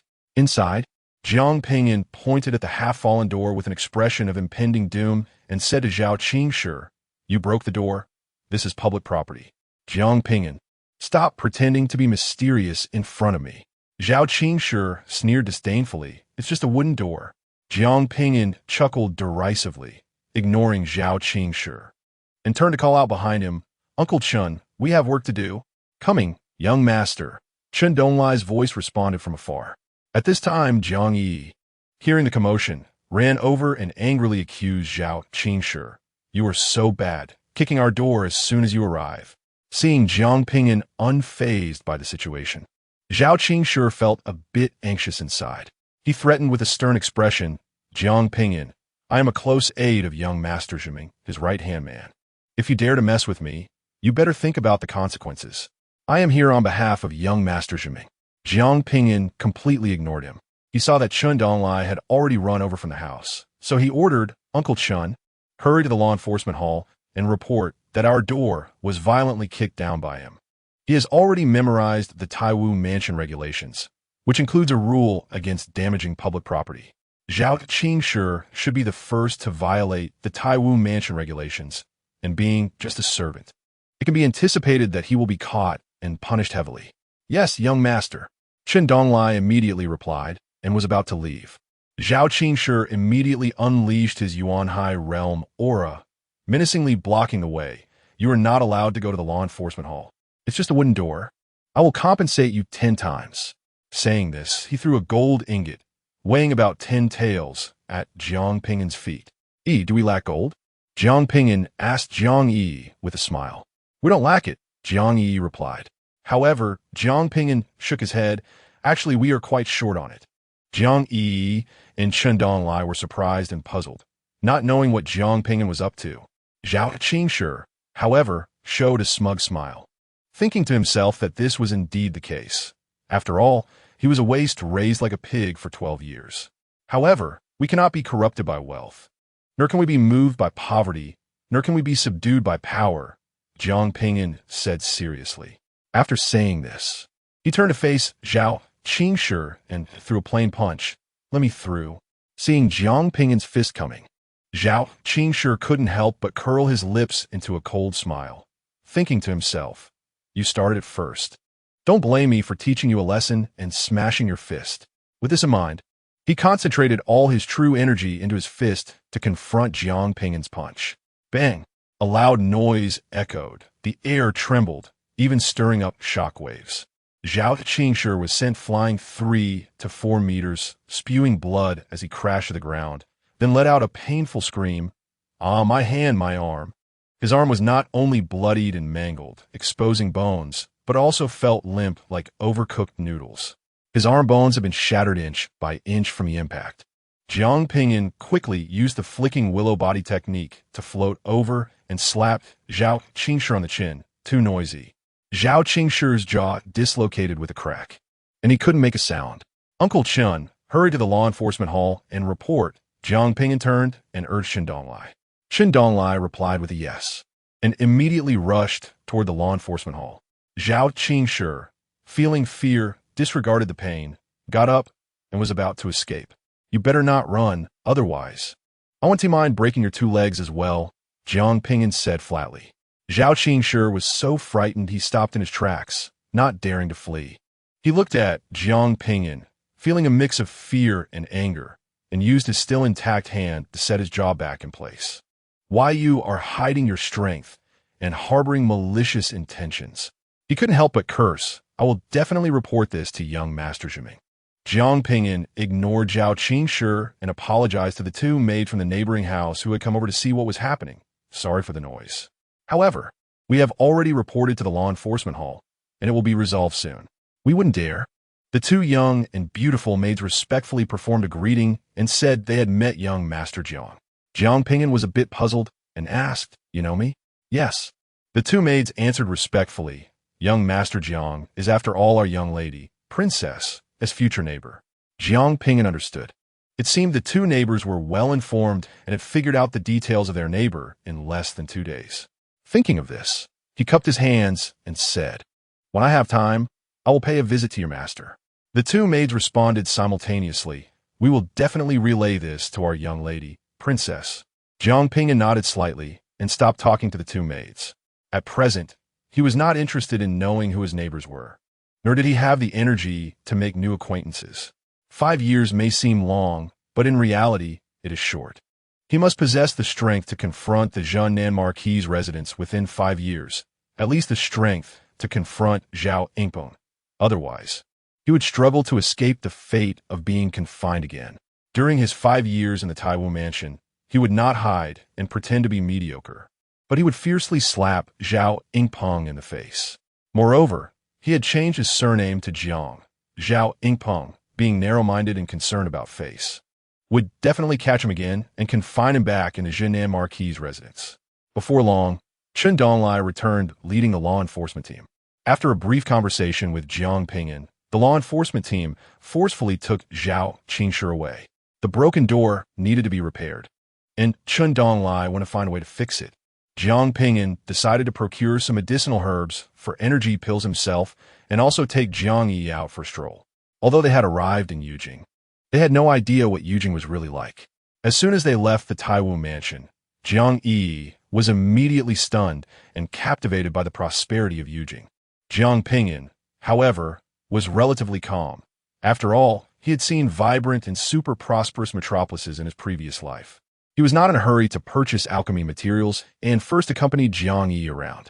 Cousin, look at those little black dogs. They're so cute. Jiang Yi exclaimed excitedly, pointing at a few pure black puppies playing under the shade of a tree. The few little puppies are probably just over a month old, cute and cuddly. Indeed, very adorable, making people want to touch and hug them. They have been out of Taiwu Mansion for about an hour and have already noticed that there are many black dogs in Yujing, far surpassing those in Baidi City. However, despite the abundance of black dogs in Yujing, they do not disturb the residents, nor do they attack people proactively or defecate everywhere. Jiang Yi said again. Shall we catch one to take back and raise? Sure. Who knows? We might raise a second Black Emperor. Zhao Ping'an replied with a smile. After saying that, he couldn't help but get lost in thought as an old black dog with a somewhat mischievous demeanor floated into his mind. That old black dog had protected him for 3 years and accompanied him in many idle chats to relieve his boredom. Unfortunately, after leaving, it never came back to visit him in the following 9 years. Coming back to reality, he looked at the few pure black puppies and muttered to himself with a bit of dark humor. Those little black dogs can't be the offspring of the old black one, can they? Slander. This is slander. Suddenly, an old voice rang in Zhao Ping'an's ear, angrily shouting, Zhao kid, you dare to slander me behind my back. Chapter 35. Princess Bailing Zhao Ping'an was startled and immediately turned around to see an old black dog standing a few meters away at the corner of the wall. The old black dog glared at him fiercely with its dog eyes, its mouth half open, revealing a mouthful of sharp white teeth, full of intimidation. It was indeed that old black dog who was adept at stealing corpses and erasing traces. Old Black, how did you end up in Yujing? He joyfully walked towards the old black dog and asked in a low voice.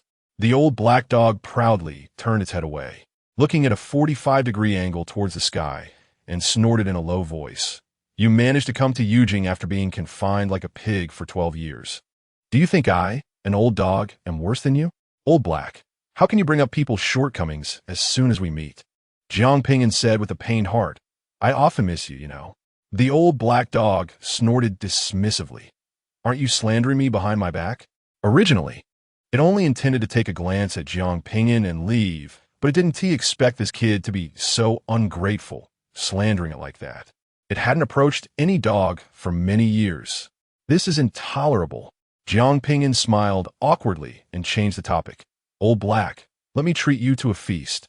A real feast. Do you have dragon liver and phoenix wings? I can't afford that for now. Without dragon liver and phoenix wings, what kind of feast is that? I'm not interested. The old black dog said disdainfully and turned to leave. Zhao Ping'an hurriedly called out, Old Black, why are you leaving? It's been years since we've seen each other. At least sit down and chat. The old black dog ignored him and showed no sign of stopping. Zhao Ping'an could only shout, I'm at Taiwu Mansion. Come find me to play when you have time. By the way, I've changed my surname. I'm now called Zhao Ping'an. Before he could finish, the old black dog had already walked far away. Zhao Ping'an felt a bit regretful. His charm still wasn't enough to even coax an old black dog to become a battle pet. No, wait, that's not right. I was genuinely trying to provide for the old black dog in its old age. Before dark, Zhao Ping'an took the reluctant Jiang Yi back to Taiwu Mansion. He had indeed procured the materials for the vitality pills, specifically buying high-quality spiritual herbs in hopes of refining a few top-grade vitality pills. He only consumed top-grade spiritual pills, and those of inferior quality could only be sold. The two returned to Taiwu Mansion, and not far from the entrance, they saw a crowd gathered around a bulletin board. Pointing and discussing, Zhao Ping'an, with his keen hearing, vaguely heard the name Zhao Zhenming and immediately guessed that there was information regarding the handling of Zhao Zhenming's servant on the bulletin board. So, he squeezed in to take a look. As expected, the bulletin board was indeed posting the result of the handling of Zhao Qingshi. The gist of the content was, Zhao Zhenming was fined 100 taels of silver, Zhao Qingshi received 50 lashes, and he was prohibited from entering Taiwu Mansion. 100 taels of silver was nothing to Zhao Zhenming, but it had made him a laughingstock in the entire Taiwu Mansion. As for Zhao Qingshi, regardless of whether those 50 lashes were heavy or not, his future fate would likely be tragic. He had brought this upon himself. Zhao Ping'an squeezed through the crowd, and Jiang Yi immediately approached, eagerly asking, What happened? Did Zhao Zhenming get fined? Although she stood on the outskirts of the crowd, she could also gather a rough idea from the discussions. Zhao Ping'an recounted the contents of the bulletin, and Jiang Yi clapped her hands in delight.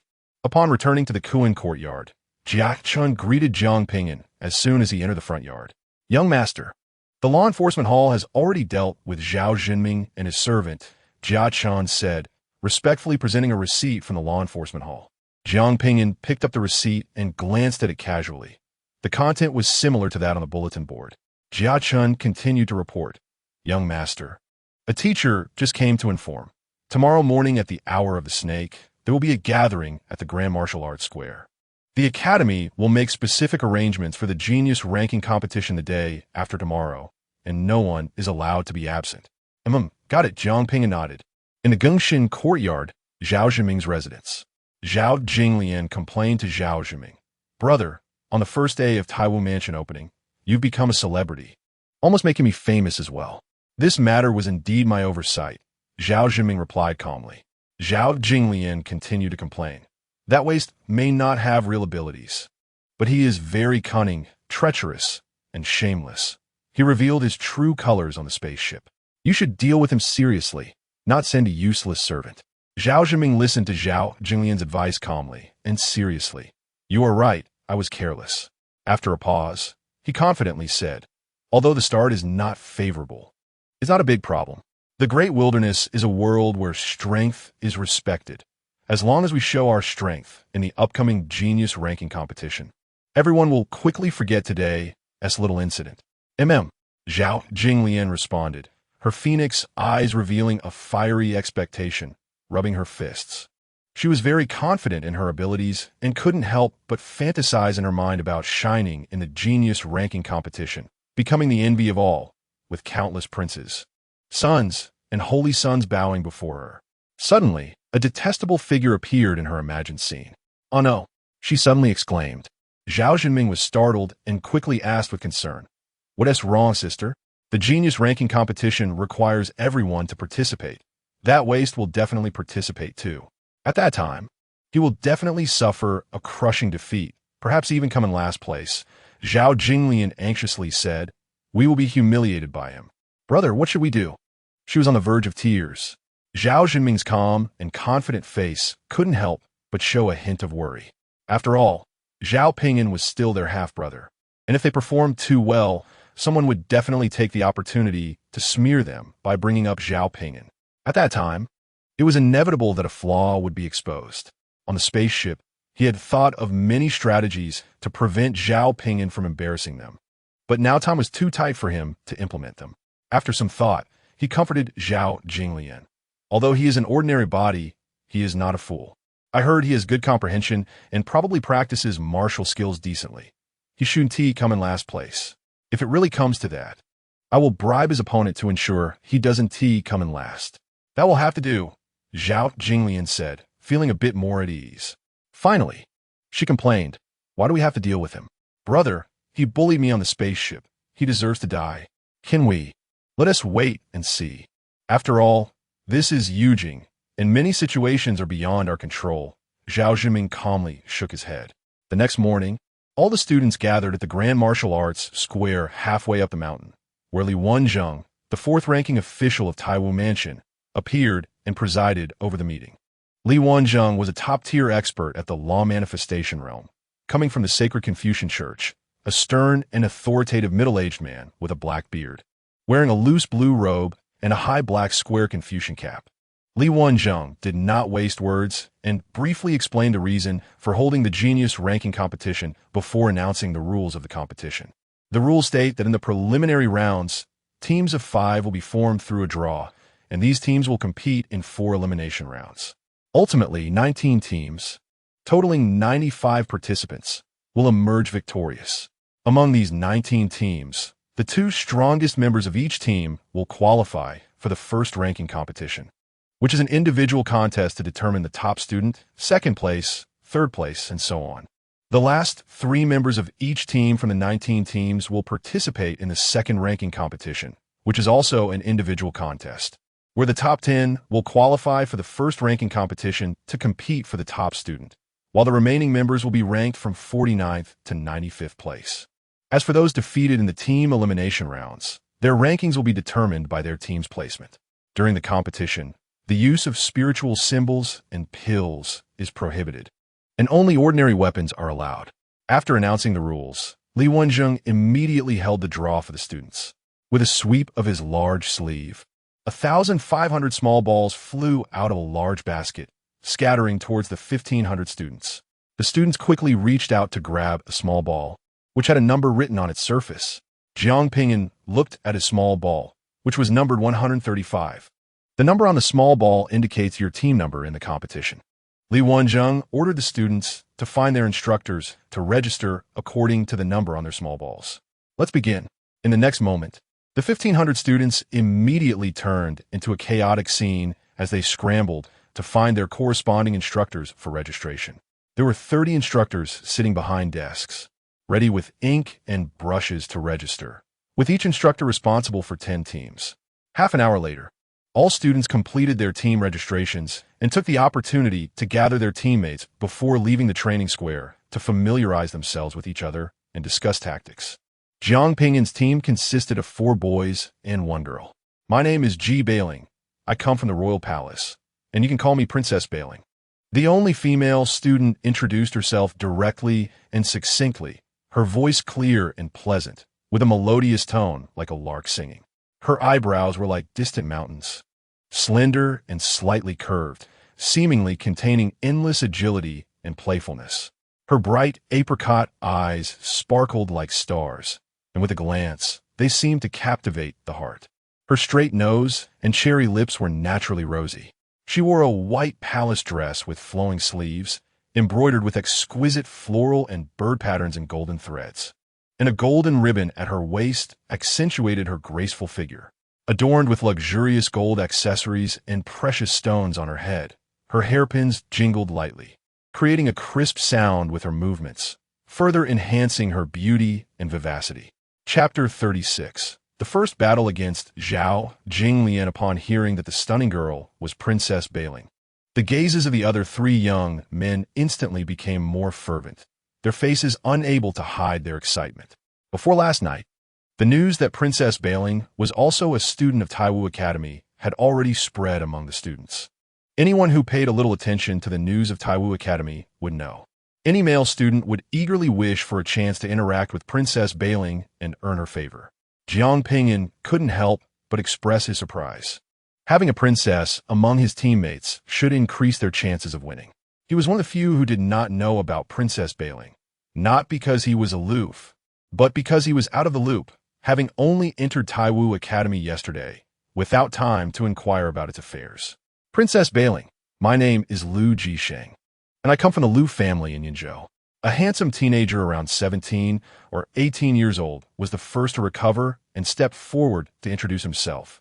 I have a 5th grade battle physique and am at the mid-stage of the Yuan Hai realm, having opened the Yuan Hai to over 1,000 zhong.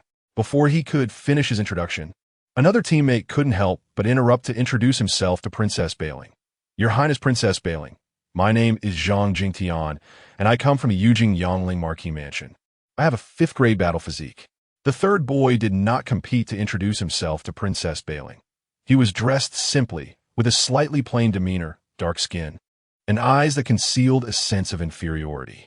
After Lu Jisheng and Zhang Jingtian rushed to introduce themselves to Princess Bailing, her bright gaze fell upon Zhao Ping'an, and she smiled as she asked, "What about you?" Princess Bailing's gaze remained fixed on Zhao Ping'an, shining with brilliance. Lu Jisheng and Zhang Jingtian felt a twinge of jealousy and wariness upon seeing this. "You go ahead first," Zhao Ping'an said to the dark-skinned boy. The dark-skinned boy, taken aback, clearly hadn't expected Zhao Ping'an to let him introduce himself first. My name is Hong Feng. I come from Gaoping County in Dongjiang Prefecture. I have a 6th grade battle physique and am at the early stage of the Yuan Hai realm, having opened the Yuan Hai to 3,000 zhong. As he introduced himself, his voice became steadier. "It's an honor to meet Princess Bailing, young Master Zhang, young Master Lu," and his gaze turned to Zhao Ping'an, carrying a hint of gratitude. "My name is Zhao Ping'an," Zhao Ping'an said with a smile. With young Master Zhang, Hong Feng continued, "Please guide me." All eyes were on Zhao Ping'an as he introduced himself. "I come from the Zhang family in Baidi City in the southern region, and I am at the late stage of the Yuan Hai realm. Is the Zhang family a noble family? I've only heard of the Zhao family from the Marquis Mansion of Zhunnan in Baidi City." Lu Jisheng feigned curiosity and asked. Zhang Jingtian also smiled in agreement. "I've only heard of the Zhao family from the Marquis Mansion of Zhunnan in Baidi City." Zhao Ping'an sensed the implication in Lu Jisheng and Zhang Jingtian's words, but did not take it to heart, smiling as he replied. The Jiang family is indeed an ordinary family. Our results in the competition will depend on Princess.Being, young Master Zhang, young Master Lu, and also on Brother Hong. Upon hearing Zhao Ping'an's humble admission, Zhang Jingtian and Lu Jixing immediately felt at ease. However, Princess.Being seemed slightly displeased, letting out a light huff, thinking Zhao Ping'an was too weak. Upon hearing Zhao Ping'an's name, she had guessed he was her neighbor in the quarters and felt he should take the initiative to bond with her due to their neighborly connection. No wonder he was kicked out by a servant, golden on the outside but rotten within, looking so good for nothing. She thought to herself.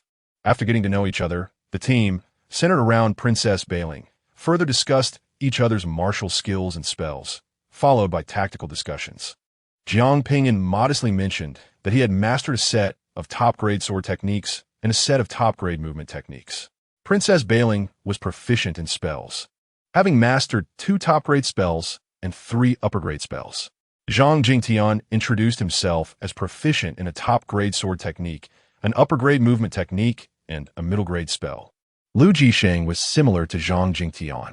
The weakest in martial skills and spells was Hong Feng, who was only proficient in a middle-grade fist technique and a middle-grade movement technique.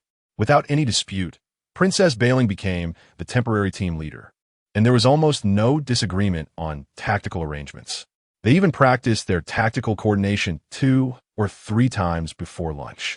At lunch, Zhang Jingtian and Lu Jixing coincidentally proposed to have lunch together to further enhance their understanding of each other.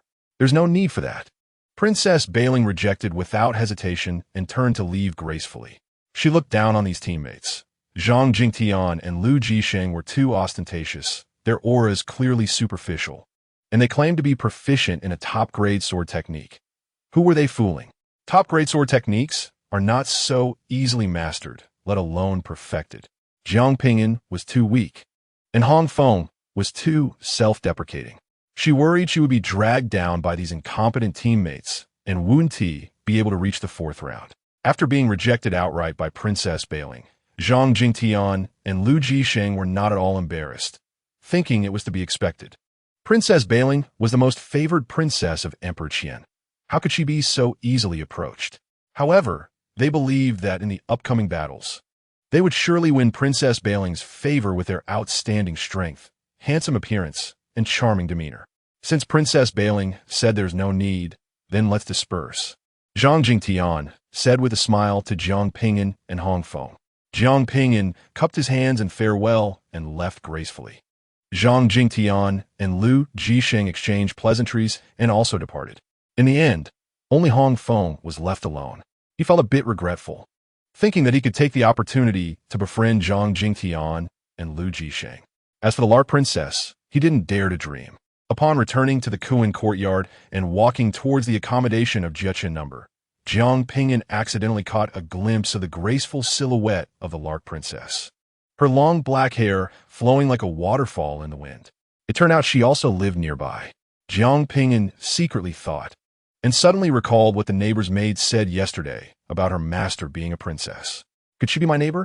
The next moment, he saw the Lark Princess indeed entering the Jiamao number dormitory. Lark Princess, he called out from a distance. Since they were neighbors and teammates, he couldn't pretend not to know. The Lark Princess heard his call, merely glanced at Zhao Ping'an, and continued into her dormitory. Zhao Ping'an couldn't help but shake his head. Fairy tales are all lies. Princesses can't possibly be approachable. In the afternoon, the team continued to meet for tactical drills. After more than an hour, the team dispersed. As they were breaking up, Hong Feng said to Zhao Ping'an, "Brother Zhang, I know a great place for practicing martial skills. It's quiet and undisturbed." He had come to a realization. Since Zhang Jingtian and Lu Jixing were also unattainable, he might as well make friends with Zhao Ping'an, who came from similar background. "Thank you, Brother Hong, but unfortunately, I have something to attend to today. Let's go another day," Zhao Ping'an replied sincerely. Seeing Zhao Ping'an's earnest gaze, Hong Feng felt better. "Since Brother Zhang is busy, I won't disturb you." After parting with the team members, Zhao Ping'an returned to the Kuan courtyard and then entered the alchemy room to refine pills. The Taiwu Academy did not allow students to refine pills or weapons in their dormitories, providing specialized alchemy rooms at a low cost. equipped with better facilities.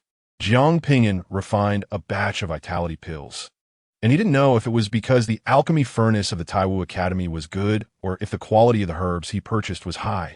But he unexpectedly obtained 5 exquisite vitality pills for superior ones and 1 ordinary one. He planned to consume the exquisite vitality pills himself and sell the others to purchase more alchemy materials. The price of vitality pills was quite high.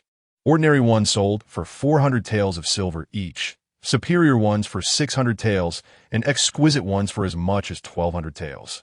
However, the materials for vitality pills were also expensive, with even mediocre quality costing over 1,000 taels. The materials Zhao Ping'an used cost 1,500 taels of silver per batch. Not bad. He made a profit of 7,300 taels of silver. Zhao Ping'an left the alchemy room in a good mood and returned to his dormitory. The next moment, thinking about his endless sea of resources, he couldn't help but feel troubled. Refining pills is still not profitable enough. Having such a vast resource, isn't necessarily a good thing. The next morning, the talent ranking competition officially began, with 30 arenas holding matches simultaneously. The Lark Princess, as the temporary team captain, drew the first match for Team 135 at Arena 7. Arena 7 was located at the martial arts square halfway up the mountain. Once all teams had drawn lots, the competition immediately started. When Zhao Ping'an and the others arrived at Arena 7, the surroundings were already packed tightly, with people inside 3 layers deep. The Lark Princess was indeed the most popular. As both teams stepped onto the arena, Zhao Ping'an was surprised to find a familiar face among the opposing team. It was Zhao Jinglian. Zhao Jinglian also saw Zhao Ping'an and, with a not-so-good expression, couldn't help but show a hint of a smile. Initially, upon learning that her first match was against the Lark Princess, she felt she had little chance of winning. But upon discovering Zhao Ping'an was in the Lark Princess's team, she felt a turn of fate, seeing a glimmer of hope. All she needed to do was quickly defeat Zhao Ping'an to create a favorable situation of 5 against 4. Thus, she quickly whispered to her teammates, "Don't be afraid. There is a huge flaw in the Lark Princess's team. The person on the far right of their team is very weak. I know him. We just need to defeat him quickly in 1 or 2 moves, and we'll have a 5 against 4. Upon hearing this, Zhao Jinglian's teammates immediately became excited and couldn't help but stare at Zhao Ping'an. They saw Zhao Ping'an's tall figure, fair skin like jade, and serene demeanor, confirming he was indeed a weakling. As the comparison was about to begin, Zhao Ping'an's side stood in formation. The Lark Princess, as the commander and spellcaster, stood at the back, with Zhang Jingtian and Lu Jisheng flanking her on either side to protect her, while Hong Feng stood at the front to withstand attacks. Zhang Jingtian lent a set of top-grade defensive armor to Hong Feng.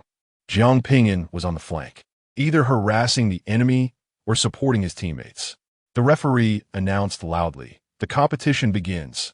As soon as the voice fell, Zhao Jinglian and 2 others immediately rushed towards Zhao Ping'an like lightning. Zhao Ping'an, upon seeing this, was a bit puzzled. However, he did not retreat to seek his teammates' protection. Instead, he used the dividing flowers and sweeping willows technique to dodge almost in place, drawing fire. Moreover, he had the primordial protective true chi to protect himself, so he wasn't worried about being besieged by a few practitioners of the Yuan Sea realm. According to the competition rules, only the 2 strongest members of the 19 winning teams had the chance to compete for the championship. Therefore, he needed to appropriately showcase his strength during the competition and couldn't be too low-key. The 3 opponents attacked Zhao Ping'an in succession, but relying solely on the dividing flowers and sweeping willows technique, he dodged gracefully like a willow catkin, evading the first wave of fierce attacks, the second wave, and the third wave. After 3 or 4 rounds of fierce attacks from the 3 opponents, they still hadn't even touched the corner of Zhao Ping'an's clothing. They realized with horror, shouting, "Not good. Zhao Jinglian's information was wrong. We need to retreat." They hurriedly fell back, but were shocked to find that Zhao Jinglian and another teammate were missing. It turned out that while they were jointly attacking Zhao Ping'an, the Lark Princess decisively abandoned support for Zhao Ping'an and commanded her team to focus all their efforts on attacking the magic-skilled Zhao Jinglian. Zhao Jinglian didn't wait for her 3 teammates to defeat Zhao Ping'an and return for defense. Instead, She and another teammate were quickly defeated by the 4 of the Lark Princess and were thrown off the arena by the instructor. Zhao Ping'an, well done. The Lark Princess couldn't help but praise him loudly. With 5 against 3 and their condition mostly intact, their chances of winning were quite high. Zhao Ping'an merely smiled slightly and didn't respond much to the Lark Princess. You might as well admit defeat and save some strength for the next match. The Lark Princess didn't rush to order an attack. The 3 opponents exchanged glances and, feeling unlucky, surrendered. Team 135 wins. The referee announced loudly. On the sidelines, the observing students didn't cheer much for the Lark Princess, as the victory came too easily. Instead, they couldn't help but laugh, mocking the tactics of Zhao Jinglian's team as being worse than garbage. The students' gazes fell on Zhao Ping'an, noting to remember him. They realized Zhao Ping'an's evasive technique was too strong. He had been attacked with all might by 3 Yuan Sea realm students for 3 or 4 rounds and hadn't even been touched. Under the spotlight of victory, Zhao Ping'an and the others walked off the arena. Just as Zhao Ping'an stepped off, Zhao Jinglian suddenly rushed in front of him. Zhao Ping'an, you are insidious and cunning, causing me to lose. Zhao Jinglian's eyes were bloodshot, filled with extreme anger and grievance. She believed Zhao Ping'an had deliberately kept his distance from the Lark Princess's team, luring her to send people to attack him with all their might. Losing this match meant her ranking could only be below 750, and she had become the target of ridicule by many. Just now, she had been unanimously blamed by her teammates. Zhao Ping'an roughly guessed Zhao Jinglian's mindset and deliberately chuckled, then remained silent. Zhao Jinglian was further enraged, pointing at Zhao Ping'an and screaming, "Aunt Zhang, kill him for me." The Aunt Zhang she mentioned was a middle-aged maid standing behind her, dressed in a long black dress and wearing a black veil hat. She rarely spoke but emanated a profound aura. It turned out that Su Yingluo, worried about her daughter being wronged at the Taiwu Academy, had sent a middle-aged female powerhouse at the 5th level of the Divine Concealment Realm to protect Zhao Jinglian closely. Everyone saw and heard that. Someone can't take a loss and wants to kill. Zhao Ping'an was not afraid of Zhao Jinglian's death threat. Instead, he immediately pointed at Zhao Jinglian and shouted loudly, "Her name is Zhao Jinglian, the daughter of Zhao Yingpeng from the Duke of Jinnan's residence. Everyone must remember her.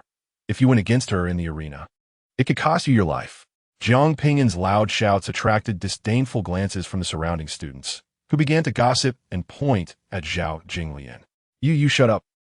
Zhao Jinglian shouted in a fit of rage, completely losing her composure and immediately attacking Zhao Ping'an. Being publicly accused in such a loud manner by Zhao Ping'an would definitely ruin her reputation in the future. How could she not be furious? However, as soon as she made her move, she was held back by her servant, Aunt Zhang, who said, "Miss, calm down. This is the Taiwu Academy." Aunt Zhang had not been completely indifferent since they were at Taiwu Academy. She did not dare to act openly and attempted to suppress Zhao Ping'an using her 5th level of the Divine Concealment Realm. Unfortunately, for some unknown reason, it was ineffective, and Zhao Ping'an's shouting did not falter even for a moment. "Aunt Zhang, hurry up and kill him. I want his tongue." Zhao Jinglian screamed madly.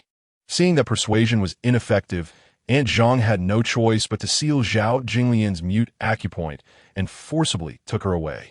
Although Zhao Jinglian was taken away, the voices of the students discussing her in the martial arts plaza did not stop. How terrifying. If you lose the match, you have to kill someone. Who would dare to compete seriously? Exactly. That Zhao Jinglian is too arrogant. We can't afford to provoke her. She is the daughter of the Duke of Jinnan. Did you not see that she had a top-level expert servant from the Divine Concealment Realm following her? Is there no justice in Taiwu Academy? If winning the match could lead to death, they might as well let the people from the Duke of Jinnan rank first. What's the point of competing? The students grew more and more indignant, all criticizing Zhao Jinglian, especially the talented students from ordinary families, who were genuinely worried about the possibility of being killed after winning against those from royal families, noble families, and prestigious families.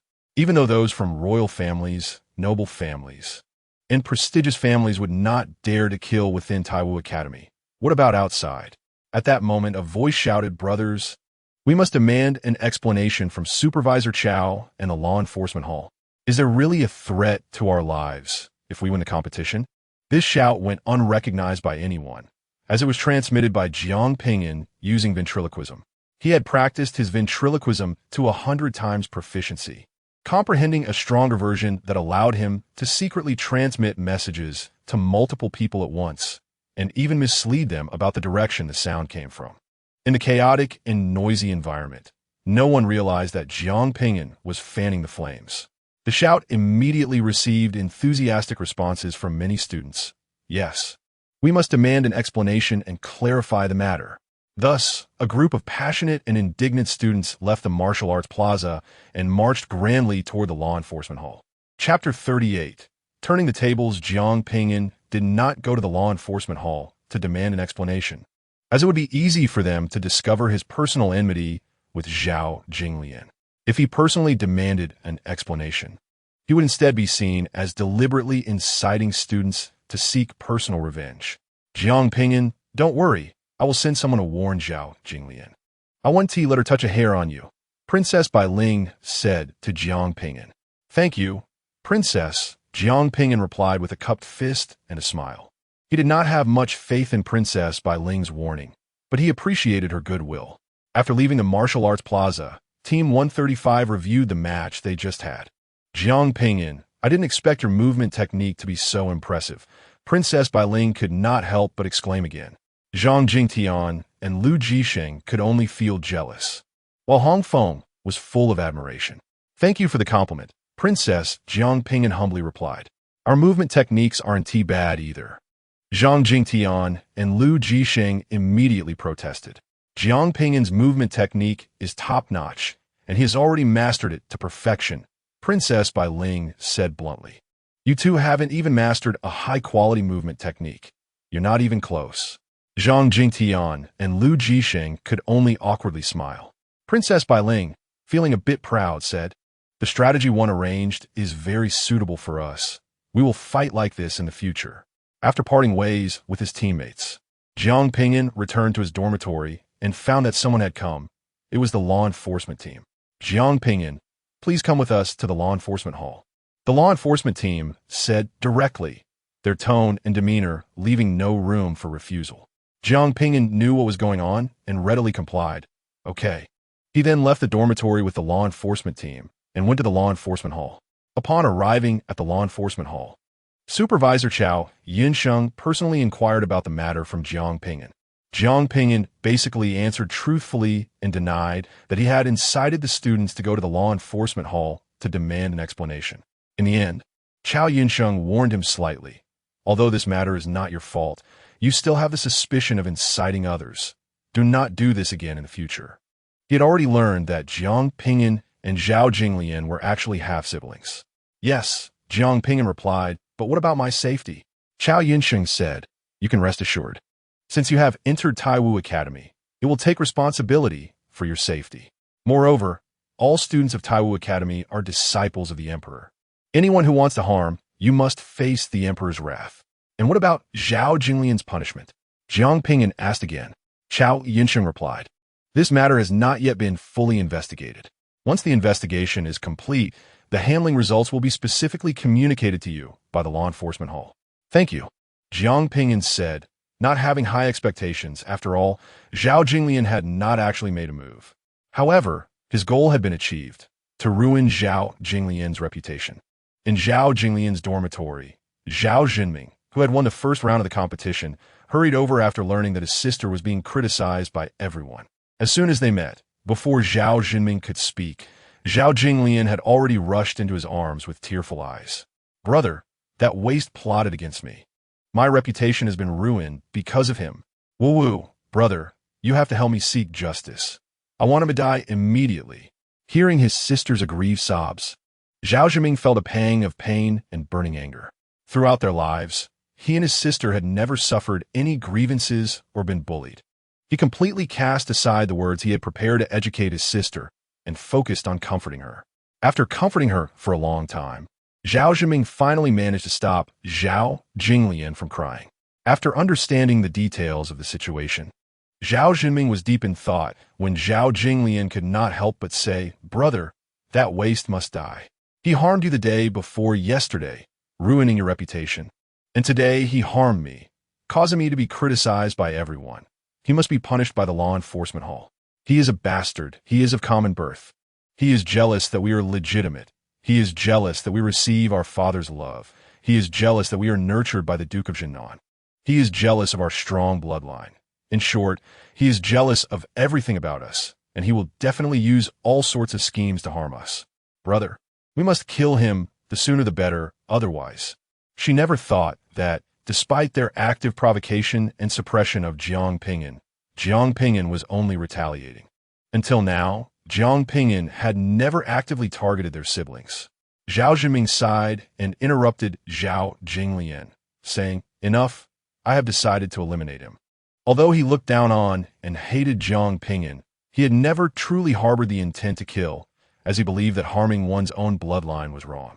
More importantly, killing Zhao Ping'an would tarnish his moral standing, which would be criticized in the future. He had always held himself to high standards, pursuing perfection and aspiring to become a sage in the future.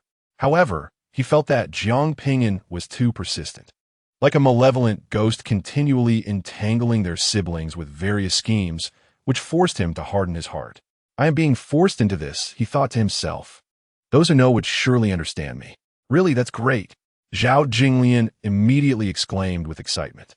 Zhao Jinming solemnly warned his sister, "This is Yujing, far from our foundation. You cannot act willfully anymore. During this time, you are prohibited from clashing with Zhao Ping'an. Just walk around him when you see him." "Understood," Zhao Jinglian responded. "Then when will we perform the ritual for him?" "This matter can't be rushed. Probably within a month," Zhao Jinming pondered. Zhao Jinglian clapped her hands and said, "Let him live for another month." After returning to his residence, Zhao Jinming wrote a letter and handed it to his last remaining servant. "Hai Lao, please personally deliver this letter back to the town's South Marquis residence for my mother. You can ride the Iron Feather Flying Eagle to get there. The Iron Feather Flying Eagle is a type of demon bird that can be tamed by humans as a means of transportation, flying 5,000 miles in a day. As for Hai Lao, he is an old servant of the town's South Marquis residence at the Transformation Dragon Realm and serves as his protector. Young master, please rest assured." Hai Lao respectfully took the letter and immediately left.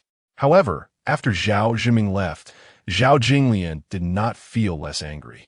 Thinking about how she was made the target of ridicule by a useless person she had despised since childhood, she became more and more furious and frustrated. "Aunt Zhang, how strong is that useless person?" she suddenly asked her bodyguard, Aunt Zhang. Although she didn't want to admit it, Zhao Ping'an was able to withstand the fierce attacks of 3 Yuan Sea realm cultivators, which showed he was not weak. She then recalled that on the spaceship, Zhao Ping'an had defeated more than a dozen disciples from the town's South Marquis residence. Even though he couldn't use martial skills and spells in the ship's corridor and was relying purely on brute strength in a street brawl. Having been in the town's South Marquis residence for so many years without revealing his abilities, it showed he harbored malicious intentions, and his heart was worthy of punishment. She secretly thought with hatred. Aunt Zhang pondered. He used a high-grade body technique, somewhat like the parting flowers and brushing willows, and he has completely mastered that high-grade body technique. Besides the body technique, what is his real strength? Zhao Jinglian asked impatiently. She certainly knew that Zhao Ping'an's body technique was impressive. She wasn't blind. Aunt Zhang seriously thought for a moment and said, "His true essence aura is not apparent, indicating it is not strong. It can be basically determined that his Yuan Sea is not large, perhaps even quite small. Maybe maintaining that high-grade body technique is already his limit." Zhao Ping'an practiced transforming the ordinary, so she couldn't possibly see through his true depth. "That's right." Zhao Jinglian heard what she wanted to hear and scoffed. "His talent is that of an ordinary body. How strong can he be?" The next moment, she ordered her personal maid, Tan Yun, immediately spread the news. Say that Zhao Ping'an is of an ordinary body, with a small Yuan Sea and limited true essence. Everyone should not be deceived by his body technique. "But young master, Tan Yun hesitative. It's fine." Zhao Jinglian waved her hand. "I'm just spreading the news. It's not like I'm directly confronting that useless person. Hurry up," she urged impatiently.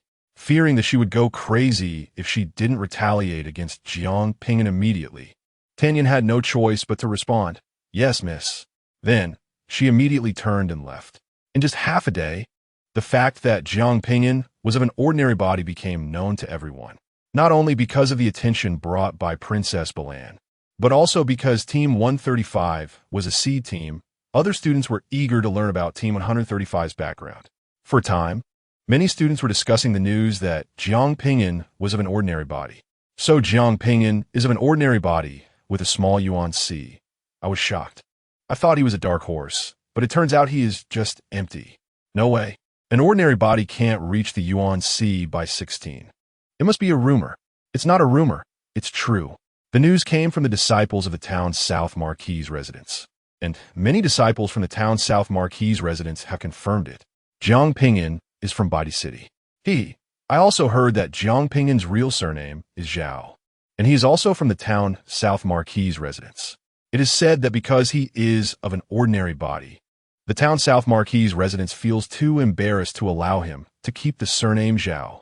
Since he is of an ordinary body, then there is nothing to fear. Although his body technique is exquisite, we can break it with strength easily, or we can just ignore him like a fly, defeat his teammates first, and he will lose. That evening, the law enforcement hall announced the punishment results for Zhao Jinglian.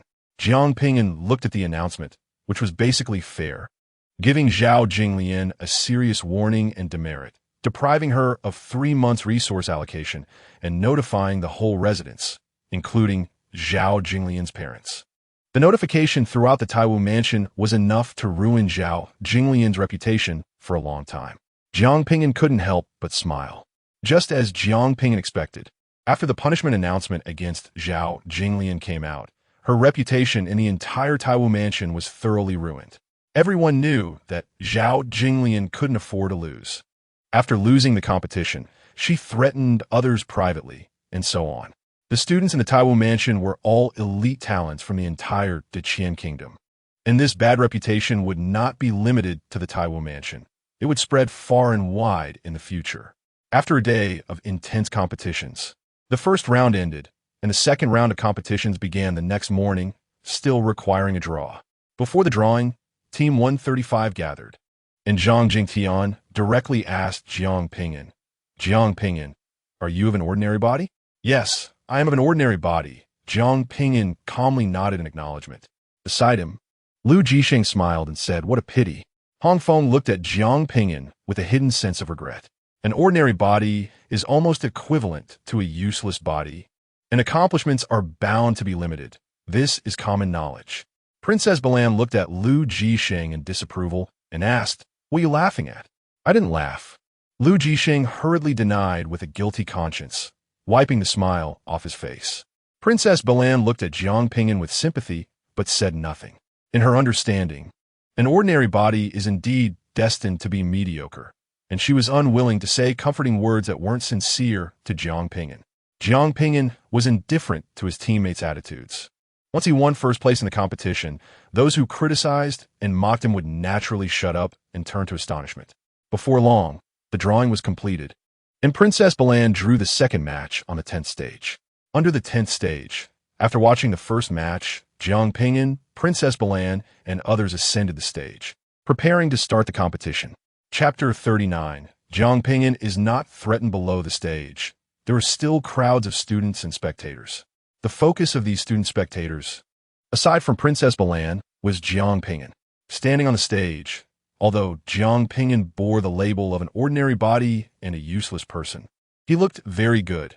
Handsome features, tall and elegant, holding a long sword, with a calm demeanor that attracted the attention of many female students. The competition began. As the judge's voice fell, the opposing Team 42 immediately charged towards Princess Balan with great momentum. Team 42 did not have any students particularly skilled in spells, so they straightforwardly implemented a decapitation tactic. Zhao Ping'an, who was somewhat detached from the team, was thus overlooked. Seeing that no one was attacking him, Zhao Ping'an used the parting flowers and brushing Willow's body technique to circle around to the back of Team 42. Then used the Xuanxing sword technique to attack the person closest to him. Get lost. The enemy student named Feng Bolong treated Zhao Ping'an like a fly and slashed at Zhao Ping'an's incoming longsword with a backhand strike, carrying a large amount of blade energy. His strike was somewhat clever, forcing Zhao Ping'an to either clash with him or retreat significantly to dodge. In his expectations, Zhao Ping'an was of an ordinary body with weak true essence and would certainly not dare to clash head-on, only able to retreat. As long as Zhao Ping'an retreated, he could continue to seize the opportunity to launch a fierce attack on Princess Belan and others. However, contrary to his expectations, Zhao Ping'an did not withdraw his sword. Instead, he continued to thrust towards him. The blade clashed against the long sword, but it did not break through the sword. Instead, it was repelled by a huge force, and the long sword continued to thrust forward. Feng Bolong was taken aback, and it was too late to dodge. He had to hurriedly use a medium-grade spell, the Earth Element Body Protection Technique, to block the sword tip. However, his protective technique was like paper, directly pierced through, not giving him even half a moment's time to react.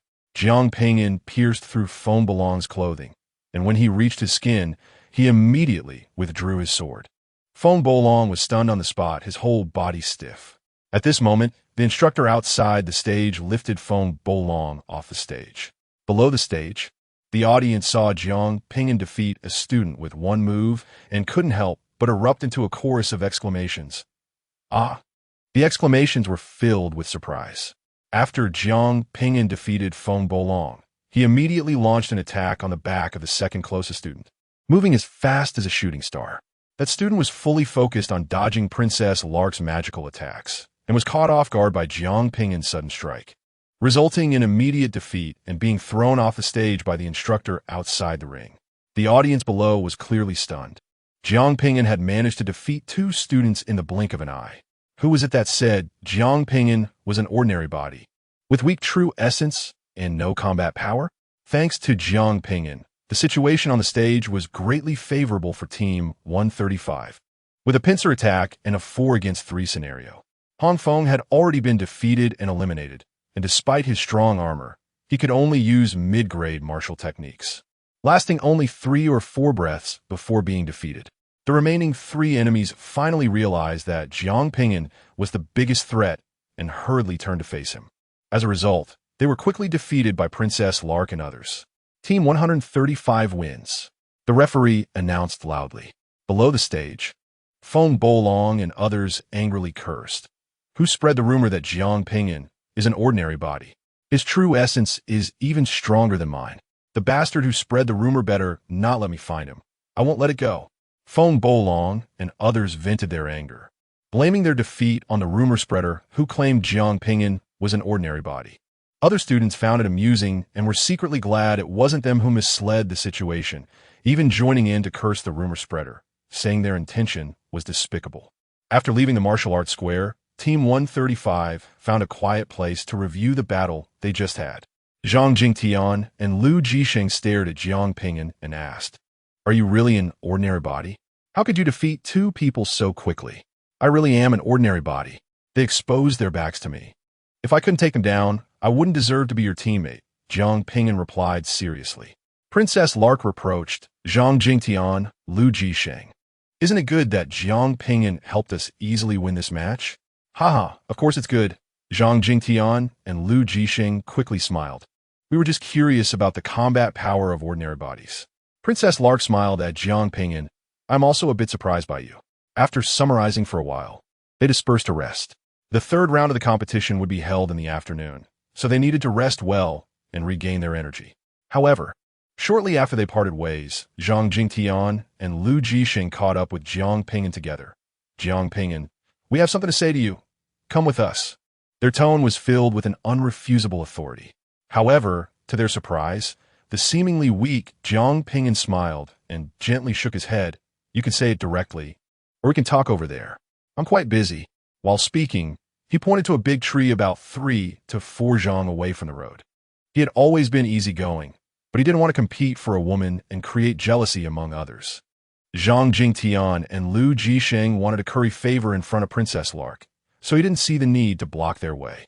"Zhao Ping'an, Don't drink the toast and refuse the punishment. Lu Jisheng threatened angrily. Zhang Jingtian also said, don't forget your background and what ours is. Then there's nothing to talk about. Zhang Ping'an said calmly, turning to continue walking forward. Zhang Jingtian and Lu Jisheng couldn't help but feel angry. After exchanging glances, Lu Jisheng called out to Zhang Ping'an's back. Then let's talk under the big tree. Zhang Ping'an turned towards the big tree. Once they reached the tree, Lu Jisheng immediately said sternly, Zhang Ping'an, you're not allowed to show off in the upcoming matches. You are not allowed to defeat anyone anymore. That's right, absolutely not allowed. Zhang Jingtian said in a deep voice. Zhang Ping'an calmly replied, you want the top 2 spots in the team after winning, right? Good to know. Zhang Jingtian said coldly. Some things are not for you to take. In the first 2 rounds of the competition, Zhang Ping'an's performance was outstanding, contributing even more than Princess Lark. If he continued to maintain this level, he would definitely rank in the top 2 of the team. Princess Lark was certain to occupy 1 spot, which meant that he and Lu Jisheng would be out of contention for the championship group. Zhang Ping'an dismissed their concerns, saying, I can take it by strength, of course. You can take it by strength, too. Do you not understand human language? Lu Jisheng said impatiently, his tone filled with threats. Zhang Ping'an said softly, I dare to offend the children of the prince of the southern town. Do you think I would be afraid of your threats? With that, he turned and walked away. What should we do, Zhang? Lu Jisheng turned to Zhang Jingtian and asked. This guy suddenly became tough. He clearly pretended before and fooled us. Zhang Jingtian had no good plan at the moment and could only say, time is too tight. We can't force him to make a mistake. The next 2 rounds will depend on ability. Sigh, it can only be this way, Lu Jisheng said resentfully. Zhang Ping'an returned to the front of the Kuan Courtyard's Jechin dormitory, then turned and walked to the nearby Jumao dormitory, knocking on the courtyard door. After a moment, the door opened, revealing a beautiful young palace maid. Oh, it's young Master Jiang. What brings you here? The young maid remembered Zhang Ping'an's appearance after seeing him once. Zhang Ping'an smiled and said, Hello, Mississippi. I have important matters to discuss with Princess Lark. Could you please inform her? Zhang Jingtian and Lu Jisheng both wanted to compete for the top 2 spots in the team, and since they missed the first 2 rounds, they would likely do anything to grab credit in the upcoming matches. This would inevitably cause chaos in the formation, leading to a lack of coordination and even intentionally tripping teammates, risking the team's unexpected defeat. Therefore, it was necessary to discuss strategies with Princess Lark. The young maid blushed slightly and whispered, My name is Cai Xia. Young Master Jiang can call me by my name or Xia. So it's Miss Cai Xia. Zhang Ping'an cupped his hands and smiled. No need for that. Cai Xia quickly returned the gesture and said, I will inform the princess right away. After saying that, she closed the door. In less than a tea's worth of time, the courtyard door reopened, still revealing Cai Xia. She took the opportunity to take a good look at Zhang Ping'an's handsome face, then stepped aside and said, Young Master Jiang, the princess requests your presence. Thank you. Zhang Ping'an cupped his hands again and walked gracefully into the courtyard. Chapter 40. The Team Triumphs. Even a tiger may eat its young. As soon as Zhang Ping'an entered the courtyard, he saw Princess Lark sitting at a stone table under a precious tree in the front yard, savoring tea. On the stone table was a set of tea utensils that emitted a shimmering light and a pot of fragrant tea that had just been brewed. Standing about half a zhang behind Princess Lark was a middle-aged maid with a profound aura. Zhang Ping'an couldn't help but take another look at the precious tree. It was crystal clear and emerald green, with colorful, ethereal light. Visible wisps of misty essence fell from its branches and leaves, maintaining a high concentration of essence beneath the tree. This was a rainbow essence treasure tree, which usually absorbed a large amount of heavenly essence and stored it. When a living being was beneath it, it would release essence, keeping the area below it rich in essence. Zhang Ping'an had seen relevant descriptions in a book called Strange Flowers and Rare Trees. The rainbow essence treasure tree was rare and precious, making it quite a treasure. He hadn't expected that Princess Lark's residence would have one, likely transplanted after she moved in. While savoring the fragrant tea, Princess Lark exuded a noble and elegant aura. The beautiful young girl's face showed a hint of tranquility, making the scene quite picturesque when combined with the colorful, ethereal treasure tree above. She did not stand up to greet Zhao Ping'an, only giving him a slight smile. Fairy tales are all lies. Princesses cannot be approachable. Zhao Ping'an thought to himself as he walked towards Princess Lark. Your Highness, Zhao Ping'an cupped his hands and said. Princess Lark set down her teacup and asked, What do you wish to discuss with me? Just now, Zhang Jingtian and Lu Jisheng came to me. They hope to compete for the top 2 spots in the team. I also do not wish to give up those spots, Zhao Ping'an replied calmly. I am worried that there will be issues in the afternoon's competition, so I wanted to inform you in advance. Princess.Being pondered for a moment and said, It's understandable that you all want to compete for the top 2 spots in the team, but can easily lead to a situation where everyone is fighting for themselves. What strategies do you have? That depends on your Highness's arrangements, Zhao Ping'an replied, passing the ball back. He had yet to reveal overwhelming strength, and with a mortal body label affixed to his forehead, Princess.Being might trust him less than Zhang Jingtian and Lu Jisheng. Princess.Being smiled playfully and said, I'm already aware of the situation. Thank you for informing me. Noticing that Princess.Being had no intention of teaming up with him privately, Zhao Ping'an felt no disappointment. As long as Princess.Being was not caught off guard and defeated in the arena, he wouldn't have to expose more of his strength due to being overwhelmed. Farewell, he said succinctly, bowing slightly before turning to leave Princess.Being's residence. As Zhao Ping'an left and the courtyard door closed, Princess.Being immediately changed from her noble and elegant sitting posture to a more casual one. The middle-aged maid behind her remarked, Princess, you handled that well just now. But was it a bit too much of a show? Princess.Being pouted her pink lips slightly, a hint of guilt crossing her face. Someone had come to visit, and she hadn't even offered them a seat. The middle-aged maid smiled and said, If you didn't act this way, he might mistakenly think you hold him in high regard and develop unrealistic desires. You're doing this for his own good. He is your neighbor. You cannot easily become close to him. Being a princess is quite troublesome. Even making a friend is hard. I don't know who is sincere and who is insincere. Princess.Being lamented. The middle-aged maid merely smiled and did not respond. After a while, Princess.Being asked, Qin Nushi, how much of what Zhao Ping'an said was true? Nushi is a female official title in the palace. It should be true, Qin Nushi replied. The young man probably sensed that you don't trust him much, so he didn't directly propose that you team up with him in private. Princess.Being nodded slightly and asked, What is his strength like? I observed that his true essence aura is somewhat weak. It doesn't seem like he is hiding anything. He is indeed a mortal body, not a rumor. Qin Nushi answered. For someone so young to have reached the Yuan High realm, he must possess astonishing comprehension.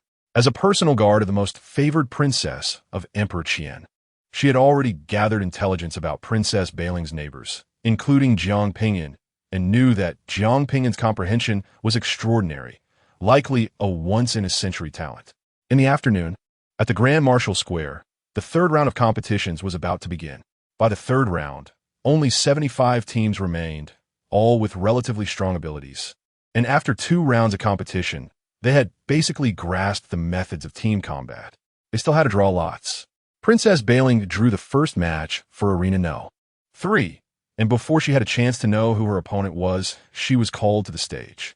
Team 135 still maintained the formation they used in the first 2 rounds, while the opposing team, Team 99, clearly understood Team 135 and adjusted their formation accordingly. With Princess.Being in Team 135, they became the focus of attention and were more easily targeted. As the referee announced the start of the match, Team 99 formed a 5-elements formation and steadily advanced toward Princess.Being. Princess.Being quickly cast a spell, but it was blocked by the protective shield generated by the 5-elements formation and did not disrupt the enemy's formation. Princess.Being's expression became serious. At that moment, Zhang Jingtian and Lu Jisheng, eager to gain contribution points, no longer stayed by Princess.Being's side and took the initiative to attack, even reaching the enemy before the foremost Hong Feng.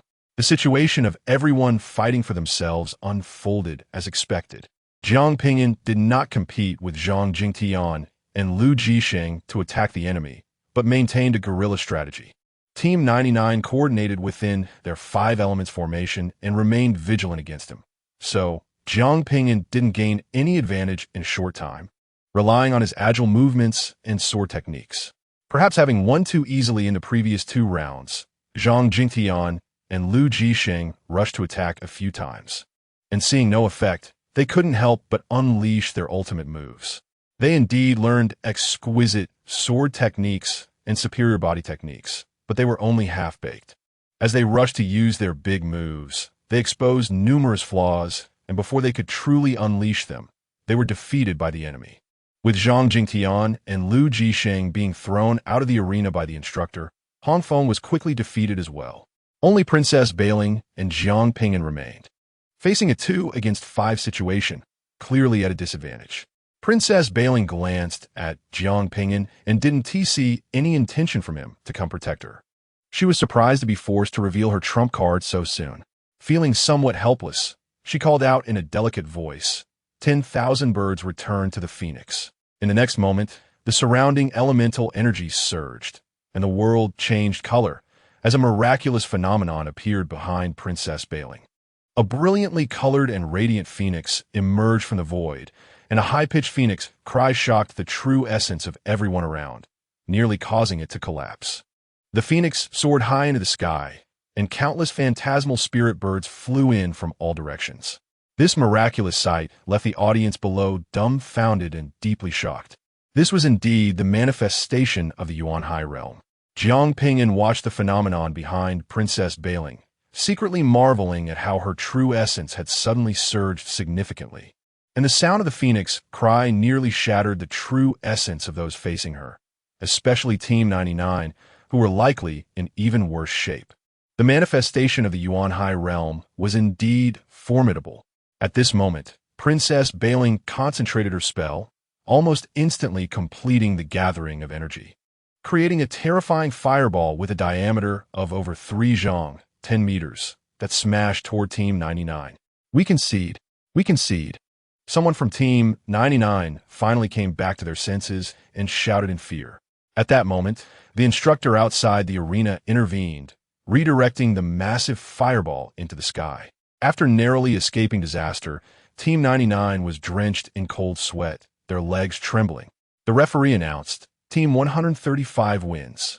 Zhao Ping'an sheathed his sword and walked up to Princess.Being with a beaming smile, saying the 10,000 birds returned to the Phoenix phenomenon is amazing. Everyone was scared. And the next round will be a free win. Why didn't you come protect me just now? Princess.Being asked, somewhat displeased. Zhao Ping'an continued to smile nonchalantly. Because I knew your highness didn't need protection. Princess.Being let out a barely audible huff. On the morning of the 3rd day, the 4th round of competitions was held. As Zhao Ping'an had expected, the opposing team surrendered immediately. Team 135 became one of the 19 victorious teams, with Princess.Being and Zhao Ping'an ranking in the top 2, earning the qualification to participate in the first ranking competition. The first ranking competition was not held immediately.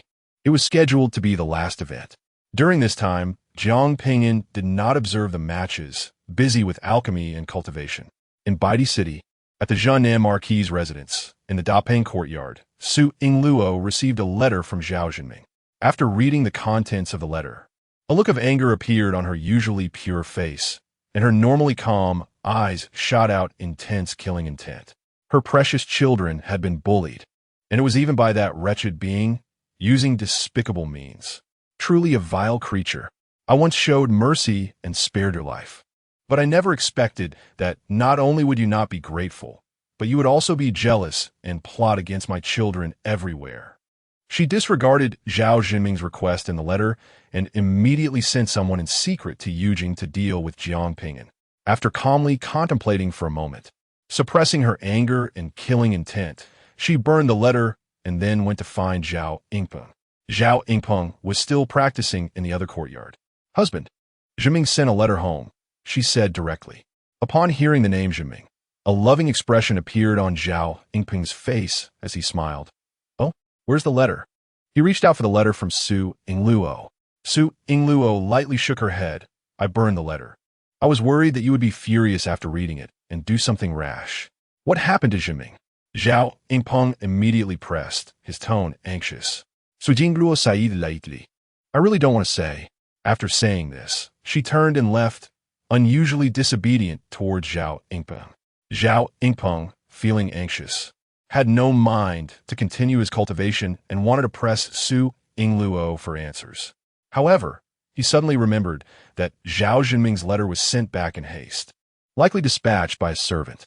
So, he turned to find the messenger and located Hai Lao. To his surprise, it was Hai Lao himself who delivered the letter, which made Zhao Ping'an even more aware that his precious son was in a very difficult situation in Yujing. Hai Lao was Zhao Zhenming's protector, and delivering letters like this should have been a task for a junior servant, unless there were special circumstances. Hai Lao had no concealment and recounted the conflict between Zhao Ping'an and Zhao Zhenming and Zhao Jinglian in detail. Before Zhao Ping'an finished listening, he was already extremely furious, roaring, "Wretched son, I shouldn't have let that lowly maid give birth to you in the first place." After his rage, he personally summoned a family general at the Dragon Transformation Realm to Yujing to clean up the family misfortune and kill Zhao Ping'an. Chapter 41. Not being understood. Zhao Ping'an had been waiting for news from his mother for 7 full days, and just when he began to worry about her safety, he finally received a letter from Jiang Shuiwei.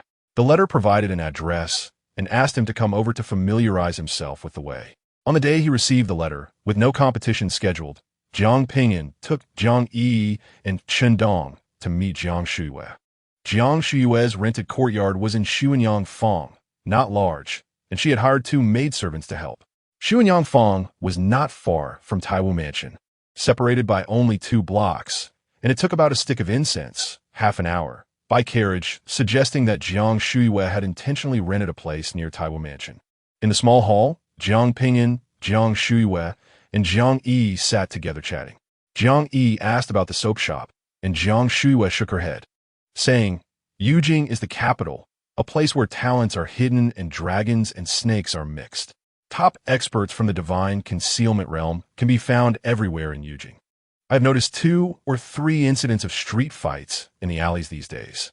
Opening the soap shop must be postponed until I advance to the Dragon Transformation Realm." It turned out she was worried that the soap shop might attract covetous eyes, and her strength at the 5th level of the divine concealment realm was not enough to intimidate others. After dark, Jiang Ping'an and Jiang Yi returned to Taiwu Mansion.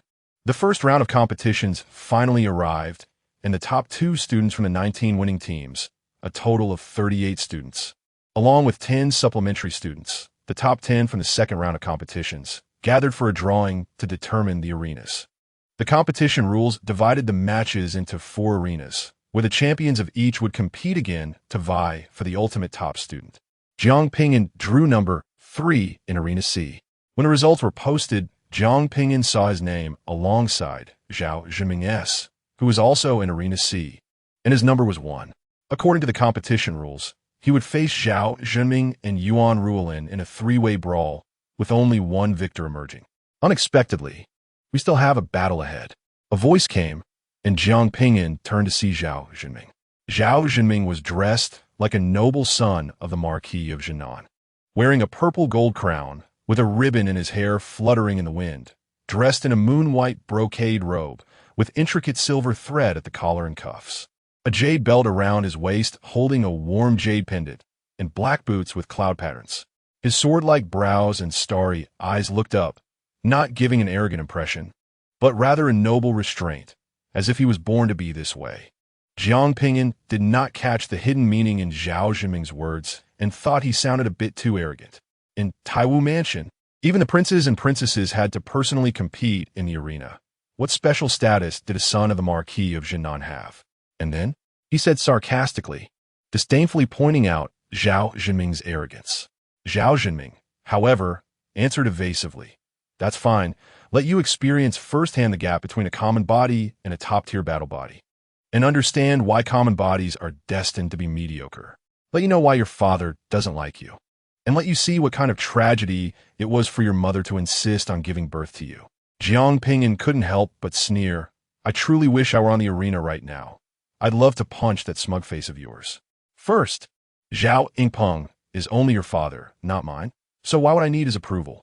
Second, if my mother hadn't insisted on giving birth to me back then, you wouldn't have had the chance to come into this world. You should meet my mother once and kneel down to thank her." Ordinary people repay kindness with great gratitude. Yet you ridicule my mother. What kind of ingratitude is that? What is there for you to be so proud of standing in front of me? Zhao Jinming's face showed a hint of embarrassment, slightly annoyed and embarrassed. Playing with words is always just playing with words.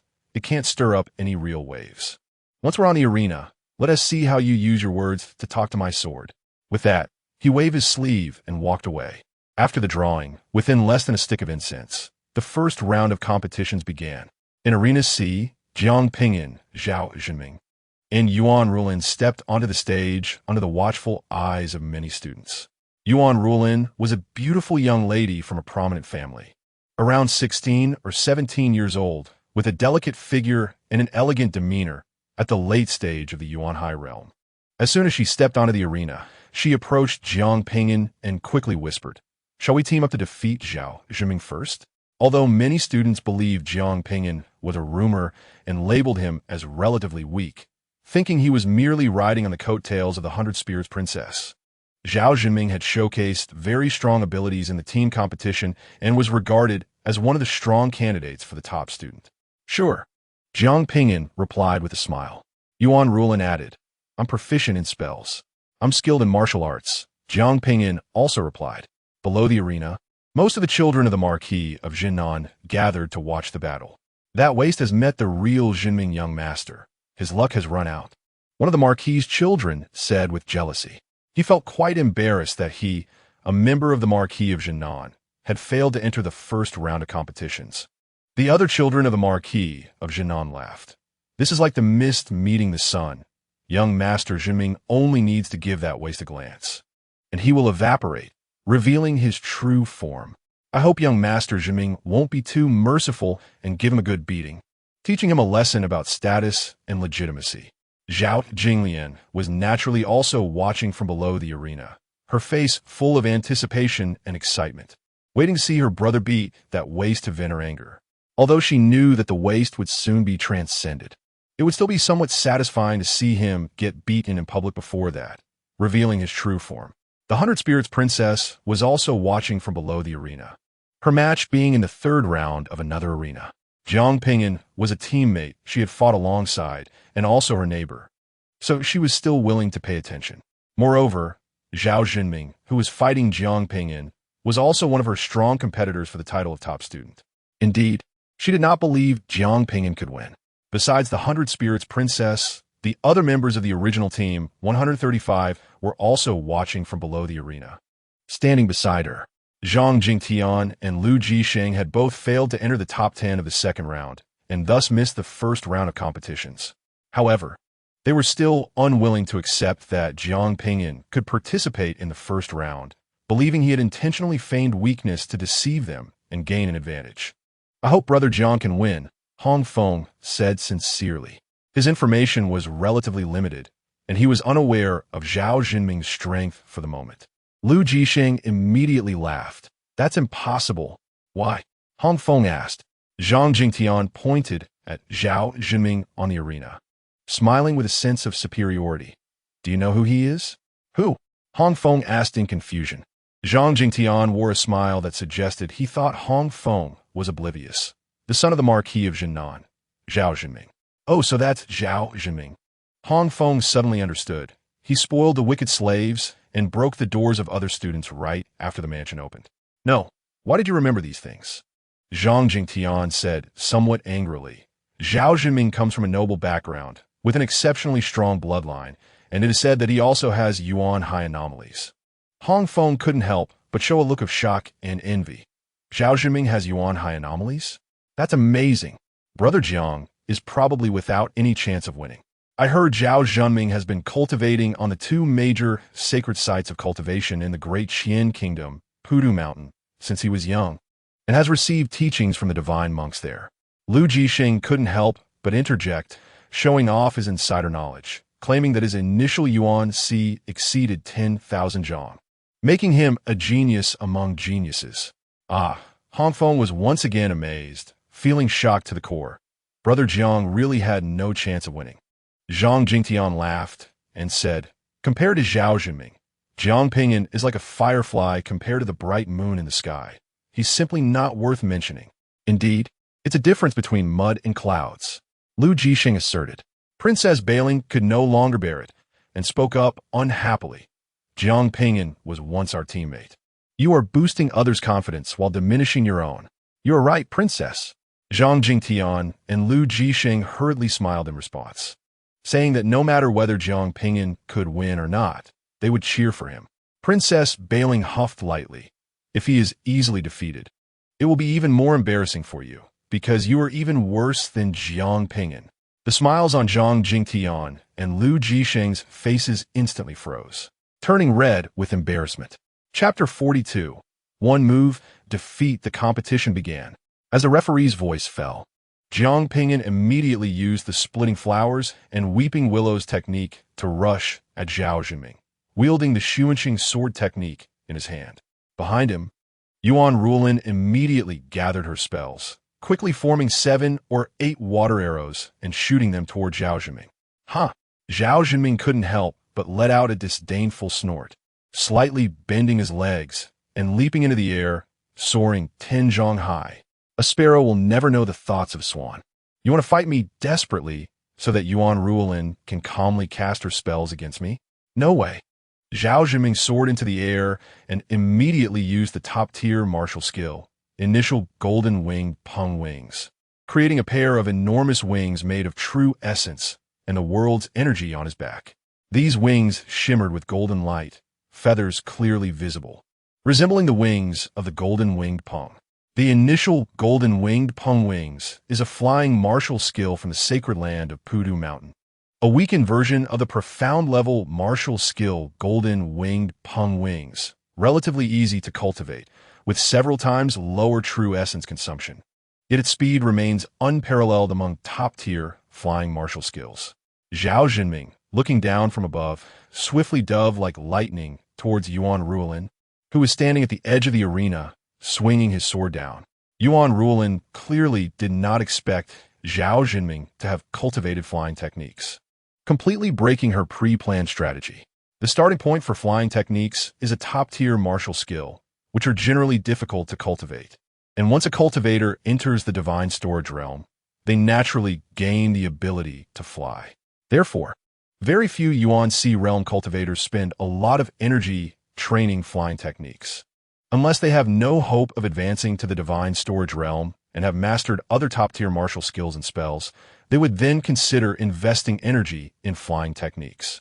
Generally, those like Zhao Zhenming, with powerful bloodlines and abundant cultivation resources, focus all their efforts on cultivating their techniques to enter the divine storage realm as quickly as possible, rather than wasting time on flying techniques. Faced with the rapidly descending and lightning-fast Zhao Zhenming, she found no way to evade. For a moment, she gave up resisting and closed her eyes, accepting the fate of defeat. The next moment, she heard a loud bang, thinking she had been knocked off the stage. But it seemed she was still unharmed. Immediately after, she heard a pretentious, cold voice. "Want to hurt her? Did you ask me first?" She quickly opened her eyes to see an exceptionally handsome face with a mischievous smile. It was Zhao Ping'an. Where is Zhao Zhenming? Her heart was suddenly filled with doubt, and her beautiful eyes quickly scanned the entire arena, then looked up into the sky, but could not find Zhao Zhenming's figure at all. Zhao Ping'an chuckled. "He is down below the arena. I've already defeated him." Before she could speak, Zhao Ping'an joked. "How was that? Did my earlier line sound like something the male protagonist would say when descending from the heavens to save the female protagonist? If you're moved, just surrender. Hand over the subsequent matches to me. I will fight." Yuan Rulin was completely bewildered, her mind blank, as if she were in a dream. What was happening in front of her, and what Zhao Ping'an said seemed unreal. She glanced down at the arena and indeed found Zhao Zhenming's figure. She saw Zhao Zhenming standing up from the ground, a slight trace of blood at the corner of his mouth, his face alternating between red and pale. His eyes shooting out looks full of unwillingness, defiance, and frustration. Zhao Zhenming was truly unwilling and unconvinced. He had hardly been injured, only inexplicably attacked from behind by Zhao Ping'an, which knocked him off the arena and onto the ground. I was actually defeated in public by a mere mortal. He was filled with disbelief, unable to accept such a result. He felt extremely aggrieved. He ambushed me. He didn't win with true strength. Moreover, with this defeat, he not only lost the chance to compete for the top student, but would also not even make it into the top 16. The audience below the arena was silent, all eyes focused on Zhao Ping'an, filled with astonishment and surprise. Before the match, everyone believed Zhao Ping'an would surely win. But who would have thought that less than 3 breaths into the match, Zhao Ping'an would be defeated, and that he would be the first to be knocked out in the brawl? What is happening? Brother Jiang defeated Zhao Ping'an in one move. Han Feng said in disbelief, rubbing his eyes hard, thinking he was seeing things. Zhang Jingtian and Lu Jisheng's expressions changed dramatically, first in disbelief, then filled with jealousy. He ambushed. Princess Bailing was one of the few people at this moment who focused her gaze on Zhao Ping'an, her eyes evidently filled with disbelief. He ambushed. He ambushed. He ambushed. Suddenly, an extremely excited shriek pierced through everyone's eardrums. It doesn't count. Zhao Jinglian pointed at Zhao Ping'an on the stage, screaming with excitement, her eyes wide open to the extreme, her face contorted, the 12-year-old girl giving off a terrifying feeling. She simply could not accept that her omnipotent, flawless brother had been defeated by Zhao Ping'an in public. A group of young disciples from the Zhan Nanhou residence came back to their senses and immediately followed suit, shouting excitedly, "He ambushed! It doesn't count! He ambushed! It doesn't count! He ambushed!" Silence.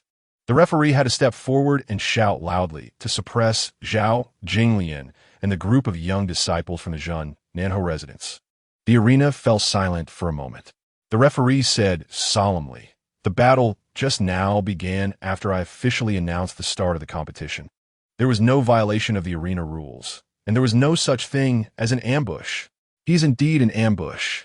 Zhao Jinglian, used to being domineering, was unwilling to accept the referee's ruling, excitedly pointing at Zhao Ping'an and screaming, "He is a mortal waste.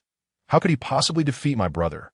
My brother is a genius among geniuses, with an initial Yuan Sea exceeding 10,000 zhong, and there is a Yuan Sea anomaly, a Qi dragon emerging from the divine river. If you declare my brother defeated by him, we will not accept it." The referee interrupted Zhao Jinglian's words and addressed everyone below the arena. The match just now was due to Zhao Ping'an underestimating his opponent and completely exposing his back to Zhao Ping'an. Zhao Ping'an seized Zhao Ping'an's major flaw and achieved victory with one strike, with no controversy, and he deserves praise. The referee turned to Zhao Ping'an and Yuan Ruolin and announced, "The competition continues." Zhao Jinglian still wanted to shout in defiance, but at this moment, Princess Bailing spoke with authority. The process of the match was witnessed by all. Zhao Ping'an lost, and losing is losing. Does the Zhan Nanhou residence really not have the capacity to accept defeat? With Princess Bailing's voice, other students immediately echoed, accusing Zhao Jinglian and the other young disciple from the Zhan Nanhou residence. "Yeah, how can you Zhan Nanhou residents be so shameless? Everyone saw it. You still want to deny it. Last time you lost a match, you threatened to kill people below the arena. How utterly lacking in character." A wave of accusations against Zhao Jinglian, Zhao Jinming, and the young disciples from the Zhan Nanhou residence quickly formed below the arena, resounding endlessly. Of course, Zhao Jinglian was unwilling to accept and began to curse back at the other students, while the other young disciples from the Zhan Nanhou residence joined in the cursing, creating a chaotic scene. "Everyone be quiet." A voice erupted, drowning out all others. The crowd turned their heads towards the direction of the voice. Seeing Zhao Jinming floating in the air, facing everyone's gaze, Zhao Jinming took a deep breath and said, "Just now, I indeed lost to him. I accept this result, and I am convinced." At this moment, speaking out in public, his Dao heart suffered a significant blow. "Brother, no, woo woo woo." Zhao Jinglian looked up at Zhao Jinming, tears streaming down her face as she cried heartbreakingly, "You shouldn't say that, woo woo woo. You have always been 1,000 times. 10,000 times stronger than him since you were young, woo woo woo." She knew best that her brother had always been ambitious, aspiring to become a saint. Yet he was forced to publicly admit that he had lost to Zhao Ping'an, a mere ordinary waste they had looked down upon since childhood. She could imagine how painful Zhao Zhiming felt inside, how deep the blow was. Zhao Zhiming ignored Zhao Jinglian's words, continuing to address the other students. My younger sister is not yet 12 years old this year, inexperienced in the world, naive and innocent. I will definitely strictly educate and restrain her in the future. I kindly ask everyone to treat her words as the childish tantrums of a little girl and let it slide with a smile. After speaking, he bowed deeply to everyone. Just now, he was unable to regain his composure after the heavy blow, resulting in a situation evolving to the point where Zhao Jinglian and the descendants of the Zhenin Marquis family were scorned by the crowd, and he had to publicly admit his defeat to Zhao Ping'an. After waiting for a moment, Princess.Being spoke up. Zhao Zhiming, it's fine if you admit your defeat to Zhao Ping'an. As for your sister's words, we can consider them mere nonsense. With this opportunity, Zhao Zhiming cupped his hands towards Princess.Being and said, "Thank you, Princess.Being. Thank you all fellow disciples. In the future, if anyone encounters difficulties, feel free to seek me, Zhao Zhiming, and I will do my utmost to help. I reside in Kunyuan, Numbergingshan." After saying this, he descended and landed beside Zhao Jinglian. Brother. Zhao Jinglian quickly threw herself into Zhao Zhiming's arms, crying loudly, "I don't want you to admit defeat to him." Woo woo woo. Zhao Zhiming embraced Zhao Jinglian and took her away from the martial arts square. Chapter 43. Everyone is envious, jealous, and hateful. The competition continued. The referee announced again. Yuan Rulin quickly used her agility to create distance, clearly not intending to surrender directly. Zhao Ping'an did not pursue to attack either, to avoid giving others a reason to criticize.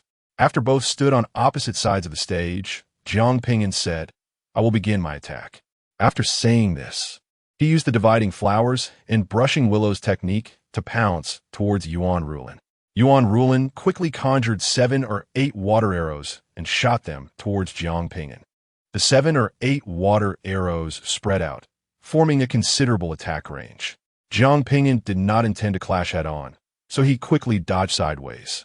Meanwhile, Yuan Rulin seized the opportunity to unleash an exceptional spell, Can Water Flood Dragon. Countless water elemental energies surged over, merging with Yuan Rulin's water true essence to form a dragon-like creature that was 5 zhong long and as thick as a water barrel.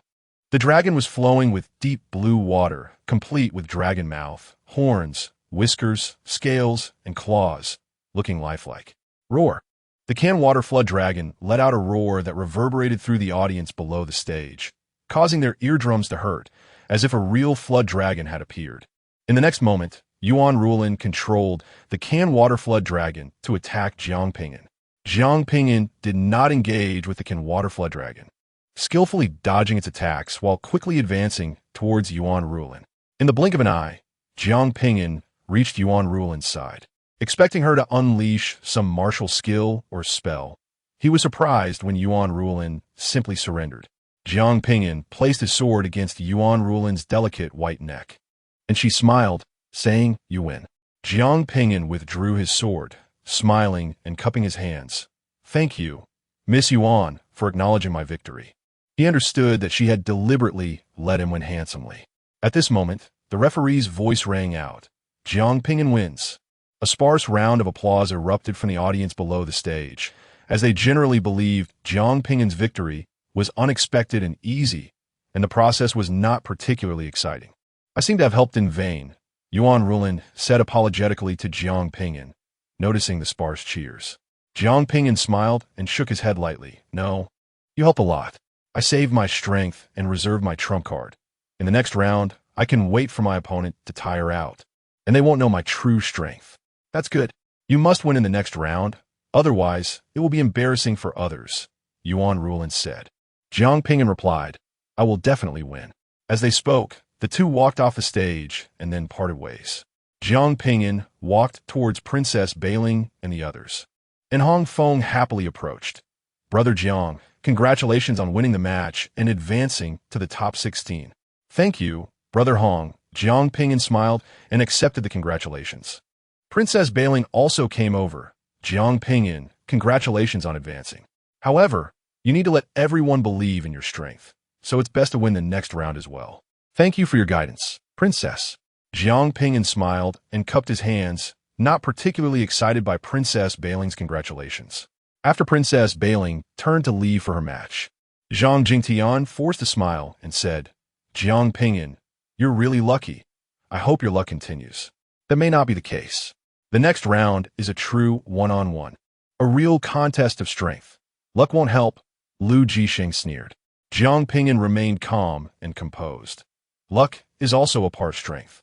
My luck will continue to be good, so you all just wait to be envious.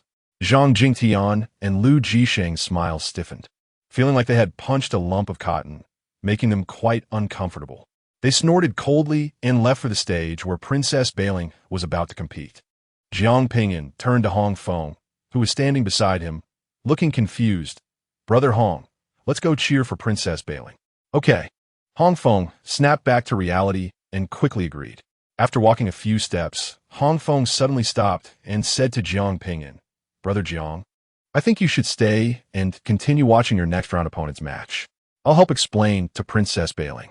Thank you for your kindness, Brother Hong. However, it's unnecessary. Zhao Ping'an smiled and shook his head confidently. The competition progressed quickly. In one morning, each stage completed 4 rounds of mixed battles, and the next round of one-on-one duels began in the afternoon. There were no draws for the afternoon matches, and there would be no draws for the subsequent matches either. The rule was that the winner of the first mixed battle group would face the winner of the second mixed battle group, and the winner of the third mixed battle would face the winner of the fourth mixed battle group, followed by the finals of that stage. On Platform C, the audience had already filled the surroundings early, creating a dense crowd. Besides the students, there were also servants, and the instructors had come to watch as well. Zhao Ping'an stepped onto the stage, and immediately, a wave of whispers erupted from the audience below. Some asked if Zhao Ping'an was really an ordinary body, while others were curious if his progress was due to luck or skill, and so on.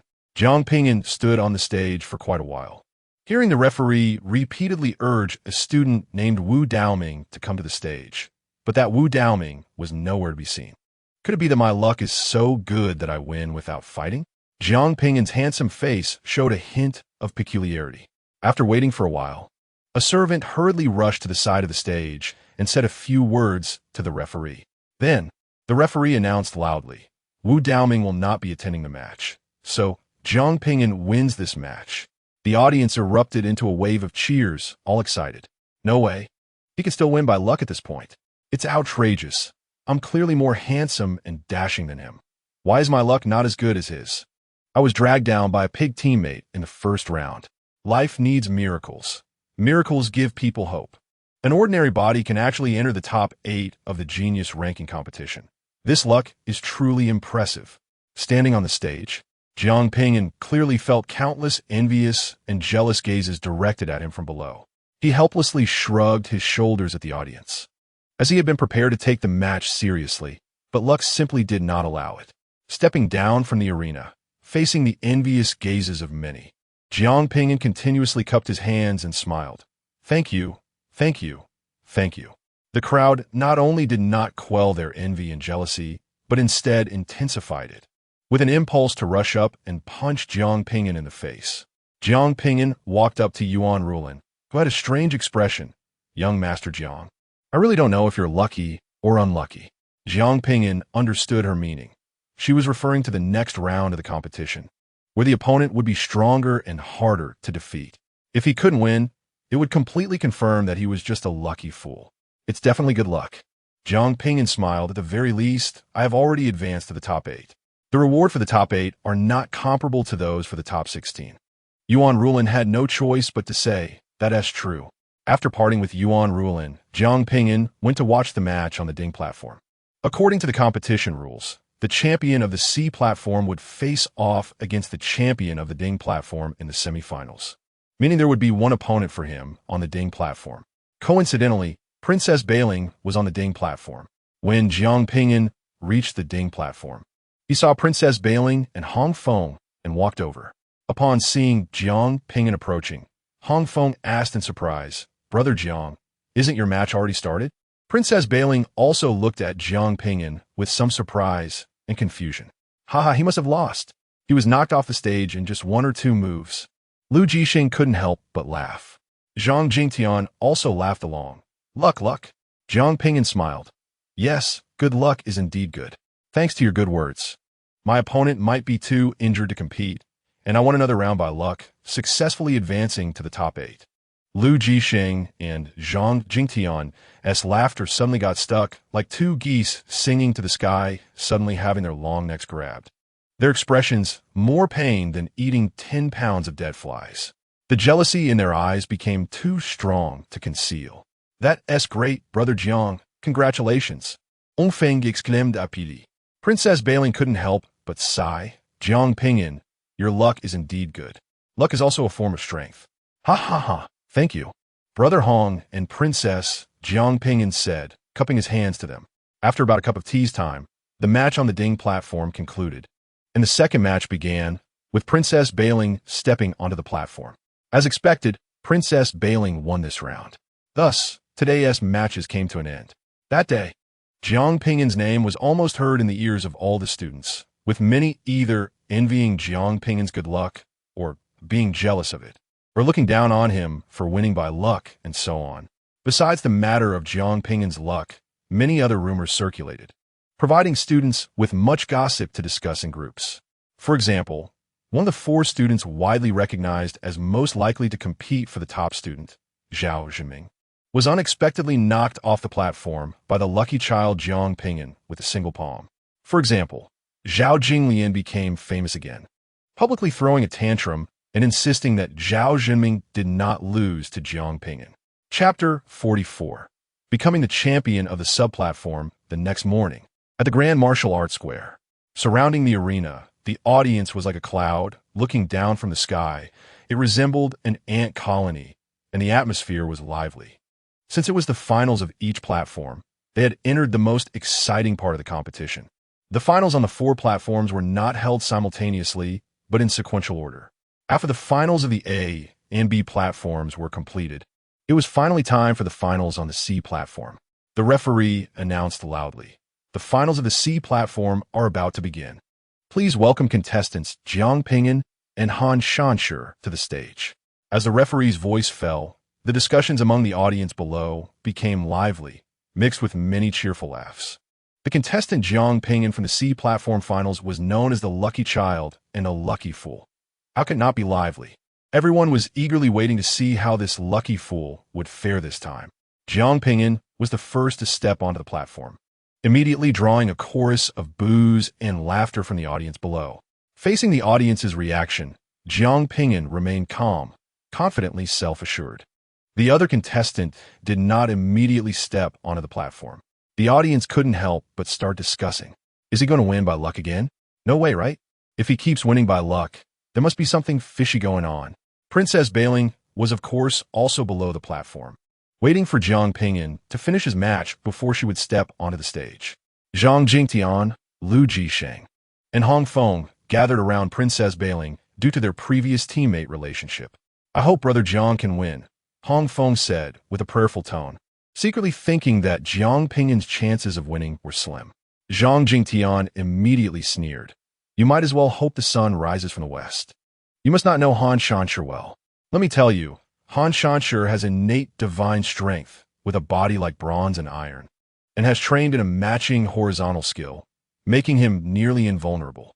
With Zhao Ping'an's soft swordsmanship, I fear he won't even be able to scratch Han Shanshi if he stands still and lets him stab."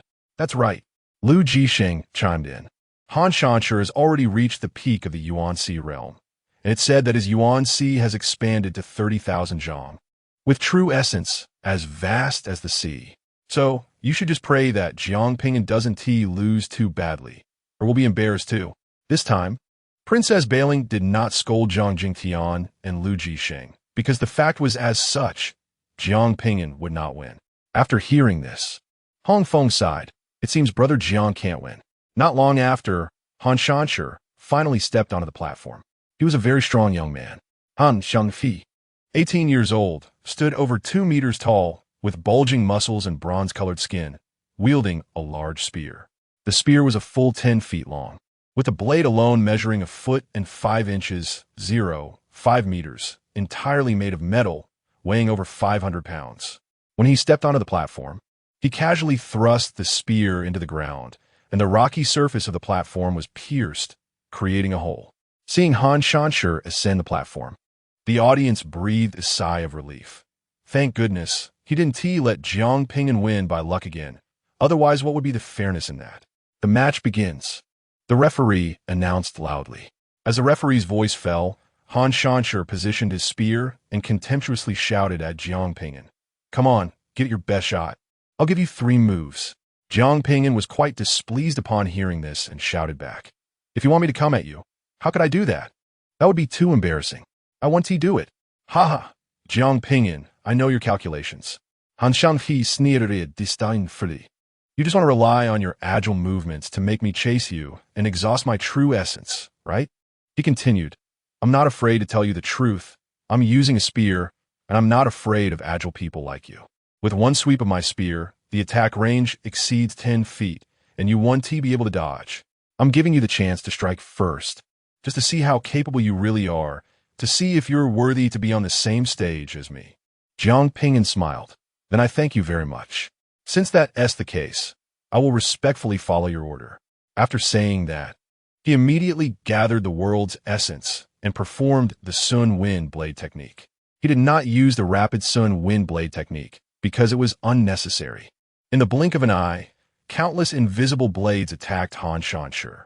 He had a profound understanding of the Sun Wind Blade technique, and in one breath, he conjured more than 10 wind blades, each a full 10 feet long and extremely sharp, while effectively controlling the angle at which each wind blade was shot.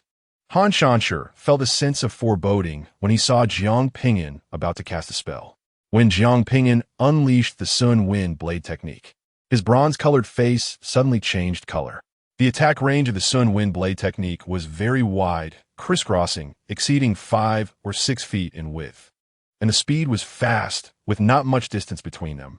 There was simply no way to dodge the attack range of the Sun Wind Blade technique.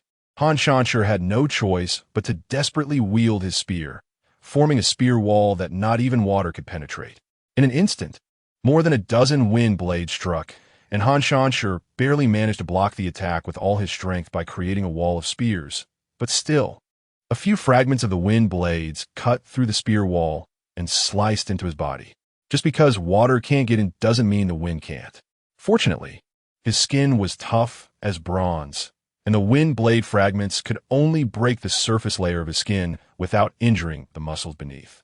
However, after blocking one wave of wind blade attacks with all his might, another wave came immediately after. This wave of wind blades was even more densely packed, seemingly attacking from 3 directions, the front and both sides. This time, his desperate spear wall could not block them all. The wind blades swept across him, leaving him with numerous wounds, bloodied all over. It was a good thing he had tough skin and bones. Otherwise, he would have been in serious danger. However, the situation was far from over.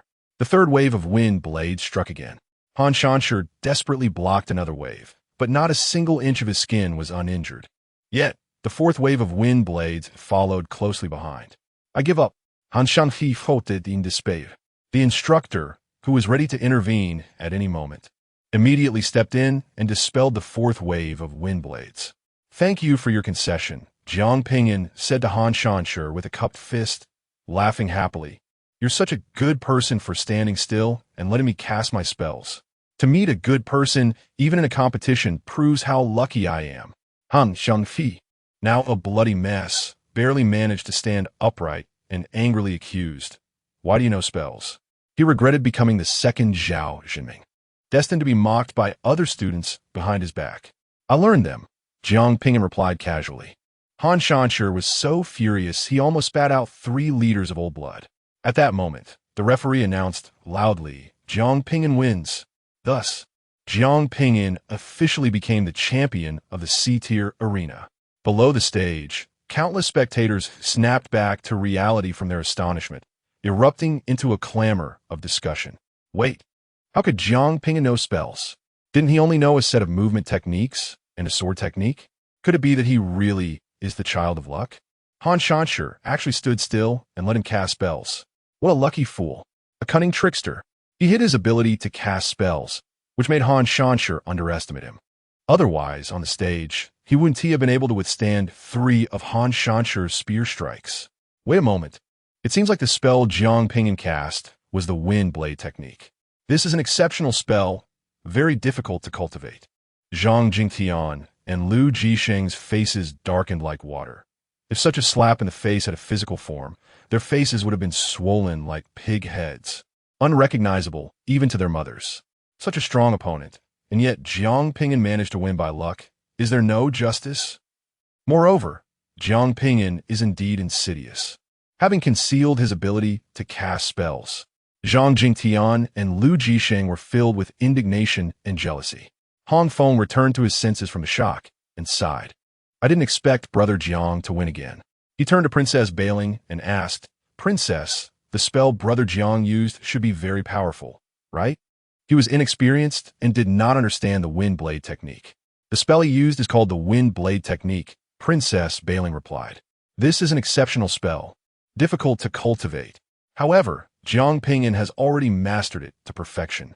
No, his Wind Blade technique has reached the pinnacle, its power surpassing that of the teacher who taught me the Wind Blade technique back then. At this point, Princess Bailing felt shocked herself. Hong Feng was greatly astonished and then asked, doesn't that mean Brother Zhang's greatest strength isn't martial skills, but spells? Maybe, Princess Bailing said uncertainly. I can no longer see through him, because since Zhao Ping'an hid his mastery of the Wind Blade technique, he might have other greater trump cards. Then she said sternly to Zhang Jingtian and Lu Jisheng, from now on, you two are not allowed to spread rumors about Zhao Ping'an. Just relying on the Wind Blade technique, he can sweep away the vast majority of students. It turned out that Zhang Jingtian and Lu Jisheng had been spreading many rumors, insinuating that Zhao Ping'an's victories so far were all due to luck, that he was just a lucky fool. They had once been Zhao Ping'an's teammates, and their words made other students believe them without question. Zhang Jingtian and Lu Jisheng's faces turned red, with a hint of fear. Understood, we understand. They regretted deeply that their petty actions had been discovered by Princess Bailing. It was almost impossible for them to gain her favor now. Chapter 45. The phenomenon of 10,000 birds facing the phoenix. Zhao Ping'an walked down from the arena, and the finals of the D-tier arena began immediately. Princess Bailing took the stage.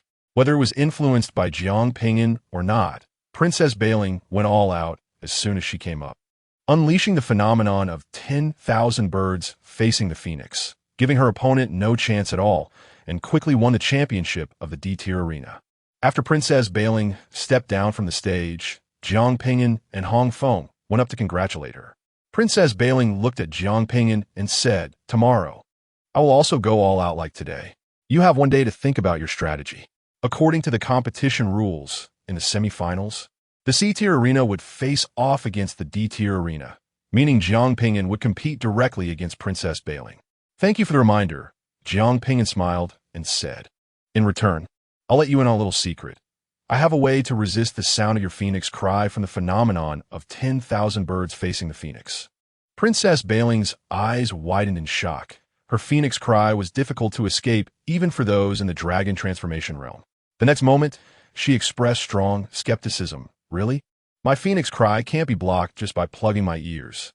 Zhao Ping'an simply smiled mysteriously without offering any explanation. In the afternoon, Zhao Ping'an had no competition, and he didn't want to watch other ranking matches, so he went to the alchemy room to refine pills. You are Zhao Ping'an, right? The instructor in the alchemy room asked curiously when he saw Zhao Ping'an preparing to refine pills. Zhao Ping'an nodded yes. Tomorrow is the final competition for the chief student. Shouldn't you rest well and conserve your energy? The instructor kindly reminded him. This instructor had a good impression of Zhao Ping'an because Zhao Ping'an was the biggest dark horse in the competition, with luck that was enviable. Zhao Ping'an playfully replied, since I'm already in the top 4, it doesn't matter whether I win or lose tomorrow. Everything is arranged by fate. What rest? What energy conservation? He didn't need that at all. He had won very easily, and his true essence was as abundant as an ocean. After the last 3 competitions, he had hardly consumed any energy. Since the ranking matches began until now, he had almost always won with minimal effort. Accumulating true essence wasn't easy. How could he waste it so casually? The instructor was speechless, thinking to himself that Zhao Ping'an might as well just say he would rely on luck tomorrow. However, he realized that Zhao Ping'an could only do so. In the semifinals, no one would underestimate their opponents. Even luck would be of no use. Moreover, Zhao Ping'an's opponent was Princess.Being, who had hardly been worn down or injured in today's competition. Since the outcome has already been decided, refining pills now seems reasonable.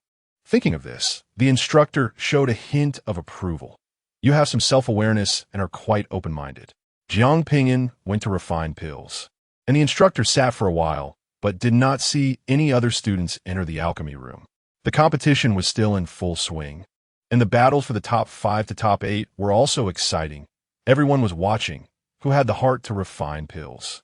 The instructor, feeling bored, sat for a stick of incense's worth of time, then got up and left the alchemy room to watch the competition. When he arrived near the arena, he saw that the crowd was so dense it was like water couldn't flow through. It was packed to the brim. However, it was no challenge for him. After all, he was instructor, and he quickly went to the viewing area for instructors. As he sat down in the instructor's viewing area, the previous match had just ended, and they were waiting for the next match. Feeling a bit bored, he joked with the instructor next to him, "Guess who I saw in the alchemy room just now?" "You definitely won't guess." "With so many people in Taiwu Mansion, we certainly can't guess." The other instructors laughed and shook their heads. The instructor was somewhat speechless and directly said, "I saw Zhao Ping'an in the alchemy room." "Is it that extremely lucky Zhao Ping'an?" The other instructors immediately became interested. At the same time, someone questioned, "No way, right? He is competing for the chief student tomorrow. If he doesn't take the time to rest and prepare, how could he possibly go to the alchemy room to refine pills at this time?" Did you misread the situation? Hearing his colleagues express such disbelief, the instructor couldn't help but feel pleased. "You don't understand. Zhao Ping'an is young, but he is quite open-minded and sees things clearly. He knows he definitely can't win against Princess.Being tomorrow, so there's no need to get tangled up in it. He should just do what he needs to do." "Huh, your analysis seems reasonable." Other instructors expressed some surprise, noting that Zhao Ping'an has a good mindset and hasn't let his good fortune go to his head. He's quite open-minded. The instructor's conversation was overheard by a few nearby students, who couldn't help but tell other students, and those students then spread it further. By evening, news of Zhao Ping'an entering the alchemy room in the afternoon had spread throughout the entire mansion, even leading to rumors that he would directly concede in the semifinals tomorrow and had no courage to face the challenge head-on. These rumors seemed to further solidify the belief that Zhao Ping'an could reach the top for purely by luck, portraying him as a lucky fool. The next morning, the semifinals arrived. The Taiwu Mansion was empty, with even the top Law-Image Realm experts from the Taiwu Mansion appearing to watch the match, seated prominently in a row. After a stunning and breathtaking first semifinal match concluded, the referee announced, "The second match is about to begin. Please welcome students Ji-Bai-Ling and Zhao Ping'an to the stage." As the referee's voice fell, many students below the stage began preparing to leave. "Let's go. The morning match is over." "Why? Didn't the referee just announce the start of the second match?" Haven't you heard? Zhao Ping'an wouldn't dare really fight. He would directly concede. "I'm not leaving. I want to see Princess.Being." Although many students were preparing to leave, no one immediately did so. After all, it wouldn't take long. After the referee announced the start of the match, Princess.Being immediately used her flying technique, soaring from below the stage to the platform. Today, Princess.Being wore a fiery red gown, the flowing fabric resembling blazing flames, like a phoenix bathed in fire. Her snow-white skin, contrasted against the red gown, made her look even more stunning. The fiery red gown highlighted her exquisite features, like a fairy from a painting, with brows shaped like a crescent moon, eyes imbued with autumn waves, a delicate nose, and slightly pursed red lips. When she flew up to the stage, she resembled a fire phoenix soaring, captivating everyone's gaze. Truly worthy of being Princess.Being, the most favored princess of the current Emperor Qian. Almost everyone couldn't help but sigh in admiration. Zhao Ping'an ascended to the stage modestly, walking instead of using his flying technique. He had only used his flying technique for a brief moment when defeating Zhao Zhenming, and no one had noticed.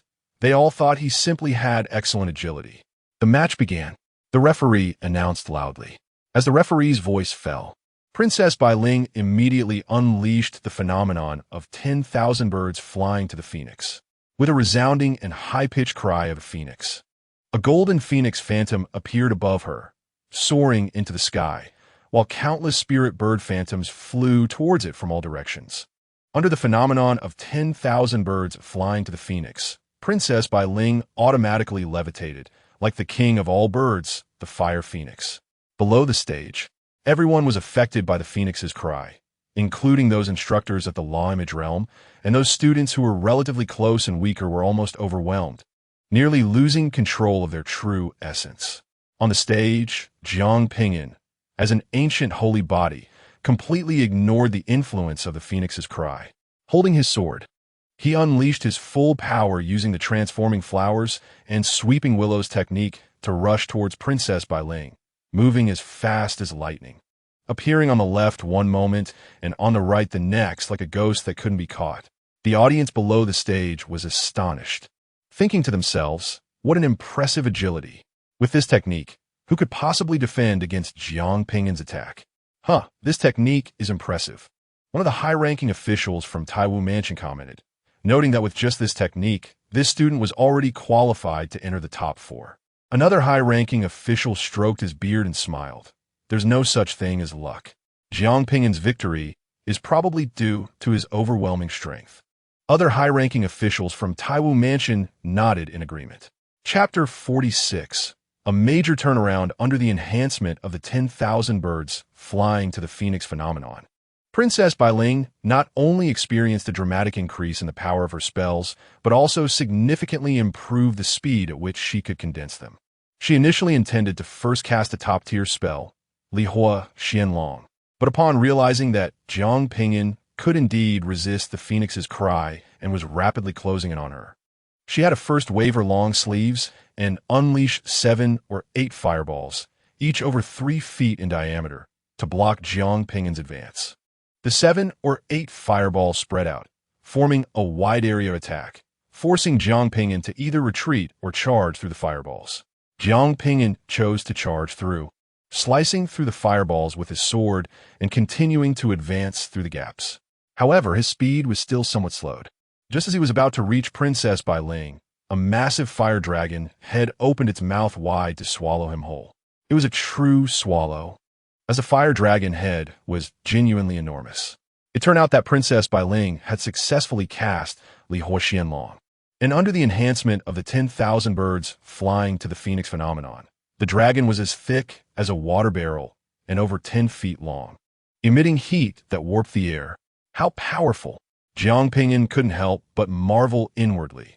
With just the transforming flowers and sweeping willows technique and the Sun Xing sword technique, he was no longer able to deal with Princess Bai Ling. Just as he was about to be devoured by the massive Li Hua Xianlong, Zhao Ping'an did not retreat or dodge. Instead, he thrust his left hand forward, bringing forth a storm. Wind and rain transforming palm. Roar! The Li Hua Xianlong let out a reluctant wail, and its dragon head and a portion of its body were instantly dispersed and extinguished. This caused the high-ranking officials from Taiwu Mansion, who were watching from their seats, to sit up straight in surprise. That palm strike had already surpassed the realm of top-tier martial skills. Indeed, I observed that its power is already equivalent to profound-level martial skills. Such an astonishing comprehension and talent. He not only fully mastered the fine rain and golden wind palm, but also innovated a move comparable to profound-level martial skills. How old is he? And he can comprehend martial skills at a higher level. The high-ranking officials from Taiwu Mansion all marveled at Zhao Ping'an's martial arts comprehension. The other spectators below the stage, upon seeing Zhao Ping'an disperse the terrifying Li Hua Xianlong with a single palm, couldn't help but exclaim in shock, "Wow!" Everyone was left dumbfounded, their minds temporarily blank with amazement. Zhao Zhiming was also watching from below the stage, and he was deeply shaken. He is so strong? Isn't he an ordinary body? How could he be this strong? He is clearly an ordinary waste. Next to him, Zhao Jinglian screamed with jealousy. unable to accept that Zhao Ping'an was truly stronger than her. Princess Bailing was also taken aback when she saw the Li Hua Xianlong being shattered by Zhao Ping'an's palm as she hurriedly prepared to cast another spell. At that moment, Zhao Ping'an slightly bent his legs, squatting down, and then with all his strength, he launched himself, causing the stone platform to erupt, rocks flying everywhere, creating a large pit. Zhao Ping'an's body shot toward the suspended Princess Bailing like a cannonball. Seeing this, Princess Bailing immediately used her flying technique to move to the left and back. Given both their speeds, although Zhao Ping'an's leap from the ground was incredibly fast, it still fell a little short. However, Zhao Ping'an's cannonball-like form suddenly veered to the left, completely targeting Princess Bailing. Princess Bailing was once again taken aback. But it was too late to dodge, so she could only hurriedly cast the 3 turns Earth Element Shield to block in front of herself. The 3 turns Earth Element Shield was as solid as a fortress, and a top-tier ordinary weapon couldn't break it. Break! Zhao Ping'an shouted loudly, unleashing a powerful move from the Sun Xing sword technique, and the sword glowed brilliantly, instantly doubling in length and size. Bang! The 3 turns Earth Element Shield was pierced through in one strike, with the sword tip stopping just before Princess Bailing's towering chest. The Lark Princess looked down in disbelief at the tip of the sword in front of her chest. She had actually lost to Zhao Ping'an, whom she had always thought was not very strong. She raised her beautiful eyes and saw a pair of transparent wind wings behind Zhao Ping'an, and she instantly understood why she had lost. I lost. You are very strong, the Lark Princess said dejectedly. Zhao Ping'an retracted his long sword and smiled. You are also very strong. You have forced me to reveal all my trump cards. Below the arena, there was a dead silence, and everyone was in shock, unable to come to their senses for a long time. The lucky Zhao Ping'an actually defeated the Lark Princess. Zhao Zhiming stared intently at Zhao Ping'an, his fists clenched so tightly that his nails dug into his palms until they bled without him noticing. He finally understood how he had lost. It turned out that Zhao Ping'an could also fly, and his defeat was not unjust. If he had lost to Zhao Ping'an publicly before, he would have only felt it was a disgrace, which wouldn't have affected his determination, because Zhao Ping'an was too weak. He had simply been careless. He thought that with just a finger, he could crush Zhao Ping'an. But now he realized that he might not be Zhao Ping'an's opponent, and a crack appeared in his confidence. This half-brother of his not only had an ordinary body, but had also never received any cultivation from the Zhongnan Marquis Mansion since childhood, and had even been confined in a small courtyard for 12 years. And what about him? He belonged to the top bloodlines of both the Zhao family of the Zhongnan Marquis Mansion and the Su family of Qingzhou, enjoying all the best resources from a young age, and had cultivated in the holy land of Pudu Mountain, receiving guidance from a divine monk under the Buddha. The difference was clear. Zhao Ping'an wins. The referee was the first to recover from his shock and announced loudly. Upon hearing the referee's voice, the audience below the arena gradually came back to their senses and involuntarily let out exclamations of shock. Wow. Then came a huge wave of discussions, completely boiling over. Did I really not see it wrong? Zhao Ping'an actually defeated the Lark Princess. So shocking. It turns out Zhao Ping'an is this strong. Anyone who says Zhao Ping'an is lucky again, I will slap them. Who spread the rumor that Zhao Ping'an won by luck? I will beat them to death for misleading me for so long. The Lark Princess went all out from the start. Let us see who dares to say Zhao Ping'an won by luck again. At this moment, some female students began to discuss differently. Zhao Ping'an is so handsome and charming, making me feel all fluttery. Ah, Zhao Ping'an is looking at me. He is really looking at me. I heard Zhao Ping'an comes from an ordinary family. My family is wealthy enough to support him, as long as he is willing to associate with me. The higher-ups of the Taifu Mansion nodded in satisfaction, chatting with each other. This Zhao Ping'an was a lowly branch of the Zhongnan Marquis Mansion, previously suppressed and buried.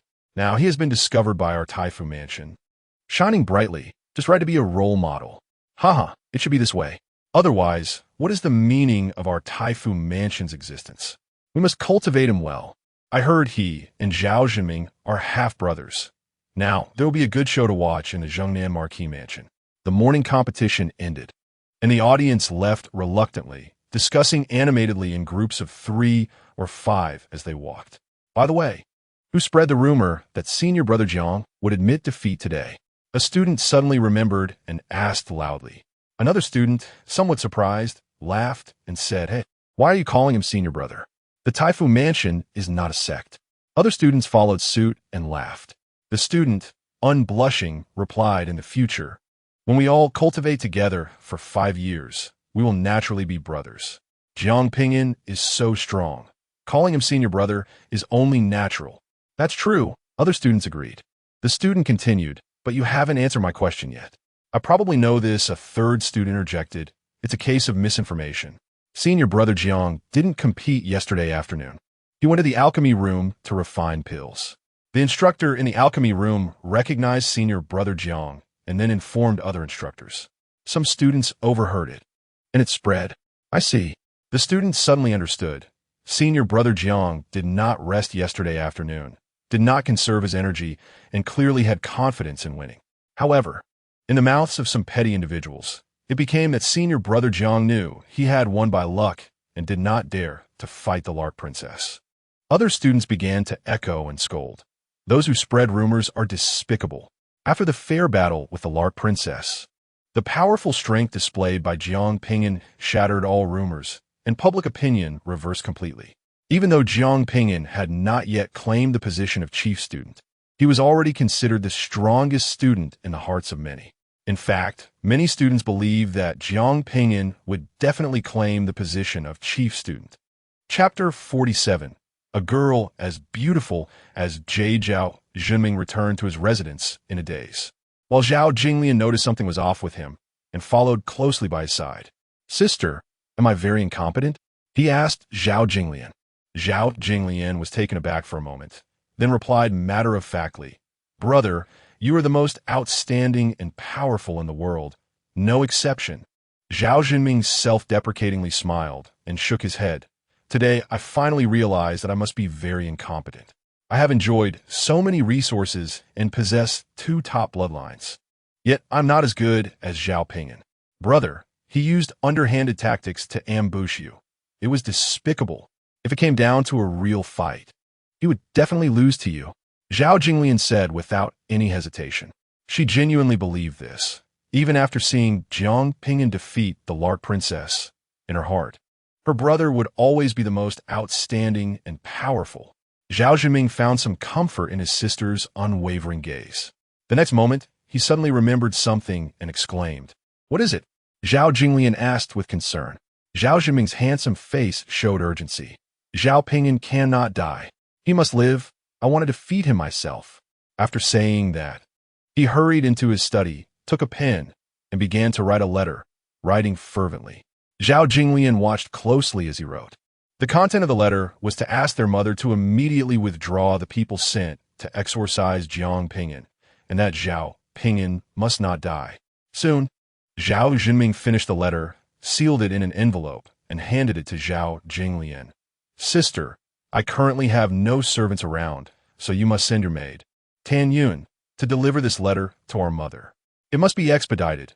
Use the iron feather flying eagle. No delays." His assistant, Hai Lao, had not returned from delivering a letter yet. As for Zhao Qingshi, he had been sent back to Baidi City after making a big mistake. A new attendant had not yet arrived. Of course, Zhao Jinglian cheerfully took the letter. Zhao Jinming urged, "Hurry." Zhao Jinglian did not refuse, taking the letter and leaving Zhao Jinming's residence. Back in her own residence, Zhao Jinglian first burned Zhao Jinming's letter, then wrote a new one herself.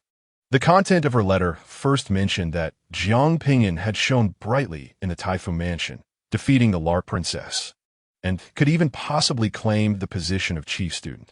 Then she condemned Zhao Ping'an for hiding his strength and harboring malicious intent, stating that his heart was worthy of being punished, and urged her mother to send someone to exorcise Zhao Ping'an.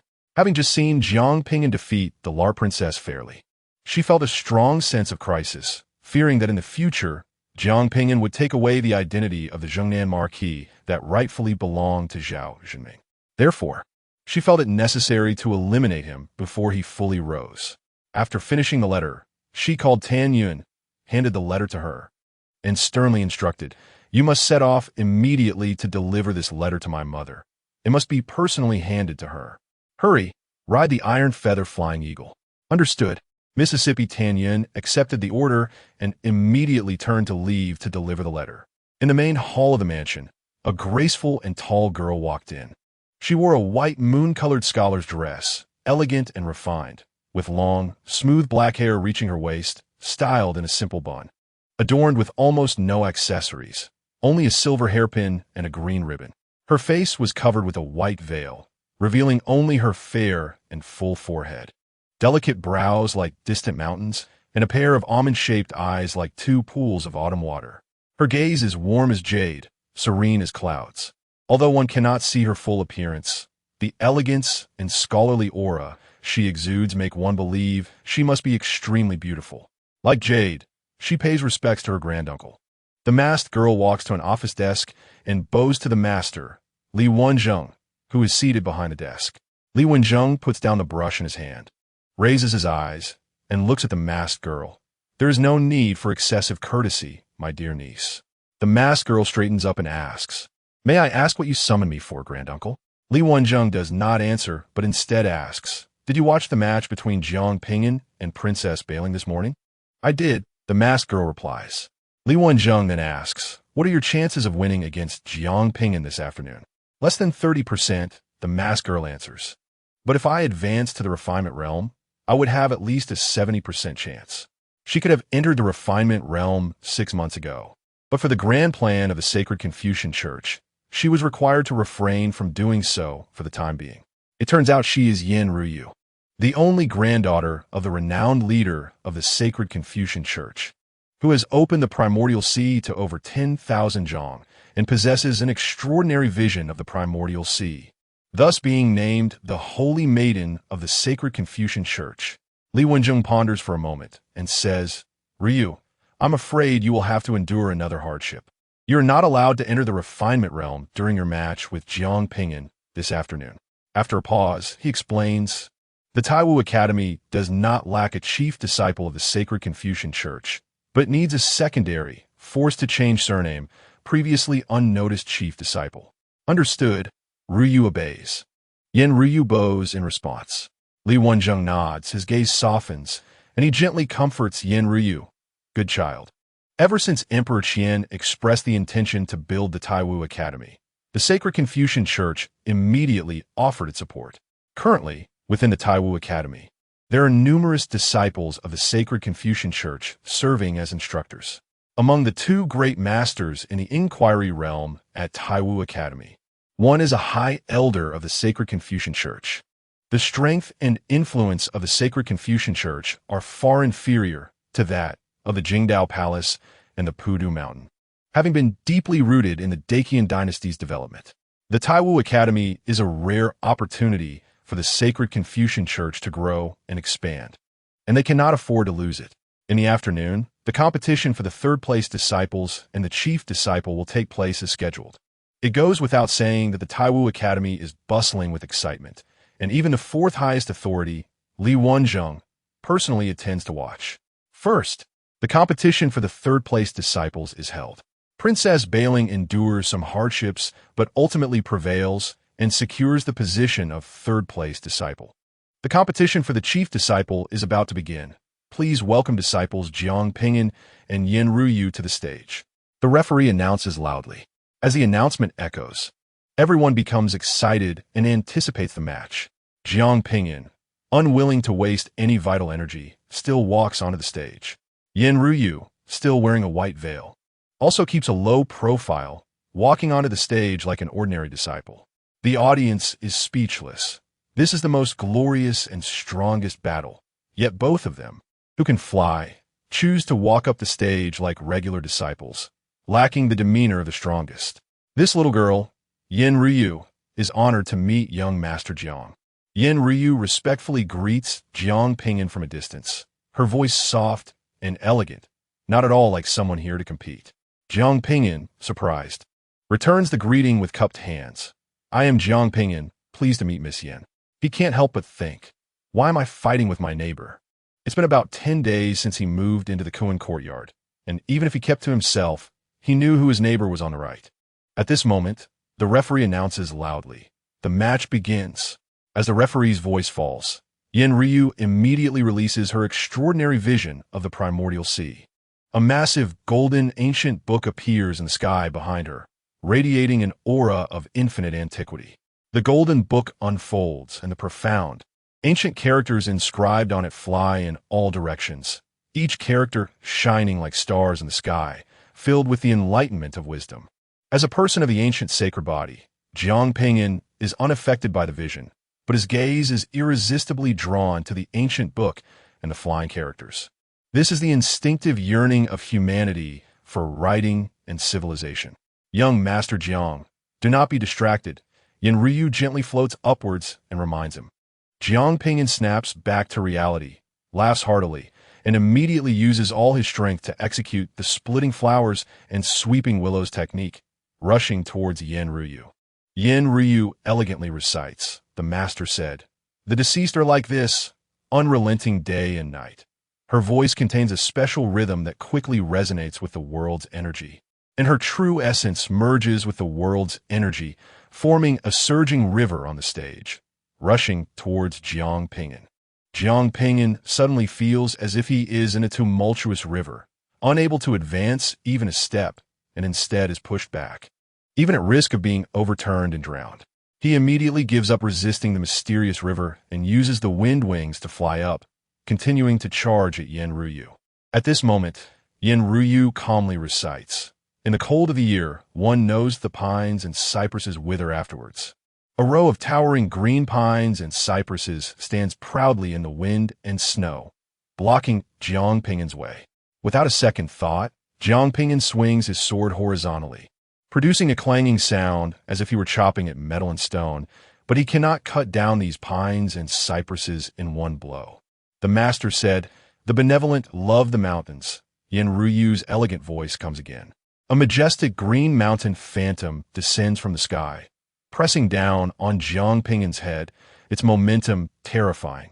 Like Mount Tai falling upon him, Zhao Ping'an looks up at the rapidly descending majestic green mountain and, recalling his recent attacks that have repeatedly failed, he roars in frustration, "I still don't care about the heavens," treating all things as straw dogs.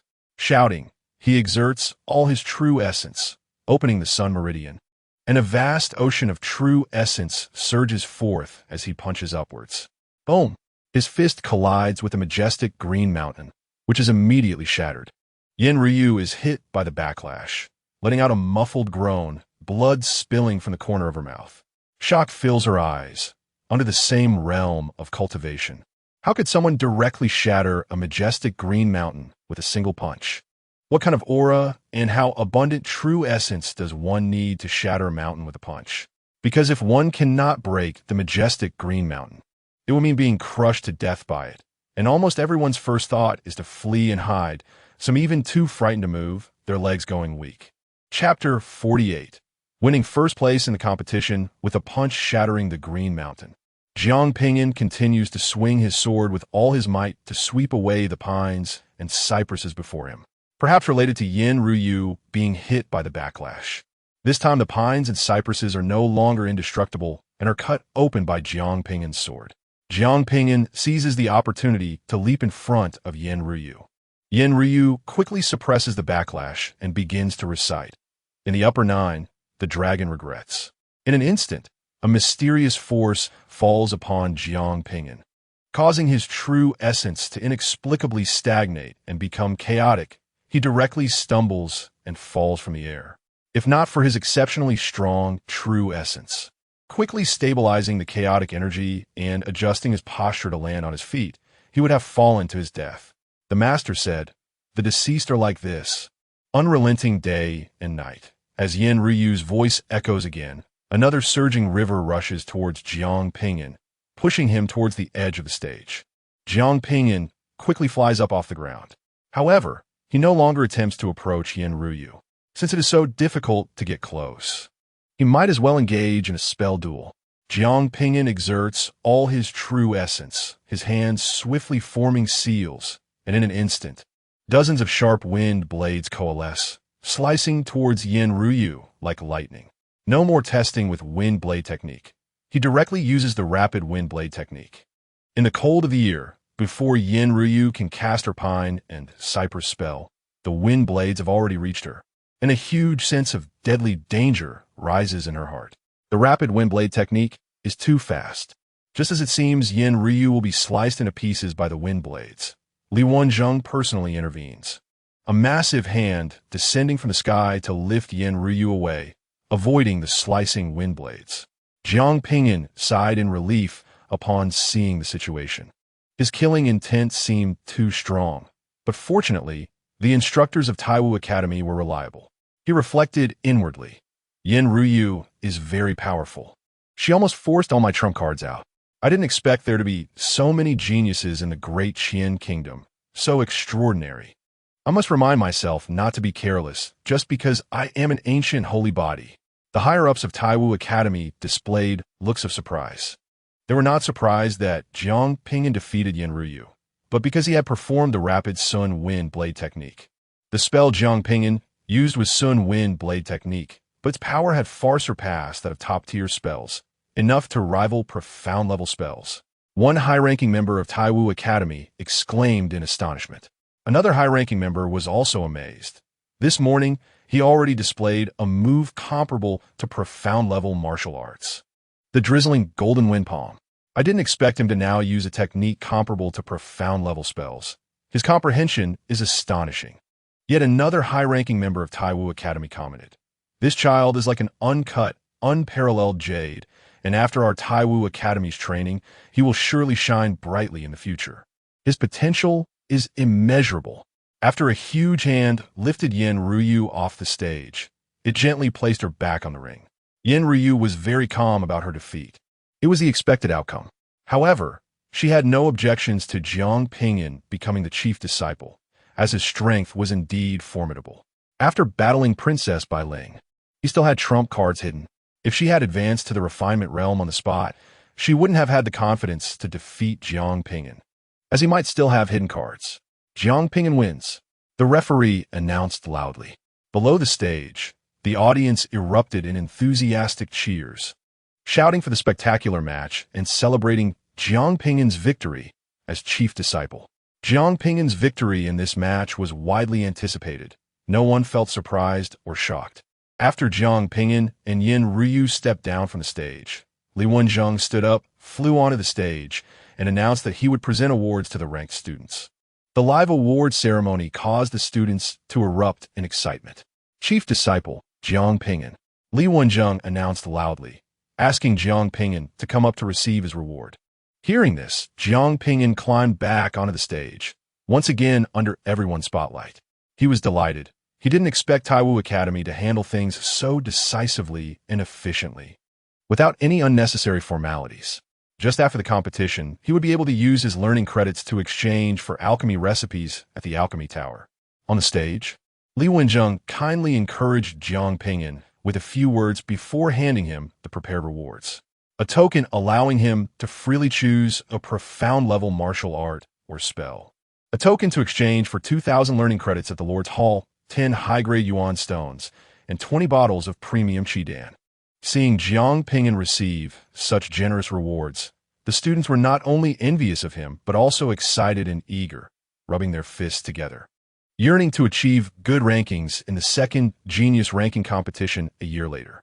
Especially the geniuses from humble backgrounds, all secretly clenched their fists, determined to train hard over the next year to improve themselves rapidly.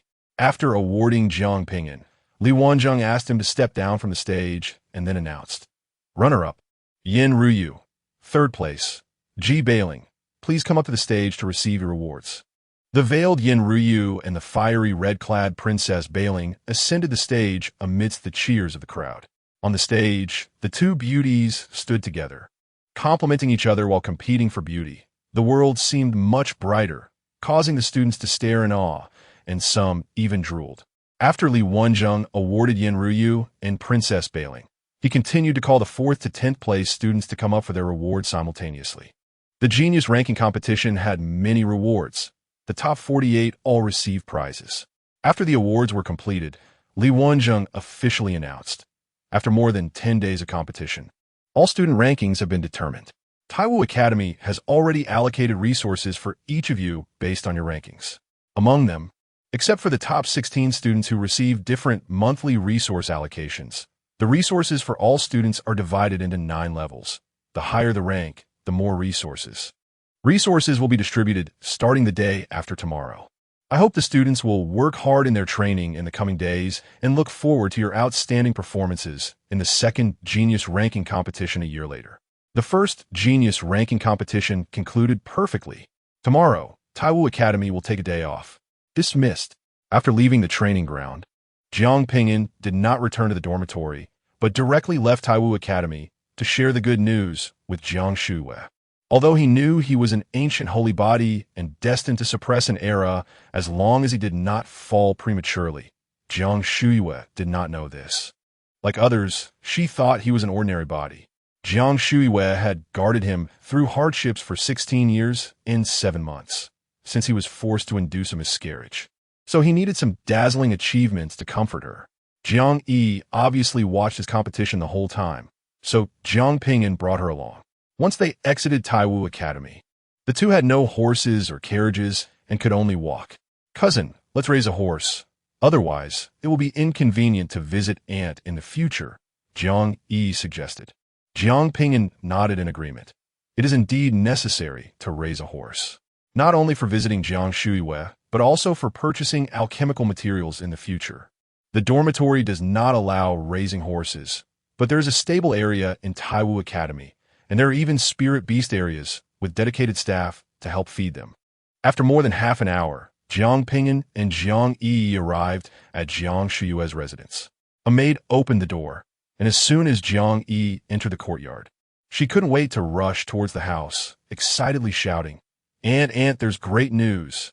Inside the house, Jiang Shuiwei suddenly heard Jiang Yi's loud voice and was taken aback, wondering, could it be that Ping'an achieved an impressive ranking in the Genius Ranking competition? Last time Zhao Ping'an saw her, he mentioned that Taiwu Academy was holding the Genius Ranking competition, but to surprise her, he didn't tell her he had already won the team competition, ranking at least 48th. Immediately, she shook her head, feeling it was unlikely. Taiwu Academy gathered geniuses from all over the great Qian kingdom, many of whom came from prominent backgrounds. Even those from marquis families were considered ordinary.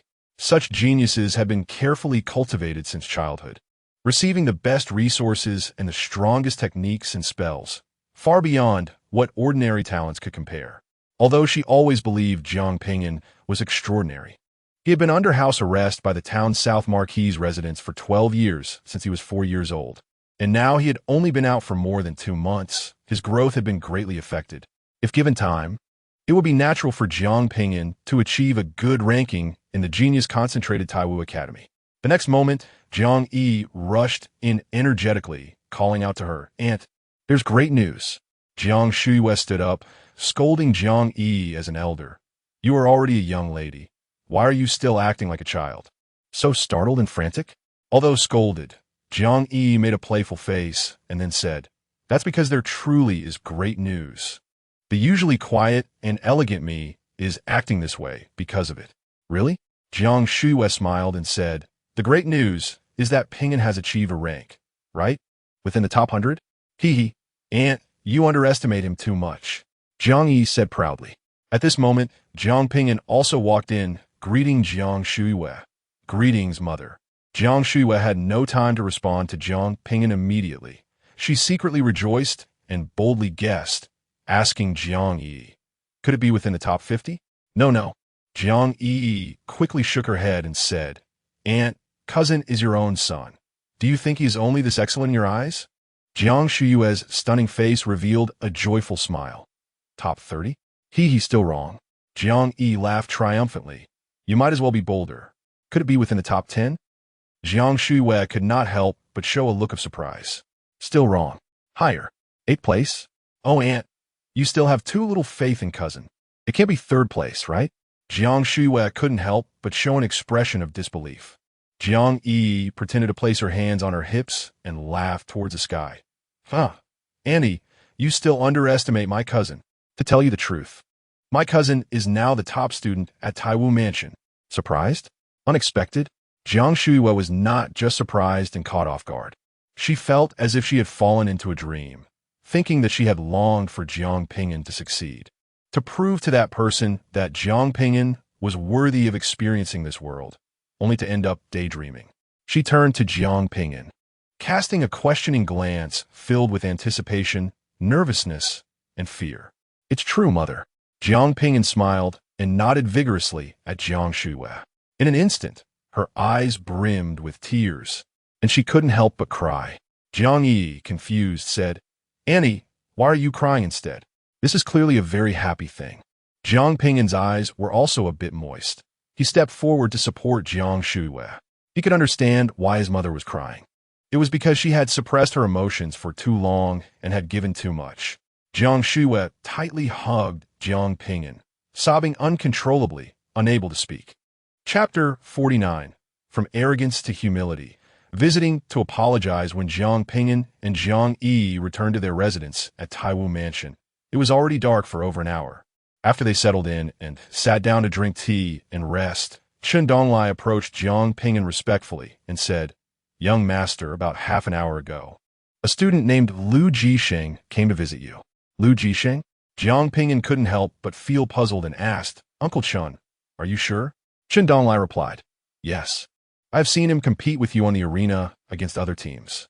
What did he say? Zhao Ping'an asked. He didn't say much. After realizing you weren't back yet, he said he would visit you again in an hour. Zhao Ping'an pondered for a moment, unsure of Lu Jisheng's intentions, as their relationship was not harmonious. Since he couldn't guess, he decided not to dwell on it and said, Got it. Before long, there was a knock at the courtyard door. It might be Lu Jisheng, Chen Donglai said. Zhao Ping'an replied, Go open the door and let him in. No matter Lu Jisheng's purpose, he would still meet him, since he had nothing else to do. However, he would not stand up to greet him. Chen Donglai acknowledged and turned to open the door. Jiang Yi put down her teacup and went upstairs to avoid Zhao Ping'an, the male student. After a while, Chen Donglai hurried back to report, Young master, the person outside is not Lu Jisheng, but a student named Zhang Jingtian, who said he wants to visit you. Let him in. Zhao Ping'an couldn't help but laugh. It was quite a coincidence. Chen Donglai turned to open the courtyard door and invited Zhang Jingtian in, guiding him to the hall. Oh, young Master Zhang, what brings you here so late? Zhao Ping'an asked with a smile, still sitting in his chair. Zhang Jingtian awkwardly cupped his hands and forced a smile. Brother Jiang, congratulations on becoming the top student this afternoon. There were too many people at the time, so I couldn't congratulate you in person. I specially came to visit you now. Saying this, he took out a beautifully packaged satin gift box from the bag at his waist and presented it with both hands. This is a small token of my appreciation. Please accept it. As he finished speaking, his gaze carried a pleading look. Zhao Ping'an couldn't help but curve his mouth slightly, revealing a hint of playful amusement. Was this a visit to apologize? After waiting for a moment and seeing that Zhao Ping'an had no intention of accepting, Zhang Jingtian leaned forward and earnestly pleaded, Young Master Jiang, I realize my mistake. Please, for the sake of our past battles together, give me a chance to redeem myself. From now on, I will follow your lead. Since Zhao Ping'an had decisively defeated Princess Bailing, Zhang Jingtian realized he had made a grave mistake in offending such a monstrous genius, although he came from a noble family. In this world where the strong prey on the weak, he could not afford to offend a future genius with immeasurable potential. Therefore, he spared no expense and prepared a generous gift, putting aside his pride to seek forgiveness. Only then did Zhao Ping'an smile and say to Chen Donglai, Bring it over for me to take a look. Chen Donglai stepped forward, took the gift box Zhang Jingtian had offered, opened the lid, and presented it to Zhao Ping'an for his inspection. Inside the box lay 2 high-quality elemental stones emitting a shimmering glow. The sincerity was quite good, Zhao Ping'an thought to himself. So he said, Since young Master Zhang sincerely congratulates me, I will gladly accept it. Thank you, young Master Jiang, for your generosity. Zhang Jingtian breathed a sigh of relief and expressed his gratitude. Zhao Ping'an smiled slightly and said, Let's put this matter behind us, and from now on, we won't disturb each other. He had no intention of accepting someone like Zhang Jingtian as a subordinate. Yes, young Master Jiang. Zhang Jingtian felt a bit disappointed in his heart, and then took his leave. Chen Donglai saw him off. Chen Donglai escorted Zhang Jingtian to the courtyard door. When he opened the door, he suddenly saw a hand reaching in from outside, startling him, and he quickly retreated, adopting a defensive stance. "Who is it?" he shouted in a deep voice. The next moment, he recognized the owner of the hand. It was Lu Jisheng, who had visited an hour ago.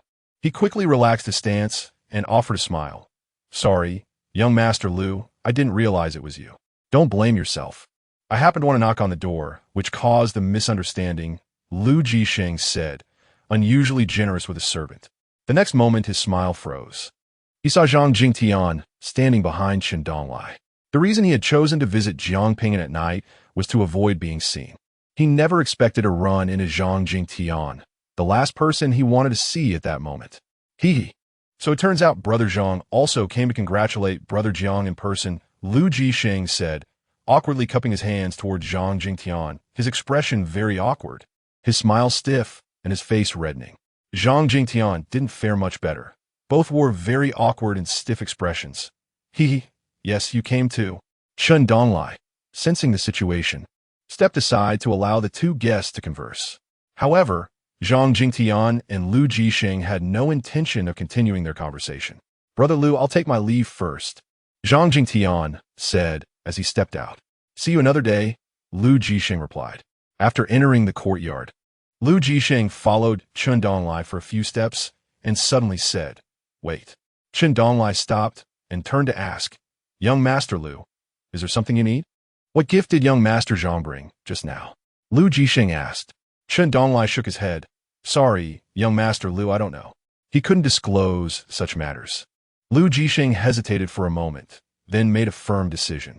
He took out the gift box from his bag and added a stack of silver notes and gold notes into the box, then returned the box to his bag. They were all gifts given under the pretense of congratulations, and he worried that if his gift was less than Zhang Jingtian's, Zhao Ping'an would not forgive him. "That should do it. Thank you for your trouble," he smiled at Chen Donglai. Chen Donglai continued to lead the way, bringing Lu Jisheng into the hall to meet Zhao Ping'an. Less than a tease time later, Lu Jisheng left. Zhao Ping'an had also forgiven Lu Jisheng.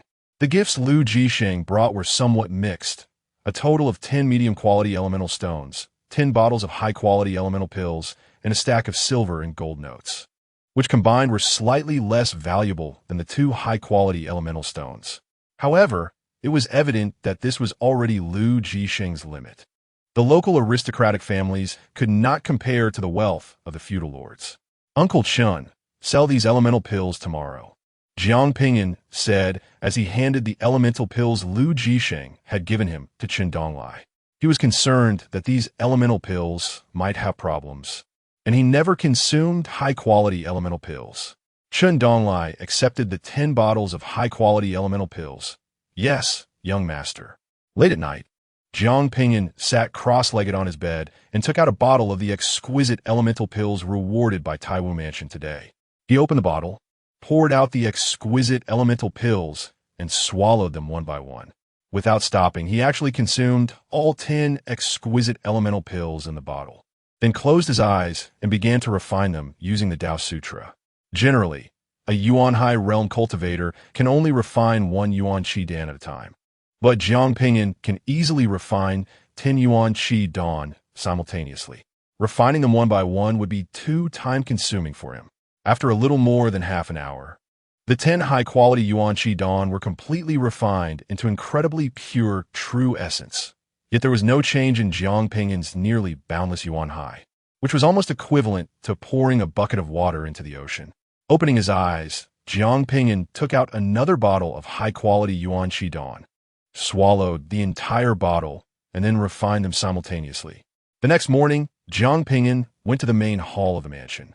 Today was a day off for the Taiwu Mansion, a day off every 10 days, but there were still instructors handling general affairs in the main hall.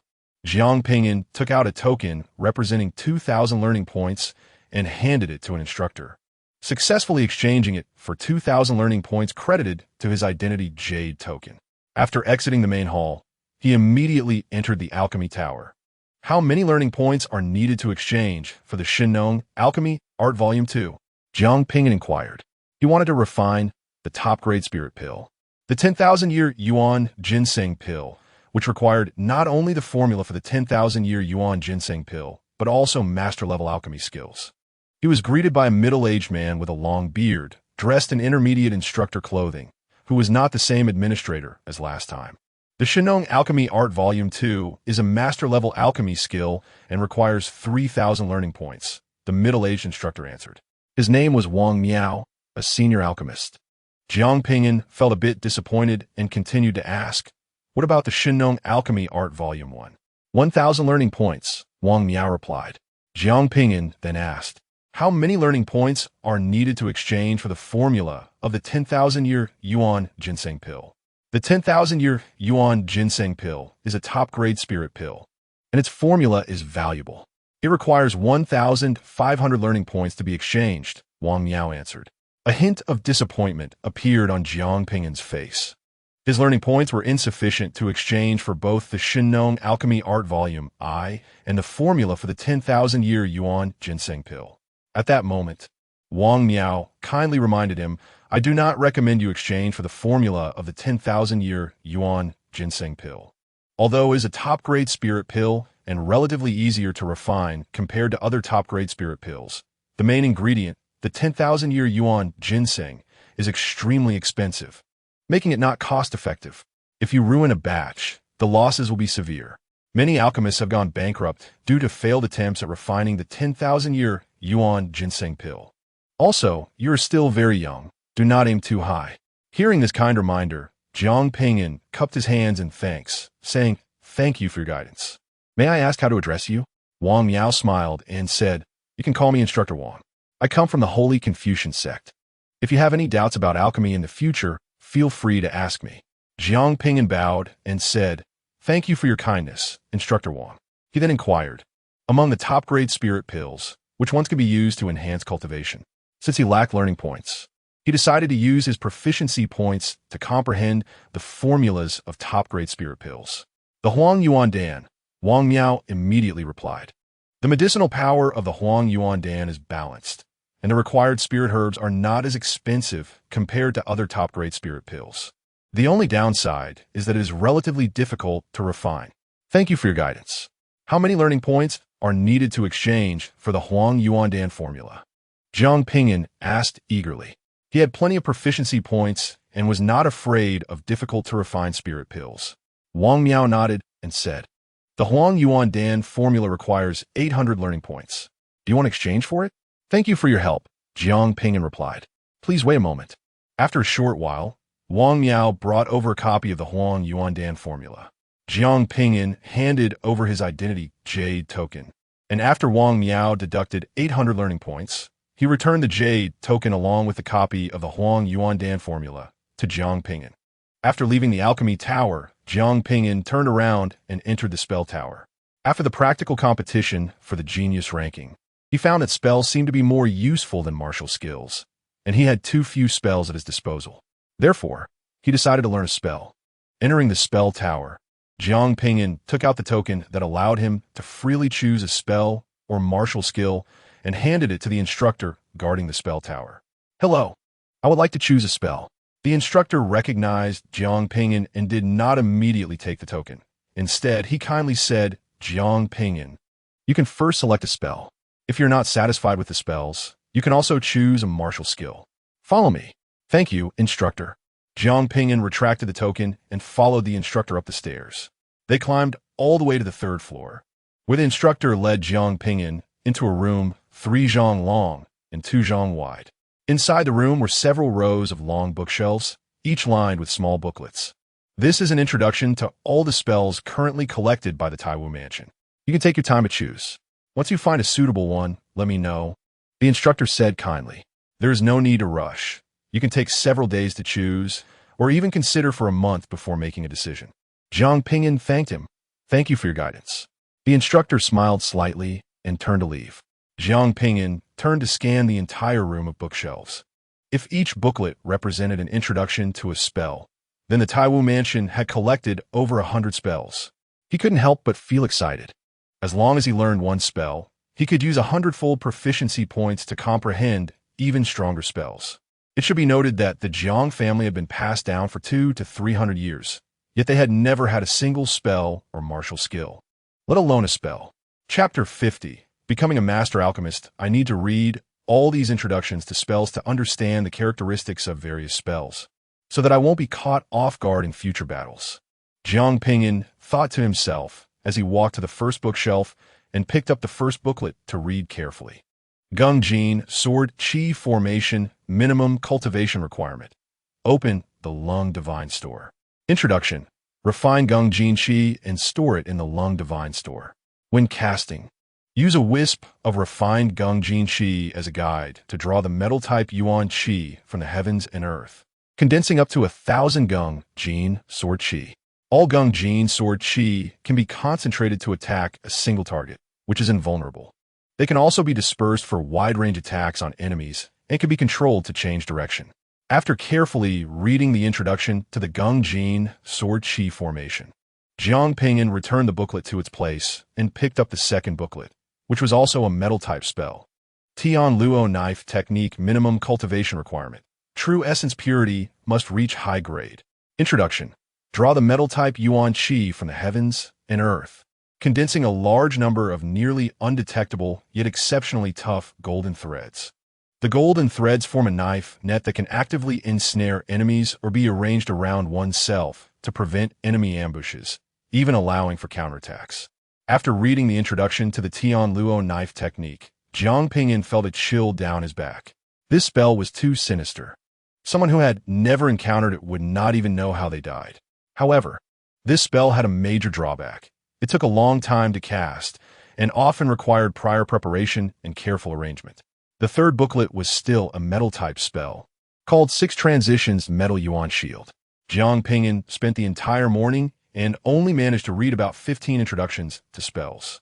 He read very carefully and also pondered how he would respond if he encountered each spell, and so on. At noon, Zhao Ping'an left the spell tower to have lunch at his residence. After lunch, he temporarily did not go back to the spell tower. He planned to spend one morning or one afternoon each day to slowly and carefully read through the introductions to the more than 100 spells. After a short rest, Zhao Ping'an entered his bedroom and took out the Shinong Alchemy Art Volume 1, reading it quickly. After half an hour, he finished reading the Shinong Alchemy Art Volume 1, then closed his eyes and opened the panel in his mind. First, he filled his proficiency points to fully comprehend the Shinong Alchemy Art Volume 1, high grade, and then he added 100-fold proficiency points to comprehend the Shinong Alchemy Art Volume 2, top grade. After a tea's worth of time, Zhao Ping'an opened his eyes, and joy radiated from them as he said to himself, "Now that I have comprehended the Shinong Alchemy Art Volume 2, I can refine top-grade spirit pills. I'm already a Master Alchemist." The alchemist levels are divided as follows. Junior Alchemist can refine low-grade spiritual pills. Intermediate Alchemist can refine medium-grade spiritual pills. Senior Alchemist can refine high-grade spiritual pills. Alchemy Master can refine top-grade spiritual pills. Grand Alchemy Master can refine mysterious-grade spiritual pills. Pill King can refine earth-grade spiritual pills. Pill Emperor can refine heaven-grade spiritual pills. Pill Sage can refine saint-grade spiritual pills, and Pill Emperor can refine emperor-grade spiritual pills. After a moment of joy, Zhao Ping'an took out the recipe for the Huangyuan pill to read. After finishing the recipe, Zhao Ping'an slightly closed his eyes, opened the panel in his mind, found the alchemy entry, and saw that the recipe for the Huangyuan pill was successfully recorded. Huangyuan pill, high grade, 03000. Zhao Ping'an skillfully filled the proficiency points for the Huangyuan pill recipe. The next moment, a large amount of insights about the principles and refining techniques of the Huangyuan pill continuously flooded into Zhao Ping'an's mind, and he focused his mind to fully absorb the insights. After a few breaths, Zhao Ping'an opened his eyes, having completely comprehended how to refine the Huangyuan pill. He closed his eyes again, opened the panel, and added 100 times the proficiency points to the Huangyuan pill recipe. The next moment, even deeper insights about the Huangyuan pill recipe rushed into his mind, allowing him to reach an unparalleled understanding of the medicinal properties of the Huangyuan pill. Innovating and comprehending the top-grade spiritual pill recipe, Qing Yuan Pill. The new recipe was automatically named Qing Yuan Pill, indicating that predecessors had created the Qing Yuan Pill recipe based on the Huang Yuan Pill recipe. After a short while, Zhao Ping'an opened his eyes with a satisfied smile. He got out of bed, walked to his desk, picked up a pen and paper, and quickly listed the medicinal materials needed to refine the Qing Yuan Pill. Then, he walked to the windowsill, opened the window, and called down to Chen Donglai, who was tidying up in the front yard. "Uncle Chen, come up for a moment." Chen Donglai responded and immediately put down his work, entered the house, and went upstairs. "Young master, what do you need?" While handing the list of spiritual herb materials to Chen Donglai, Zhao Ping'an said, "Please purchase a batch of spiritual herb materials according to this list." Then, he took out 4 medium-grade spirit stones and 10 low-grade spirit stones to give to Chen Donglai.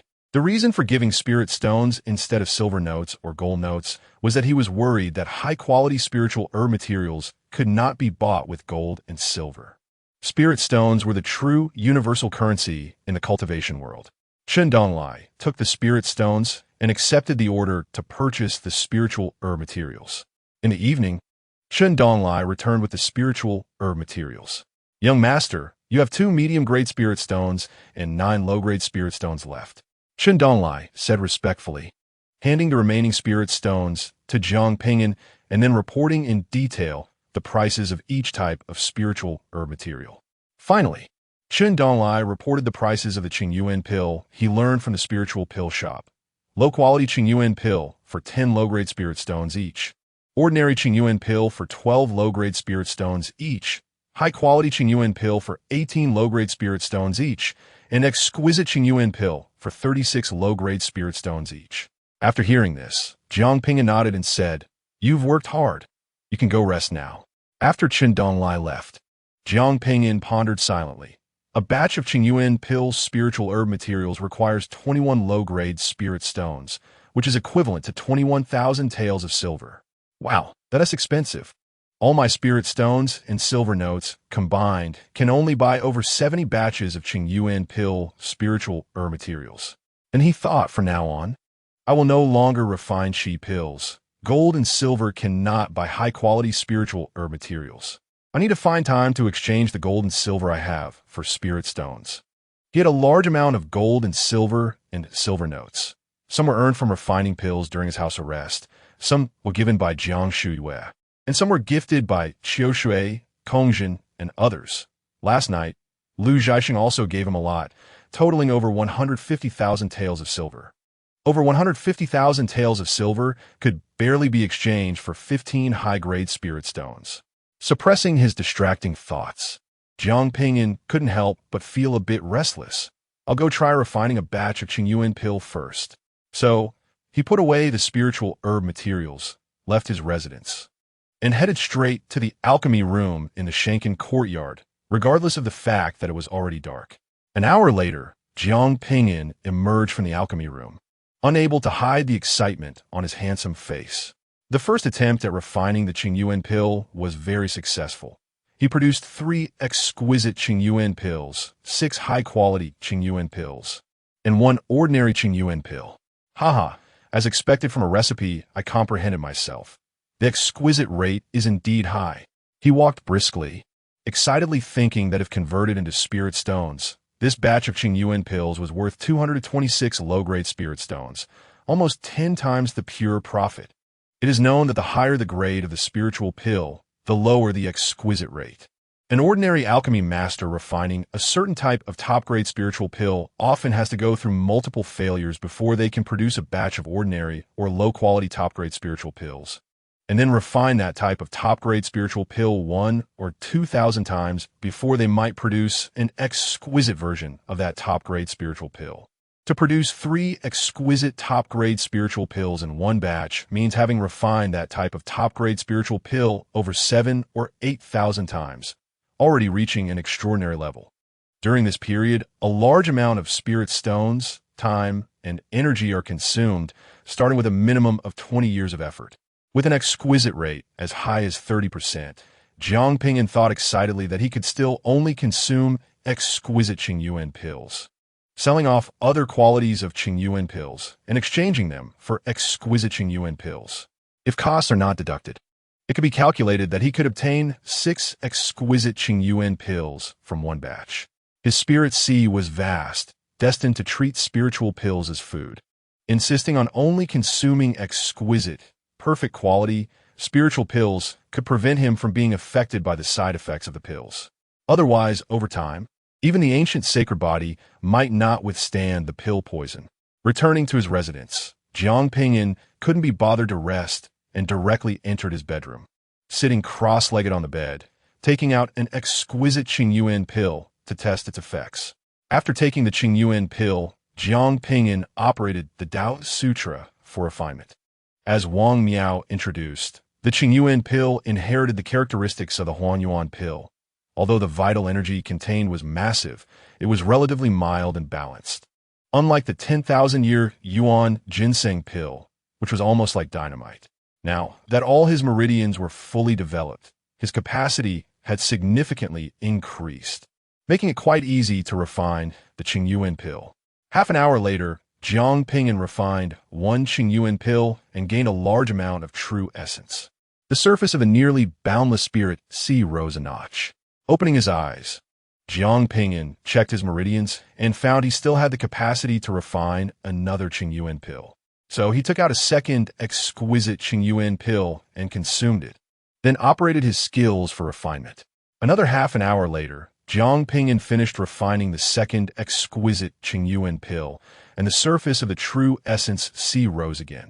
Checking his meridians once more, Zhao Ping'an was a bit surprised. Oh, my meridians haven't swollen with pain yet. This Qingyuan pill is indeed mild and balanced. I can still consume another one. So he opened his eyes and took out the third exquisite Qingyuan pill to consume.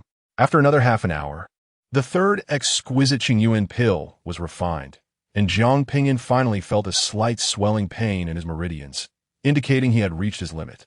Zhao Ping'an looked inward at the vast spirit sea, watching the true essence sea rise 3 notches tonight, feeling delighted. In the future, I will consume 3 exquisite Qingyuan pills daily, and reaching the great perfection of the spirit sea realm is just around the corner. Chapter 51. Famous in Yujing the next morning, Zhao Ping'an planned to go to the main hall to collect his monthly resources, but when he arrived at the main hall, he found students lined up in a long queue that extended outside the hall. So, he turned around and went to the spell tower to continue reading those mysterious grade spell introductions. About half an hour later, Zhao Ping'an noticed someone entering. So he turned his head to look and found it was Yen Ruyu. Yen Ruyu was still wearing a white veil, dressed in a lake blue scholar's gown. Her hairstyle unchanged, with the ribbon tied to her hair changed from blue to silver white, making her appear elegant and refined. However, her aura had obviously become much stronger. So Jiang Shixiang is also here, Yen Ruyu greeted actively, her voice gentle and elegant. Sister Yen. Zhao Ping'an smiled and cupped his hands in response, then continued. It's been 2 or 3 days since we last met, and I can sense that Sister Yan's aura has strengthened a lot. You must have advanced to the refinement realm, right? Congratulations. Thank you, Yen Ryu calmly admitted with a smile. I believe Brother Jiang will also advance to the refinement realm soon. After a few simple pleasantries, the two quieted down and each read a brochure on mystic-level spells. 2 hours later, at noon, Zhao Ping'an put back the brochure he had just finished reading about mystic-level spell and prepared to leave the spell tower to collect his monthly allowance from the Hall Masteress residence. Noticing that Yen Ryu was focused on her reading, he chose not to disturb her and left quietly. Upon leaving the spell tower, Zhao Ping'an glanced at the Hall Masteress residence and found that there weren't many people queuing up at the moment, so he lined up to collect his monthly allowance. After waiting for over half an incense stick of time, it was finally his turn. Zhao Ping'an handed over his identity jade token for verification, and the instructor in charge of distributing the monthly allowances said, Zhao Ping'an, you are the chief student, and your monthly allowance is 150 academic merits and 3 bottles of top-quality vitality pills. This month's academic merits have already been recorded in your identity jade token. After speaking, he handed Zhao Ping'an his identity jade token along with the 3 bottles of top-quality vitality pills. Zhao Ping'an thanked the instructor and took the identity jade token and the 3 bottles of top-quality vitality pills. Here is a copy of the training outline for the students of the Taiwu Academy, which relates to your future cultivation in the Taiwu Academy. Take it home and study it well, the instructor added, handing over a stitched booklet. Zhao Ping'an accepted the booklet and then left the Hall Master's residence to return to his dormitory. Not to mention the value of 150 academic merits. Just the 3 bottles of top-quality vitality pills were worth a considerable amount, equivalent to 36 low-grade spirit stones. Upon returning to the dormitory, he entered the front yard, and before he could step into the main hall, Jiang Yi ran out upon hearing the noise. "Cousin, guess what I saw today by the entrance of the Taiwu Academy?" Jiang Yi said excitedly, her almond-shaped eyes sparkling. Since yesterday, she had been going to the horse market to buy horses. Zhao Ping'an told her to buy 2 horses at once. He wasn't short on money. Early this morning, she went to the horse market to select horses. Following Jiang Yi's lead, Zhao Ping'an feigned curiosity and asked, "What did you see?" "I saw the genius ranking list from the competition," Jiang Yi exclaimed excitedly. "The list is called the Great Qian Young Talents List, carved on a stone tablet, and you ranked first. You have no idea how many people were watching the Great Qian Young Talents List. It was packed with people, and you couldn't squeeze through. Everyone was discussing you, curious about your background, cultivation level, and talent, etc." Zhao Ping'an felt a bit dazed upon hearing this. Wasn't the Taiwu Academy being a bit too high profile by publicizing the results of the genius ranking competition, even naming it so grandly as the Great Qian Young Talents List? Jiang Yi continued, "Cousin, you're about to become famous in Yujing." Jiang Yi's guess was not wrong. The name Zhao Ping'an had indeed spread like wildfire in Yujing. The Taiwu Academy, personally overseen by the Emperor Qian, was already under the scrutiny and discussion of countless people. And now, with the announcement of the Great Qian Young Talents List, how could it not attract attention and debate?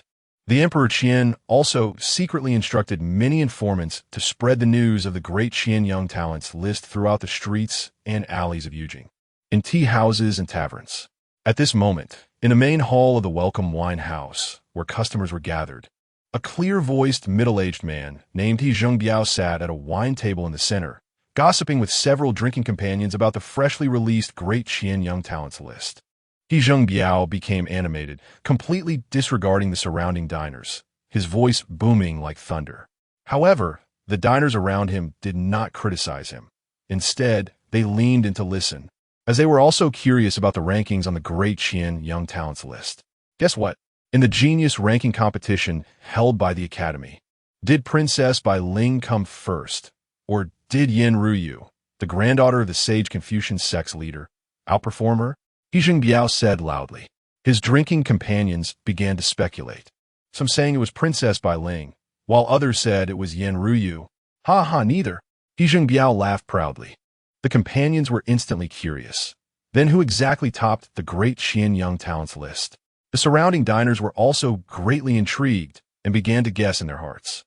Both Princess.Being and Yin Ryu were exceptionally strong, top talents with extraordinary manifestations of their vital energy, the best of the best. But, He Zhengbiao declared proudly, they both, without exception, lost to a little-known prodigy genius. That prodigy genius is named Zhao Ping'an. What? Impossible.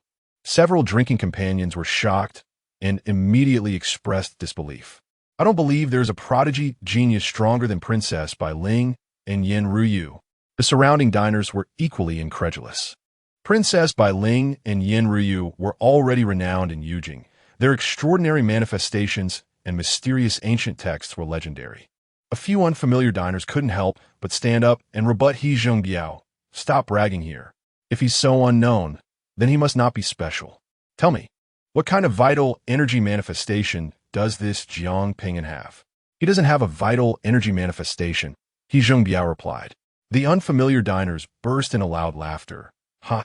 Without a vital energy manifestation, it's simply impossible to defeat Princess.Being and Yin Ruyu. Just look at Princess.Being. Her 10,000 birds worshipping the phoenix manifestation can disperse someone's true energy with just a single cry. Disperse true energy means anyone can take advantage of you. What can that Zhao Ping'an use to defeat Princess Bai Ling? Everyone felt it was impossible, but he managed to do it, which is why he was called a prodigy genius. He Zhengbiao argued loudly, "If you don't believe me, you can go see the Great Qian Young Talents list published by the Taiwu Academy. Zhao Ping'an is ranked first, while Yin Ruyu and Princess Bai Ling are ranked second and third respectively." The diners still did not believe it, despite He Zhengbiao's firm assurances. However, this did successfully pique everyone's curiosity. Could it be that there really was a prodigy boy who suddenly appeared, capable of overshadowing Princess Bai Ling and Yin Ruyu?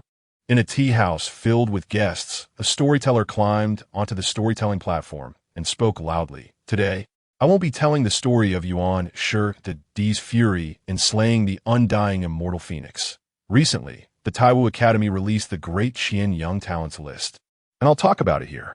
Upon mentioning the Taiwu Academy, which was personally overseen by the Emperor Qian, the audience immediately protested. "We all know about the Taiwu Academy. Just go straight to the Great Qian Young Talents list." The storyteller had no choice but to say, "Since everyone is familiar with the Taiwu Academy, I'll go straight to the Great Qian Young Talents list." How was the Great Qian Young Talents list ranked? It was derived from a recent genius ranking competition held by the Taiwu Academy. You think about it. The strongest young talents of our Great Qian gathered at the Taiwu Academy to compete, and the spectacle can be said to be breathtaking. There are so many talents at the Taiwu Academy. Today I'll first tell the honorable guests about an exceptionally lucky prodigy boy. This prodigy boy is named Zhao Ping'an. From the White Emperor City in the southern frontier, residing in the Upper Kuan Courtyard, Room Gongshun, Zhao Zhiming was graciously receiving two humble young talented students who had come seeking help, fulfilling the promise he had made under pressure earlier. Just then, Zhao Jinglian suddenly barged in, looking very upset. Zhao Zhiming calmly stood up, positioning his body to shield his sister behind him to prevent the two students from noticing her distressed expression. He took out 2 bottles of high-grade vitality pills and smiled. "Li brother, Jiang brother, this is a small token from Zhao. Please don't mind it." As he spoke, he handed a bottle of high-grade vitality pills to each of the 2 students. "Thank you, young Master Zhao," the 2 students said happily, cupping their fists. After personally seeing the 2 students out of the courtyard, Zhao Zhiming returned to the hall, where Zhao Jinglian immediately approached him, filled with deep anger and resentment. "Brother, we've been stepped on by that commoner. What happened? Did you run into Zhao Ping'an just now?" Zhao Zhiming asked. Zhao Jinglian said angrily, "Almost. There's a big list of young talents from the Great Qian outside the Taiwu Mansion, and that ordinary body is actually at the top." "The list of young talents from the Great Qian?" Zhao Zhiming asked, puzzled. "It's the result of the genius ranking competition," Zhao Jinglian said, enraged and frantic. "It's so annoying that the Taiwu Mansion actually put up a monument with the competition results next to the gate for all passersby to see. Because of being schemed against by that ordinary body, our rankings are really low. It's so embarrassing. It's definitely going to be reported back to Baidi City and to the Zhennanhou Mansion." Wu. As she spoke, she couldn't help but cry. Zhao Zhiming understood and comforted her. "It's our first time participating in such a competition. We just lack experience, and our low ranking is only temporary. There will be a second competition in a year, and if we learn from our lessons, we will definitely achieve good rankings. Please stop crying, okay? But I really feel so awful and so angry." Zhao Jinglian cried even louder. "I only ranked over 1200. I'm already at the bottom. Wu. I've never been so embarrassed before, Wu." Knowing shame and being courageous after that, Zhao Zhiming said calmly, "From today on, we siblings will practice hard in the training ground for at least 3 hours every day." On the surface, he appeared calm, but inside he felt a deep sense of humiliation. His ranking was only 17th, and now it was publicized. This would be a stain on his life. He secretly vowed, "Zhao Ping'an, next time in the competition, I will definitely defeat you in public." Chapter 52. Being pursued by a beautiful junior sister after learning about the list of young talent from the Great Qian, Zhao Ping'an continued into the hall. After sitting down, he poured himself a cup of tea and saw Jiang Yi still want to talk about the list. He changed the subject and asked, "Have you bought the horses?" "I bought them. 2 Wanli horses," Jiang Yi said with a hint of pride. The horse dealer personally promised that these 2 Wanli horses contain a trace of true dragon bloodline. Zhao Ping'an almost spat out the tea he had just sipped. This cousin of his was too naive and too easy to deceive. After regaining his composure, he gave Jiang Yi a thumbs up and praised, "Cousin, you really have good luck and high standards." "Exactly," Jiang Yi admitted generously. Zhao Ping'an said, "I happen to have something to do this afternoon and need to go out." "I'll go with you," Jiang Yi immediately replied. After lunch, Zhao Ping'an opened the Taiwu Mansion student training outline booklet to read. The booklet detailed the training methods the Taiwu Mansion used for its students. The Taiwu Mansion provides 3 methods that point directly to the law phase realm for students to choose for free, with instructors personally teaching and guiding them. If they don't want to change their methods, that's fine too. They provide 5 Xian level spells, 5 Xian level martial techniques, 24 top-tier spells, and 24 top-tier martial techniques for students to choose from, taught by instructors who have deeply researched those spells or techniques. Before entering the Shun Tsang realm, students can choose to practice 2 top-tier martial techniques or spells. After entering the Shun Tsang realm, they can choose 1 more Xian level spell or top-tier martial technique to practice. If students want to practice more powerful techniques and spells, they need to exchange for learning credits. In fact, being able to master 1 Xian level spell or martial technique and 2 top-tier spells or martial techniques within 5 years is already quite exceptional and outstanding. Just the free instruction of 1 Xian level spell or martial technique and 2 top-tier spells or martial techniques shows that the Taiwu Mansion is very sincere in training its students and has invested heavily. The Taiwu Mansion also offers free instruction in alchemy, talisman making, weapon forging, formations, and other skills, allowing students to choose one to learn. If they want to learn more, they still need to exchange for learning credits. The Taiwu Mansion will arrange for students to go out for training as needed, allowing them to gain sufficient practical experience and grow in combat while ensuring their safety as much as possible. As for how to obtain learning credits, there are mainly 5 methods. 1. Monthly allocations. 2. Participating in the WINA class, earning 2 learning credits each time, with a maximum of 30 learning credits per month. 3. Monthly WINA assessments, where passing students earn 20 learning credits, good students earn 30, and excellent students earn 50. 4. Ranking rewards from the Genius Competition. 5. Completing tasks assigned by the Taiwu Mansion. It's particularly worth mentioning that the Taiwu Mansion requires all students to participate in at least 3 WINA classes each month and to take part in the monthly WINA assessments. Otherwise, their monthly allocation will be deducted, and those who repeatedly fail to comply will be expelled from the Taiwu Mansion. Zhao Ping'an closed the Taiwu Mansion student training outline booklet and thought to himself, "It seems that the WINA class is the true purpose of the Taiwu Mansion, but fortunately, they only require 3 classes and 1 assessment each month." After a pause, a smile appeared on his face. "I can learn 2 more top-tier martial techniques or spells. That is not bad." After resting for a bit, Zhao Ping'an prepared to leave the Taiwu Mansion to handle his business. What he needed to do was exchange the gold and silver he had on hand for yuan stones and sell a few high-quality Qing Yuan Dan and ordinary Qing Yuan Dan, and finally purchase several medicinal materials for refining Qing Yuan Dan. Jiang Yi immediately followed him excitedly. When they reached the stable area, Zhao Ping'an saw the Wanli horses Jiang Yi had just bought. He didn't understand horses. Just from their appearance, they seemed impressive, standing over half a meter tall, with strong builds and shiny coats. Anyway, since they were just for commuting within Yujing, it didn't matter whether they were Wanli horses or not. Zhao Ping'an and Jiang Yi rode out of the Taiwu Mansion, with Zhao Ping'an having a clear destination, directly to the Qihuan Exchange Bank, the largest bank for humans, covering all the human countries in the Eastern Wilderness. The exchange rate at the Qihuan Exchange Bank might be a bit low, but its reputation should be quite good. At least there wouldn't be any strong-arming or fraud. After an hour, Zhao Ping'an successfully exchanged 150,000 taels of gold and silver notes for yuan stones, receiving a total of 130 medium-quality yuan stones.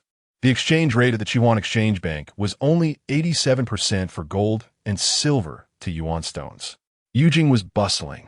Just a few steps out of the Qihuan Exchange Bank, there stood a 7-story high, imposing building, the Danding Building. Customers came and went in the Danding Building, and they were mostly dressed in luxurious clothing.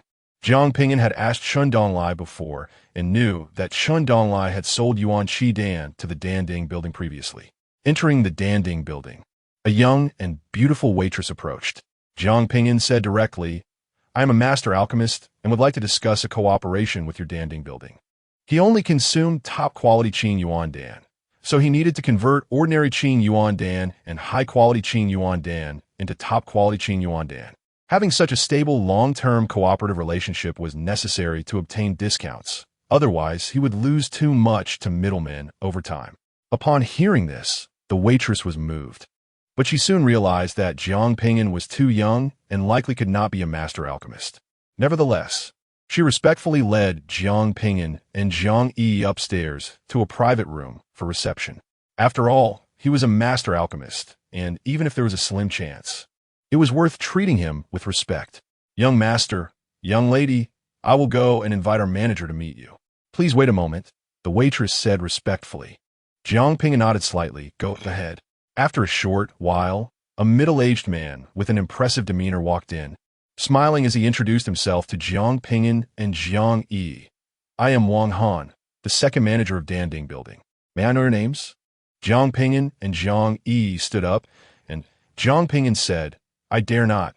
My name is Zhao Ping'an, and I would like to discuss a cooperation with you." "I am Zhang Yi." Wang Han smiled. "So it's young Master Jiang and young Lady Jiang. Young Master Jiang is a student of the Taiwu Mansion, right?" "That's right." Zhao Ping'an nodded. Manager Wang is quite well informed. He was wearing the emblem of the Taiwu Mansion, but since the Taiwu Mansion had just been established not long ago, it was quite rare for someone to recognize its emblem. Wang Han showed respect and clasped his hands. "So young Master Jiang is our great Qian Kingdom's #1 young talent. I apologize for my rudeness." Zhao Ping'an was slightly taken aback. He hadn't expected his little fame to be known by the manager of the Danding building. Regaining his composure, he humbly said, "I don't deserve such praise." Wang Han said, "Young Master Jiang, young Lady Jiang, please follow me to a private room on the 5th floor. The private room is too simple to host distinguished guests like young Master Jiang and Miss Jiang." "Mr. Wang is being too polite," Zhao Ping'an smiled and replied. In the end, Zhao Ping'an and Zhang Yi followed Wang Han to the private room on the 5th floor. That room was indeed much more luxurious and spacious than the one on the 2nd floor, with top-quality spiritual tea served. After sitting down, Wang Han asked Zhao Ping'an, "Young Master Jiang, may I ask what kind of cooperation you have in mind with our humble shop? I am proficient in refining Qing Yuan Dan and plan to sell high-quality and ordinary Qing Yuan Dan long-term, while purchasing exquisite Qing Yuan Dan," Zhao Ping'an said. "Does your shop have any discounts?" Wang Han was shocked and stood up to cup his hands towards Zhao Ping'an, saying, "So young Master Jiang is truly a master alchemist." Before meeting Zhao Ping'an, he thought Zhao Ping'an was pretending to be an alchemist. After learning that Zhao Ping'an was the recent #1 on the young talents list of the Great Qian Kingdom, he believed that Zhao Ping'an was negotiating on behalf of a master alchemist.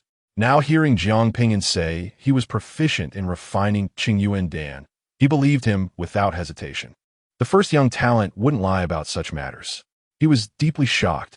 How could such a young alchemist achieve this? True talents are beyond the imagination of ordinary people. Indeed, Zhao Ping'an stood up and smiled in acknowledgement. After sitting down again, Wang Han said earnestly, "Our shop only charges you a handling fee of half a share. How about that?" Zhao Ping'an was slightly moved. Isn't that discount a bit too much? Although he had never done business, he knew that charging only half a share was equivalent to a loss. His bottom line was around 15. "You are the first young talent of the Great Qian Kingdom and a young master alchemist. It is our shop's honor to cooperate with you. I only hope that in the future, you can sell us some other good spiritual pills that you refine," Wang Han sincerely said.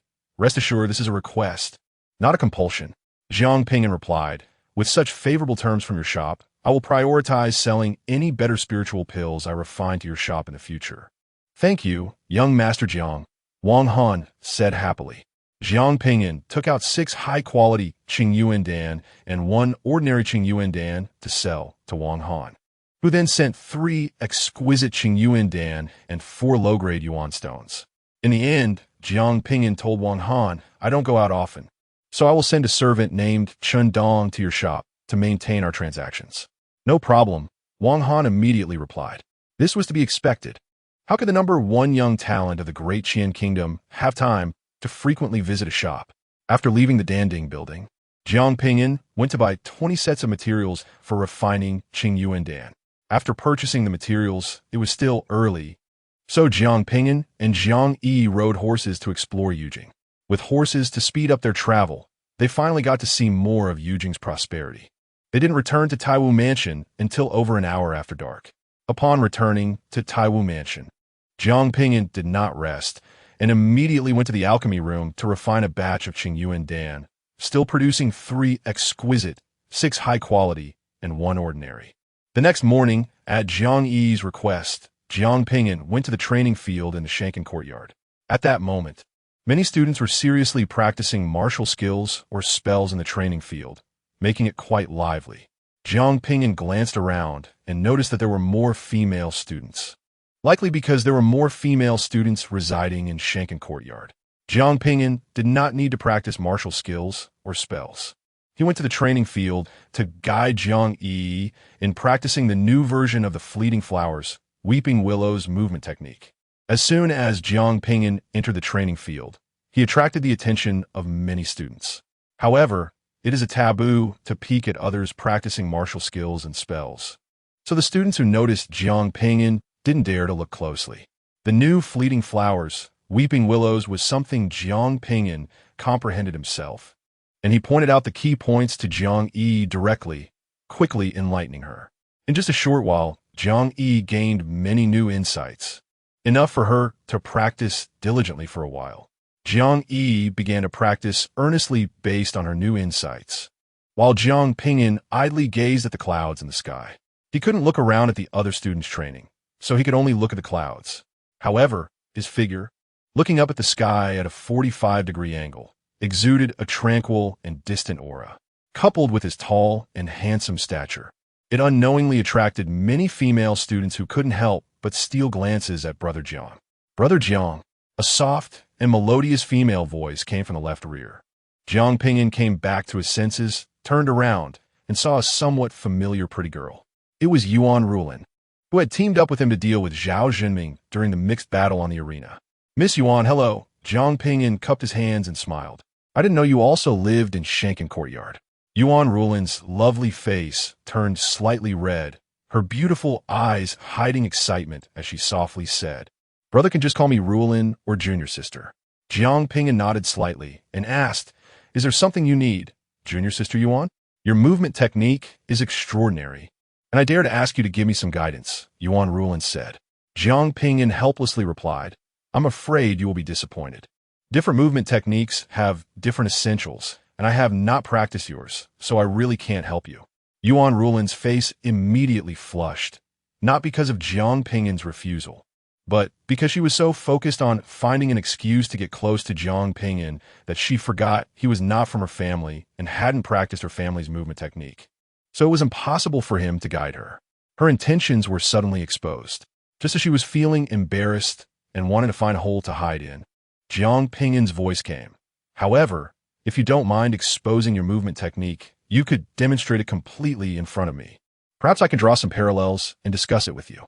Not worried at all. Yuan Rulin quickly waved her delicate hands, her heart rising with hope, and smiled. Brother, watch closely. After saying that, she turned around and demonstrated her family's movement technique towards the empty space in front, showing it from start to finish for Zhao Ping'an to observe. Zhao Ping'an focused his gaze on Yuan Rulin's graceful figure, taking in every movement of her family's technique without missing a beat. After a short while, Yuan Rulin finished demonstrating her movement technique and returned to Zhao Ping'an with a smile.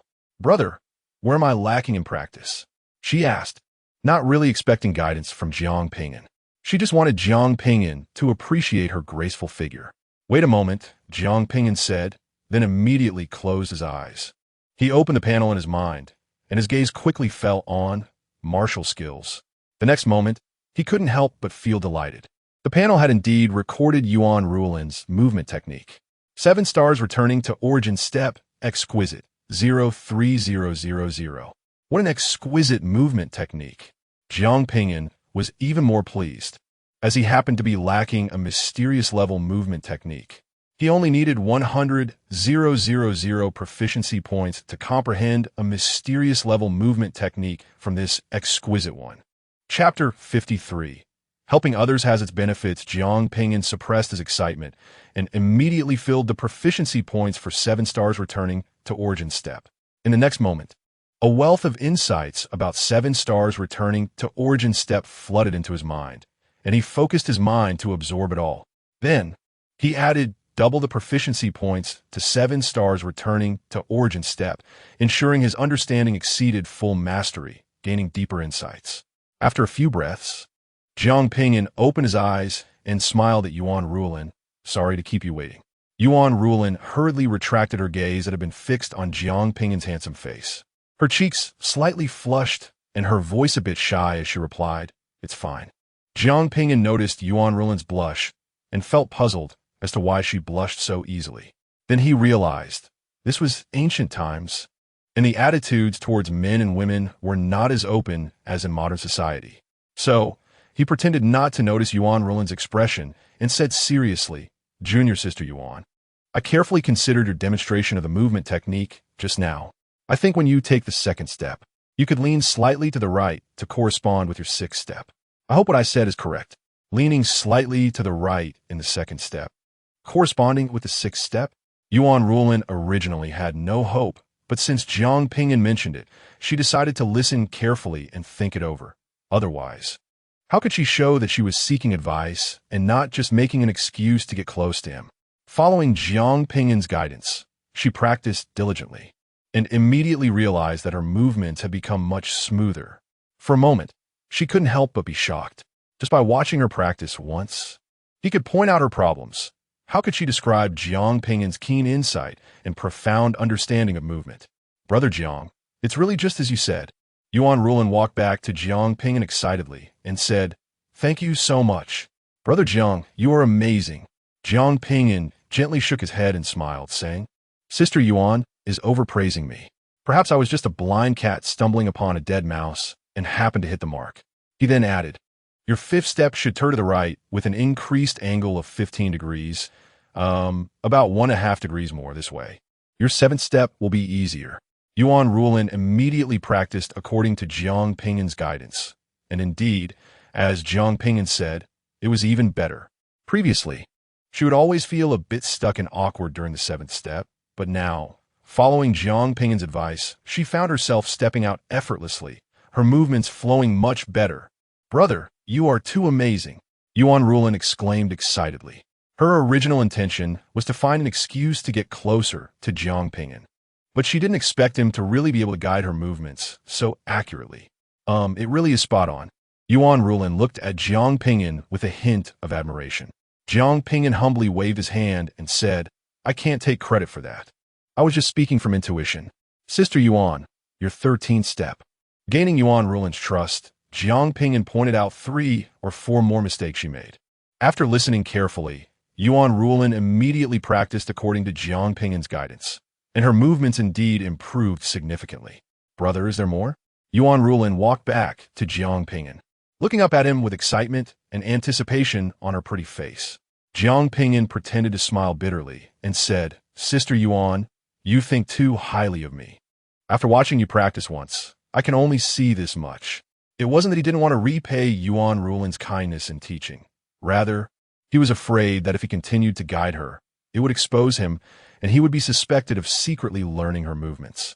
If the Yuan family behind her pursued the matter, it could become troublesome. "Then I'll practice once more for you," Yuan Rulin, feeling inspired, said eagerly. After saying that, she was about to practice from the beginning again. Zhao Ping'an quickly stopped her, saying, "Don't do that. If I watch you practice completely again, I might not be able to explain myself." Yuan Rulin had no choice but to stop, understanding Zhao Ping'an's meaning. "But I still want to ask for your guidance," she said, feeling quite frustrated and reluctant. "Your guidance is so good, even better than the elders in my family." Zhao Ping'an helplessly spread his hands and said, "You might as well take the time to practice and remember the feeling from just now." "Right, I must practice hard right away," Yuan Rulin replied, a bit impatiently. I'll come back to thank you at noon. After saying that, she hurried back to the place where she had just practiced. Keeping Zhao Ping'an's guidance in mind and diligently practicing the 7 stars return to origin step. During the time Zhao Ping'an was guiding Yuan Rulin's movements, she was so excited that she shouted, attracting the attention of many surrounding students. Of course, Jiang Yi noticed it too, but she didn't go over to interrupt, even though she felt inexplicably uncomfortable inside. As Yuan Rulin walked away, an eager female student hesitated for a moment before gathering her courage to approach Zhao Ping'an. She was confident that her looks, figure, and background were not worse than Yuan Rulin's. If Yuan Rulin could have a cheerful conversation with Brother Jiang and even receive his guidance, why couldn't she? I met Brother Jiang. The female student walked up to Zhao Ping'an and greeted him with a bow. Zhao Ping'an was slightly surprised and politely cupped his hands, saying, "Hello, sister." He had no impression of the beautiful girl standing before him, with fair skin and a graceful figure. "My name is Qin Siyue, from the Qin family in Shenzhou. I live in Dingyin House," the girl answered delicately, even mentioning her door number. Although Zhao Ping'an didn't understand her intentions, it didn't stop him from politely saying, "So it's Sister Qin. I apologize." Qin Siyue said, "Brother Jiang, your martial arts skills are so impressive. Could you give me some guidance? Please." The last part of her request was filled with a flirtatious tone, making one shudder. "I'm afraid that's not possible," Zhao Ping'an said, wanting to take a step back. "I don't know what martial arts you practiced, and I've never trained in your style, so I really can't help." Qin Siyue immediately became excited, saying, "I'll demonstrate for you." Without waiting for Zhao Ping'an's permission, she turned and quickly walked to an empty space a few feet away, earnestly demonstrating a set of martial arts from start to finish. Zhao Ping'an thought to himself, "Oh dear, it's not that I intentionally want to learn her martial arts. She insisted on demonstrating for me. I'm being forced into this. If I don't watch, it would be unfair. Since we are all sisters, it's only fair to treat everyone equally." He then watched Qin Siyue practice her martial arts seriously. The martial arts Qin Siyue practiced relied heavily on 2 long sleeves and were graceful, resembling a dance, which was quite pleasing to the eye. Her martial arts were more complex than Yuan Rulin's 7 stars return to origin step, and it took her more than half a stick of incense to finish. "Brother, how is my cloud brush palm?" Qin Siyue jogged back to Zhao Ping'an, her ample chest bouncing. Zhao Ping'an said, "Please wait a moment, Sister Qin." After saying that, he immediately closed his eyes, opened his panel, and found the recorded cloud brush palm. While Zhao Ping'an had his eyes closed, Qin Siyue stared intently at his extraordinarily handsome face, even leaning in a bit closer to see more clearly. Zhao Ping'an looked very much like his mother, Jiang Shuyue, and his stunning appearance, combined with his calm and composed demeanor, captivated Qin Siyue completely. After several breaths, Zhao Ping'an perfectly comprehended the cloud brush palm, opened his eyes, and found Qin Siyue gazing at him, her eyes dazed as if she had drifted off into another world. "Sister Qin? Sister Qin?" he called out. After calling her name 2 or 3 times, Qin Siyue finally came back to her senses, gasping, and hurriedly turned her face away, secretly swallowing her saliva. Zhao Ping'an apologized, saying, "I'm sorry to have kept you waiting, Sister Qin. I am truly embarrassed." It's nothing. Qin Siyue realized that Zhao Ping'an hadn't noticed her infatuation, and her heart settled down. She turned her pretty face back, generously comforting Zhao Ping'an. "It was just a little while, not long at all. Besides, you were also doing it to guide me." Seeing that Qin Siyue was magnanimous and didn't mind, Zhao Ping'an got to the point and said, "I did notice a few different points in your martial arts that I would like to discuss with you."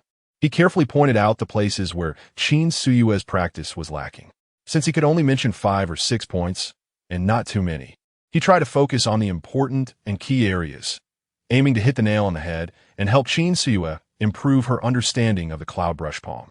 Worried that Qin Siyue might not be able to absorb it all at once, he divided it into 3 parts.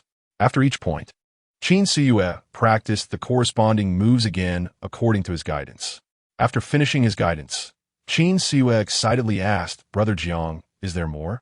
She looked up at him, her eyes filled with admiration and affection. She felt that after Zhao Ping'an's guidance, Her understanding of the cloud brush palm had been elevated to a new level. "I'm sorry. I can only see this much," Zhao Ping'an said with a smile, gently shaking his head. Qin Siyue's reaction was almost identical to Yuan Rulin's, as she immediately said, "I'll practice once more for you to see. I can't watch again. It might lead to misunderstandings." Zhao Ping'an immediately refused, asking Qin Siyue for her understanding. Qin Siyue couldn't help but feel disappointed, her excited and pretty face filled with regret. "I really wish senior brother could guide me on the Fuyun palm again." She believed that as long as Zhao Ping'an guided her a few more times, she would soon fully comprehend the Fuyun palm. Zhao Ping'an reminded her, "Junior sister Qin, you should take the time to practice Fuyun palm. Maybe you will really improve." "Senior brother is right. Thank you for your guidance, senior brother." Qin Siyue bowed to Zhao Ping'an, saying she had no way to repay him and could only cough.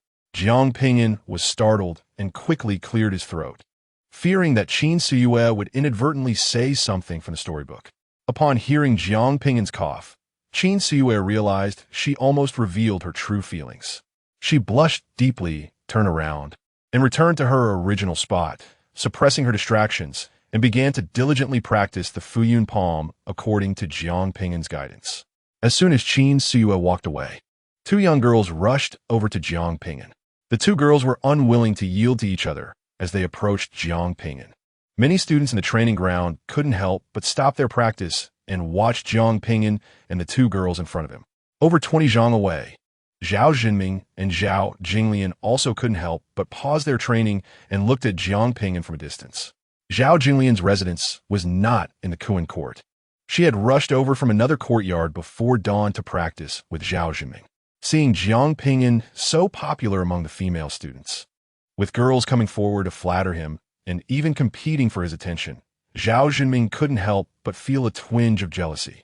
Clearly, he was the legitimate son of the Marquis of Zhennan. If he hadn't concealed his strength beforehand, how could he have underestimated and lost to him?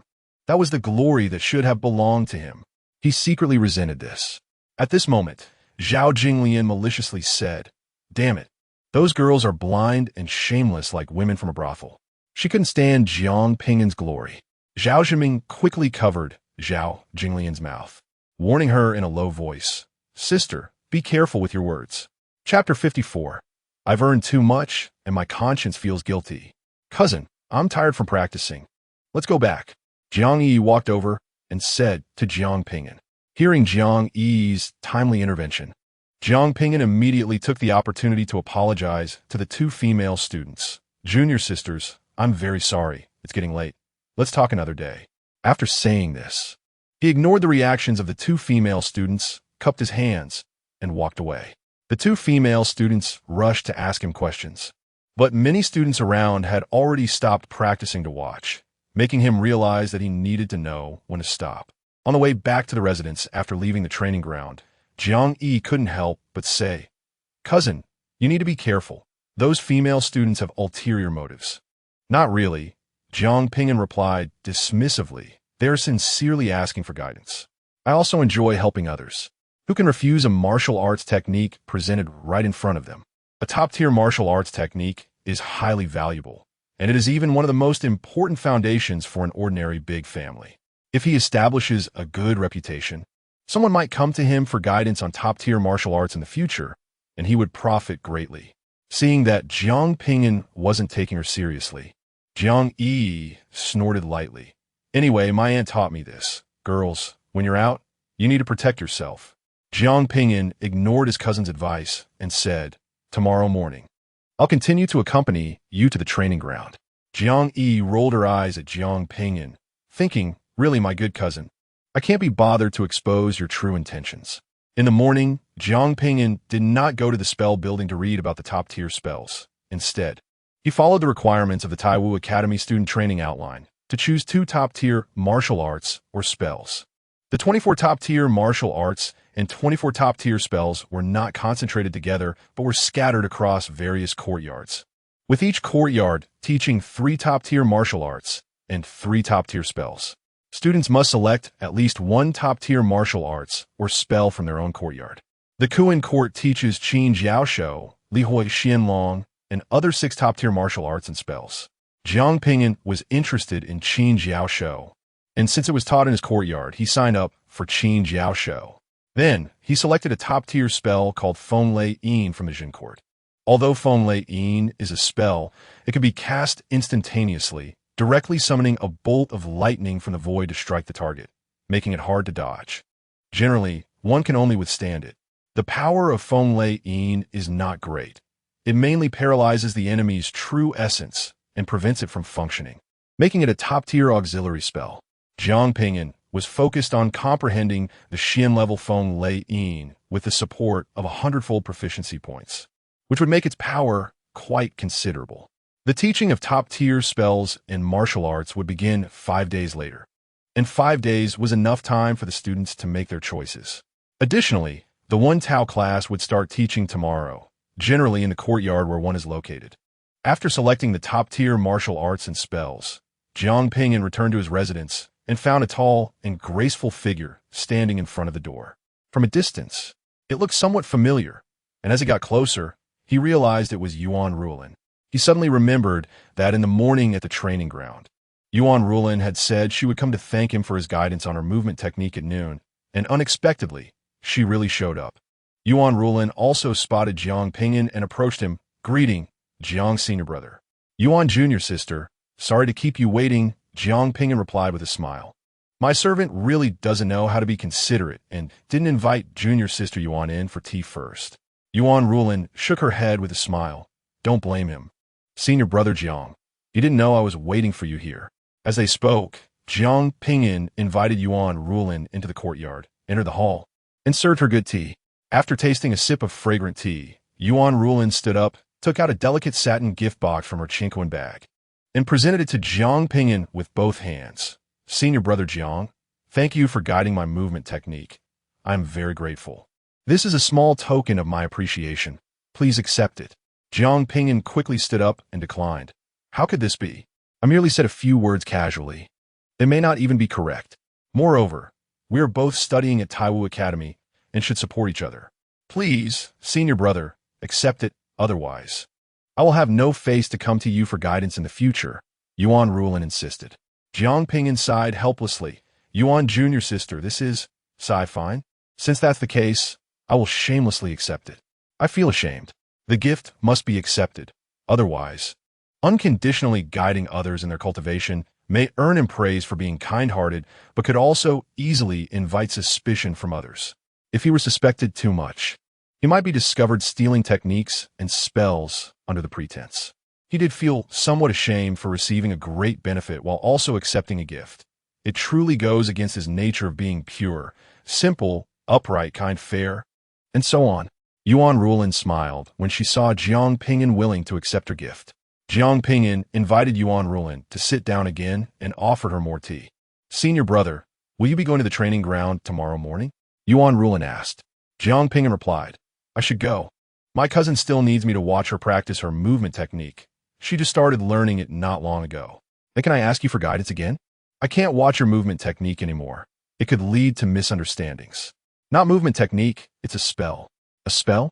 I'm not sure if I can help you," Zhao Ping'an said uncertainly. So far, he hadn't tried to see someone else cast a spell completely for it to be recorded on his panel. However, Yuan Rulin thought Zhao Ping'an was being modest. She had seen him cast spells twice in the competition, both of which were very impressive, especially the spell that defeated Yen Ruyu, which was rumored to be a Xian-level spell. The two continued to chat for a while, and after a cup of tea, Yuan Rulin tactfully stood up to take her leave. Zhao Ping'an walked her to the gate of the courtyard. After returning to the hall, Zhao Ping'an opened the gift box that Yuan Rulin had given him and was surprised to find that the gift was not what he had guessed, such as a spirit pill, Yuan stone, or spirit talisman, but a bird egg the size of a soccer ball, which was blue in color. Next to the blue bird egg was a piece of paper with elegant writing on it, likely written by Yuan Rulin herself. He picked up the fragrant paper note and saw it mention what the blue bird egg was and how to hatch it, etc. It turned out that the blue bird egg was from the azure featherbird. The azure featherbird is a third-tier demon bird with an adult wingspan exceeding 30 feet, capable of carrying a person in flight, and known for its speed. It has a pair of red, sharp beaks over 3 feet long that can break rocks and penetrate thick steel plates. This gift might be a bit heavy, Zhao Ping'an muttered to himself, hoping to teach her some spells. Otherwise, he would have to return it. He was unsure about the price of demon bird eggs. Thinking of this, he walked out of the hall and called out to Jiang Yi's room on the second floor. "Cousin, come down for a moment.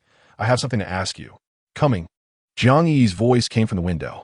Shortly after, Jiang Yi came down, and upon seeing the azure featherbird egg, her face lit up. "Cousin, was this sent by the female student who visited earlier?" "Yes." Zhao Ping'an nodded and then asked, "Is the bluebird egg expensive?" Jiang Yi replied, "Demon bird eggs are not cheap. If you hatch them yourself, you can raise them into spirit birds for battle, which are quite popular. Especially spirit birds that can carry their masters in flight are even more valuable." "How much would that be?" Zhao Ping'an asked. Jiang Yi smiled awkwardly. "I don't know either. I never thought about buying one since I felt I couldn't afford it.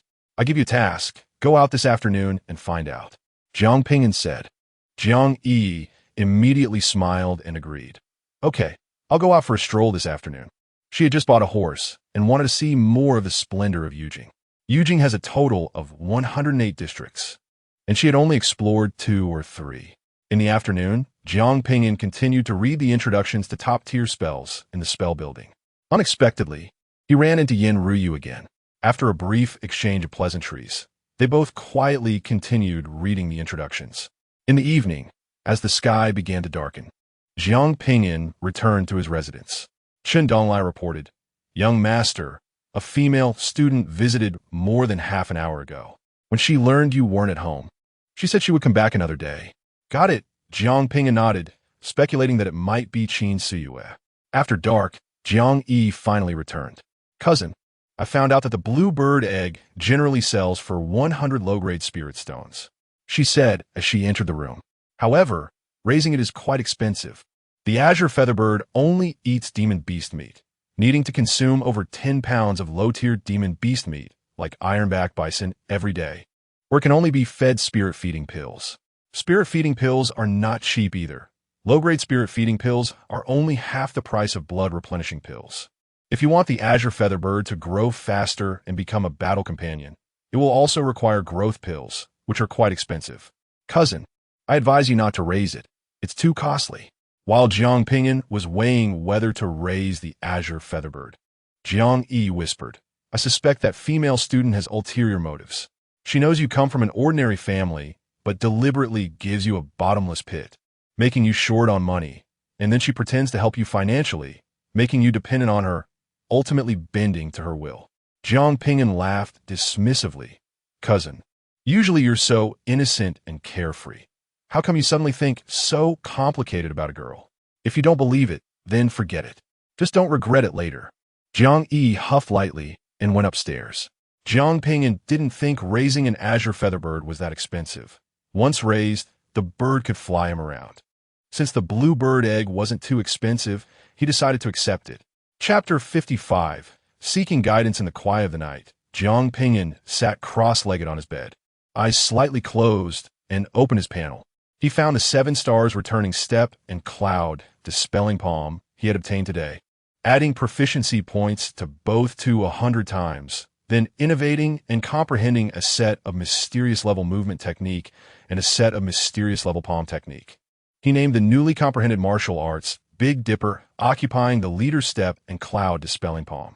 With Big Dipper occupying the leader step, his movement technique improved to the mysterious level, allowing for a qualitative leap in both evasion and offense during battles. Able to maneuver freely even against 5-day heavy, powerful opponents in the divine concealment realm.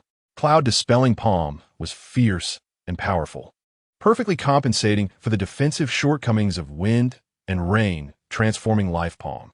It could be said that the addition of these 2 mysterious level martial techniques significantly enhanced his strength. The next morning, Zhao Ping'an continued to accompany Jiang Yi to the training ground. As soon as he entered, before he could find a spot, a strange male student quickly approached him, clearly targeting him. "I've seen you, Brother Jiang," the male student said, blocking Zhao Ping'an's path and bowing. The male student was about 20 tall, and his training outfit seemed quite luxurious. He held a purple gold dragon tendon whip, clearly from a prestigious background. Zhao Ping'an cupped his hands in response, Hello, brother. May I ask your name? What do you need? My name is Wang Jinyu. My father is Wang Hua. The Jingzhaoyin, the male student said. I have a top-tier martial technique that I can never master well, and I humbly request Brother Zhang's guidance. The Jingzhaoyin is equivalent to the governor of Yujing, a confirmed high official. So it's Brother Wang. Zhao Ping'an smiled. I can't claim to guide you, but we can exchange ideas. He certainly wouldn't miss the opportunity to learn a top-tier martial technique, regardless of whether the person asking was male or female. Thank you, Brother Jiang, Wang Jinyu said, showing delight and gesturing for Zhao Ping'an to lead the way. Zhao Ping'an nodded and turned to Jiang Yi. Cousin, you can find a place to train by yourself. Got it. Jiang Yi didn't show any displeasure and left. As Wang Jinyu led Zhao Ping'an to the spot he had chosen, he couldn't help but think, Brother Jiang is indeed warm-hearted and eager to help, not just guiding female students. In the distance, Yuan Rulin saw Zhao Ping'an being taken away by a male student and felt secretly annoyed, as she had made an appointment with Zhao Ping'an yesterday. However, she couldn't confront him directly. Yesterday, 2 female students had fought over him, prompting Zhao Ping'an to leave the training ground. After a while, Zhao Ping'an finished guiding Wang Jinyu. He received a top-tier whip technique, Purple Lightning Soul Shocking Whip, and Wang Jinyu's understanding of it improved by a level. Wang Jinyu was very pleased and gratefully said, Thank you, Brother Jiang. You're welcome. Zhao Ping'an shook his head with a smile and then said, Brother Wang, I still need to guide my cousin, so I'll take my leave. However, Wang Jinyu, reluctant to part, requested, Brother Jiang, could you guide me on my movement technique as well? Brother, you should first master the Purple Lightning Soul Shocking Whip, and we can discuss the rest another day. Zhao Ping'an politely declined. Wang Jinyu's face flushed slightly. What Brother Jiang says is right. Thank you for your guidance. I will definitely come to thank you later. You're too kind. No need for that. Zhao Ping'an separated from Wang Jinyu and had not walked far when another male student approached to request guidance. It turned out that other male students in the training ground realized that Zhao Ping'an was willing to guide them as well, and they were all excited to seize the opportunity to ask for advice. As the top student, Zhao Ping'an's strength was evident from a genius ranking competition, and many weaker male students respected him and were willing to seek his guidance. Zhao Ping'an did not refuse the second male student and spent about a stick of incense guiding him, acquiring a top-tier fist technique, 100 steps empty striking fist. A mysterious level fist technique, which could be comprehended with 100 times proficiency points, was exactly what he needed. The only fist technique he had learned before was Arhut Subduing Demon Fist, which was merely a mid-tier fist technique and could not be publicly displayed. After parting ways with the second male student, Zhao Ping'an had just taken a few steps when a female student approached to ask for guidance. Zhao Ping'an politely declined. I'm very sorry, but I have limited time this morning and cannot exchange martial techniques with you. I promised to discuss spells with junior sister Yuan Rulin yesterday, and I cannot go back on my word. I should be here again tomorrow morning, and if you still wish to discuss martial techniques then, I will be very welcome. The female student had no choice but to give up, blaming herself for not seizing the opportunity. Finally, Zhao Ping'an reached Yuan Rulin. Junior sister Yuan, sorry to keep you waiting. Zhao Ping'an smiled and cupped his hands. Yuan Rulin originally thought she wouldn't be able to ask Zhao Ping'an for guidance on spells this morning, but unexpectedly, Zhao Ping'an rejected others and specifically chose to instruct her in spell cultivation. At that moment, she felt extremely excited and touched, believing that Zhao Ping'an viewed her differently. Senior Brother Jiang, I am willing to wait for you, she said with affectionate eyes, her voice soft. Zhao Ping'an smiled and said, Let's begin. You will fully demonstrate your spell in front of me. After speaking, he walked to Yuan Rulin's left to facilitate observing the entire process of her casting. Senior Brother Jiang, watch closely. Yuan Rulin gave Zhao Ping'an a slightly charming glance and then focused her mind to cast the spell. Zhao Ping'an stood beside her, not only widening his eyes to watch, but also opening his spiritual perception to sense the changes in true essence and the fluctuations of the world's vital energy during Yuan Rulin's spellcasting. Soon, after completing her spell, a blue water dragon formed in front of her. The water dragon was 5 zhong long, as thick as a water barrel, and had an imposing presence. This spell was called Qin Water Dragon, which she had previously demonstrated during a competition with Zhao Ping'an. Zhao Ping'an slightly closed his eyes and quickly checked the panel, but did not see any new spells recorded under spells. He opened his eyes and said to Yuan Rulin, "Junior Sister Yuan, please fully demonstrate the spell, including controlling the water dragon to attack." "Okay," Yuan Rulin replied, immediately making hand seals to manipulate the water dragon, making it move forward and perform attack drills. After completing these, the water dragon flew back in front of Yuan Rulin, who eagerly asked Zhao Ping'an, "Senior brother Zhao, what do I need to correct?" "First, disperse the water dragon," Zhao Ping'an said, guessing that this spell should also include making the water dragon dissipate. Yuan Rulin immediately obeyed. Zhao Ping'an closed his eyes again and opened the panel to check. This time, he saw that the panel recorded a new spell, Can Water Dragon Excellent, 03000. Zhao Ping'an secretly breathed a sigh of relief and immediately filled the proficiency points for Can Water Dragon. In the next moment, a large amount of insights about Can Water Dragon flooded into Zhao Ping'an's mind, which he absorbed with all his strength. After fully comprehending Can Water Dragon, Zhao Ping'an added 10 times the proficiency points to gain extremely profound insights, surpassing ordinary perfection. He could see that Yuan Rulin had already mastered Can Water Dragon, and one more step would lead to great success. To help Yuan Rulin achieve immediate improvement, he needed to have an extremely deep understanding of Can Water Dragon, as ordinary perfection was not enough. Moreover, since Can Water Dragon was not an ordinary spell, he certainly needed to further comprehend a stronger spell based on it. So the 10 times proficiency points would not be wasted. This time, the absorption of insights took a little longer, totaling over 20 breaths. When he opened his eyes, Zhao Ping'an saw Yuan Rulin's gaze hurriedly shift away from his face. "Sorry for making junior sister Yuan wait," he said apologetically. Yuan Rulin's pretty face turned slightly red as she said, "It's nothing. It's me who made senior brother exhaust his mental energy." Zhao Ping'an returned to the main topic, earnestly guiding Yuan Rulin, making sure his advice was precise. After listening carefully to Zhao Ping'an's few pointers, Yuan Rulin suddenly understood and excitedly exclaimed, "I got it. Thank you, senior brother." After saying that, she couldn't wait to cast Can Water Dragon again. This time, the speed of her spell casting improved, and she quickly condensed the water dragon, which was even more solid than the previous one, with vivid details radiating a more powerful presence.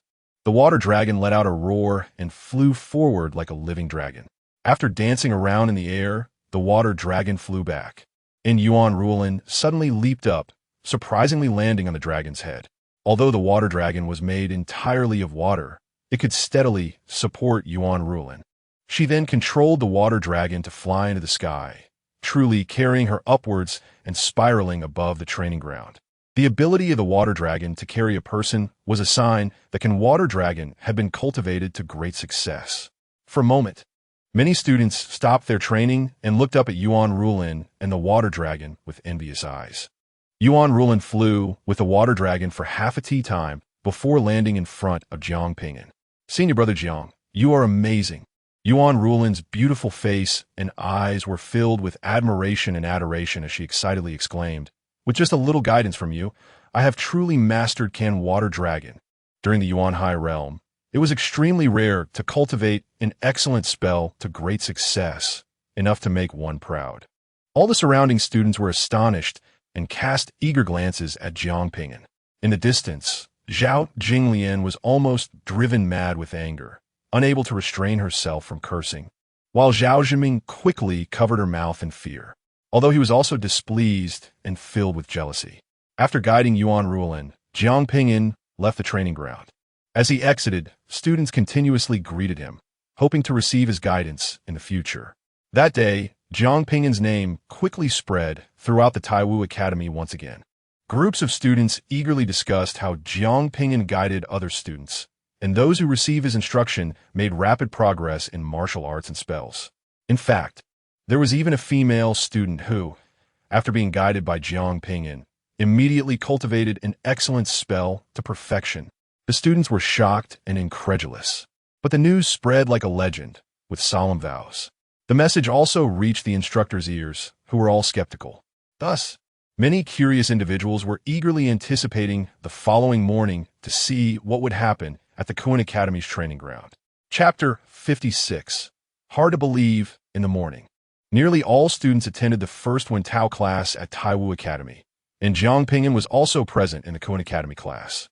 Princess Balan and Yin Ryu also attended, sitting apart but attracting many male students who secretly watched them. The students sat in scattered groups within a lecture hall when a middle-aged instructor entered and ascended the 5-foot-high podium. Zhao Ping'an found the middle-aged instructor somewhat familiar. After a moment of thought, he remembered that the person was Instructor Li, who had arranged the accommodations earlier. After Instructor Li ascended the podium, he sat cross-legged on the purple wisteria mat placed there and then addressed all the students. My name is Li Zidao, and I come from the Holy Confucian sect. From now on, I will be teaching the Wen Tao class at Kuan Academy. If anyone thinks my teaching is inadequate, you may go to other academy lecture halls to learn. If you find my teaching satisfactory, you may also invite your friends to come and listen. Upon hearing this, the students were surprised that they could freely choose their instructor midway. After Li Zidao finished speaking, he nodded to the assistant standing beside the podium, who immediately walked toward the students, carrying a tall bundle of books to distribute. After distributing one bundle of books, the assistant took out another bundle from his Chinquan bag to continue distributing. In the end, every student received 6 books. These 6 books were History of the Great Wilderness, History of the Rise of Humanity, Biography of the Holy Body and Emperors, History of the Qian Kingdom, The Art of War, and Governance of the People. After distributing the books, Li Zidao said, "Why does Taiwu Academy have a Wen Tao class? Because what makes humanity human is that we are a wise race with a civilized heritage. There are over 1 million races in the Great Wilderness, but no race has such a vast disparity in individual strength as humanity. Why is that?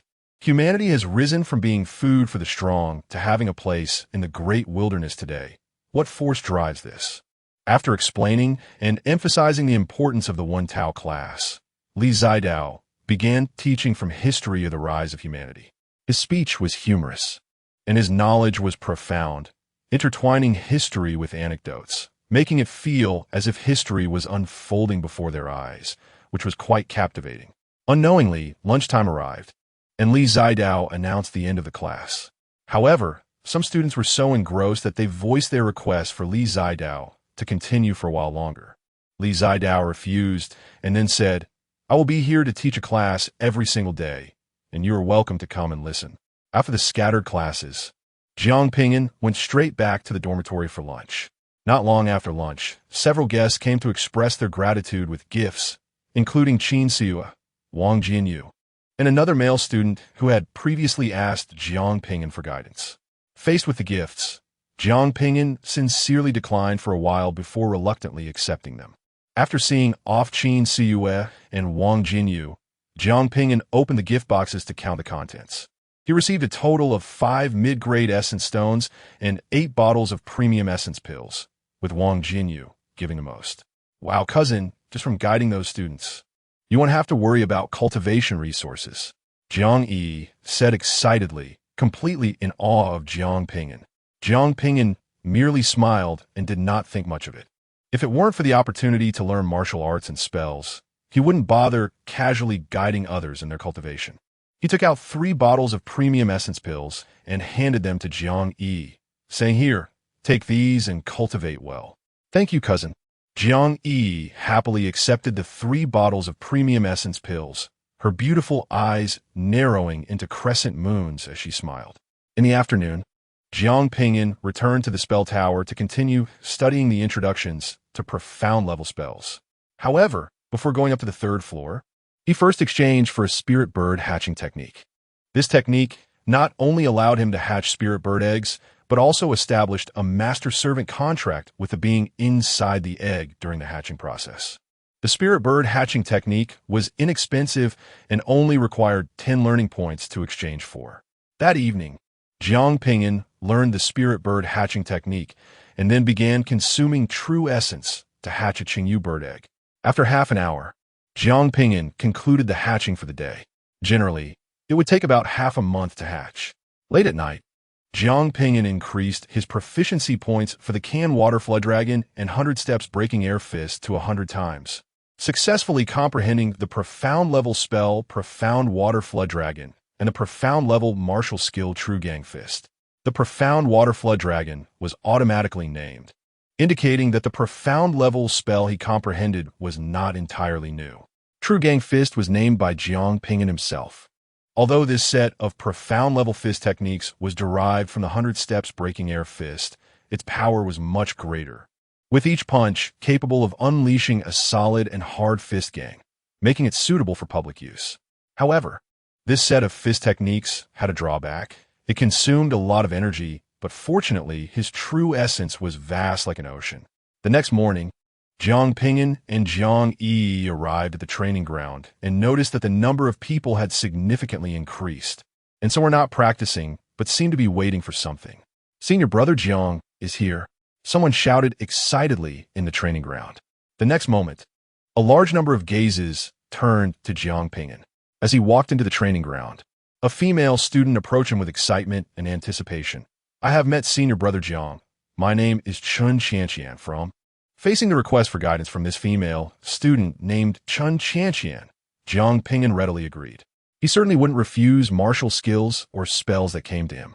Under the curious eyes of a group of students, Zhao Ping'an spent just a stick of incense time guiding Chun Qianqian, and she immediately made significant progress in the martial skills she inquired about. Those students who had come specifically to watch were all shocked, their gazes towards Zhao Ping'an filled with fervor. Zhao Ping'an did not feel excited about the many students eager for his guidance. He still only guided 3 people in one morning. Throughout the following day, discussions about Zhao Ping'an within the Taiwu Academy grew even more heated. Many curious onlookers had come to verify with their own eyes, and the direction of the discussions shifted from skepticism to admiration and awe. With inquiries on how to receive guidance from Zhao Ping'an, the instructors gathered together and joked, "Zhao Ping'an has taken away our jobs." In the southern frontier, at the Baidi city, Zhun Nanho's mansion, after several days of flying messages, the list of the great Qian youth prodigies was sent to the Zhun Nanho's mansion. The list was printed in 40 copies and distributed to the Zhao family members who had children entering the Taiwu Academy. Zhao Yingpeng was the first to receive the great Qian youth prodigy list, smiling as he eagerly opened it. Although there were many geniuses in the great Qian kingdom, especially in Yujing where talents were plentiful, he believed his precious son Zhao Zhenming would definitely rank among the top, and his daughter Zhao Jinglian should also be within the top 100. As his gaze fell on the top of the great Qian youth prodigy list, he was momentarily stunned. Zhao Ping'an? Where did this monstrous talent come from? He actually overshadowed many geniuses of the great Qian kingdom, even surpassing Zhenming. Zhao Yingpeng wondered, but it seemed there were no lords or aristocratic families with the surname Jiang. Could he be a disciple of the Jingdao Palace? He didn't associate this with his other son at all, as it was simply impossible. Suppressing his confusion, he began to look down the list for Zhao Zhenming's name. Not in the 2nd place, not in the 3rd place, not in the 4th place, not in the 5th place. He continued looking until the 10th place, but still did not see Zhao Zhenming's name. His expression darkened. Zhao Yingpeng continued looking down, finally spotting his son's name in the 17th position. Are all the young people of this generation so strong? With Zhenming's talent and strength, he only ranked 17th. He couldn't help but wonder. Zhenming's initial Yuan Hai exceeded 10,000 zhong and even had Yuan Hai anomalies. Logically, he should be within the top 5 at least, even if he couldn't take 1st place. Suppressing his doubts, he continued looking for Zhao Jinglian's name.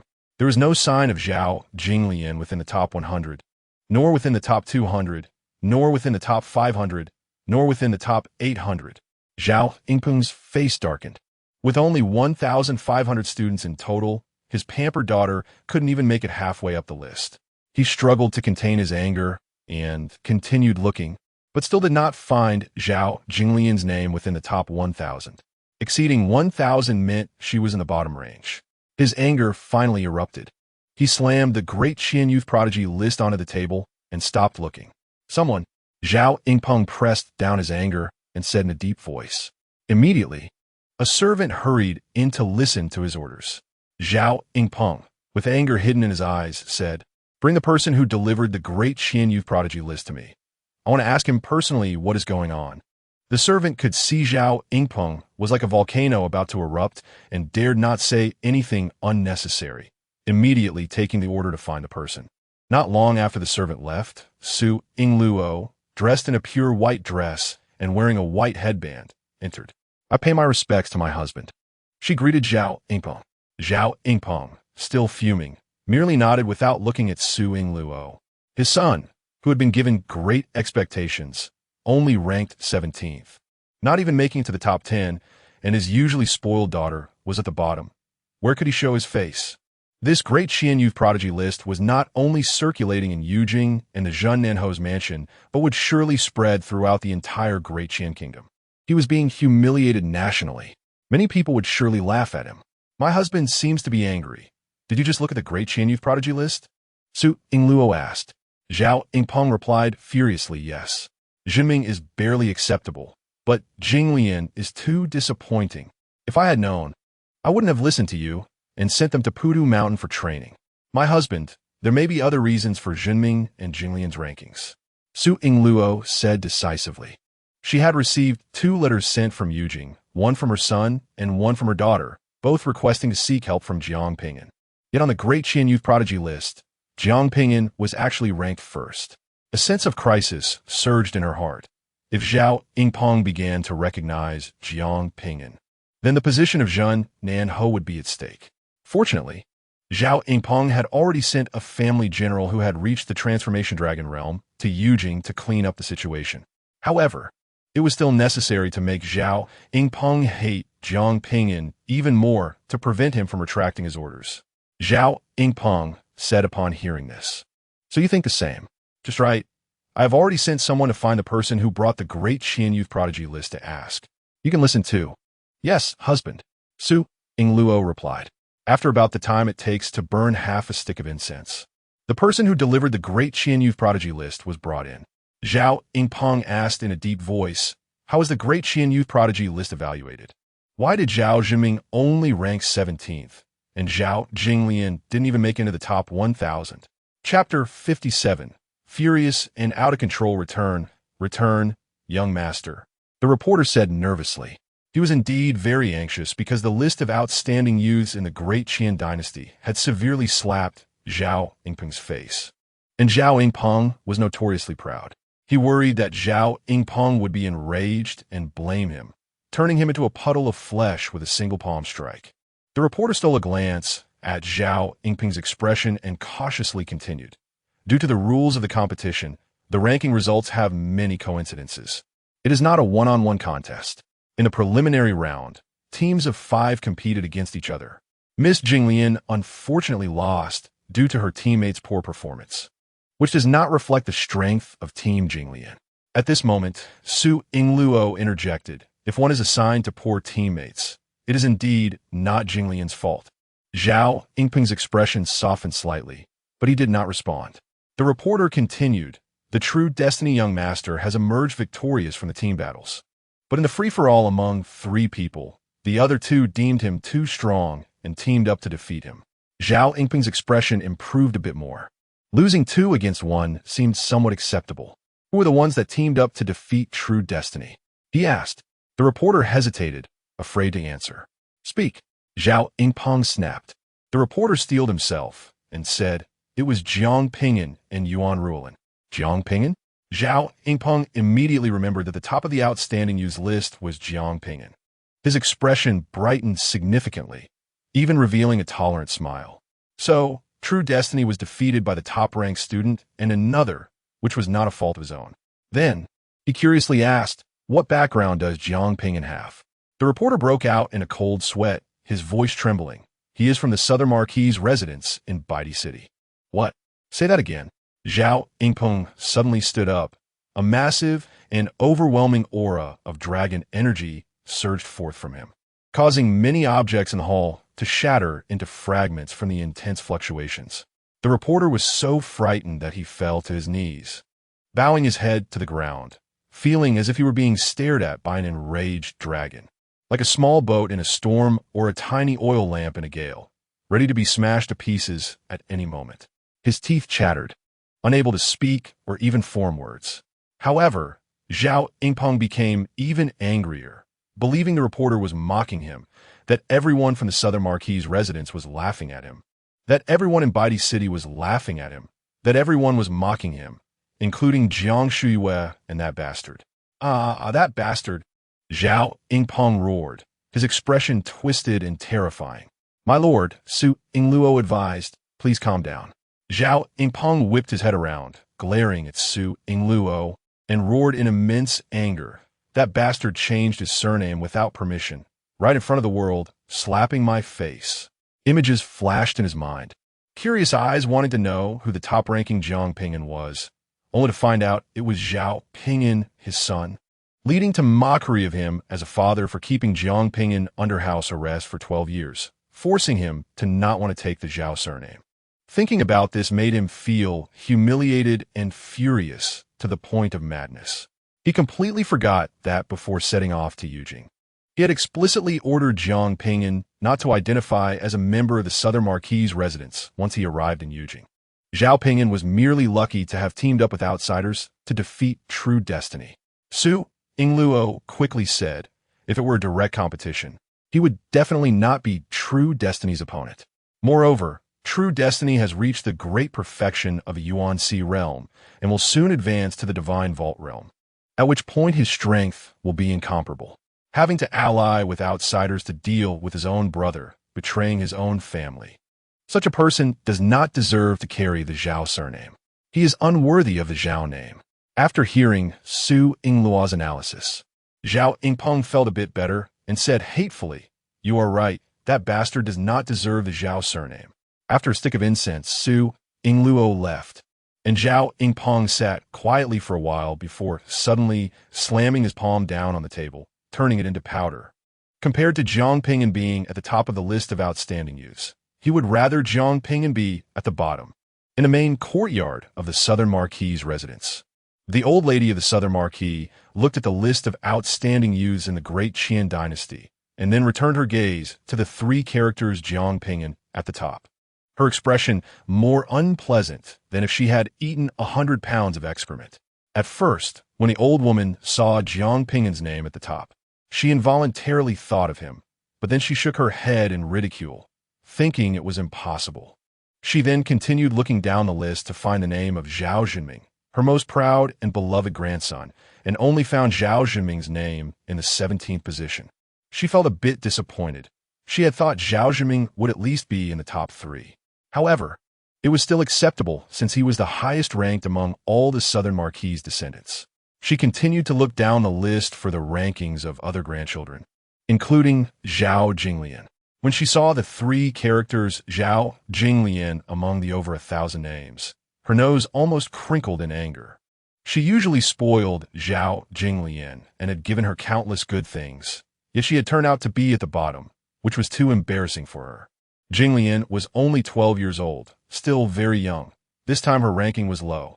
When she grows up, she will surely be as excellent as her mother, Su Ingluo. The old woman comforted herself. The old woman continued looking down the rankings, having found the rankings of several of her grandchildren. But she wanted to see with her own eyes how low the waist son of that servant girl ranked. Soon, she reached the last name on the list, but still did not find the three characters Zhao Ping'an. Could it be that I misread? The old woman was unwilling to accept this and began searching backward from the last position.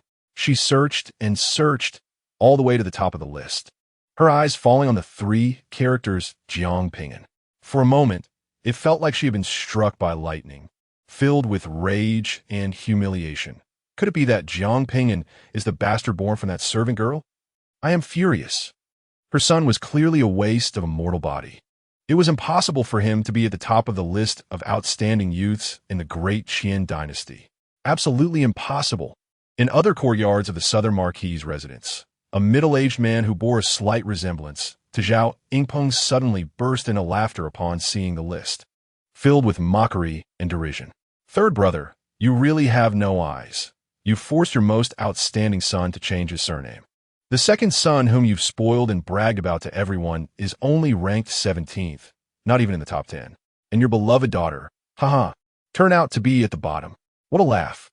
Third brother, you chased the mother away before the child was even born, and when the child was 4, you brought him back to the residence to be raised like a pig in a small courtyard. Let's see how you end up. Not just in one courtyard, but many courtyards echoed similar laughter.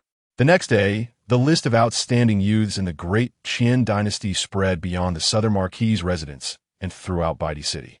On the streets, in tea houses and taverns, people discussed the list of outstanding youths, gossiping about various things. What? Zhao Ping'an is Zhao Ping'an?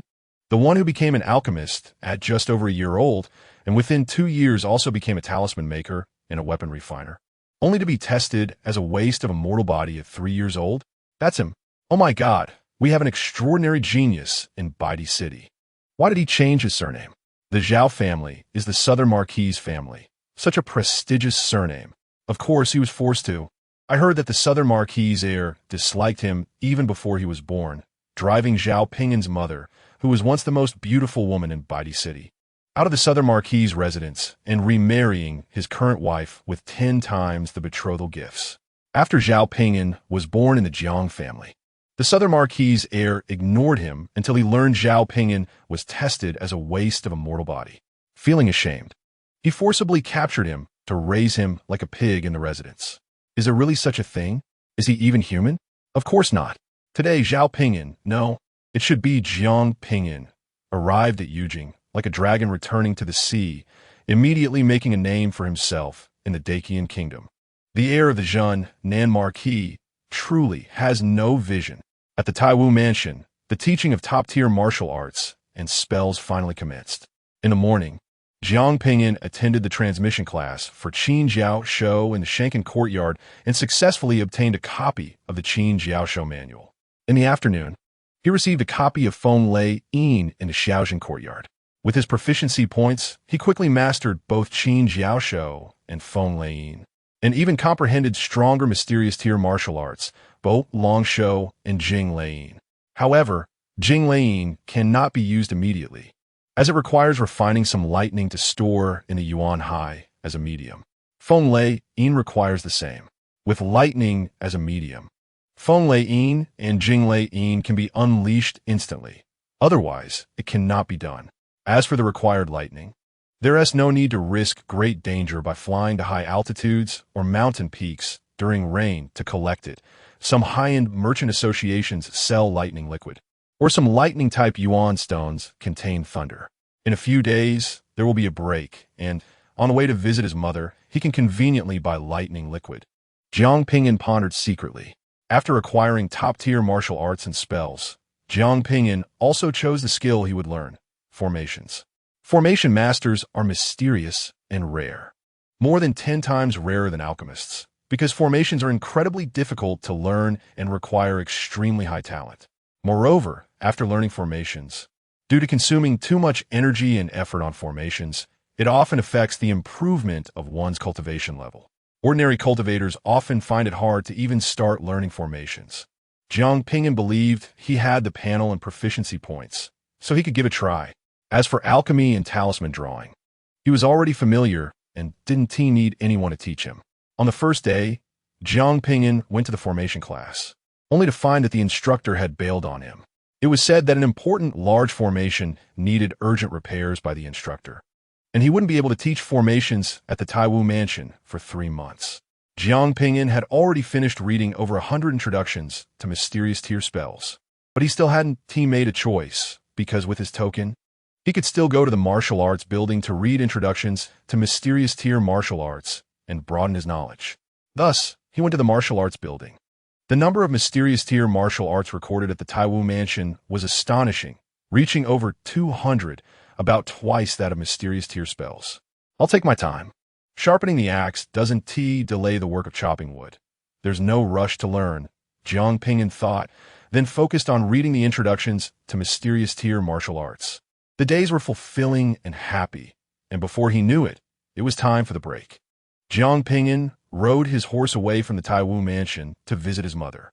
Jiang Yi didn't go with him, as she had recently made friends with several young ladies from noble families and wanted to go shopping and have fun with them.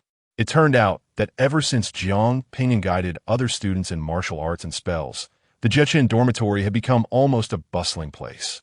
Although Jiang Yi entered the Taiwu mansion as Zhao Ping'an's servant, her true identity was Zhao Ping'an's cousin, so some female students proactively befriended Jiang Yi. Writing quickly, in just a short while, Zhao Ping'an arrived at the courtyard rented by Jiang Shuiwei. A maid opened the door, and after Zhao Ping'an entered the courtyard and handed his horse to the maid, he walked toward the house while calling out, "Mother, I've come to see you." However, just as he entered the house, a tall old man exuding a bloody, murderous aura flew into the courtyard from outside.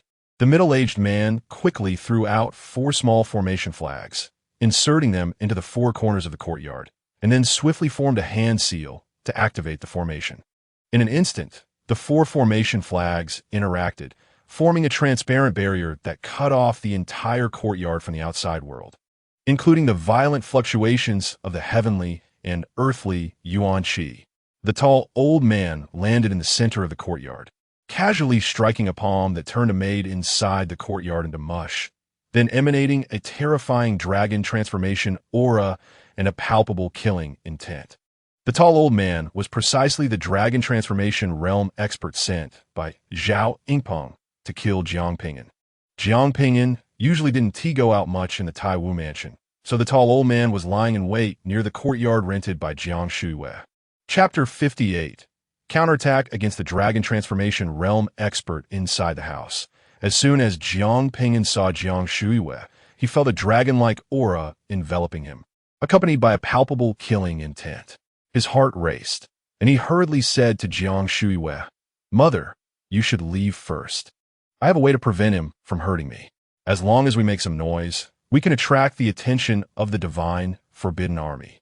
At that moment, Jiang Shuiwei exuded a powerful aura, revealing that she too possessed a dragon transformation aura, and with a resolute expression said, "Ping'an, you leave first. I have already reached the dragon transformation realm and can delay the enemy."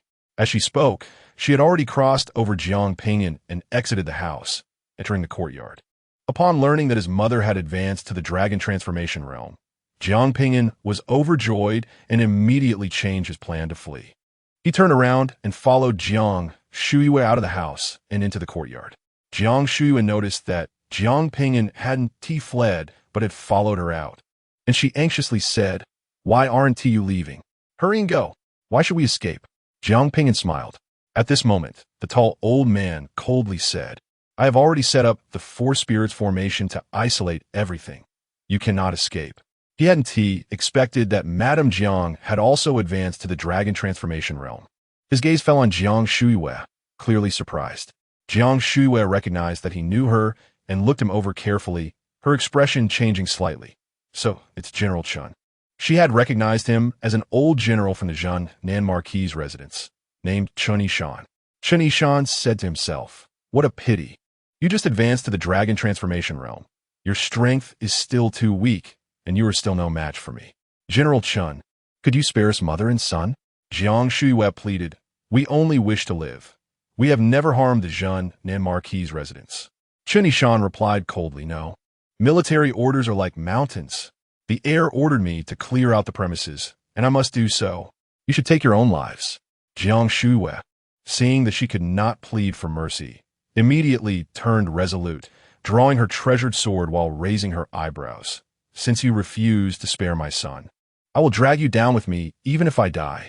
Chun Yishan dismissed her words, saying naive, "Do you think the strength gap within the dragon transformation realm is the same as that within the divine concealment realm?